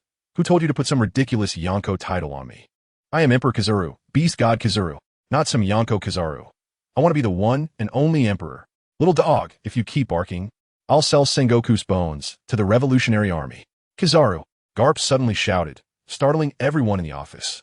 Garp snatched the den mushi from in front of Akainu and said in a hoarse voice, Kizaru, for my sake, return Sengoku's remains to us. On the other end of the den mushi, Kizaru's voice fell silent for a moment. All right, after all, we are among the few old acquaintances, Garp. Or shall we fight again? Garp smiled. I'm ready any time. How about this? I heard my little brother say that you have captured his partner. A little guy named Don Quixote Doflamingo. He's quite capable and a good hand at managing forces. I need him. Also, bring the Germa army and Vinsmoke Sanji to Tato land. Just these, okay? An admiral for some small fries is still a good deal. Hearing Doflamingo's name, Rob Lucci, who had been silent, narrowed his pupils and was about to speak, but was met with a terrifying gaze from Kizaru, making him shudder. Whatever you want to say, shut your mouth, otherwise, I don't mind if the celestial dragons lose a good dog.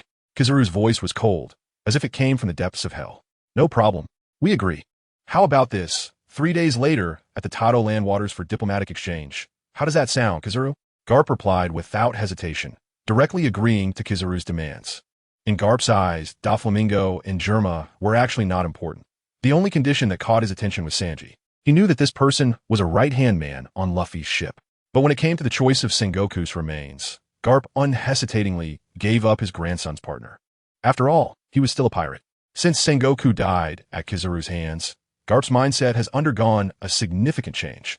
And even the originally laid-back Kizaru has become somewhat aligned with Akainu's character, becoming stricter regarding pirates.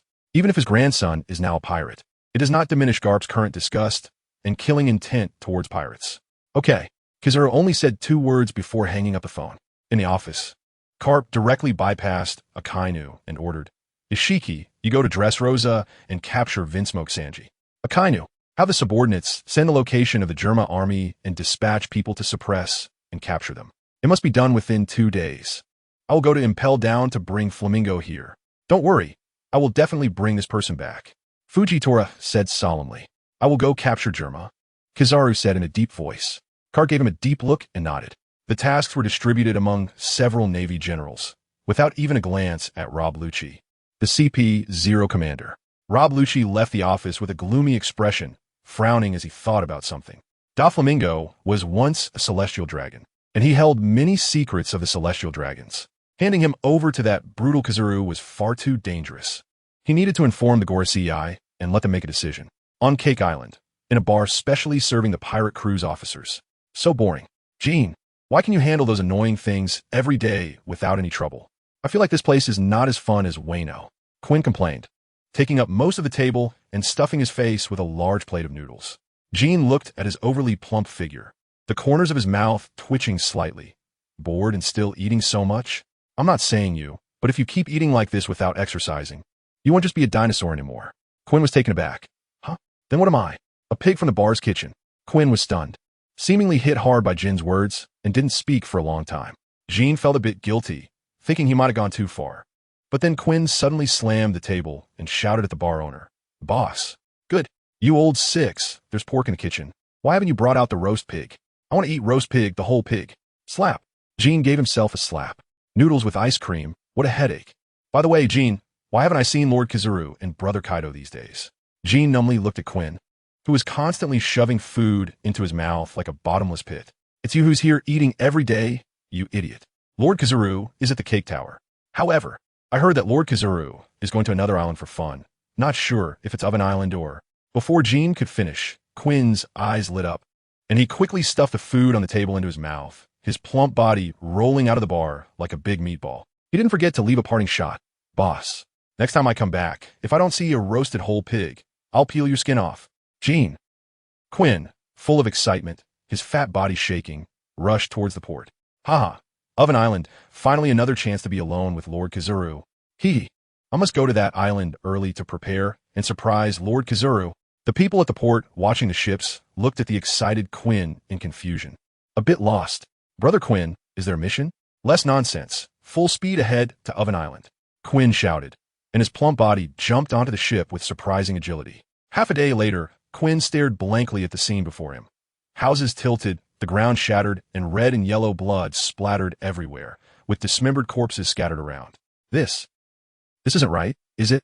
Quinn touched his forehead, swallowed hard, and glanced around.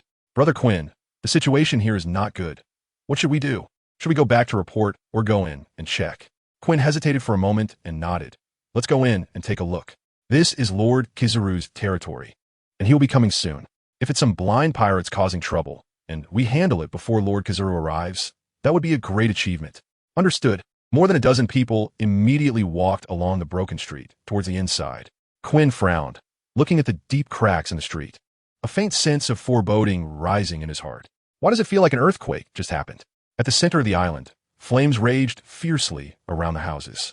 A terrifying man, towering at 6 meters and resembling a mountain of muscles, was holding the glowing body of Owen, as if grabbing a chick, lifting him high into the air. Mommy, this toy is really interesting. It even glows red. Why don't we take him back? The man laughed foolishly. With a large nose and long, crescent-shaped mustaches that curled up on either side of his face, which was marked with long stitching scars. This man was Edward Weevil, self-proclaimed son of Whitebeard, former warlord of the sea, and now a subordinate of the Yonko Buggy. As Weevil spoke, he slurped the drool that fell to his lips, waving Owen's body towards a short old woman at his feet, who was barely visible. Crack! Owen's furious, wide-open eyes lost their shine as his neck was accidentally snapped, and the red glow on his body gradually faded, losing its life force. The toy is broken. Mommy, I'm so sad, boo-hoo. Weevil trembled like a mountain of flesh, crying like a child, with a large pile of snot and tears streaming down. All right, Weevil, if the toy is gone, just find another one. You're the son of the world's strongest man. Whitebeard, crying like this is shameful. The old woman, Bakken, who was no more than a meter tall, scolded him. In her hands, she was struggling to carry a large box filled with gold jewelry and berries scavenged from the island. Bakken was panting heavily, her frustration boiling over, and she struck Weevil's ankle with a small stick, cursing, "Come help me with this box. Toss that useless thing away. Mommy, don't hit me, it hurts." Weevil shrank his neck in fear and casually tossed Owen's corpse aside. Boom! Owen's corpse instantly broke through the air, its speed exceeding the speed of sound. And with a whoosh, it pierced through several houses, shooting out to the edge of the island several miles away. Bang! The searching individuals heard the sonic boom and instinctively looked up, only to see a flash of black before several people blocking the way were smashed into a bloody mist. Enemy attack? Hey, your Grandpa Quinn is here. Who dares? Quinn roared in anger, extending his thick hand to try to intercept. Bang!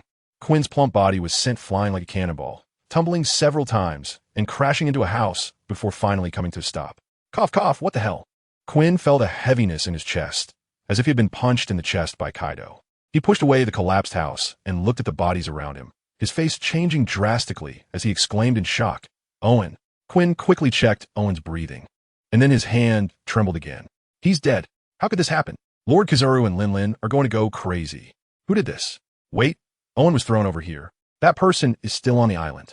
A glint of murderous intent flashed in Quinn's eyes as he grabbed Owen's corpse and walked out of the ruins. Brother Quinn. The remaining few gifted rushed over. Quinn handed the body of Owen to them and said coldly, "Hurry and take Owen back. You can't help with what's happening here. Go inform Lord Kaido." The gifted showed shock at the news of Lord Owen's death. "Hey, Mom, there are a few more toys coming up ahead. Hee, can I catch them play with?" The ground trembled, as if a giant beast was approaching from the end of the street. An annoyed old woman's voice rang out. "Enough, Weevil. Don't worry about those bugs. We came here to find a treasure of the Big Mom pirates. If we can capture Charlotte Linlin, this entire island will be ours." "Ha ha ha. Run," Quinn shouted loudly and dashed into the street. The gifted hurriedly lifted Owen's body, climbed onto the ship, and turned back to return. In the street, Weevil held a huge cleaver in one hand and a pair of boxes that were too large for Bagan in the other, making them look like toys in his hands. He blankly raised his head and looked ahead. "Huh? Mom, the toys are leaving on a ship." Bagan's expression changed, and she screamed, "What are you dawdling for, you fool? Kill them. We can't let the news leak out." "Oh." Weevil nodded dully, not putting down the boxes, and raised the cleaver in his hand, striking forward. Swish! The clouds in the sky seemed to part as the ground ahead cracked open, creating a massive fissure that extended straight towards the port. Quinn's face changed drastically, and he roared, his body rapidly expanding into a 20-meter-tall giant brontosaurus. His heavy body quickly transformed into a mechanical form, with his thick arms raised, pulling out a spiked club from his chest. "Drink!" Quinn raised the club to meet the massive blade's energy. Boom! The spiked club rebounded violently, crashing into the giant mechanical dinosaur's body, sending Quinn flying like a bowling ball. In midair, Quinn spat blood, his eyes wide with rage and disbelief. What the hell is going on? Am I facing Whitebeard's resurrection? Struggling to get up, Quinn looked around and realized he was just moments away from being knocked into the sea. His mechanical body was covered in dirt and debris. Ugh! Quinn got up, spat out mud, gripped the ground with his limbs, and arched his massive body, charging forward. So what if it's Whitebeard? Who do you think I am? I'm Queen, the main attraction of the Beast Pirates. The Brontosaurus charged. Mechanical impact. The 20-meter-long steel body trampled the ground into ruins, shaking the heavens and the earth with a thunderous roar.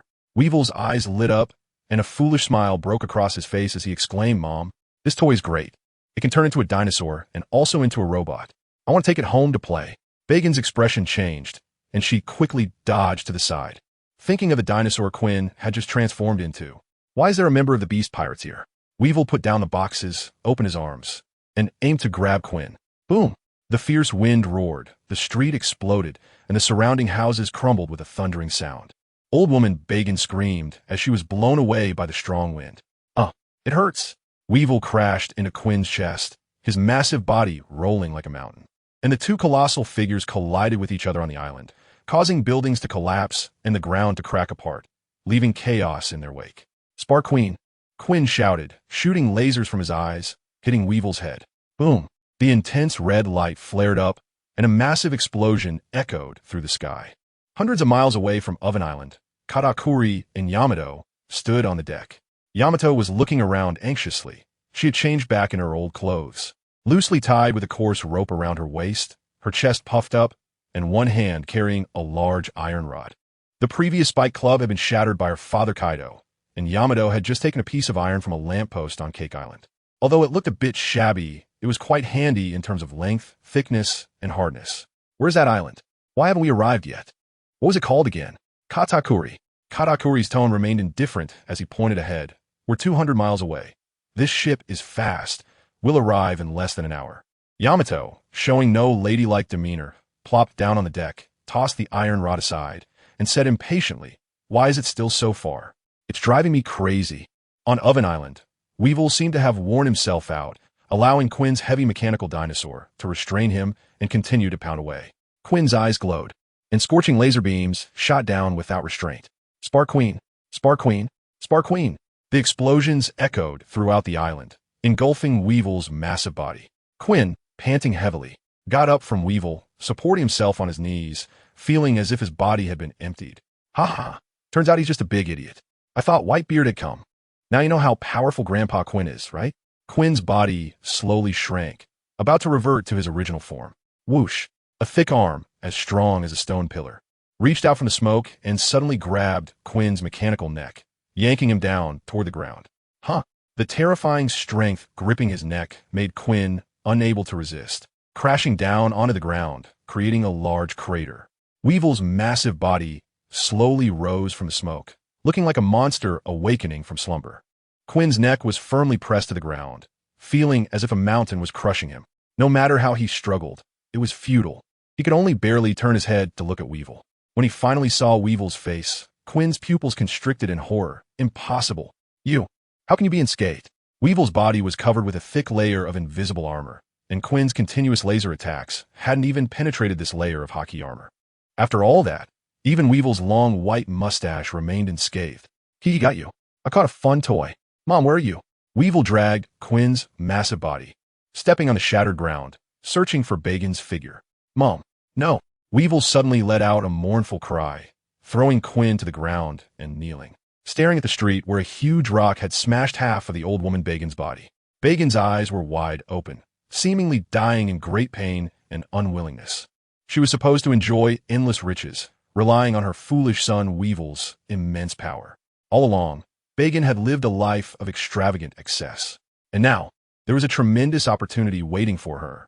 All she needed to do was invade the whole Cake Island and let her foolish son Weevil kill all the Big Mom pirates, and she, a former female pirate, could replace Big Mom like her former companions, becoming a prominent figure, the queen of Tado Land. 40 years ago, she, Bacon, was also one of the few beauties in Iraq's pirates. However, the heavens did not fulfill human wishes, and the unexpected happened. Bat Jin's dream was not realized, as a giant stone fell from the sky and crushed her into mud. Weibel's eyes gradually became bloodshot, and a terrifying aura rose, instantly chilling the entire Oven Island.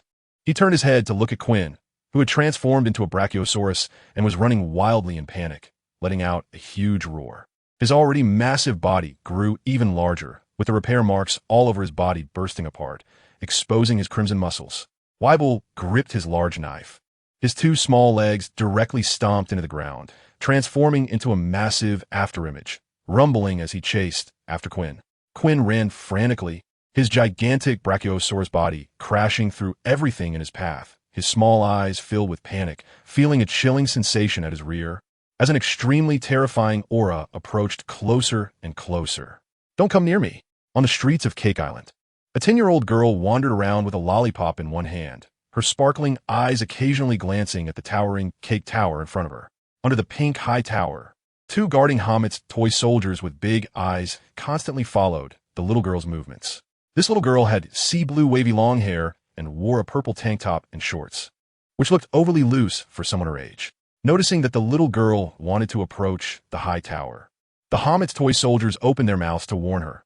Please do not approach. This area is off limits to civilians. Otherwise, your mother will be unhappy.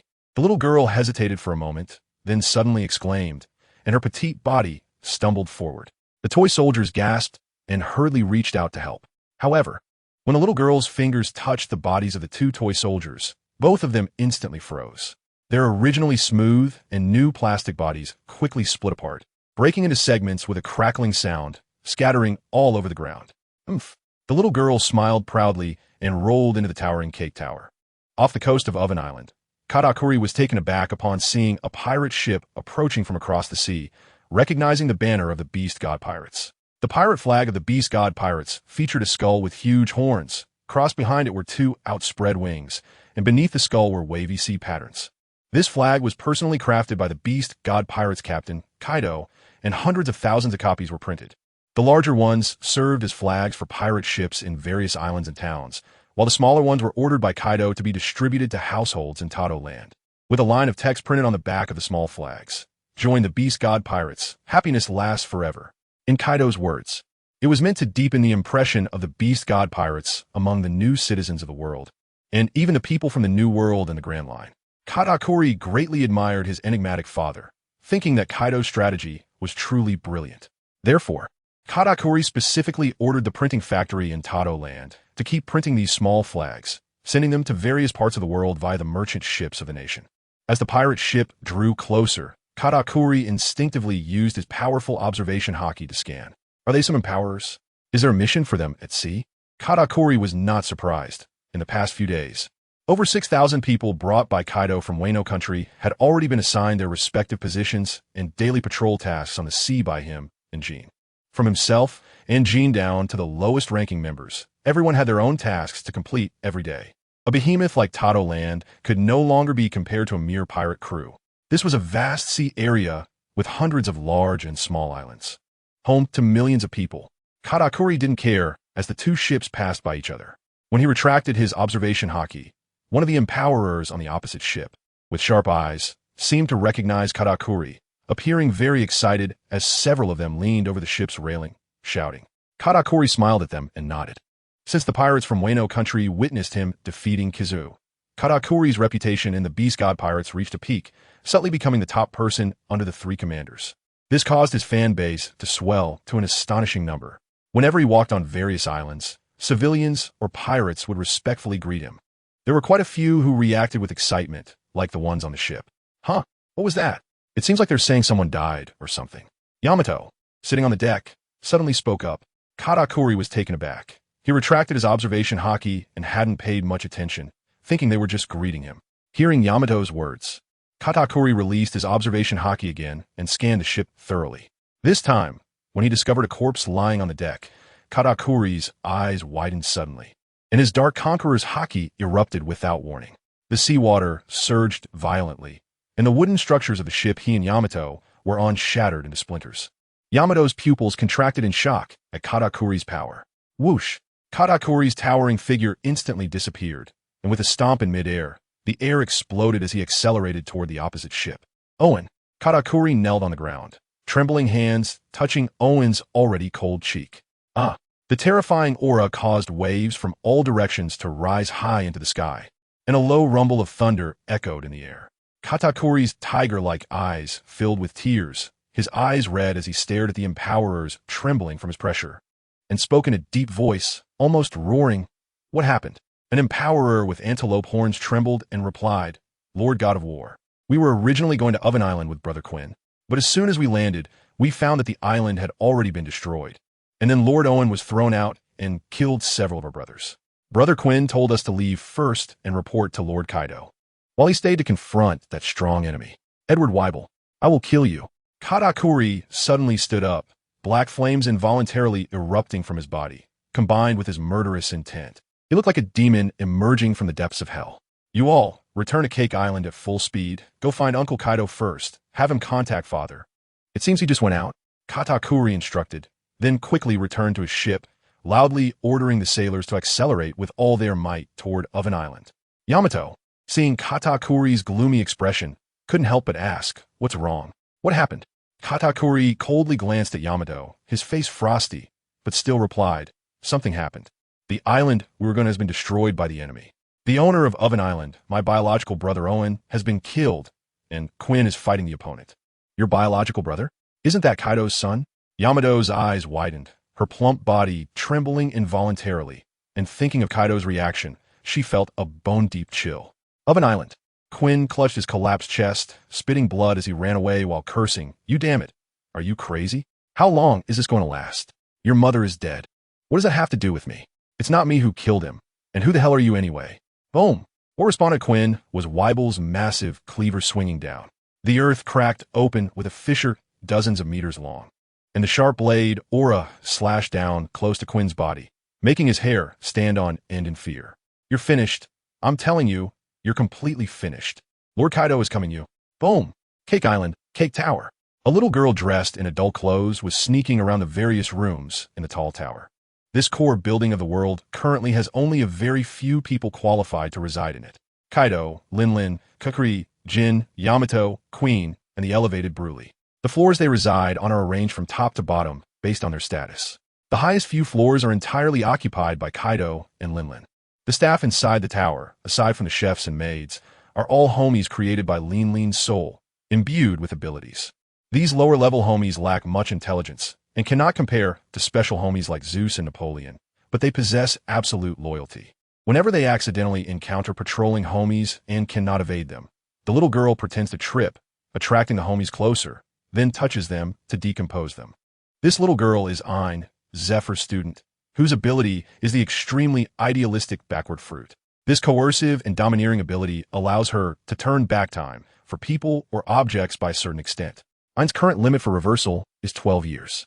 The homies given life by Linlin were just a pile of fragmented parts 12 years ago, which creates a natural restraint. It must be said that the restraint between abilities is indeed fascinating. With the cooperation of the backward fruit's power, Ain successfully searched many places in the tower from the bottom up until she reached the door of a small room in the middle of the tower. Peering inside, Ain saw a girl sitting by the bedside, diligently embroidering a handkerchief. Perhaps because Ain did not hide her footsteps, she startled the girl in the room. She looked up at Ain. Ain's heart trembled. The girl had 3 eyes, 2 growing normally and the third in the center of her forehead. Under the gaze of 3 eyes, Ain's small body appeared somewhat stiff and unnatural. "Hello, I'm lost. Can you tell me where the exit is?" Ain stammered nervously. In the room, Bruley frowned slightly. She herself was a rare member of the 3-eyed tribe, with a natural third eye that had the unique ability to discern lies. The unfamiliar girl before her was someone she had never seen before. Moreover, the Cake Tower was a forbidden area of Cake Island, something even ordinary residents were well aware of and often warned their children about. Most importantly, there were homie soldiers at the entrance of the tower who never tired and did not need to change shifts. Something's not right. Bruley's expression returned to normal, and a gentle smile appeared on her face as she walked toward the little girl. When it came to acting, Bruley was the strongest actor in the world, capable of seamless performance with her memory fruit. Once, a certain Color River spirit fell victim to her outstanding acting skills. Ain, seeing a strange 3-eyed girl with a gentle smile and her light figure, inexplicably felt a bit relaxed and immediately smiled back. While smiling, Ain subtly raised her right hand. What was that hand trying to do? Bruley's steps did not stop, but her mind raced. A girl around 10 years old, wearing adult clothes and pants. Even the shoes clearly did not fit. How could she have passed through layer upon layer of homie guards to reach the middle of the tower? That right hand was suspicious. Bruley instantly sensed it, but she still maintained a gentle smile, making others feel relaxed. Lost? Don't worry, big sister will take you down. Which family do you belong to? How did you end up here? Bruley smiled and reached out, seemingly wanting to pat the little girl's head. This kind of behavior was very normal. As fellow females, and with the amiable big sister persona, Bruley naturally portrayed it without any sense of discomfort. Even the final outstretched palm appeared to be so natural. Ain, using her backward ability on herself, had her stature reduced, and with her stretched hand unable to speed up, could only smile, like a slightly nervous person wanting to grasp Bruley's hand. 2 women of similar ages, both with exceptional looks and wavy hair. Both had ulterior motives, but in terms of acting skills, Bruley was slightly better. When Bruley, with a smile, lightly touched Ain's head, Ain's body suddenly trembled, her mind buzzed, and goosebumps covered her body. Realizing something was wrong, her small hand quickly reached out towards Bruley, but, whoosh, Bruley's right hand pretended to grasp Ain's forehead, then pulled. A long light strip extended from Ain's small head, like a rolled-up tape, but it continuously played images. Ain's body instantly froze, her memory was extracted, and her mind went blank. "Let me see who you are." Bruley's smile faded, as if it had never appeared, resembling a girl with a fake smile. The tape showed Ain entering, taking down 2 homie soldiers, then proceeding upstairs, peeking into various rooms, constantly evading patrols, pretending to trip, and decomposing one soldier after another. Bruley's body trembled as she breathed a sigh of relief, cautiously looking at Ain's right hand. A very strange ability. She didn't know what its characteristics were. Decomposing objects? So, it's like this, the backward fruit ability. Bruley continued examining Ain's memories, as if Ain had been stripped bare, exposed to Bruley's eyes, with no secrets left. Upon seeing Akiji declare in front of Ain that he wanted to kill Kaido and destroy the beast pirates, Bruley's body trembled, and her pupils dilated. It turned out that 2 former Marine admirals wanted to take revenge for Sengoku, infiltrating the world of the 100 Beasts, planning to ambush Kaido's father. Luckily, I discovered it. Phew, those are 2 admirals, too dangerous. I must quickly inform father. Bruley hurriedly stood up and was about to head to the upper floors. As she passed by the dazed Ain, Bruley suddenly stopped, staring at Ain for a long time, and then a chilling smile appeared on her face. "I have a good idea." A few minutes later, Bruley walked ahead, followed by a bouncing little girl Ain. Sister Bruley, wait for me. Are we going to find Uncle Kaido?" "That's great. I haven't seen him in a long time. By the way, where did Dad go? I miss him a bit." Ain twirled her big, dark eyes, playfully looking around. Bruley smiled and said, "Ain, when I give the signal, You just do as I say and use your snail to call that bad person who wants to deceive you and threaten father's safety. Remember, don't let anything slip. Ein pouted, looking displeased, and said, Humph. Sister Bruley, you underestimate me. I'm 10 years old this year. In the Cake Tower's tea party hall, Kaido sat alone, drinking, with a table full of sumptuous food. Wah wah wah. Why don't I have good son? That bastard Kaido, sleeping for decades and still making a fortune. It drives me crazy.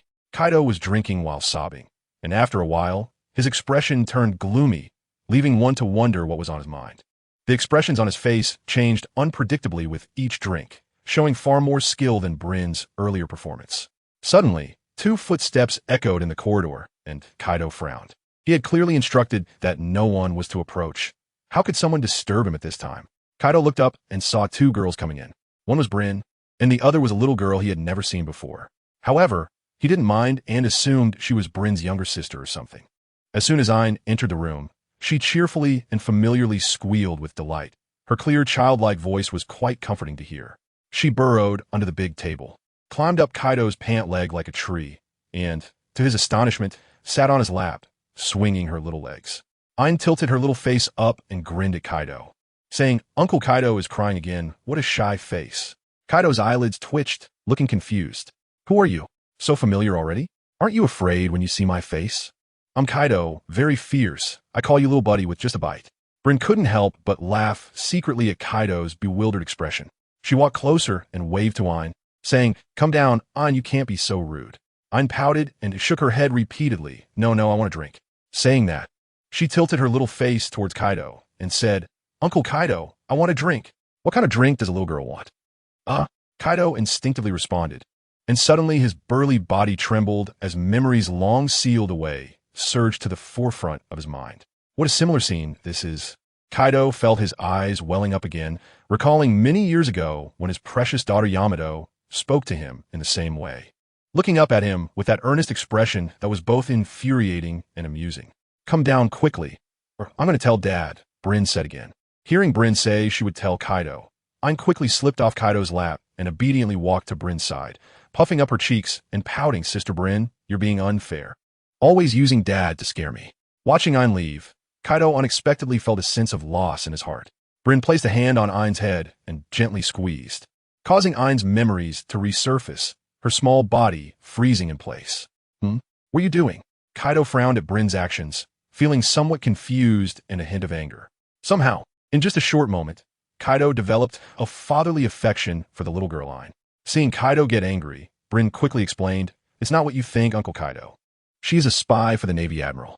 Kaido was even more confused, pointing at the tiny Ein, who was only the size of his palm, and said, Someone this small could be a spy for the Marine Admirals? Are you sure you didn't make a mistake? Brin shook her head, signaling Kaido to come closer. She enlarged Ein's memory videotape, and the scenes in the footage kept playing, as if watching a movie. Kaido frowned and looked carefully. After a moment, his expression turned serious, and he fell silent. After thinking for a while, Kaido took out a din-din mushi from his pocket and placed it on the table. He then looked at Brin, hesitated for a moment, and said, You did well. I never expected that such a small girl would be the one who became small due to her abilities. It turns out she's one of Zephyr's subordinates. An old man who's half useless, along with the former Admiral Akiji who became a pirate, 2 former Marine Admirals. What a grand scheme. Luckily, you noticed this. Otherwise, if these 2 had ambushed our base, we would have suffered heavy losses. Brin smiled faintly, appearing very calm. Kaido subtly curled his lips and thought, Little girl, with that expression of yours, how shallow. You've probably been delighted inside for a long time, right? Acting calm in front of me? You're still 1,000 years too early. I'm Kaido of the Beasts, a master of expression management. What do you plan to do? Kaido was not a fool, recalling Ein's earlier performance. He knew that Brin must have tampered with her memory. Brin smiled and said, You can't hide anything from Uncle's eyes. Here's the thing. I plan to have her directly communicate with Zephyr to set a good day and come over for a surprise attack. Kaido listened and couldn't help but grin, giving Brin a thumbs up and generously praising, This method is really great. Don't be in a hurry to notify her. It's best if you help her keep the snail safe. Although you've altered her memory and made her one of us, she is still in the form of a child, and it's inevitable that she will be mischievous at times. Such an important matter cannot afford any mistakes. Brin was taken aback. She hadn't thought of this issue. After a moment of reflection, She felt that Kaido's words were very reasonable. Immediately, Bryn looked at Kaido with admiration, thinking to herself that the notorious fourth emperor of the sea must be deep and strategic. You go back first. I will talk to Kaisa Linlin later and let him choose a time, Kaido said, returning to his seat. Bryn nodded, extended her finger, and put Ain's memory back in. It was as if time, which had been stagnant, started flowing again. Ain, who had been dazed for a long time, became lively and energetic again, her big, bright eyes constantly looking around and drooling over the delicious food on the table. Ain, let's go back to the room? Bryn smiled. Ain pouted, a little reluctant. Suddenly, Kaido coughed and said, Ain, come here to Uncle. Are you hungry? Eat whatever you want. Bryn was stunned, blinking her 3 eyes, then suddenly smiled and turned to go downstairs alone. Behind her, faint cheers from the little girl could be heard. On Hive Island in the New World, several captains of the Blackbeard pirates gathered in a huge palace. Captain Shiryu of the 2nd ship, Van Augur of the 3rd ship, Abelo Pizarro of the 4th ship, Lafitte of the 5th ship, St. J. M. Wolf of the 6th ship, Katarina Devon of the 7th ship, Bastchode of the 8th ship, and Poison Q of the 9th ship. Where's Akiji? Why isn't he here for the meeting? Blackbeard, sitting on the golden throne, frowned and asked. The heavily made-up Katarina Devon giggled and said, he's been sneaking around these days, with a captain you would never expect, apparently planning to take revenge on the beast pirates for Sengoku. Ha ha, revenge for Sengoku? That does fit Akiji's character. Stop keeping me in suspense, Devon. You know I don't like beating around the bush. Devon quickly covered her mouth and smiled. It's Zephyr, the former Marine Admiral, Blackarm Zephyr. Blackbeard's eyes lit up, and he sat up straight. Oh, are you serious? This is no small character. Akiji has been hiding a lot from us. Ha. Keep a close eye on everything regarding the beast pirates. Report every detail to me. Shiryu, who had been silent, suddenly spoke. Tichi, this is a good opportunity. Blackbeard raised an eyebrow and teased. I know what you mean, Shiryu, but that Kaisa is not a simple character. Moreover, the strength of the beast pirates is rather overwhelming. If we intervene, we might suffer significant losses. Shiryu nodded. That's true. So, we won't participate? No. Blackbeard grinned widely, behind which a pitch-black darkness loomed in his mouth, making people feel inexplicably terrified, as if Blackbeard's mouth was an entrance to a dark hell. Act according to the situation. On Oven Island, explosions were heard from time to time, followed by flying debris, collapsing houses, and clouds of dust. I'm not running anymore. I'm too tired. Damn it, just kill me. Quinn, would rather die here than run. Quinn's plump body was covered in scars, dirty and disheveled, looking like a beggar from a refugee camp. Heaven knows how he managed to survive the past half hour. He had been relentlessly chased by the brainless Weevil, who would unleash terrifying attacks if he slowed down even a bit. Hey, even if you're hanging, you need to catch your breath. I'm going to kill you. Weevil's small eyes turned red as he raised his large sword again. Whoosh! Quinn's plump body bounced like a ball, disappearing under Weevil's blade. Weevil, who was huge like a supersized Quinn, chased after him, both looking like 2 big meatballs, rolling rapidly with smoke billowing behind them. Suddenly, from afar, the sound of air bursting echoed, and 2 figures approached at high speed.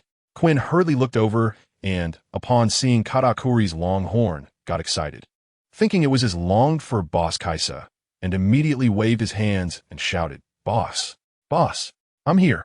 Weevil was momentarily distracted by the sudden appearance of the 2, his dull brain losing all guidance without backing. He stood there dazed, looking as slow as a 2G internet connection. Katakuri swiftly moved, descending from the sky without a word, and unleashed his attack.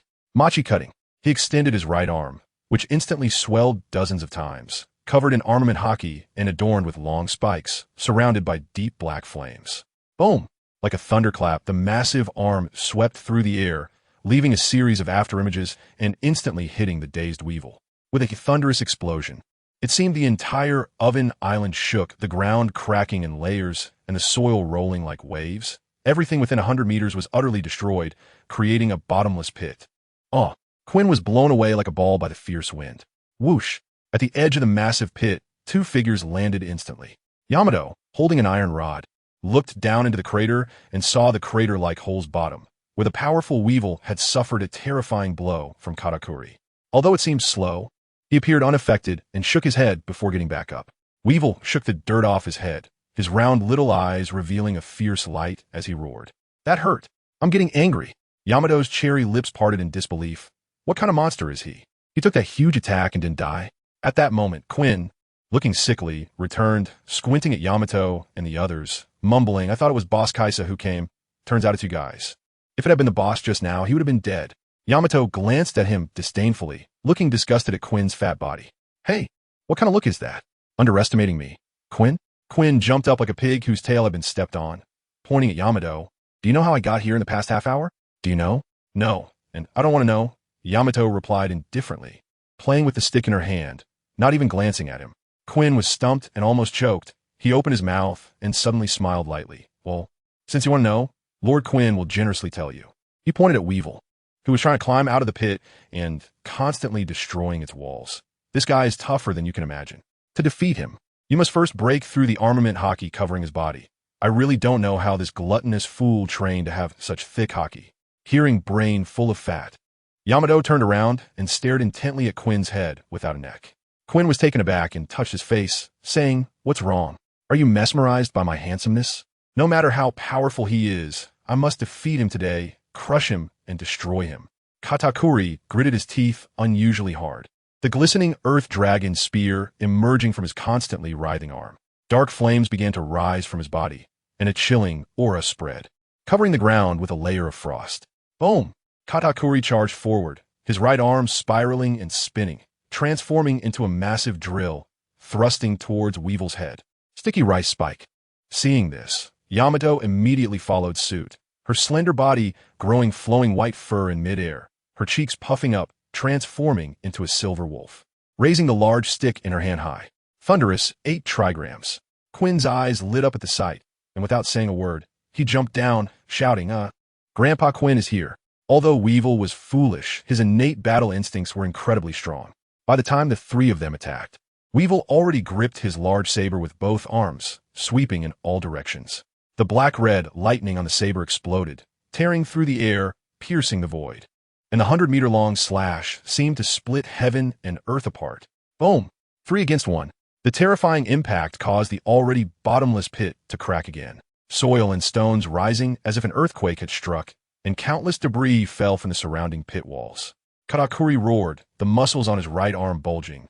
The earth dragon howling as it pierced through Weevil's blade, the terrifying force shooting straight at his face through the thick saber. Unarmed ice fong. Yamato opened her mouth and exhaled chilling frost, spreading rapidly along the saber pressed against by Katakuri towards Weevil's arms, moving at lightning speed. In an instant, Weevil's entire body was covered in a layer of frost, and the thickness of the ice layer quickly increased. Rolling power decapitation queen. Quinn bent down, his body swelling, and a bizarre mechanical arm dragon appeared, the robust mechanical arm shooting out to grab Weevil's massive frame, swinging him like a wrecking ball. Boom! Quinn laughed wildly, pulling Weevil's ankle, spinning and crashing against the surrounding stone walls, producing continuous booming sounds. Refreshing. Quinn's face was filled with exhilaration, as the situation had turned around after being chased for a long time. "Stop playing. Throw him over here," Yamato shouted angrily. Katakuri spread his arms, the ground softening and writhing, as huge donuts filled with spikes rose, enveloped in dark, ghostly flames. "All right, caught it, Quinn bowling."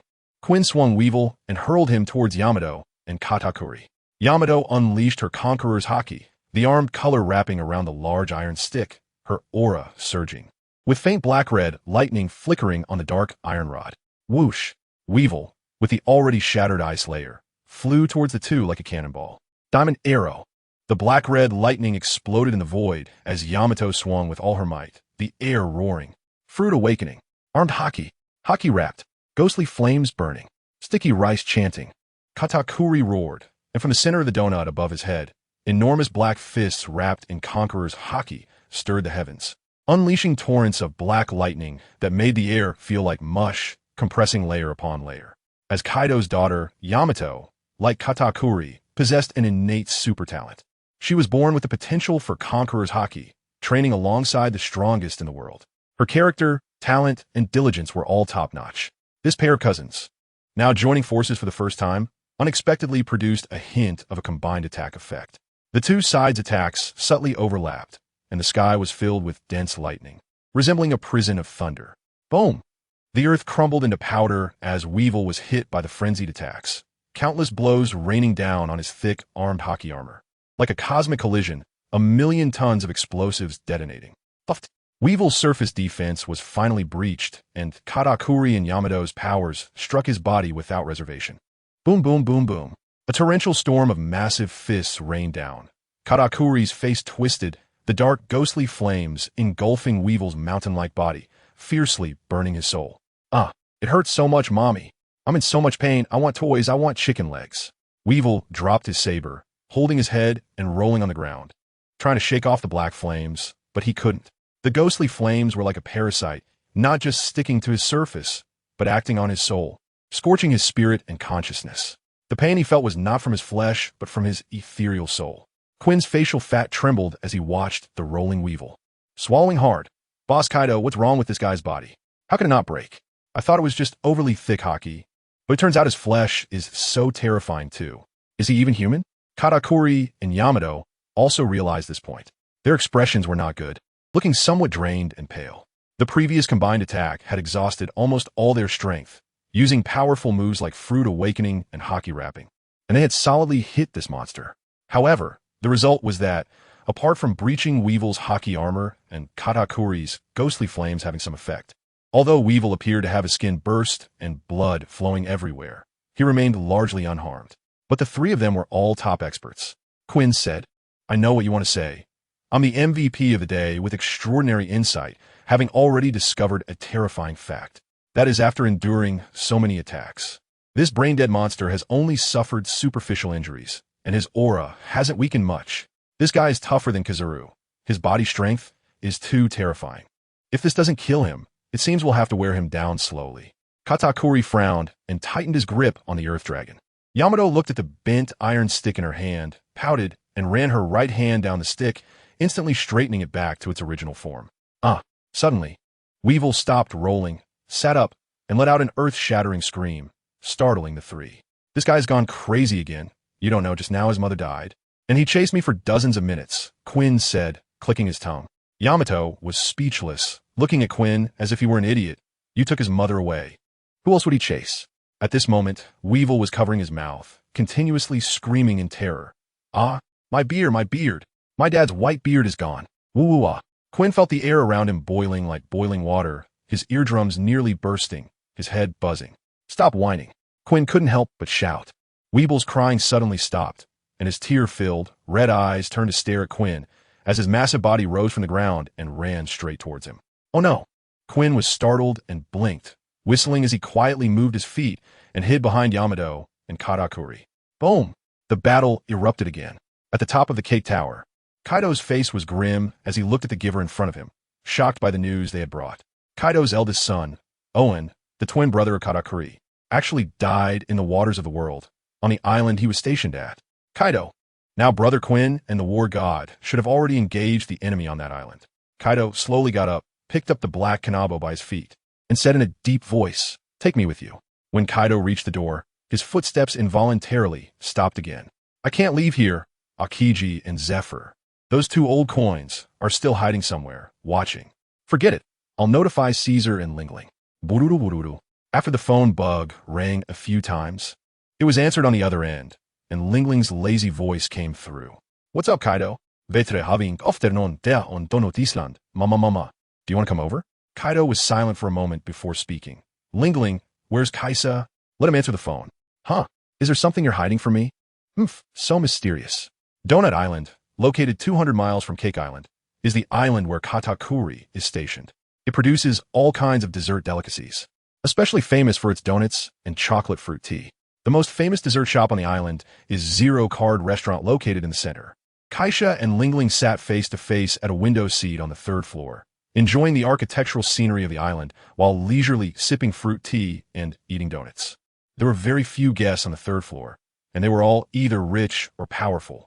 However, at this moment, these elegantly dressed guests couldn't help but direct their gaze towards Kaisha and Linlin while drinking tea, their eyes filled with awe. What happened? Kaisha wondered, as she took the phone bug from Linglin's hand and brought it to her eyes. Something happened on Oven Island. Owen is dead. I have Zephyr and Akiji lurking here, unable to move. Quinn and Xiaoka have gone over. You're fast, so I suggest you go take a look.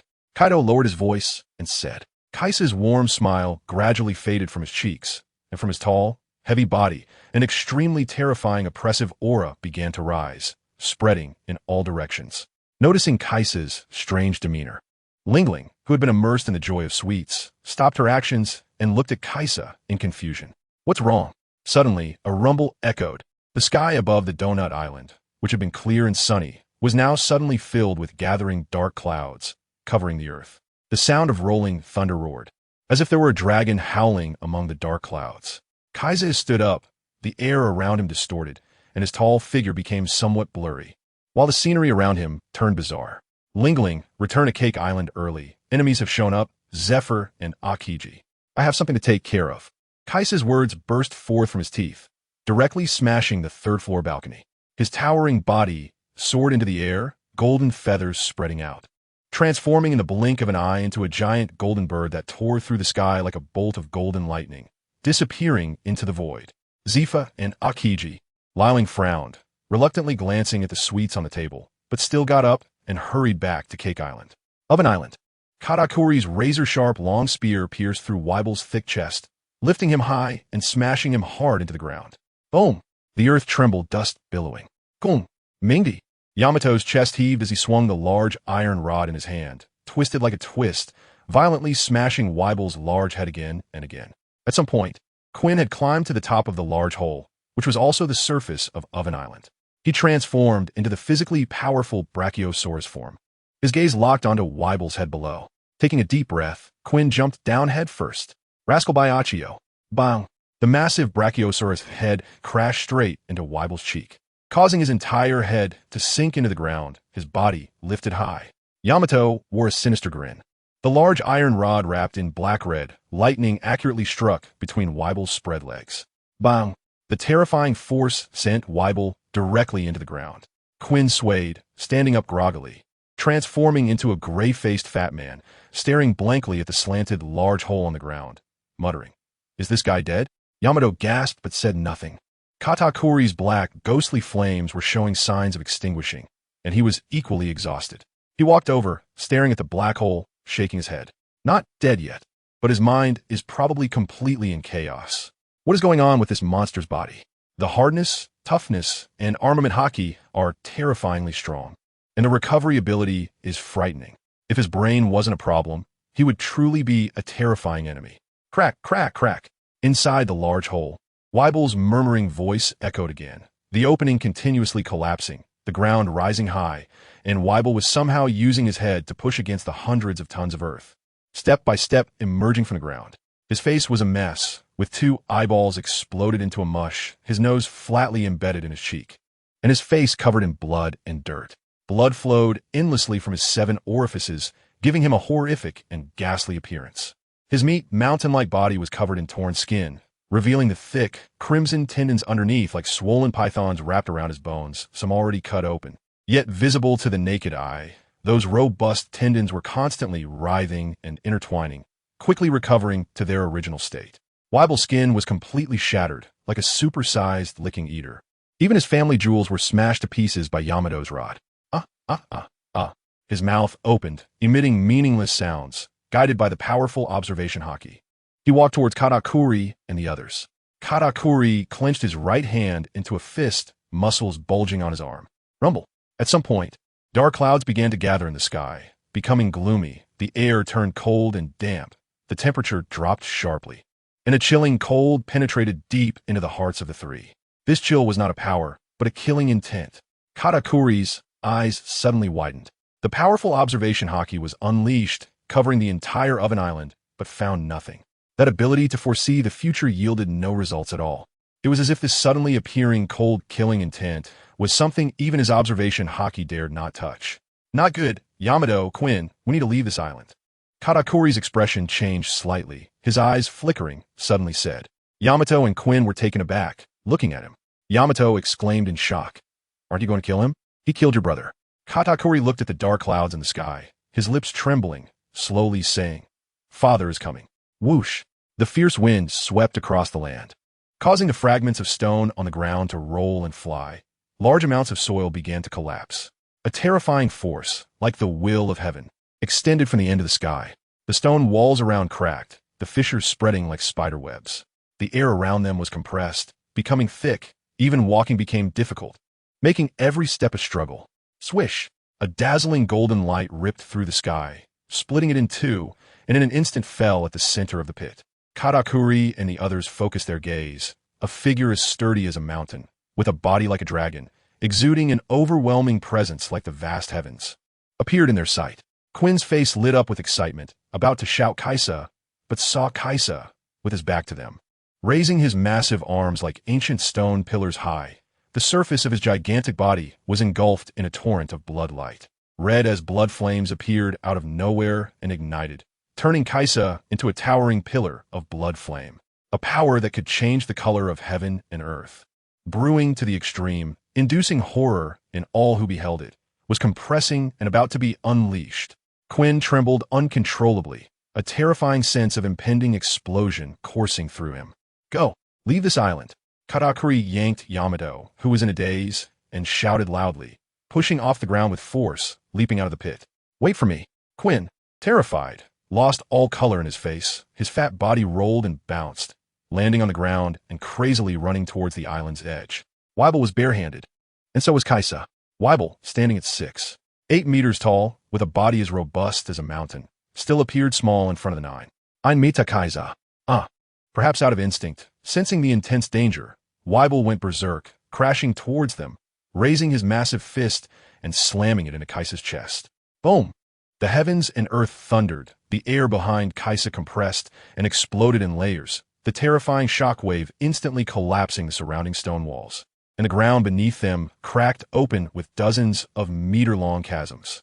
Yet Kaisa stood there, motionless, his body straight, like an unchanging divine mountain, his face cold, expressionless, and terrifyingly silent. Crack, crack, crack! Kaisa raised his right fist, and the void. Conqueror's hockey entwined, armament hockey covered. When Kaiser first burned his bottomless life essence, his powerful physique had already surpassed the limit. With every move, he could crush the air and tear apart the void. His raised giant fist descended inch by inch. Seemingly slow, yet it seemed to penetrate layers of spatial barriers, bringing down an entire piece of the sky.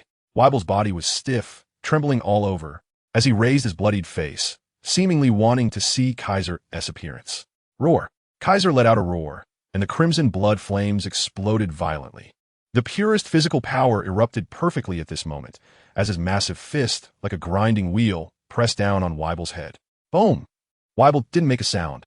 His enormous head shattered inch by inch, turning into the tiniest particles, becoming powder. Head, neck, chest and abdomen, waist, thighs. Kaiser's punch slammed into Whitebeard's head and exploded out from beneath him, instantly obliterating Whitebeard's massive body without leaving a trace. When the fist struck the ground at the center of the pit, it was as if it had detonated tens of millions of tons of explosives. Boom! The rock layers fractured in large chunks, the void shattered, and the entire oven island trembled as an incredibly terrifying force erupted from beneath Kaiser, spreading in all directions. Boom! From the outside, the entire oven island erupted within a single breath, a massive mushroom cloud rising, formed by countless shattered rocks and dust being explosively compressed. Katakuri and the others grasped the ship's railing, blown by the terrifying shockwave, while the pirate ship beneath their feet sped away from the island at an unprecedented pace. The keel even lifted off the sea by the shockwave. The sea surface within 100 miles surged into a tremendous tsunami, and the layers of clouds in the sky instantly cleared. Gulp! Quinn stared blankly, swallowing hard. Clang! The iron rod in Yamato's hand fell onto the deck, her eyes wide open. Father! Katakuri took a deep breath, deeply shaken. One punch shattered island. At this moment, outside a certain sea area of Totland, a massive ship was sailing on the vast ocean. The ship looked incredibly luxurious, entirely dark red, and was a giant two-masted sailing ship. On the sail, near the stern, a gigantic snake character was embroidered, while the main sail at the front bore a huge skull, surrounded by 9 snake heads. On either side of the ship's hull, 2 enormous pythons dragged it, looking both majestic and terrifying. Hancock, your ship is truly impressive. I've seen countless remarkable ships, and yours ranks among them. Luxury doesn't matter much, but those 2 pythons at the bottom of your ship can actually navigate through the encirclement of the supersized Sea Kings at Fishman Island without obstruction. What on earth are those 2 snakes? On the deck stood an old man wearing round-framed glasses, with a vertical scar on his right eye. A full head of silver curly hair, a uniquely styled beard. Overall, this old man exuded an inexplicable powerful charm. Even surrounded by beautiful women on the Snake Princess's ship, he stood out strikingly. He was none other than the legendary pirate King Roger's right-hand man. The vice-captain of the Roger Pirates, Silver's Rayleigh. Ahead, a stunning woman in a bright red open coat showed an angry expression and scolded. Rayleigh, didn't I warn you? Only Luffy has the right to call me by my real name. Don't be presumptuous. Sister beside Hancock, a tall, plump woman, Boa Marigold, one of Hancock's sisters, quickly intervened with a smile, explaining to Rayleigh, Mr. Rayleigh, please don't take offense. The two snakes you mentioned are the national treasure of Amazon Lily, called wandering serpents, extremely rare, and are a type of large venomous python.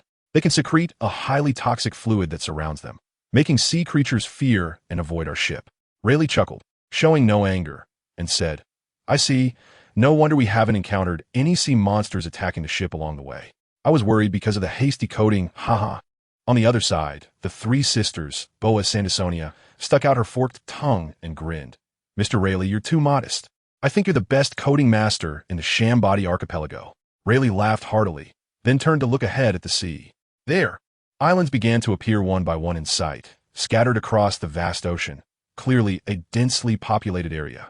Tutland, we've arrived. Rayleigh adjusted his round glasses, his tone becoming serious, and turned to the Emperor's Hancock beside him. Hancock, are you really prepared?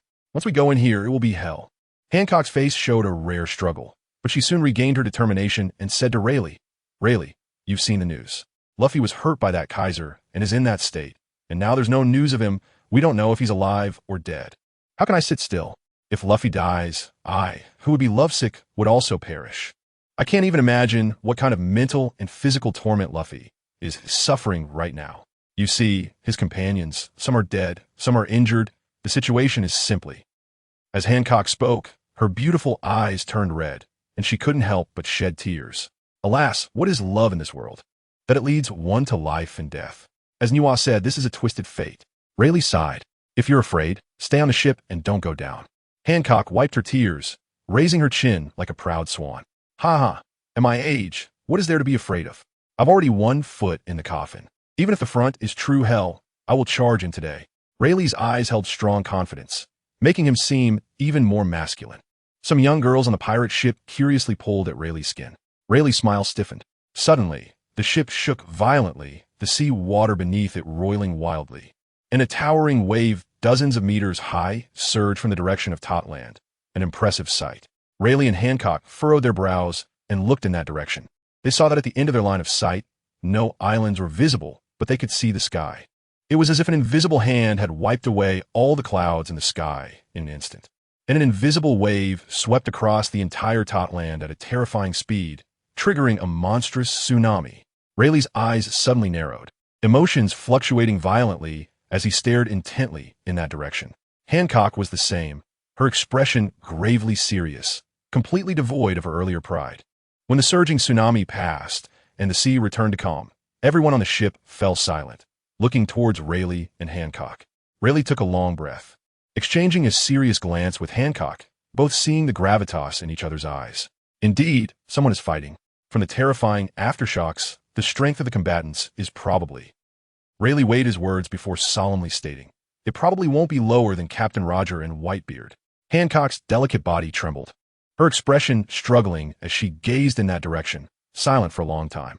After a while, Rayleigh spoke. It's still not too late to leave now, Hancock. There's no need to take life-threatening risks. We can go find Luffy. Hancock hesitated for a moment, then gritted her teeth. Sandersonia, which island exists in that direction in Totland? The tall and slender Sandersonia quickly took out the eternal pointer, checked the position and horizontal distance, and said, about 160 miles away. There is the famous Oven Island in Totland, the territory of Big Mom's son, Charlotte Oven. Go around there. Let's hurry to Cake Island. With you, Rayleigh, we can capture that Kaisar's son, the war god Katakuri. At that time, I want Kaisar to regret hurting Luffy. Hancock regained her composure, revealing a trace of hatred and killing intent. Rayleigh sighed and didn't try to persuade her further. In fact, Rayleigh himself was very angry. He had accompanied Luffy for 2 years, spending day and night together, developing feelings of both a mentor and a friend for him. Luffy indeed had a powerful talent and a unique charisma, much like Roger. He could subtly influence those who came into contact with him, whether they were enemies or allies, drawing them in with his charm and turning them into his own. For example, there was the former warlord Crocodile and the clown Buggy. What Rayleigh was thinking about now was another issue. That Katakuri was originally the strongest commander under Charlotte Linlin, and now he had been further empowered by his father Kaido, awakening his Oni bloodline, making him incredibly strong. He had even defeated Kizaru. If Katakuri was the only one on Cake Island, there would still be hope for capturing him alive. But if other powerful foes appeared to restrain him, it might even be a problem to retreat unharmed. The Oven Island. No, there was no island anymore. As the tsunami subsided, the seawater flooded over the largely destroyed land, transforming the once 10-square-mile island into a small sea mound only a few hundred meters in size. Katakuri urged the pirates on the ship to accelerate desperately, and they finally returned here before dark. After being hit by the terrifying shockwave and tsunami, their ship had retreated more than 100 miles and nearly returned directly to Cake Island. There Kaido was, Queen whispered, pointing to the distant mound. On it sat a towering figure. Under the blood-red sunset, the undulating black sea, the protruding reefs, the dim sky, the crimson evening clouds, and a colossal man formed a breathtaking scene. Katakuri and the other two silently watched, speechless for a long time. They didn't disturb the seemingly lonely figure and quietly stood with him in the vast ocean. After a long while, the man on the reef finally stood up and instantly vanished. The next moment, Kaido's imposing figure appeared before the three. Father, uncle, boss. Three voices chimed in as Katakuri, Yamato, and Queen respectfully knelt on one knee. Even Yamato, who had been sparring with Kaido that morning, was no exception, bowing respectfully and nervously choosing to submit. Kaisa nodded and casually sat cross-legged, a hint of loneliness on his face. Shao-ka, do you think I failed as a father? Kaisa suddenly spoke, his voice a bit hoarse. Katakuri looked up, met Kaisa's gaze, and solemnly shook his head, saying no, Father, don't say that. Without you, Mom, Uncle Kaido, and everyone else would have perished. Both Owen and I were saved by you in time. And this Totland Sea area would have been completely divided by the thugs if you hadn't returned in time. To me, you are a father we respect. Yes, me too. Quinn quickly nodded. Yamato lowered his head, making it hard to see his expression. Caesar raised his head, looking at the vast sky and earth in all directions, and let out a long breath. When I woke up from my slumber, I actually felt a heavy frustration in my heart. At that time, I always had the thought of wanting to destroy everything, haha. But later, I found Linlin, found my younger brother, and I regained the feelings of those years. It's a feeling unlike any other, different from killing and fighting, because I have a son now, and 4 more. Kaisa spoke to himself, while Katakuri listened very seriously. Quinn and Yamato also quietly perked up their ears. My childhood, well, it's too far back, let's not talk about it. Since I went to sea at the age of 10, I have been killing, constantly killing, because I feel that only through slaughter can I feel fulfilled. When the enemy's hot blood splatters on me, I can feel my heart beating in my chest. So later, I was called a demon, because anyone who goes against me will eventually meet their doom. To be honest, later I met Linlin and Kaido, but I still didn't change much. My desire for Linlin was greater than my feelings, and my indifference towards Kaido remained the same. In my world, there is only myself. 30 years ago, one day, I could no longer tolerate bringing Kaido around to gather power. I craved blood. I craved killing. Destruction was in my bones. We had a disagreement and decided to solve the problem through battle. At that time, Kaido was already very strong, but his physique was still slightly inferior to mine, and I ultimately defeated him. I was red-eyed and even wanted to kill him directly. Kaiser spoke, and a sense of indifferent killing intent emerged, causing cold sweat to break out on Yamato and Quinn's foreheads, making them dare not breathe. But for some reason, when I stepped on Kaido's chest, raising the long knife in my hand high, about to pierce through his skull, I saw myself in Kaido's eyes. I was so crazy, so bloodthirsty. There were no emotions in my eyes, only an endless desire for destruction. I was even more evil than Rocks, who wanted to dominate the world. I finally understood why I could never become Rocks. Because in my world, there was only me, no world. I held the long knife high, aimed at Kaido's skull, and stood there for a long time. I gave up. I chose to sleep without waking, wanting to see the future and whether I would change. A person's world is really very boring. Caesar suddenly smiled, and the world around him seemed to brighten in an instant. Day and Quinn let out a long sigh, feeling their bodies relax significantly. Little card, do you know? When Linlin told me I had 4 sons, my heart suddenly became active. I felt as if I was different from before. Although I still occasionally want to fight and kill, I am no longer alone. I have brothers, a wife, sons, and a group of subordinates. Despite this, I still feel quite unfamiliar and distant toward the 4 of you, especially the 3 of them. Perhaps it's because you inherited my bloodline. My feelings for you are deeper than for them. But regardless, Owen, Perispero, and Daifuku are still my sons, Caesar's sons. A heavy, mountain-like aura emanated from Caesar. He reached out, grasped Katakuri's shoulders, and looked directly into his son's eyes. Anyone, even a god, if they harm my family, I will pull them down from their divine throne and smash them to pieces. Kaiser slowly stood up, his imposing aura rising like an ancient divine mountain, returning to Cake Island, resolving some issues, and then gathering the army to wipe out the forces of the clown buggy, leaving none alive. A murderous intent that could change the color of the heavens, and the earth suddenly erupted from Kaiser's body, as if the sea was about to overturn, with black waves sweeping up to the sky. I want this world to understand what will happen to those who dare to harm my family. Kaiser. 1 hour later, Cake Island. In a room of a residential house, Akiji and Zephyr, disguised as civilians with funny pointy noses and big mustaches, their heads wrapped in large scarves, were subtly peering through the window at the distant high tower. At that moment, the phone bug in Zephyr's arms suddenly rang. Both of them were startled, and Zephyr quickly took out the small phone bug and answered it. "Hello, this is Totland Restaurant. Do you need donuts or toast?" A crisp girl's voice came from the phone bug, and the words were quite strange. However, Zephyr and Akiji felt no sense of wrongness at all. Zephyr spoke in a deep voice. "I need a portion of exquisite roasted snails." On the other end of the line, Ein's voice quickly followed. "I found out that only Katakuri is stationed in the Cake Tower right now. Kaiser, Big Mom, and Kaido have all gone to Oven Island to confront Blackbeard's pirate crew and the clown buggy subordinates." Zephyr and Akiji exchanged glances and nodded at each other. Akiji said solemnly, "Zephyr-sensei, this is the best opportunity. While Kaiser and the others are away, we can take down his stronghold and eliminate or capture this future pillar of the Beast God pirate crew. Kaiser will spend the rest of his life in regret." Zephyr's eyes also sparkled. "No, it's best to capture him and hand him over to the Navy. This way, we can launch another war, just like with Whitebeard. Katakuri is the prince of the Beast God pirate crew. His importance is obvious, especially since even Kizuru was defeated. That would be the best time to completely annihilate the Beast God pirate crew." Just an hour ago, when Kaiser was on Katakuri's ship returning to Cake Island, he took out the phone bug from Linlin and called Kaido. He and Kaido agreed to start the plan in 1 hour, as their return journey would take an hour. Kaisa has made up his mind to let Kaido's side instruct Brin to start the baiting plan, drawing out Akiji and Zephyr, who are hiding in the shadows. The best way to handle it is to lure them to a remote wilderness and carry out an annihilation operation. However, this plan has too many loopholes.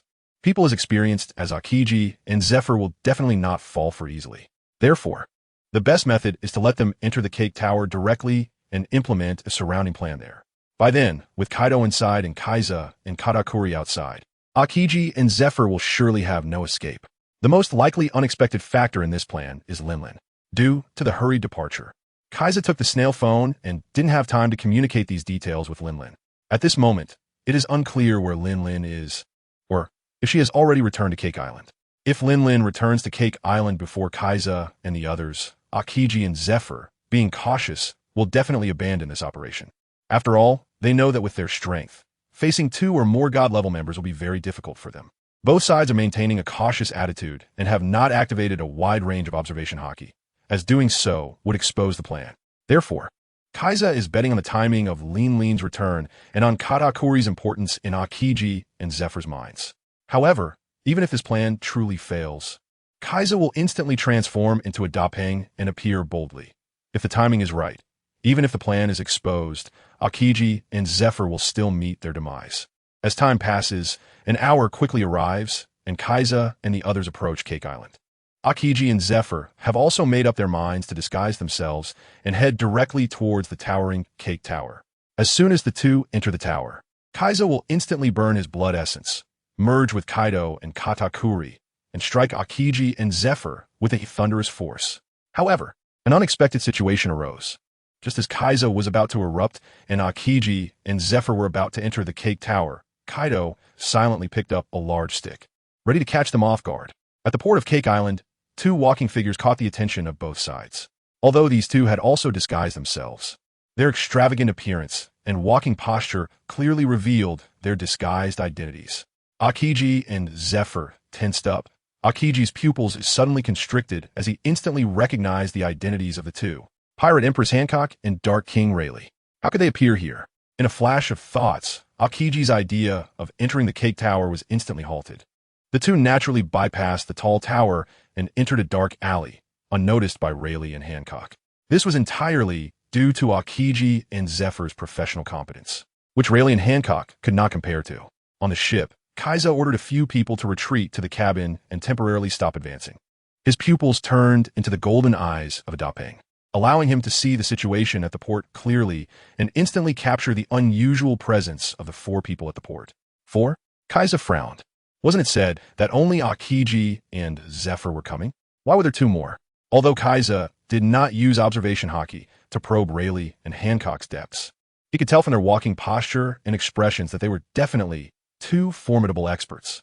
Among the 3 parties, both Aokiji and Kaisa are cunning, while only Rayleigh and Hancock, with their extravagant appearances, keep peeking around but do not dare to easily unleash their observation haki. At this moment, with just one trigger, the port of Cake Island could instantly explode into ruins. The air seemed to become extremely oppressive, and no one dared to act rashly. And at this critical moment, a tall woman in a pink dress, holding an umbrella, flew over from a distance, stepping on a large cloud of fire. It was the delayed Linlin. It was unknown why she thought of holding an umbrella at night. Linlin's personality is carefree and reckless.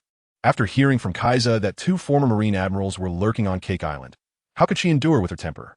Plus, since Kaisa did not provide any reason and directly took off, she hurried back to Cake Island in a whirlwind. However, there was a small incident on the way. At this moment, on an uninhabited island located between Donut Island and Cake Island, a huge pirate ship had flipped over, deeply embedded in the ground. The island was covered with large pits and burn marks. At the bottom of a large pit, the ugly Catherine Dupont lay there, half of her body charred. Her skull smashed in half, with a huge fist imprint deeply embedded in the hard stone beside her head. Not far away, the drunken Baschot, whose long tongue was always licking the wine barrel, had been pulled out and thrown aside, with his lower body crushed into a pulp by a large foot. However, Choate was not dead yet. He was still struggling to crawl back to the ship to find the communication snail. At this moment, Choate was filled with resentment, blood continuously dripping from his mouth without a tongue. As he passed by Dupont, he spat a mouthful of saliva. No, it was a mouthful of blood on a half of Dupont's head. Dupont, you idiot woman. Do you think you're going to live forever by provoking that woman, Big Mom? And you even disguised yourself as Kaisa. Damn it, don't drag me down with you. He needed to quickly find the snail phone to contact Captain Diki and Poison Q. He could heal him, and he didn't want to die yet.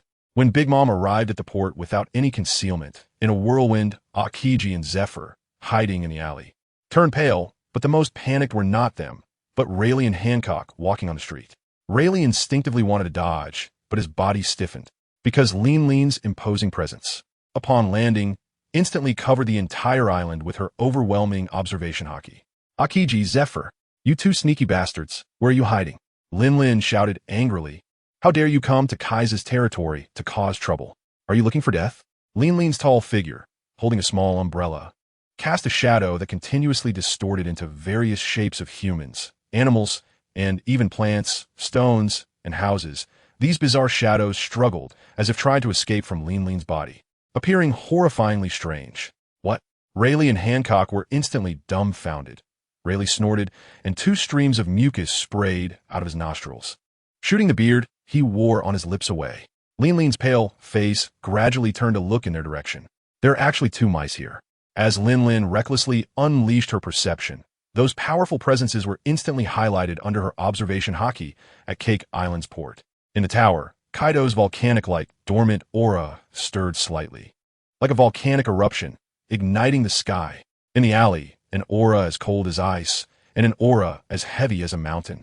On the street, Rayleigh's aura pierced the sky like a sharp sword. Hancock's aura was lofty, looking down on everything. And, behind them on the sea, an aura carrying a chilling soul flame belonged to Katakuri. Another wave of breath shook the heavens, unfathomable, like an ancient divine mountain standing between heaven and earth.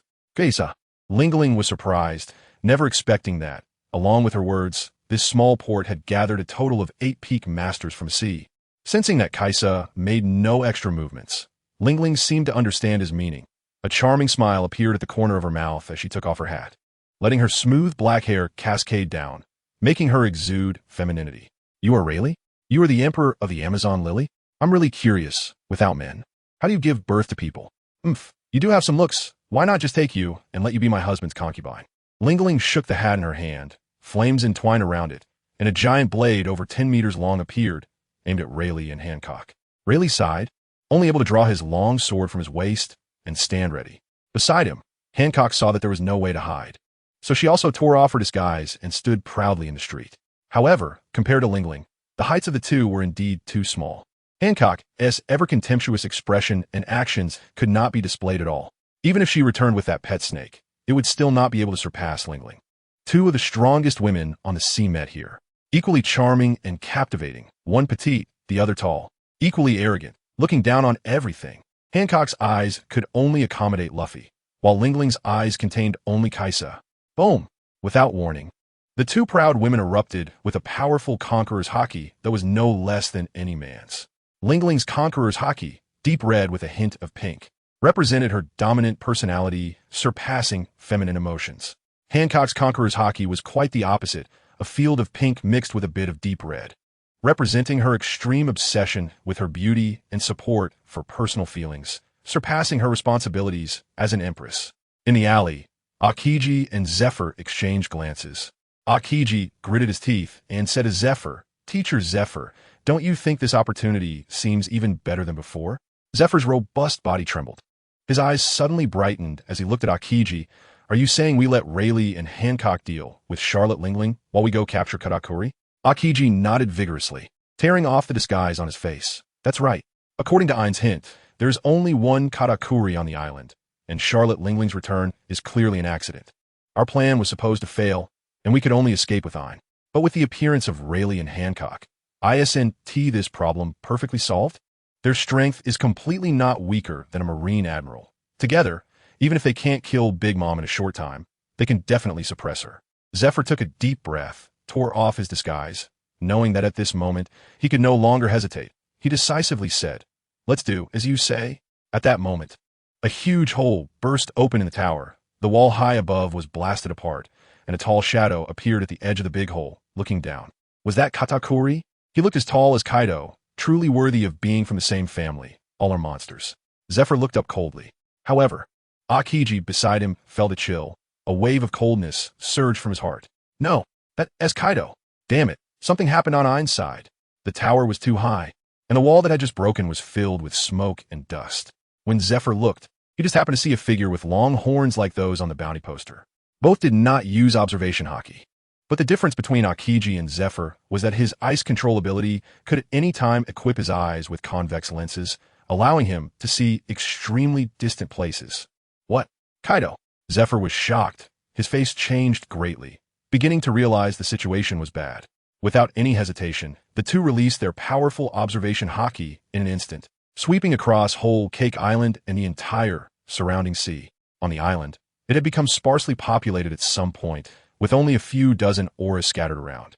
Aside from them, there were 6 terrifying auras, mighty and soaring straight into the sky. Aokiji and Zephyr's pupils shrank sharply, their expressions changing wildly. They fell into a trap. The 4 experts of the Beast Pirates had all come. I must have encountered trouble. Ha ha ha. How delightful. Kaisana's deep and arrogant voice rang out as he suddenly opened his mouth and exhaled towards the sea. It was like Yamato's ice fong, but its power was many times stronger. A column of icy air instantly landed on the ocean. In an instant, the sea surface beneath the ship began to turn white rapidly, and the churning waters quickly transformed into a thick layer of ice, spreading outwards at a terrifying speed. In the alley, sensing the suddenly dropping temperature in the world and perceiving the changes happening on the sea through observation haki, Zephyr looked at Aokiji in shock and blurted out, "Kazan, isn't this your ability?" Aokiji's expression was extremely grim. His best move was being used by Kaisana, which was clearly a slap in the face. "Teacher Zephyr, we must leave here. The situation is dire." Aokiji decisively decided to retreat. Zephyr looked towards Kaido on the tower, frowning and saying, "No, Ain is still inside. I must find her." Aokiji hesitated, knowing that no matter how he persuaded, his stubborn teacher would never abandon his students and escape alone. Especially on this girl like Binz, was one of the last 2 students from a Marine training camp that Zephyr led 9 years ago during that massacre. Zephyr's feelings for Ain and Binz were like those of a father for his children. On the ice surface, 2 remarkably tall and robust men with the same appearance slowly walked over, their footsteps echoing rhythmically on the ice. Linlin glanced at Kaisana and Katakuri, a radiant smile appearing on her face as she raised her Napoleon and aimed it at Hancock, saying, "There are only 2 of us women here. Come on, let's battle on the ice." Hancock's expression was cold and proud. She said nothing and directly leaped onto the wide ice surface. Just as the battle on Cake Island was about to break out, a never-before-seen spectacle appeared in the sky far away in the New World, Dressrosa. At the top of the palace castle, the Emperor of Dressrosa, King Riku, along with the National Defense General, Cyrus, looked up at the sky with pale faces. Around them, Rebecca and Violet were all swaying, nearly falling to the ground. Meanwhile, at the edge of Dressrosa, in the fairy forest, the Straw Hat crew, who had come to seek treatment from the small human princess Mancheri, changed their expressions dramatically, staring in disbelief at the terrifying sight in the sky. Above, 10 gigantic meteors burning fiercely, like 10 dazzling suns, surrounded Dressrosa, completely blocking the escape routes for those inside. If one looked closely, they could see in the center of the 10 suns an elderly man in a purple robe with white pupils and scars crossing over his eyes, holding a sword cane, floating on a piece of floating stone. This person was Admiral Fujitora, sent to capture Sanji. Drops of sweat trickled down Fujitora's forehead.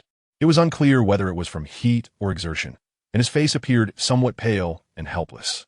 He did not wish to target the civilians of Dressrosa, but the Straw Hat crew's recent notoriety was rather loud, even causing Kaido, the so-called invincible creature of land, sea, and air, to be knocked off his pedestal. These people seemed to have just barely escaped from his hands a few weeks ago, relying on the help of the citizens of Dressrosa. Truly, the world is unpredictable. It's not that I want to oppose you, Straw Hat Kid. In fact, I quite admire your character. However, the former Fleet Admiral Sengoku is a highly respected person of justice, and I also greatly admire him. For both public and private reasons, I must bring back Sengoku's remains for a grand burial. Fujitora sighed deeply, casting aside the last trace of reluctance in his heart, and took out the Navy's developed amplification device, placing it to his mouth. The Straw Hat crew listened as he announced, "I am Admiral Fujitora of the Navy. Today, I am here specifically for one person. As long as you hand over this person, Dressrosa will be safe, and I will cast these meteors into the sea." Under Fujitora's broad range of observation haki, the entirety of Dressrosa was covered, and he easily located the whereabouts of Luffy and the others. Fujitora turned his gaze towards the fairy forest and called out, "This person is Vinsmoke Sanji." "What? Me?" In the fairy forest, Sanji was astonished and confused, pointing at himself with a bewildered expression. Beside him, Nami, Robin, Usopp, Frankie, Chopper, Jinbe, and Zoro were all equally shocked. They had sensed something was wrong as soon as Fujitora appeared, but Fujitora's power was too terrifying. Even in their currently restored state, they had no way to escape from such a devastatingly overwhelming attack. Luffy, due to his severe injuries, was still receiving full treatment from Princess Mancheri, while the others, having suffered lighter injuries, had begun to recover. Among them, Sanji's vitality had returned to that of a 30-year-old. Jinbe's chest, which had been deeply wounded, also returned to normal. Robin's previously healthily tanned skin and voluptuous figure also returned, showing no trace of her previous severe burns. "Sanji, don't listen to him, you can't go," Nami screamed, rushing over to grab the struggling Sanji. "Nami-san, I should go," Sanji said, his face showing immense sadness and distress as he scanned the faces of his companions. "No, I won't allow it." Nami broke down in tears, collapsing to the ground and crying again. In recent days, Nami had been mentally exhausted, living a life more sorrowful than a few years ago in Cocoa Village in East Blue. Every day, she watched her day's companions, the unconscious Luffy, the lost Zoro, the aged Sanji, and Robin, whose body had no good skin left. All of this made Nami, an emotionally rich woman, unable to hold back her tears. Zoro, with vacant eyes, suddenly trembled, his unfocused gaze regaining clarity as he fixed his eyes on Sanji. "Go ahead, cook. I've got you back here." Zoro tightly gripped the remaining sword Enma in his hand, unusually serious. "Ha ha! With those words from you, I can rest easy, green algae head. Get your act together. You are going to become the world's greatest swordsman. I don't have such lofty dreams as you. Sanji pulled out a cigarette from his pants and took out a lighter to light it, but his hand shook violently as he tried to light it. It wasn't fear, it was reluctance. 2 lines of tears flowed from the corners of his eyes. Zoro stepped forward, throwing his Enma sword to the ground as if it were garbage, snatching Sanji's lighter and lighting his cigarette with one hand. Sanji was taken aback, looking at the sword on the ground, his voice hoarse as he said, "How can you treat your sword like that? This is not my sword. My sword is broken. Enma belongs to Odin. He couldn't even surpass himself. Using his weapon will only bury my future. I will forge my own sword with my own hands, to cut through everything ahead and become the world's greatest swordsman." Zoro stepped heavily on the Enma sword, pressing it deep into the ground. The Enma sword seemed to have a soul, its blade trembling continuously, as if in confusion and anger. But Zoro didn't care at all, although he didn't have a sword in hand at that moment. An inexplicable sword aura was growing like a towering tree. Sanji, upon hearing this, couldn't help but break into a brilliant smile, thumping Zoro hard on the chest before turning to look at everyone. "Goodbye, everyone. Sanji, Sanyukon." Whoosh. Sanji didn't look at the trembling and pained Nami and Chopper. It wasn't that he didn't want to, but that he didn't dare. He was afraid of softening his heart, afraid of involving everyone. "Nami-san, when Luffy wakes up, let him find another cook. I may not return to the Thousand Sunny this time. Take care. The time spent with everyone is the happiest and most fulfilling days of my life." With a foot in the void, Sanji soared into the sky, heading straight for Fujitora. When Sanji arrived beside Fujitora looked at him for a long time before sighing, "Sorry, kid." Sanji appeared very relaxed, smiling casually. "Go ahead. Who exactly wants me? If it's the Navy, they wouldn't just capture me alone. Luffy and the others are seriously injured. With your strength, it would take much effort to capture them." Fujitora sighed lightly and nodded. "You're a smart guy. That's right, it's Caesar." "Yes, it's the devil you're thinking of. He specifically requested you." "Ha ha." Sanji laughed as if he had heard a great joke, laughing so hard he leaned back. "When did you, a dignified Navy admiral, start working for a thug? There's no choice. Sengoku's remains are still in his hands. You're just one of the people he's using as a bargaining chip," Fujitora stated plainly. Sanji was taken aback, then smiled bitterly, shook his head, took a puff of smoke, and stopped talking. Fujitora silently looked in the direction of the fairy forest for a while before manipulating 10 enormous meteorites, leaving the sky above Dressrosa and slowly dropping them into the sea. "It's tiring to fly all the time. Why not take a break on this rock of mine?" Fujitora offered some space. Sanji nodded and jumped up. The figures of the two cut through the sky and quickly disappeared into the horizon. In a certain sea area of the Grand Line, rows of giant snail ships sailed on the ocean, flags fluttering in the wind, emblazoned with the words Germa 66. On the lead giant steel snail ship, the tall and sturdy judge held a newspaper, reading it over and over again. Beside him stood his 3 sons and 1 daughter, Reiju, Ichiji, Niji, and Yanji. This latest newspaper was about the beast pirates. For the past 2 days, Judge had been unable to sleep, repeatedly looking at some information on it. For example, the Big Mom, who was supposed to have a marriage alliance with him and become family with his children, was actually willing to be under the command of a newly emerged person, allowing that person to become a captain. This was simply beyond Judge's imagination. Another thing that caught his attention was the photo of Sanji, who had suddenly aged dramatically. Reiju, dressed in a pink leather outfit, showcased her curvaceous figure clearly, with 2 purple butterfly wings behind her, making her look extraordinarily beautiful. Worry was etched on Reiju's face as she bit her lip and softly said, "Father, how could Sanji end up like this?" Beside her, Ichiji and the others also showed expressions of inquiry. Since experiencing the disaster in Whole Cake Island, these artificial warriors had unexpectedly awakened a trace of humanity, no longer resisting Sanji's existence. Instead, their attitude had completely changed, treating Sanji as their brother. Judge sighed, "If I'm not mistaken, Sanji must have accelerated the burning of his life force. He might have been pushed to the brink, forced to fight desperately." "What about Sanji?" Reiju's eyes turned red, tears shimmering in her beautiful eyes, appearing quite sorrowful. "Alas, we can only leave it to fate. This kind of fundamental loss, with our scientific power, there is hope to resolve it, but we must return to the North Sea. Tell the others to speed up. We need to return to the North Sea research base as soon as possible. I need to quickly develop this serum." Judge S' expression was serious. The reason he cared so much about Sanji was partly because he had been saved by him in Whole Cake Island. Secondly, Judge vaguely sensed that his only son who had not been successfully modified might actually be the true outstanding specimen of the demon bloodline. What is that? Yanji suddenly frowned, looking towards the end of the sky, where a dazzling golden light shot in from a great distance, directly targeting their location. Enemy attack. All hands on deck, Ichiji shouted, his voice spreading through the entire fleet via the communication device. In an instant, all the modified warriors raised their heads, stood tall, drew their weapons, and prepared for battle. On the faces of these uniformed soldiers, there was no trace of fear or panic, as if they were programmed robots. If you don't want to die, just surrender obediently. I have no patience left.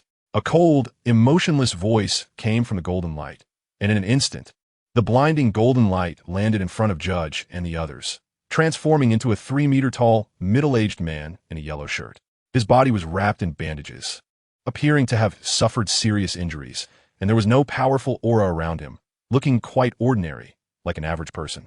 However, given the way he appeared, no one would genuinely consider him an ordinary civilian. Judge's face changed instantly. He was very familiar with Kizaru. As the head of the Navy's scientific corps, Kizaru had long been dealing with Vegapunk Studio. In the past, Judge, Caesar, Quinn, and Vegapunk had worked in a research facility together, which was later destroyed by the Navy, and Vegapunk was invited to the world government. The person who led that action back then was the Kizaru, standing before him, a Marine Admiral. Kizaru, what are you doing here? Don't cause any trouble.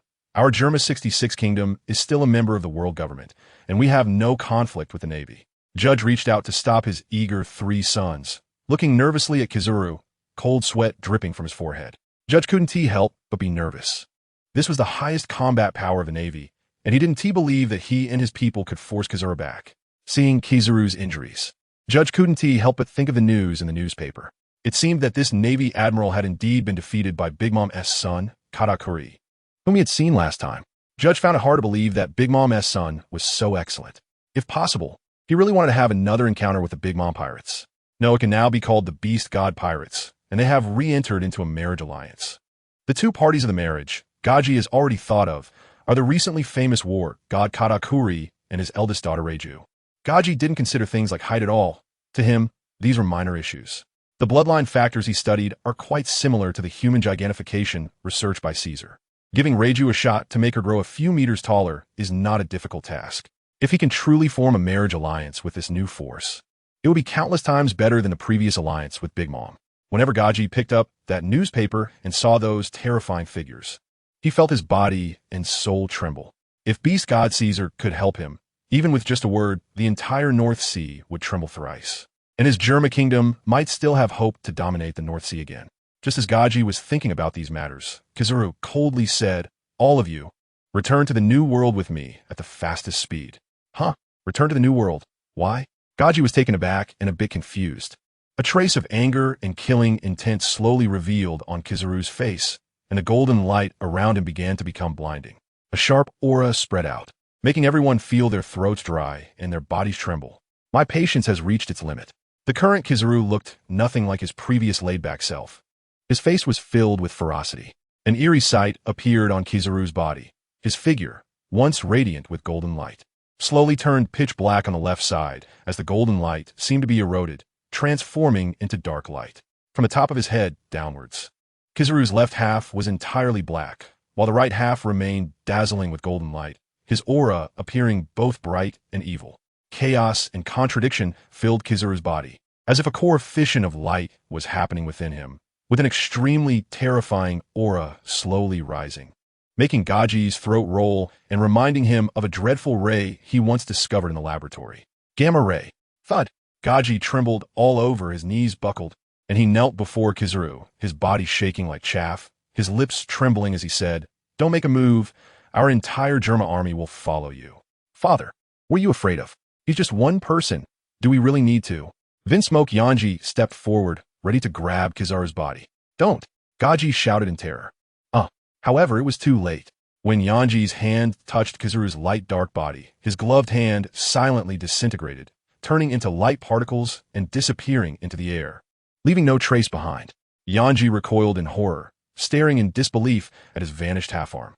Kizaru's tall figure, alternating between light and dark, flickered unpredictably, appearing cold as if he had lost his humanity.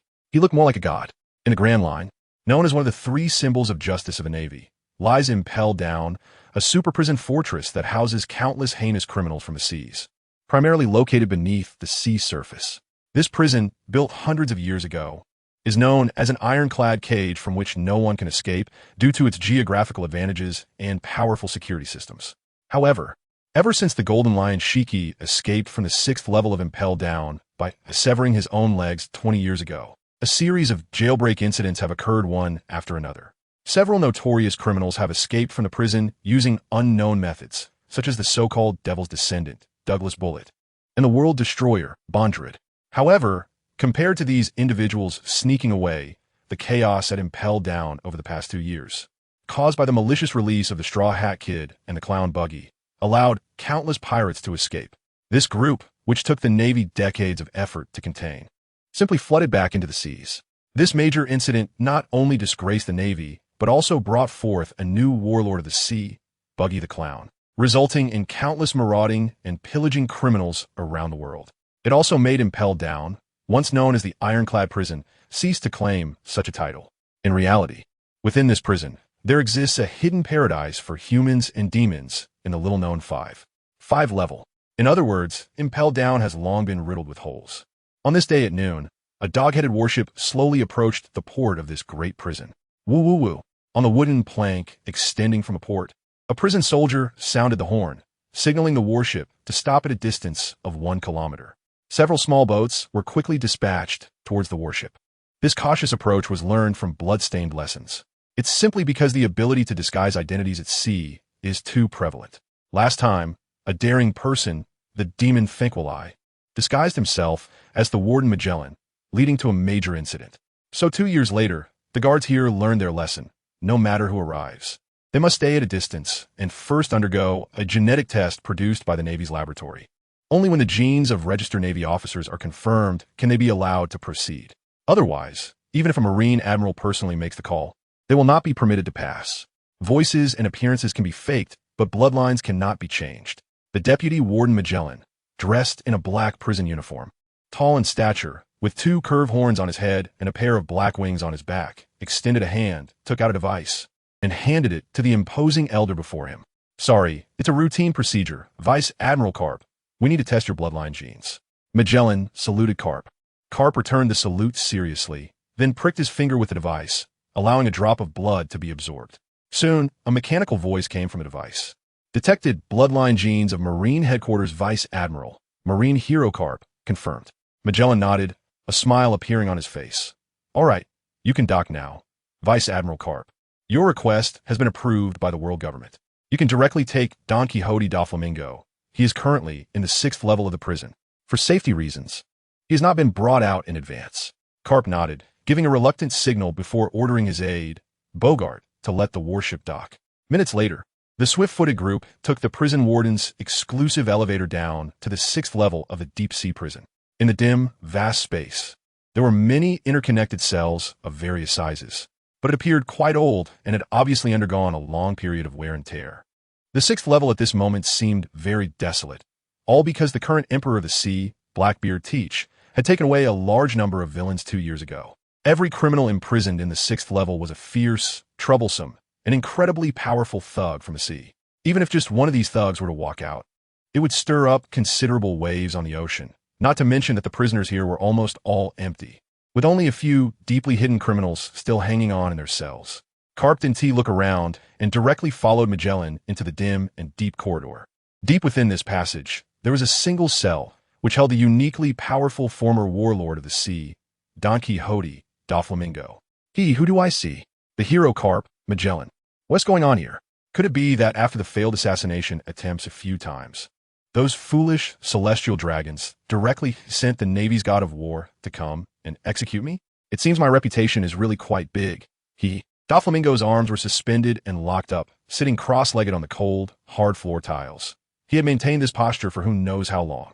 Logically, one should have been tortured to numbness by now. However, on his face, he still wore those flamingo glasses, and it was unclear who allowed him to wear them. with a smirk of arrogance still lingering at the corner of his mouth. You're being released. Next, you will follow me to the new world. Someone made a deal with us and specifically requested you. Carp spoke quickly, prompting Magellan to unlock the cell and walk in, releasing the surprised Doflamingo from the wall. Although he still had sea stone shackles on his hands and feet, Doflamingo was taken aback. Who has such great power? How could they get the world government and the celestial dragons to agree to this? Aren't they afraid that I will reveal those secrets? Carp snorted coldly, not hiding the truth. It's the Beast Pirates, your old boss Kaido's group. You should have seen the newspapers. Kaido, the extremely rare, fearless flamingo, Doflamingo, actually licked his lips, revealing a hint of nervousness. As a special prisoner in the 6th level, he was allowed to receive the latest newspapers from the sea every day. The newspaper from yesterday was still on the floor of the cell, and Doflamingo had spent considerable time closely examining its contents over the past couple of days. The appearances of Kaido and his group were deeply etched in his mind. Kaisa, a figure far more terrifying than that madman Kaido, has even defeated Admiral Sengoku. And Admiral Green Bull is still missing. Admiral Kazuru has also been defeated. Among the current top 3 combat powers in the Navy, 2 have been defeated, all by members of the Beast God Pirates. The Beast God Pirates are much more terrifying than the previous Beast Pirates and Big Mom Pirates. Don't think about it anymore. You have no room to refuse. Hurry up, the agreed time is short, and that bastard Kaisa is not an easy person to deal with. Carp glanced coldly at Don Quixote, Doflamingo, then turned around and led the way, with Magellan personally grabbing Doflamingo's arm to keep up with Carp's pace. Doflamingo frowned and stumbled, seemingly reluctant. The outside world is too dangerous. It seems better to stay in the prison and be a leisurely king reading the news. At the Holy Land, Mary Geos. Within the towering, snow-white, crystalline massive building, in the spacious hall, 5 elderly men, looking old yet spirited, are respectfully kneeling on the ground, facing the high steps ahead. At the end of the steps, 20 weapons such as swords and spears are stuck in the ground. Behind these weapons, there is a huge throne towering above. Even when unoccupied, the throne exudes an aura of holiness and solemnity, as if sitting on it would grant one supreme power to control life and death across the world. With the sound of even and powerful footsteps echoing from deep within the palace, the 5 old men kneeling below became even more respectful, their heads lowered further, as if the approaching person possessed a power that made them dare not look directly, instilling deep awe. This is almost an impossible occurrence. For the kneeling 5 elders are the 5 stars, who hold the utmost power over the world government, the most powerful figures in the world. Even the Marine Headquarters Admiral Akainu must stand respectfully to the side when coming here, enduring scolding from the old men. The world government controls the economic lifeline of the Navy. Every year, hundreds of billions of dollars are distributed through the hands of these 5 old men. This is the most important reason why, despite many just individuals within the Navy disapproving of the world government's actions, they cannot resist. Suddenly, a gentle breeze swept through the close hall, mixed with the fragrance of grass and flowers. A calm, cold voice directly resonated in the minds of the 5 elders, bypassing the air as if echoing in the depths of their souls. The voice was neither male nor female, neither old nor young, mysterious and unfathomable, as if it came from the heavens above. What is it? The 5 elders lowered their heads, and one elder in a suit with slicked back hair respectfully said, "Lord M, there have been recent developments regarding the Beast God Pirates. I wonder if you've seen them." At some point, a high human-shaped shadow appeared on the empty throne, its figure distorted and blurred, as if it existed in another space, separated from the 5 elders by a world. Even if the 5 elders raised their heads, they would likely struggle to see this person's appearance. Only their 2 eyes seemed to possess a peculiar power, capable of seeing through time and space, observing anywhere with a unique charm. These eyes, composed of red pupils and concentric circles surrounding them, looked like 2 whirlpools, drawing anyone who made eye contact into an irretrievable abyss, exuding an indescribable majesty and an attitude of indifference towards all beings. Lord M, sitting high on the empty throne, did not respond to the elder's words, remaining still like a statue. The scene fell into silence, with the 5 elders holding their breath, seemingly afraid to disturb M's thoughts. After a long while, M's indistinct voice entered the minds of the 5. The ancient demon race is powerful and must be guarded against. However, they are not the descendants of D. The main focus remains unchanged. The Sun God Nika needs to be monitored. The 5 elders breathed a sigh of relief.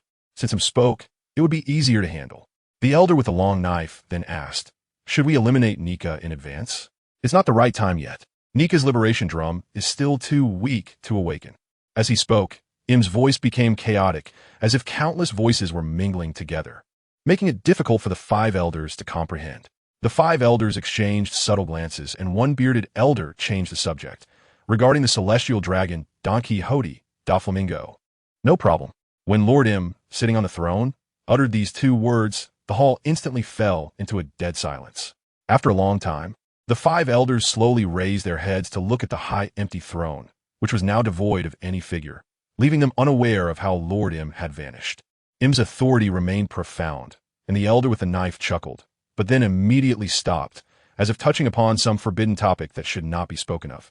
After exiting the palace, the 5 elders arrived in the outer hall, where they saw Rob Lucci standing motionless like a statue.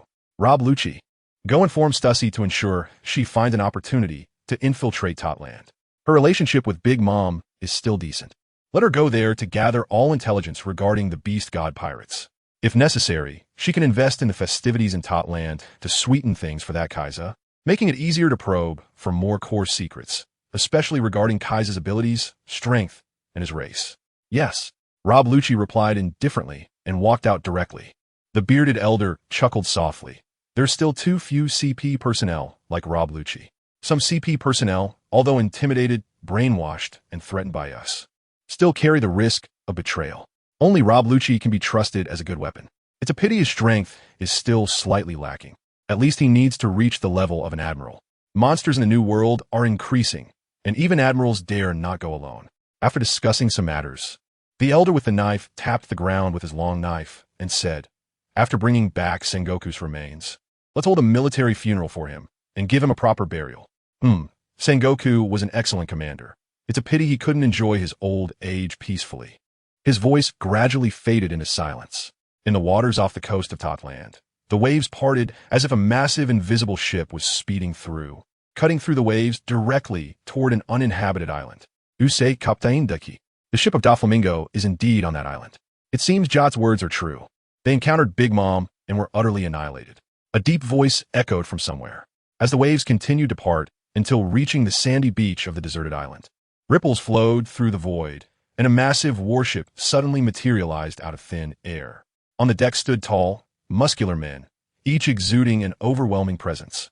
Among them, 2 men stood out. One radiated an aura like a vast ocean of blood, filled with endless desire for slaughter. The other had a dark, bottomless aura, like the depths of hell, absorbing all that dared to pry. Ha! That old woman Daki, I told you she would mess things up sooner or later. She's a waste of power, yet her pride pushes her to provoke even Big Mom. She forgot that she is just a hunter of the new moon, not the empress of the new moon. Blackbeard Teach's body has grown more than twice its size compared to 2 years ago, nearing that of Whitebeard back in the day. His physique robust and imposing, yet his demeanor remains as evil and domineering as before. Poison Q, find Jot, see if he is dead. Then, we'll head to the vicinity of Cake Island as quickly as possible to see if we can catch 1 or 2 big fish. I can feel the space in this sea area is crying out, violently fluctuating. That place has probably become a terrifying zone. At Cake Island, beneath the tower. Rayleigh, no matter what you came here to do, for now, we can only cooperate. Akiji directly flashed out of the alley and stood in front of Dark King Rayleigh. Speaking earnestly, Rayleigh held a long sword in his hand, showing no intention of refusal. He nodded directly, but his gaze was fixed on the father and son approaching leisurely on the ice surface. How do we fight? Rayleigh looked at Akiji. At this moment, Zifa walked over and said in a deep voice, I didn't expect to have a chance to cooperate with the Pirate King's right arm.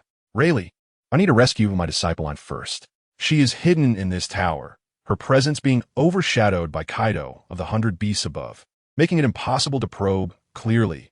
It will take a bit of time. Rayleigh frowned, looking around, somewhat troubled. I'm afraid these people won't cooperate as you wish. Zifa's expression turned cold, becoming extremely indifferent. He waved his arm and rushed into the tower, not caring whether Akiji followed or not. Akiji gritted his teeth, staring at Kizaru and Katakuri on the ice surface. He quickly said to Rayleigh, this isn't the time to lose our tempers. Here's the plan. I'll hold those 2 off. My abilities aren't very suitable for use inside the tower. You go in and help Teacher Zifa. With the strength of the 2 of you, you should be able to suppress Kaido. Rayleigh glanced at Kizaru and then deeply looked at Akiji. Without saying much, he flew into the tower. High up in the air, at the broken opening, Kaido's figure had already vanished. Akiji took a deep breath, calming himself as he faced two opponents not inferior to him.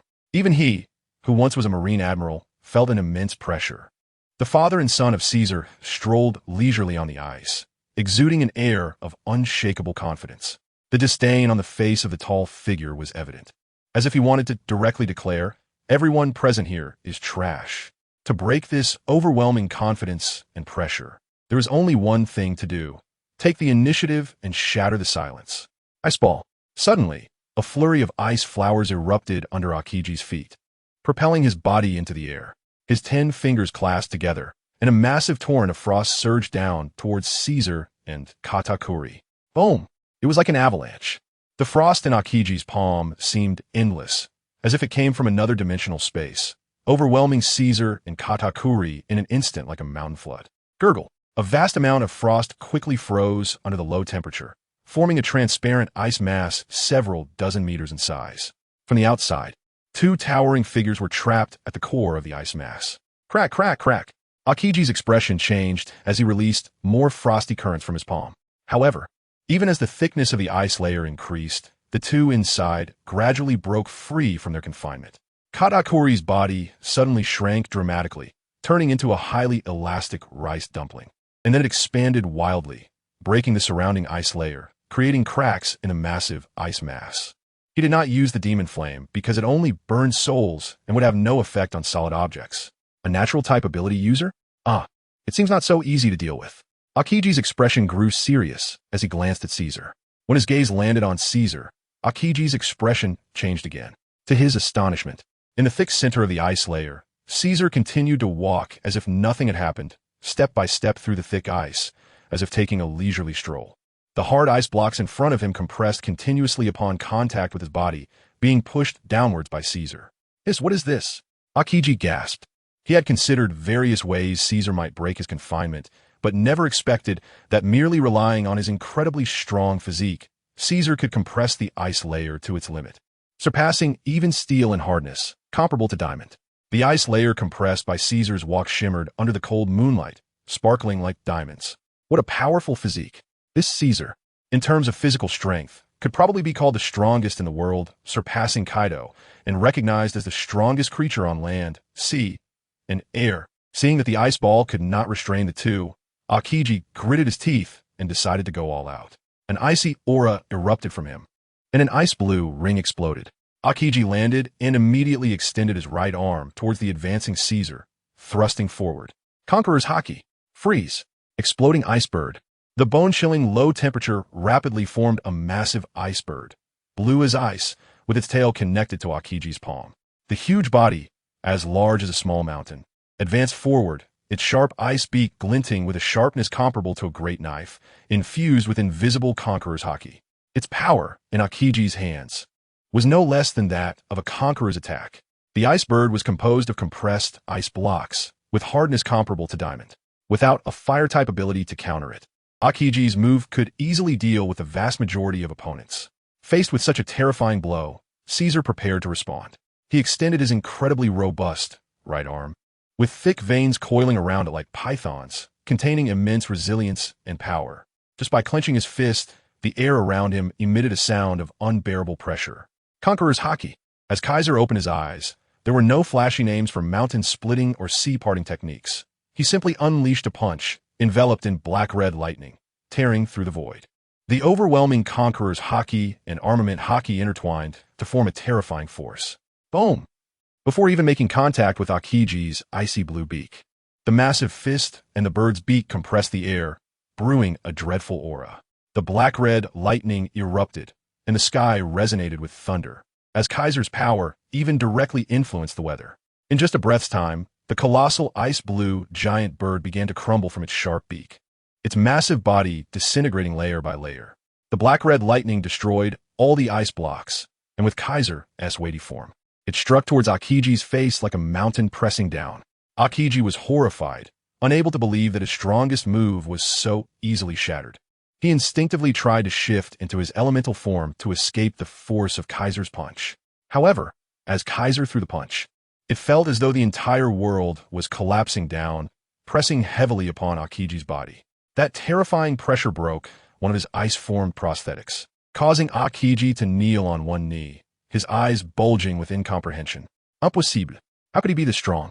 This level of dominance had surpassed that of a marine admiral, surpassed the four emperors, even eclipsing Whitebeard, standing shoulder to shoulder with Roger. Akiji's heart surged with turmoil. The reason he had infiltrated Blackbeard's ship was to find an opportunity to thwart one of his grand plans at a critical moment. Akiji believed that Blackbeard, who possessed the power of the dark fruit, capable of absorbing all abilities, and the tremor fruit, which could destroy everything, was already the most terrifying and potential-laden figure in the New World. Although Blackbeard's power had yet to reach its peak, and the tremor fruit had not unleashed the kind of might Whitebeard wielded, Akiji still lost to Blackbeard after a fierce struggle during their usual sparring sessions. However, comparing Blackbeard to Kaiser, Akiji felt it was like comparing a child to an adult, completely incomparable. Boom! In the midst of Akiji's chaotic thoughts, a gigantic black-red fist tore through space and struck heavily against his chest, sending his body flying upwards at an angle, instantly shattering the cake tower and piercing through the massive structure. He flew away like a cannonball, his destination unknown. On the spacious ice surface, the stunning pirate empress, Boa Hancock, was intently focused on the woman before her. As the empress of a nation recognized by the world government and invited to join the Seven Warlords, she was considered one of the top female representatives in the world in terms of both status and strength. However, the tall woman in front of her surpassed her in every aspect. Charlotte Linlin, once one of the four emperors, had terrifying strength and a status that a mere Kingdom-S empress could not compare to. Wow, pirate empress, what a grand reputation you have. Boa Hancock, what brings you to my home? Proposing? Interested in my husband? Linlin said, holding the massive sword Napoleon, appearing relaxed and carefree, completely lacking Hancock's tense demeanor. Hancock's face darkened, filled with disgust as she extended her delicate fingers and angrily exclaimed, "Nonsense. I would never be interested in that ugly muscle monster. He harmed the person I value the most, Luffy. I'm here to take his life." Linlin burst into laughter, her charming figure shaking, waves of joy radiating from her. Hancock furiously asked, "What are you laughing at?" Linlin caught her breath and replied, "Oh, just you? You think you can take Kaiser's life? I really don't know what you're thinking, traveling all the way to our country. Don't think you can leave easily. I will capture you and make you bear Kaiser's child. Oh, that will be an interesting affair. I wonder if you'll have a boy or a girl." Hancock could no longer hold back. With a wave of her left hand, a pink heart-shaped light appeared and shot a barrage of pink rays towards Linlin. Hancock shouted, "Sweet, sweet wind. What kind of ability is this?" Linlin did not dodge, allowing the pink rays to hit her body, sparkling with light, yet nothing happened. Hancock's face was filled with anger. Her ability, the Paramecia-type sweet, sweet fruit, was incredibly effective against men. Even against women who were infatuated with her beauty, it proved to be quite useful. Anyone who showed infatuation towards her, regardless of gender, would be instantly petrified upon being struck by the sweet wind rays, losing the power to resist. However, how could a domineering woman like Linlin possibly be infatuated with someone weaker than herself? "What trick are you performing, Boa Hancock?" "Imperial sword. Break blade." Linlin raised her gigantic long sword, slashing down. The sword was engulfed in blazing flames, scorching the air to a searing temperature. The area struck by the sword had its oxygen burned away, making it impossible to breathe. Hancock's expression changed, her delicate body flickering and disappearing, reappearing above Linlin. With her red high heels wrapped in armament hockey, she kicked towards Linlin's head. Fragrant leg. This kick, infused with her ability and hockey, would petrify upon impact and shatter the body. "Wow, little brat, is your hockey not strong?" Linlin chuckled lightly, raising her hand as if swatting away a mosquito, sending Hancock flying. Boom! A large hole exploded on the ice surface as Hancock struggled to rise. Her clothes were torn, exposing her delicate skin. A trickle of crimson blood flowed from her red lips, and Hancock's expression grew serious. Linlin was indeed a formidable opponent. In terms of hockey, strength, and physical resilience, Linlin far surpassed her. "My only advantage is probably my speed." Hancock, being an exceptionally talented woman, quickly adjusted her combat rhythm, continuously flashing around Linlin's towering figure. Whenever Linlin showed even the slightest opening, she would attack instantly. Wow, how annoying like a fly. Soul Dread. Linlin suddenly opened her mouth and unleashed a silent roar. A primal beast-like howl resonating deep within Hancock's soul, causing her flickering form to pause. Royal authority. Linlin immediately seized the opportunity. Her enormous sword flashing with purple conqueror's haki electricity, carving a deep chasm through the thick ice layer, stretching hundreds of meters, with countless ice blocks exploding. Boom! Hancock's delicate body rolled in the storm, like a leaf in the wind. Shards of ice became sharper than knives, continuously slicing into Hancock's delicate surface. Wearing down her haki armor. Sweet, sweet fruit. Captive arrow. In the midst of the raging winds, Hancock waved her hand, summoning wave after wave of pink arrows that shot towards Linlin. Who are you planning to capture? Pirate Empress. Linlin smiled wickedly, raising her right hand above her head, as a massive fireball slowly appeared, resembling a burning sun.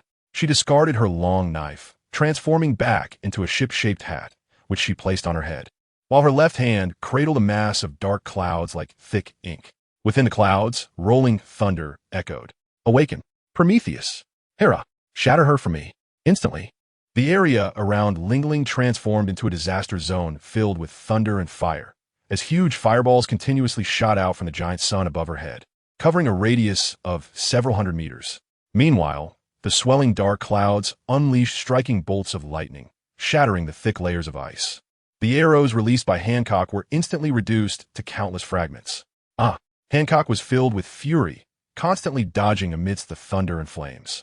Yet, she was still struck multiple times by the thunder fire, her haki armor gradually wearing down, putting her in an incredibly perilous situation. Thunderfire fusion. Haki bind, Linlin shouted.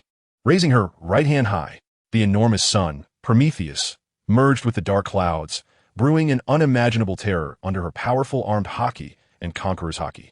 With a powerful push, she stomped down, shattering a large expanse of ice and crashing down towards Hancock's head. Mother Cannon, 3,000 miles. The thunder and flames poured down together, completely shattering Hancock's armed haki. She was violently propelled hundreds of meters away, her clothing burned away, leaving her exposed, her alluring skin revealed to the air, filled with an enchanting aura. Even women would be captivated by her beauty. Hancock curled up on the ice, displaying a heart-wrenching expression, truly a sight that would evoke sympathy. In such a state, no one would have the heart to strike her. Boom! However, in the next moment, Linlin's massive, hard black fist slammed down onto Hancock's delicate body, sending her flying once more. Poof! Hancock's fair and delicate body was struck by Linlin's punch, and while still in mid-air, she couldn't help but spit out a mouthful of blood mist. Linlin's towering figure was surrounded by continuously burning flames and flickering lightning, leisurely approaching. Hancock struggled to stand up. Her once proud and aloof demeanor vanished, her mature and alluring body exposed to the cold air, appearing somewhat thin and desolate. Linlin approached, looking down on Hancock, and chuckled. Mama, mama, what a beautiful specimen. The Pirate Empress indeed has a fine appearance. The daughter country, my world Totland, is just missing a race. After this, you can go back and move the daughter country in my world. With so many women, they can marry the cadres of our beast god pirate crew. You wish.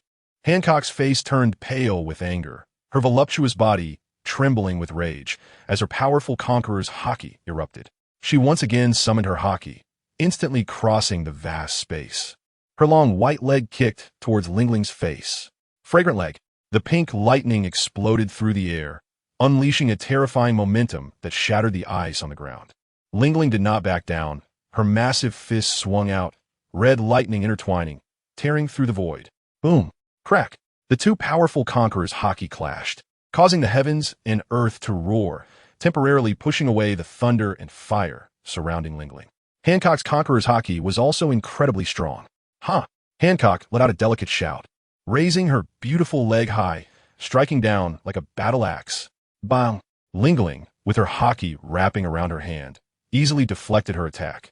Lightning fast, extending her fingers to grasp Hancock's smooth, long leg, and slammed it down onto the ground. Boom! The ice shattered, sparkling ice fragments gleaming under the moonlight with a mesmerizing glow. Boom, boom! Linlin, holding onto Hancock's long leg, smashed it against the ground like a playful child, creating enormous booming sounds that made people's eyelids twitch. After smashing dozens of times, Hancock's delicate body finally couldn't bear it any longer, collapsing weakly, covered in ice fragments. her slender bones broken in several places, with bruises all over. Ugh! Linlin showed no mercy, grabbing a handful of Hancock's black hair and lifting her up, shaking her in midair. Empress Hancock, hee, Kaido will definitely like you. Hancock's gaze was dazed, feeling waves of intense pain throughout her body, her haki completely depleted. At this moment, she suddenly realized how her once invincible sweet fruit ability seemed so useless against a powerful opponent, especially against an extraordinarily strong woman.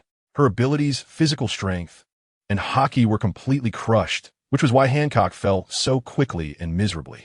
Under the cake tower, Kaido, having sent Akiji flying with a single punch, and Katakuri, who had not even had a chance to strike, was about to enter. Boom! With a loud sound, multiple floors were blasted through. As the pitch-black conquerors, lightning shot through the void, tearing through the air, pressing down on Rayleigh's body, and smashing violently into the depths of the earth. Kaisa raised an eyebrow and looked up just in time to see Kaido's imposing figure on the upper floors, gripping a pitch-black kanabo. Kaisa, they're my prey, so don't steal them from me. Last time, Garp, Sengoku, and the others were all taken care of by you. After so many days without a fight, my body is starting to rust. Kaido's entire body exuded a powerful aura that caused the entire cake tower to tremble and shake, as if it would topple over at any moment. Kaido chuckled and pointed at Rayleigh, who was in the bottomless pit, saying, I've heard this is the famous Dark King Rayleigh Rogers. Oh no, I should call him the Pirate King, the right-hand man of the Pirate King. And there's a Marine Admiral too. Can you handle them? Why don't I help you share the spoils? Oof. They're just two old men whose bones are about to crumble. I can crush them in no time. You better get lost. From the upper floors, the sound of explosions echoed, and Zephyr's crazy roar resonated throughout the building. Kaido, you bastard, where the hell have you hidden? Kaido opened his mouth wide, revealing his sharp white teeth. Arolo, Zephyr, you old ghost. I already told you they were moved long ago. You two former Marine Admirals are being too careful, hiding in here without even daring to use your observation haki. How can you confirm others' whereabouts at any time? I'm going to kill you, Kaido. Layers of floors collapsed. Countless debris fell, and Zephyr swung his sturdy mechanical arm, delivering a punch that shattered dozens of floors, enveloped in a dark, thick layer of armament haki, and struck towards Kaido's chest. Kaido's face twisted in a fierce expression, showing no intention of retreating. Two dragon horns quickly sprouted from his head, long fangs protruded beyond his lips, and scales appeared between his waist and abdomen. His legs transformed into dragon claws below the knees, and a menacing dragon tail grew out, whipping through the air and producing a series of howling sounds. Dragon human form. Thunderbagwa. Kaido let out a roar, his biceps bulging as his powerful muscles compressed the air, producing a thunderous explosion. The Conqueror's haki wrapped around the pitch-black kanabo, flickering with dark lightning as it struck towards Zephyr's mechanical arm. Boom! Kaido's massive physique is simply like a prehistoric Tyrannosaurus in the ancient jungle, far beyond what Zifa could contend with. In the instant when a mechanical arm touched the Wolf Fang Club, a deafening explosion occurred, shattering Zifa's thick mechanical arm, and his body was sent flying back at an even greater speed, crashing through the wall and out of the tower. How exhilarating! Kaido leaped directly down from the large hole in the floor above, crashing into the hall on the first floor with a thunderous impact. Amidst the violent tremors, the tower shook as if it could collapse at any moment. Whoosh! A breathtaking flash of sword light tore through the air, instantly slicing through the green dragon scales covering Kaido's body, erupting into a shooting arrow of blood. Kaido's towering figure was violently sent flying towards Kaisa. Kaiser scratched his head, a wicked smile curling at the corners of his mouth, and kicked Kaido in the backside, sending him back again. Kaisa, you bastard! I won't let this go. Kaido was so angry he felt like spitting blood. His massive body was still in midair as he swung the spike club in his hand towards Rayleigh, who had just leaped up into the large hole. Rayleigh appeared covered in dirt, but he was not injured at all. His haki level was extremely high, completely on par with Kaido, though he was slightly inferior in physical strength. Let me show you Roger's techniques, Kaido. Rayleigh's eyes widened in anger, and a razor-sharp sword intent pierced the sky, as if it were going to tear apart space. The long sword in his hand erupted with crimson lightning, and he slashed out. Divine avoidance. Boom! The entire cake tower instantly began to explode from the bottom up, with endless debris flying in all directions, faster than bullets. With the earth-shattering explosion, the port of Cake Island had completely turned into a mess, with shattered ground, scattered stones, and collapsed streets. Nothing was intact. Moments later. As the rolling smoke cleared, several towering figures stood in the area, like candle flames in the night, interspersed among each other. Rayleigh held his long sword, still in a slashing posture. Opposite him, Kaido had a new scar several feet long, the result of Rayleigh's recent slash. Zeph's face was dark, his gaze fixed on Kaisa, and he shouted angrily, "Kaisa, where's Akiji?" "Of course he's dead, turned into ice shavings by me." Kaisa shrugged, spreading his hands and smiling casually. Zeph was furious, and with a swift motion, he was about to charge forward. However, Kaido stepped in to block his path, grinning. "Didn't I say? You two belong to me now. Kaisa can't interfere." "Bastard, what do you take me for? Get out of the way." Zeph punched towards Kaido, trying to force him back. Beneath his broken mechanical arm was a perfectly intact arm, though it appeared pitch black, perhaps wrapped in hockey or originally that way. Rayleigh's expression darkened as he saw the towering Linlin, who was holding Hancock in one hand like a doll. "Kaisa, look at who I've caught. This is the famous Empress of the Sea, the unparalleled beauty. Are you interested?" Linlin ignored Rayleigh's grim expression as she brushed past him and walked over to Kaisa's side. Kaisa glanced at her hand and noticed that Hancock's chest and abdomen were both held by Linlin, with only her head and legs exposed. Noticing Kaisa's gaze, Linlin smiled and leaned closer to Kaisa's ear, saying softly, "This woman's clothes are all torn, so I won't show you here to avoid being seen by others." "Linlin, aren't you jealous?" Kaisa was a bit confused, always feeling that Linlin was being a bit too indulgent with him. Not only did she not prohibit him from finding women, but she even brought the Empress to him. Logically speaking, a strong woman should be extremely domineering, unable to tolerate other women sharing her husband. Jealous? Oh my, Kaiser brother, why are you so naive? Why is my tot land so prosperous? It's not because I'm so strong, but because of the large group of children I've adopted over the years. They help me manage this vast country. Only those close to you will genuinely help you. I hope my tot land can become a true kingdom of all nations. And now, with you here to shield me from the storm, these matters can naturally be handled by you." Linlin smiled, but spoke very seriously. "Kaiser brother, only one's own bloodline is trustworthy. Others may betray you. Those children I adopted may not necessarily be free from betrayal, but it's just because we are strong enough. I hope you can marry more women, and it would be best if you could have a few hundred sons like Katakuri. By then, you won't even need to lift a finger to dominate the world." Beside them, Katakuri was listening quietly, pretending he hadn't heard anything. "Bloodline won't betray? What about my younger brother's unfortunate child?" Kaiser secretly muttered in his heart, but didn't say it out loud, afraid of hurting little Kaikai's feelings. Kizaru twitched the corner of his mouth, still finding it hard to understand Linlin's mindset. He coughed and patted Katakuri's shoulder, saying, "It's not that easy. It's very rare to have someone like Little Cat perfectly inherit my bloodline. Look at our 4 sons. Only Little Cat has this kind of talent. This is still because you, Linlin, are strong enough. If it were someone else, it would be even harder to inherit my powerful bloodline. Well, isn't there a suitable candidate? The Pirate Empress, her strength, beauty, and talent are all top-notch, just slightly inferior to me." Kaiser was at a loss for words. "Do as you please. Little Ka, you saw it. Your father was forced to marry a concubine. Don't say I'm being sentimental." Kaiser thought to himself. Kaiser. Suddenly, Rayleigh, holding a white long knife, frowned and shouted loudly at Kaiser. Hearing this, Kaisa turned his gaze over, not knowing what this so-called king of the underworld wanted to discuss with him. On the ice, Rayleigh had no intention of joining the battle between Kaido and Zephyr for the time being. In the distance, the sound of explosions continued to echo as Kaido, in his towering dragon-human form, relentlessly bombarded Zephyr. His physique was incredibly strong, far surpassing Zephyr's. Had it not been for Zephyr's proficient martial arts and extraordinary armament hockey supporting him, he would have been crushed to pieces by Kaido long ago. Rayleigh's gaze swept over Hancock, who was held tightly in Linlin's hands, and then he looked up at Kaisa. Rayleigh had heard of Kaisa's name more than 40 years ago. In that era, there was a terrifyingly powerful, ambitious man who sought to gather the strongest talents from around the world, using the simplest and most brutal methods to directly overthrow the rulers of this world, the world government and the navy, and then become the new sovereign himself. That man was Rox. At that time, when Rox was causing chaos in the new world with dozens of fierce dragons under his command, Rayleigh and Roger were merely fledgling pirates. After years of bloodshed and training, Roger led them to stand out from the melting pot of the new world, becoming a supernova second only to Rox. Rox had even sent someone to invite Roger to join his pirate crew, and that negotiator was none other than Whitebeard, Newgate. Thinking of this, a strange expression appeared on Rayleigh's face. Roger's personal charm was indeed too powerful, successfully persuading Newgate, turning Whitebeard into his close friend. This was also a significant reason for the betrayal of Rocks by Newgate and others during the later God Valley incident. The notorious Kaisa was the most ruthless executioner on Rock's ship back then. Roger had fought him multiple times, but due to Kaisa's overwhelming physique, he was unable to inflict any fatal injuries on him.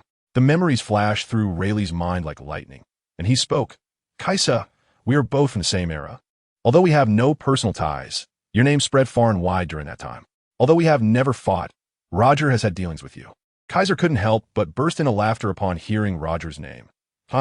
Gold Roger, the supernova of that year, truly unmatched. I still remember back then. He often ventured near the Rock's headquarters alone, challenging the captains of the Big Mom pirates, Shiki, Gold Lion, Wang Ji, Whitebeard, and me. In the beginning, he could only spar with weaker opponents like John. But gradually, after each battle, it seemed his strength would undergo a transformation. He was like a sponge, crazily absorbing the techniques he learned in battle. Speaking of this, Kaiser couldn't help but show a hint of envy. Clicking his tongue, I've never bowed to anyone in my life, except for that unfortunate captain of yours. His talent and comprehension truly make me envious and jealous. Roger's growth was too fast. In just half a month, the captains under Rocks, except for Whitebeard, Shiki, and me, were all defeated by him. Even the three of us gradually became no match for him. This guy is a natural-born combat genius. At this point, Kaiser suddenly revealed a strange smile. Rayleigh, do you know why Rocks had Whitebeard recruit Roger back then? Rayleigh was taken aback, not quite understanding what Kaiser meant, and frowned at him in silence. Originally, I was the one responsible for recruiting Roger. What? You? Rayleigh's expression changed, an inexplicable chill rising in his heart. He didn't know what Kaiser meant by saying this now. Sigh. Roger, a domineering yet charismatic man. Even as an opponent, I admire him. Back then, Shiki Whitebeard, and I would fight him every few days. That bastard Shiki, while fighting Roger, developed a mutual admiration, and Whitebeard directly forged a friendship, becoming inseparable buddies. Shock and confusion appeared in Rayleigh's eyes. You actually knew that Whitebeard and Roger were friends, yet you still had Whitebeard recruit Roger? The more Rayleigh thought about it, the more uneasy he felt. Suddenly, a terrifying thought arose in his mind, causing his expression to change dramatically as he pointed at Kaiser. You also betrayed Rocks? Kizaru's mouth twisted into an exaggerated arc, revealing his sharp fangs, making him look particularly terrifying. What betrayal? Don't forget, in the final crucial moment, I fought side by side with Jibek. On the contrary, Newgate pointed his blade at his former brother, and poor John became the first casualty in the battle. All the treasures he collected in his lifetime have also disappeared without a trace. Besides, is Jibek really dead? Rayleigh trembled all over and blurted out, Rocks isn't dead? Kaisa shrugged and smiled nonchalantly. Who knows? Jibek's failure isn't unjust. He had too many good things in his hands. Otherwise, how could he attract so many geniuses to join? Shiki's fruit, Whitebeard's fruit, mine. No matter how powerful a person is, they can't protect so many treasures. Hey, that Roger guy, at first, he was eyeing my fruit. He said he was sick and needed a fruit that could bring him endless vitality. Maybe it was mine, maybe it was the surgery fruit. But when he found out I had eaten it, he didn't hesitate to fight me. Rayleigh's eyes flickered. He truly didn't know these secrets. When Roger set sail and sought him as a partner, he had inadvertently revealed that he had a hidden illness. But his fate was his own, not dictated by heaven. On the endless sea, he would surely find a way out. No wonder Roger never sought any abilities until his death. It turns out the ability he wanted had already been eaten by Kaisa. The reminiscence on Kaisa's face faded as he said in a deep voice, All right, Rayleigh. Enough small talk. What do you want to say? Rayleigh hesitated for a moment, pointed at Hancock, and then spoke. Could you please let this little girl go? Let her go? Rayleigh, I still don't know what you two are doing on my turf. Honestly, I'm still completely in the dark. I only know about Zephyr and that Akiji, right? Just knowing that these two Navy admirals want to come and take revenge for the fallen Sengoku. I shouldn't have any grudge with you. Rayleigh, should I? Kaisa felt that standing and talking was really too tiring, as he was too tall and Rayleigh was too short. So he simply sat down on the ice. Sigh, you and I really have no grievances. Rayleigh sighed and continued, the Straw Hat Luffy, who was defeated by you and left severely injured, is my close disciple and the sweetheart of this little girl. We came here this time specifically for you. Wanted to seek justice for Luffy. Kaiser couldn't help but burst into laughter, his massive fists pounding on the ice, causing the entire glacier to tremble. He pointed at Rayleigh and laughed. Rayleigh, Oh, Rayleigh, this is like a child getting beaten and the parents coming to make trouble? Ha ha ha, interesting. I never expected that at your age, you still have such a good heart, actually standing up for the younger generation. As he laughed, Kaiser's expression suddenly changed, and his finger almost poked Rayleigh's face. But unfortunately, you guys are too useless. Not only did you not get back at them, but you also ended up trapped here. What? Are you here to plead with me now? Do you want me to let them go? Are you out of your mind? Kaisa's words were too rude. Almost a direct insult. Rayleigh's face showed both shame and helplessness. He let out a long sigh, knowing he had no reason to persuade Kaisa. Indeed, they had originally intended to come to the Land of Nations to find an opportunity to capture Katakuri or other important figures. But now they had failed. Not only did they not capture anyone, but he also couldn't ensure his own safety. This Land of Nations was truly a den of dragons and tigers. Even 3 or 4 generals coming here wouldn't gain any benefits. Especially this fierce person in front of him, who was extraordinarily powerful, almost comparable to Roger. Just now, Kaisa unleashed his full strength. The shocking conqueror's haki that shook the heavens and earth, and his unmatched power sent Aokiji flying for an unknown distance. Even though Rayleigh had fought against Kaido in the tower, he could still deeply feel the immense power contained within. This reminded him of the incredible scene he witnessed the day before, when he and Hancock were at the outer edge of Totland. It seemed that day, it must have been Kaisa fighting. Old man knows I have no reason to persuade you. How about this? I'll stay, you let this girl go, and I willingly become your prisoner, to be killed or mutilated at your convenience. Rayleigh made up his mind, stabbed his long knife into the ground, and extended his hands. Kizura raised an eyebrow, looking up and down at Rayleigh, and said while pinching his chin, Dark King Rayleigh, if you are willing to join my beast god pirate crew, then I can take charge and let this woman go. After all, even though you are old, you are still a top-tier powerhouse. Rayleigh's expression remained unchanged as he replied solemnly, I will not join you. I will always be a member of GOLD, Roger's crew. You can take my life, as long as you let her go. Kaisa frowned. Is this woman so important? You, the mighty king of the underworld, are actually willing to die here for a woman? She is my disciple's woman, and I was entrusted with her care, but I failed to protect her. I am old now.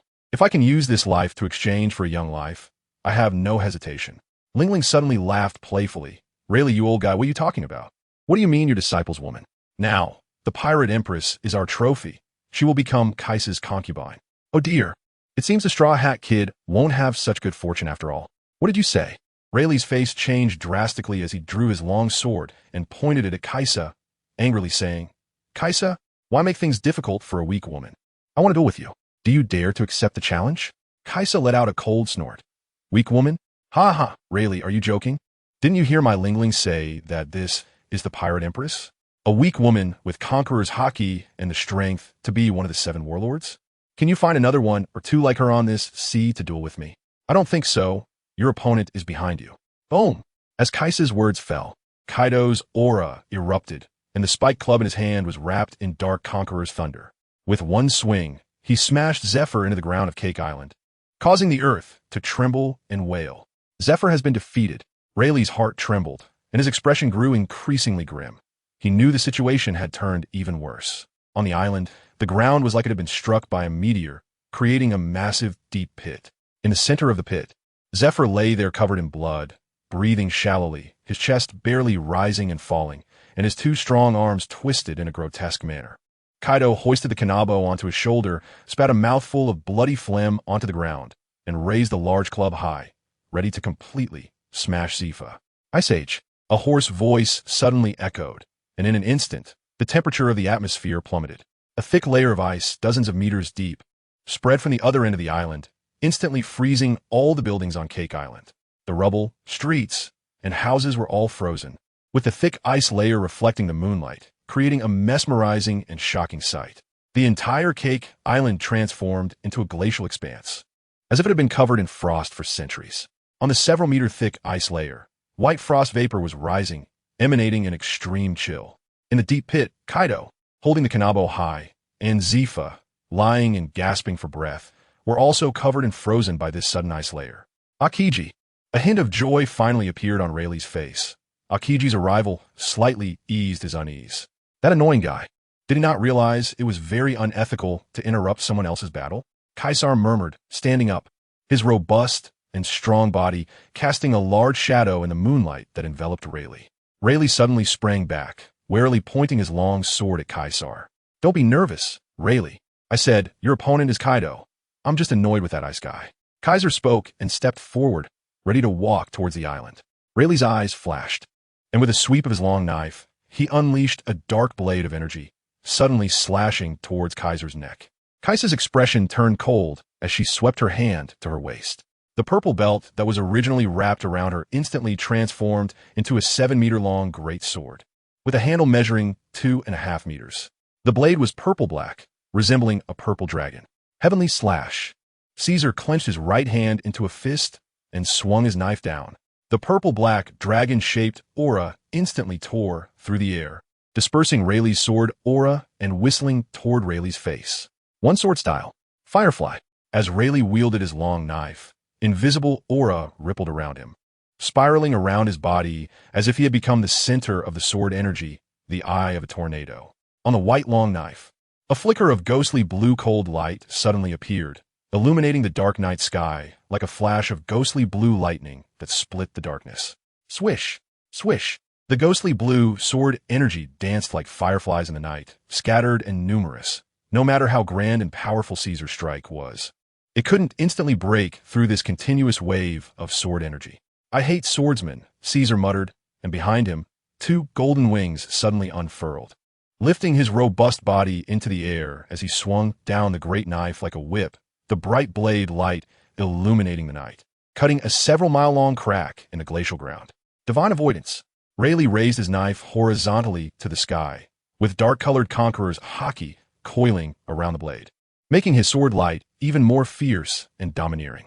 Muscles bulged on his arms, veins popping out as Rayleigh let out a furious roar, swinging the knife with both hands, slashing diagonally through the firmament. 2 astonishing sword lights crossed each other, seemingly splitting the entire world into 4, creating a massive gap on the icy surface. While the clouds behind Caesar were sliced apart like thick ink, allowing the cold moonlight to pour down, Kaisa twirled his large knife in midair, and streaks of bright blade light shot across the sky like lightning, constantly slicing toward Rayleigh. His strength seemed inexhaustible, and his arms showed no signs of fatigue, creating numerous afterimages with each swing. Meanwhile, Rayleigh, who had just unleashed 2 powerful moves, was already showing a hint of sweat on his forehead. "Damn it, this Kaisa has such immense stamina. He truly is a monster. I'm getting old. After all, I'm still a normal person." Rayleigh gritted his teeth and had no choice but to quickly dodge, his figure flickering as he weaved through the massive blade lights, occasionally stepping on shards of ice. Though his breathing was rapid, he remained composed, seemingly accustomed to such situations. Back in the day, Shiki was the same, starting off with hundreds of sword auras. Rayleigh dashed across the ice, rolling and dodging with remarkable agility. Sky Falcon speed, divine light slash. Whoosh! The massive figure of Kaisha vanished in an instant, and when it reappeared, it was already in front of Rayleigh. A drop of purple venom dripped from the giant sword of Julong, splattering all over Rayleigh. Rayleigh's expression changed dramatically. He didn't expect the tall and sturdy Kaisha to possess such astonishing speed, as if he were teleporting. In a moment of urgency, Rayleigh could only grit his teeth and raise his sword to block. Boom! How terrifying is Caesar's power? In just the moment when the weapons of both sides made contact, Rayleigh's wrist felt as if it was about to shatter. His palm instantly split open, blood bursting forth, and his wrist was pressed down by Caesar. The ice beneath his feet cracked inch by inch, resembling a massive spider web, with the ice layer within a radius of several hundred meters shattering. "Ah, God!" Rayleigh screamed hysterically, his long knife unleashing a pitch-black thunderbolt, trying to counterattack. Even if God comes, he must die. Roar! Suddenly, a towering surge of blood energy erupted from Kaisa's robust body, violently rubbing against the air and instantly transforming into blazing flames. His momentum soared endlessly, causing the air around him to distort, as if his flesh had become a massive, dense celestial body generating terrifying gravitational force. This towering pillar of blood energy shot into the sky, exuding an overwhelming and brutal aura, filled with a heavy scent of blood, representing the nearly limitless life essence within Kaisa. Boom, boom, boom. The absolute power from the burning essence, combined with the immensely powerful Conqueror's haki, unleashed a blood-red Conqueror's thunder that crashed through over 10 miles of void, with thunder rumbling in the sky, the atmosphere shattering, and the sound traveling for hundreds of miles. Rayleigh's eyes turned blood red as he watched helplessly as his arms were impacted, twisted, and broken by Kaisa's power. Boom! The 100-mile glacier shattered, and Rayleigh's body plummeted like a cannonball into the depths of the dark sea. Kaido didn't care about Rayleigh's life or death, and turned to deliver a horizontal slash. Whoosh! A narrow crack appeared in the void, stretching for thousands of meters, and the towering ice layer on Cake Island was silently cut in half, as if the entire island had been split apart. Rising Dragon, Fire Dragon Torch. From within the thick ice layer, Kaido's roar echoed, and a 100-meter-long fire dragon, red all over, emitted an astonishing heat, melting the heavy ice and causing a large amount of steam to rise, quickly transforming into thick fog that enveloped the entire island. Heat breath. The 100-meter fire dragon soared into the air and spewed a pillar of fiery flames towards Zephyr below, the flames scorching hot, distorting even the air. Ice Dragon Roar. Akiji's figure appeared beside Zephyr, and with outstretched arms, a massive ice crystal dragon head emerged from his palm, rapidly enlarging. The ice dragon roared and rushed into the air, colliding with Kaido's heat breath. At this moment, the scene on Cake Island was that in the sky. Kaido transformed into a 100-meter fire dragon, swirling and freely spewing scorching dragon breath. Below, Akiji exerted all his strength to use the blue ice dragon to block it. At Akiji's feet, Zephyr was gasping for breath, struggling to sit up, and hoarsely said, "Don't mind me anymore, Kazan. You should hurry and leave.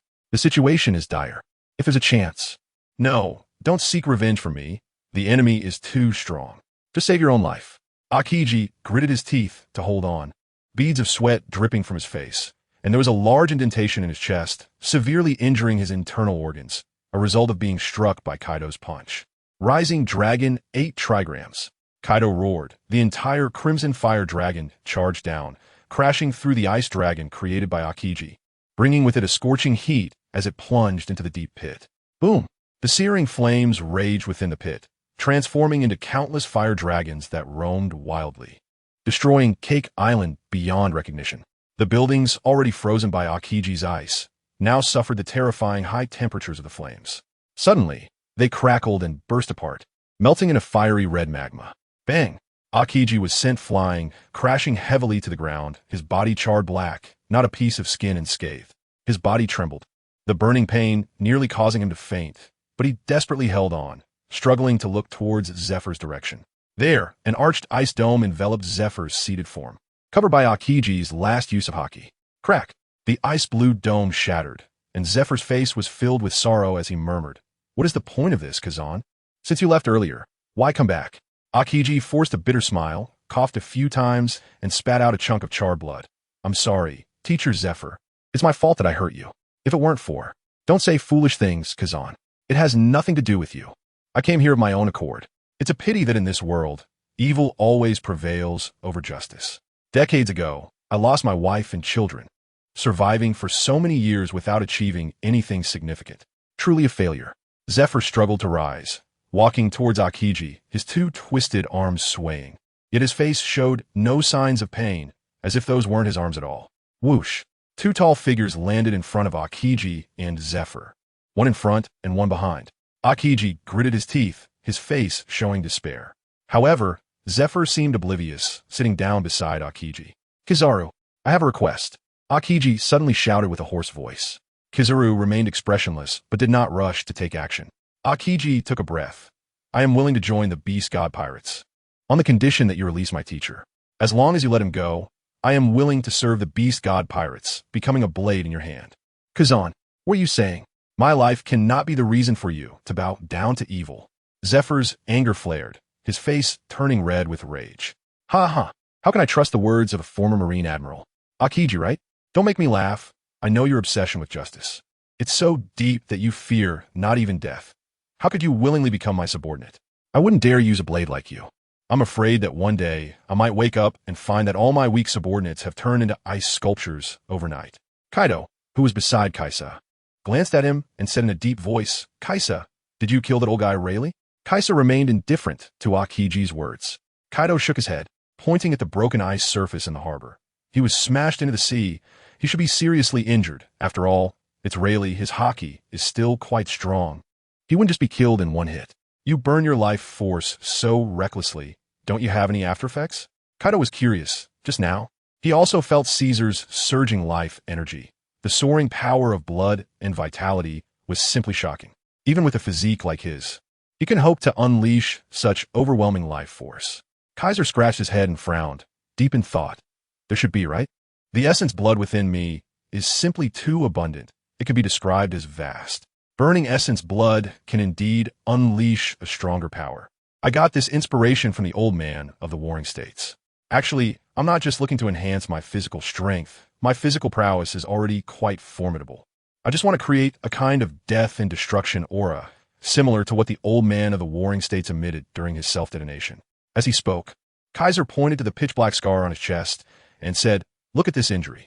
With my vitality, it has yet to heal, which is quite unfathomable. There's a strange energy contained within it, constantly eroding my flesh and blood. To resolve this, unless I dig out this large chunk, I really can't get rid of it in the short term." Kaido fixed his gaze and indeed found a narrow crack on Kaido's chest, about 2 feet long, seemingly filled with a sense of destruction that prevented the flesh on both sides from converging toward the center. Akiji's face was stiff, seeing Kaido and Kaido chatting to themselves. It seemed they didn't consider his words. He painfully closed his eyes and, with a voice he had never used before, said, "Kaido, please, hey, stop the noise. You're a dignified admiral of the Navy. Is this really necessary? Forget it, little Ka. Come here." Kaiser helplessly shook his head and waved to Katakuri, who was standing with Quinn and Yamato in the distance. Katakuri quickly approached and respectfully said, "Father." Kaisa pointed at Zephyr and said, "Throw this old man out and give him a boat." Katakuri was taken aback, glanced at the annoyed Zephyr, and without questioning Kaisa's actions, stepped forward. The white rice dumpling on his right arm squirmed and immediately bound Zephyr, lifting him up. Kazan. Zephyr struggled desperately, but his body sank deeper into the rice dumpling, until his mouth was blocked by a lump of rice. He still shook his body despite his injuries. Akiji lowered his head and knocked on the ground a few times, his voice hoarse as he said, "Goodbye, Teacher Zephyr." After speaking, Akiji raised his head and looked at Kaisa. Kizaru looked down at Akiji and said slowly, "A Navy Admiral. Such top-tier combat power is rare and hard to come by. Akiji, you must think carefully. If you truly wish to become a member of my Beast God Pirates, you must pledge your loyalty. This is not something I will believe just because you say it." Akiji remained silent, not uttering a word. Suddenly, bang! Kaido suddenly threw a punch, hitting Akiji's already severely injured head, causing him to instantly lose consciousness and fall to the ground. Kaisa slowly withdrew his hand and, in front of the astonished Kaido, took out a din mushi from his pocket and dialed. "Hello, Jin, bring Bryn over here." A few minutes earlier, on an unnamed deserted island, where Blackbeard's crew was located. "Diki, we found Jot. He has lost too much blood and fainted in the cabin." Shiryu, with a large cigar in his mouth, walked out from the overturned pirate ship, holding half a person. "Yes, half a person. Haha, poor Jot," Blackbeard chuckled, gesturing to the Grim Reaper Dr. Q, who was always slumped over on a warhorse that was coughing blood. "Help him out a bit. We've already lost one captain. Jot may be a bit useless, but he's still decent. Cough, cough. Disaster always encounters unfortunate people unexpectedly. That's the life of someone with a troubled fate. Just like this apple in my hand, it could be a miraculous medicine that saves your life, or it could be a bomb that takes your life. Given a chance to make a mistake, how would you choose, Diki?" The haggard-looking Q, who appeared sicker than a terminally ill patient, magically pulled out 2 red apples and tossed them casually. Diki's expression changed, and he hurriedly jumped aside, cursing, "Hey, Bastard Q, don't throw bombs around. It's dangerous. Don't you know?" The 2 red apples, looking very sweet, rolled and fell to the ground but did not explode as Diki had imagined, which made his face flush with embarrassment and anger. "Stop playing. Don't you know if it's an antidote or not?" Pizarro chuckled and mockingly glanced at Diki, bent down to pick up the 2 apples, and came over to Jot, pressing the apples against Jot's wounds. A miraculous scene occurred. The red apples softened and turned into a jelly-like substance, then seeped into Jot's wounds. After a while, Jot's motionless body began to tremble, and the flesh and blood below his waist began to grow rapidly, looking fierce and strange. A few minutes later, 2 thick naked legs had grown back, looking exactly like Jot's previous legs. TSK, your ability is truly amazing, Q. With you around, we don't have to worry about missing arms or legs. Pizarro said with a smile, taking a piece of burlap to cover Jot. Meanwhile, the one-eyed sniper, Van Oka, suddenly pushed up his glasses with his finger, glanced at Jot, and said indifferently, "Isn't something missing?" "Huh? What do you mean? Missing what?" Pizarro asked, confused. Diki's mouth twitched, his face full of black lines, veins bulging on his forehead as he gritted his teeth and said to the Grim Reaper doctor, "Hey, stop playing around. Jot's thing hasn't grown back yet. Be careful, he comes after you once he wakes up." Pizarro, Shiryu, and the others then realized what Van Oka meant, and they all looked at Jot's lower half with strange expressions.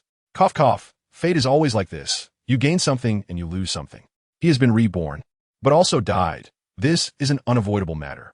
Just like an apple. There's a 50% chance it is poison and a 50% chance it is a miraculous medicine. Now he is lucky. Both are miraculous medicines. So the third one must be poison. Q looked a bit eccentric, not like a doctor, but more like an old con artist. As he muttered, the warhorse beneath him coughed blood just like him, its head hanging low, with crimson blood dripping from the corners of its mouth. Luffy, dressed in a suit and standing tall, elegantly twirled his sword and shook his head. Don't make it hard for Q. It's already good that Jot won't die. His ability is like this. Diki, didn't you know this long ago? We are all here by heaven's arrangement. Some people disembark early. It is also a kind of fate. Unavoidable. Haha, well, you're not wrong. It's all fate. Let us go see if there's a gift from fate this time. Pizarro, stop looking. You'd better pray that what you lose next time isn't that part. Diki shrugged and returned to the three-masted ship. Pizarro shivered, looked sympathetically at Jot, and haphazardly stuffed him into a burlap sack and slung him over his back. Set sail. Shiryu, I'll trouble you. Diki stood at the bow of the ship, extending a hand forward. His hand was trembling slightly, as if affected by the waves in the air. The battle has already begun, even from dozens of miles away. There is such terrifying power. This time's gift probably won't be easy to obtain. Shiryu nodded indifferently, placed his hand on the ship's railing, and as his fingers made contact, the entire giant three-masted ship quickly became transparent. Moments later, this 100-meter-long ship completely disappeared from the sea, leaving only the ripples on the surface. Just a few miles into their journey, a sudden change occurred. Crack, crack, crack. The sea water from all directions froze at an astonishing speed, turning into an endless ice field, and the surging waves instantly solidified. The ship they were on let out a dull, crashing sound as the expanding ice layer squeezed, lifting it up and freezing it on the sea surface. Boom! A transparent figure lost its balance and fell headfirst from the bow, embedding straight into the ice. Pahaha, Diki, what are you doing? Pizarro laughed, holding his stomach. Shiryu coldly withdrew his finger, and the giant three-masted ship reappeared. He leaned down to look and saw Blackbeard struggling to pull his head out of the ice. Shiryu asked curiously, Diki, what happened? Is this Akiji's ability? Blackbeard's face changed dramatically. He spread his hands and waved a few times in the air, feeling the air's fluctuations, then slowly said, Guys, we probably can't go pick up the leftovers and accept fate's gifts. Luffy touched the black brim of his hat, calmly saying, Has there been a result so soon? Blackbeard's expression was heavier than ever. A very terrifying energy explosion. The power generated in an instant could threaten my current body. Ha ha ha. I can probably guess who is attacking. The final fate has not yet revealed itself. There's no need for us to take such a big risk. Let's retreat for now. That's a good choice, Diki. Your Tremor fruit has not been developed to its peak yet, and your weakness is very obvious. Your body. Success and failure both depend on the body. Although the dark fruit is strong enough to nullify abilities, it cannot make you elemental. Once you engage with monsters like Kaido and Kaisa, a slight misstep could lead to an irretrievable end. You are right. There's no need to take risks now. Shiryu took a puff of his cigar and touched the deadly weapon at his waist. Let me go take a look. Suddenly, two pure white angel wings sprouted from Luffy's back, lifting his body lightly into the air. In his hands was Van Oka's long flintlock gun, equipped with a super long-range telescope. Luffy raised the gun with the telescope and looked towards the battlefield on Cake Island. Dozens of miles away. A few minutes later, he landed silently, the wings behind him disappearing without a sound.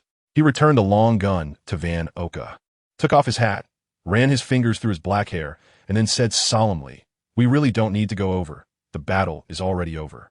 4 against 4. The Beast Pirates' combat power is a bit too strong. Akiji, Zephyr, Rayleigh, Hancock all fell. It seems that only Kaido, Kaisa, and Charlotte Linlin made a move. Pizarro's eyes bulged out, his face filled with shock, and sweat broke out on his forehead from the tension. Ha, the wind is tight, little thieves. The new world is about to change. We won't clash with these monsters for now. Shiryu, we need to speed up the process of collecting abilities. Having such fierce beasts as neighbors is not a good thing. Blackbeard laughed heartily, suddenly pressing his right hand against the ground. And a continuous stream of black shadows covered the ice surface ahead, enveloping the three-masted sailboat that was frozen and stuck in the ice. Dark hole. As the black mist grew thicker, the massive sailboat, over 100 meters long, abruptly disappeared into the darkness created by Blackbeard, as if it had been pulled into a strange space. Head back. On the other side of Cake Island's port, due to the obstruction of the island, the seawater in this area did not exhibit the large-scale, freezing phenomenon seen ahead. Katakuri quickly brought Zephyr to the seaside. Here, many ships were moored. Because Bruley had sensed the conspiracy of Akiji and Kizaru based on Ain's information the day before, she had made arrangements in advance and secretly transferred some important figures from the island. However, in this great battle, many were still frozen to death by Akiji's frozen world.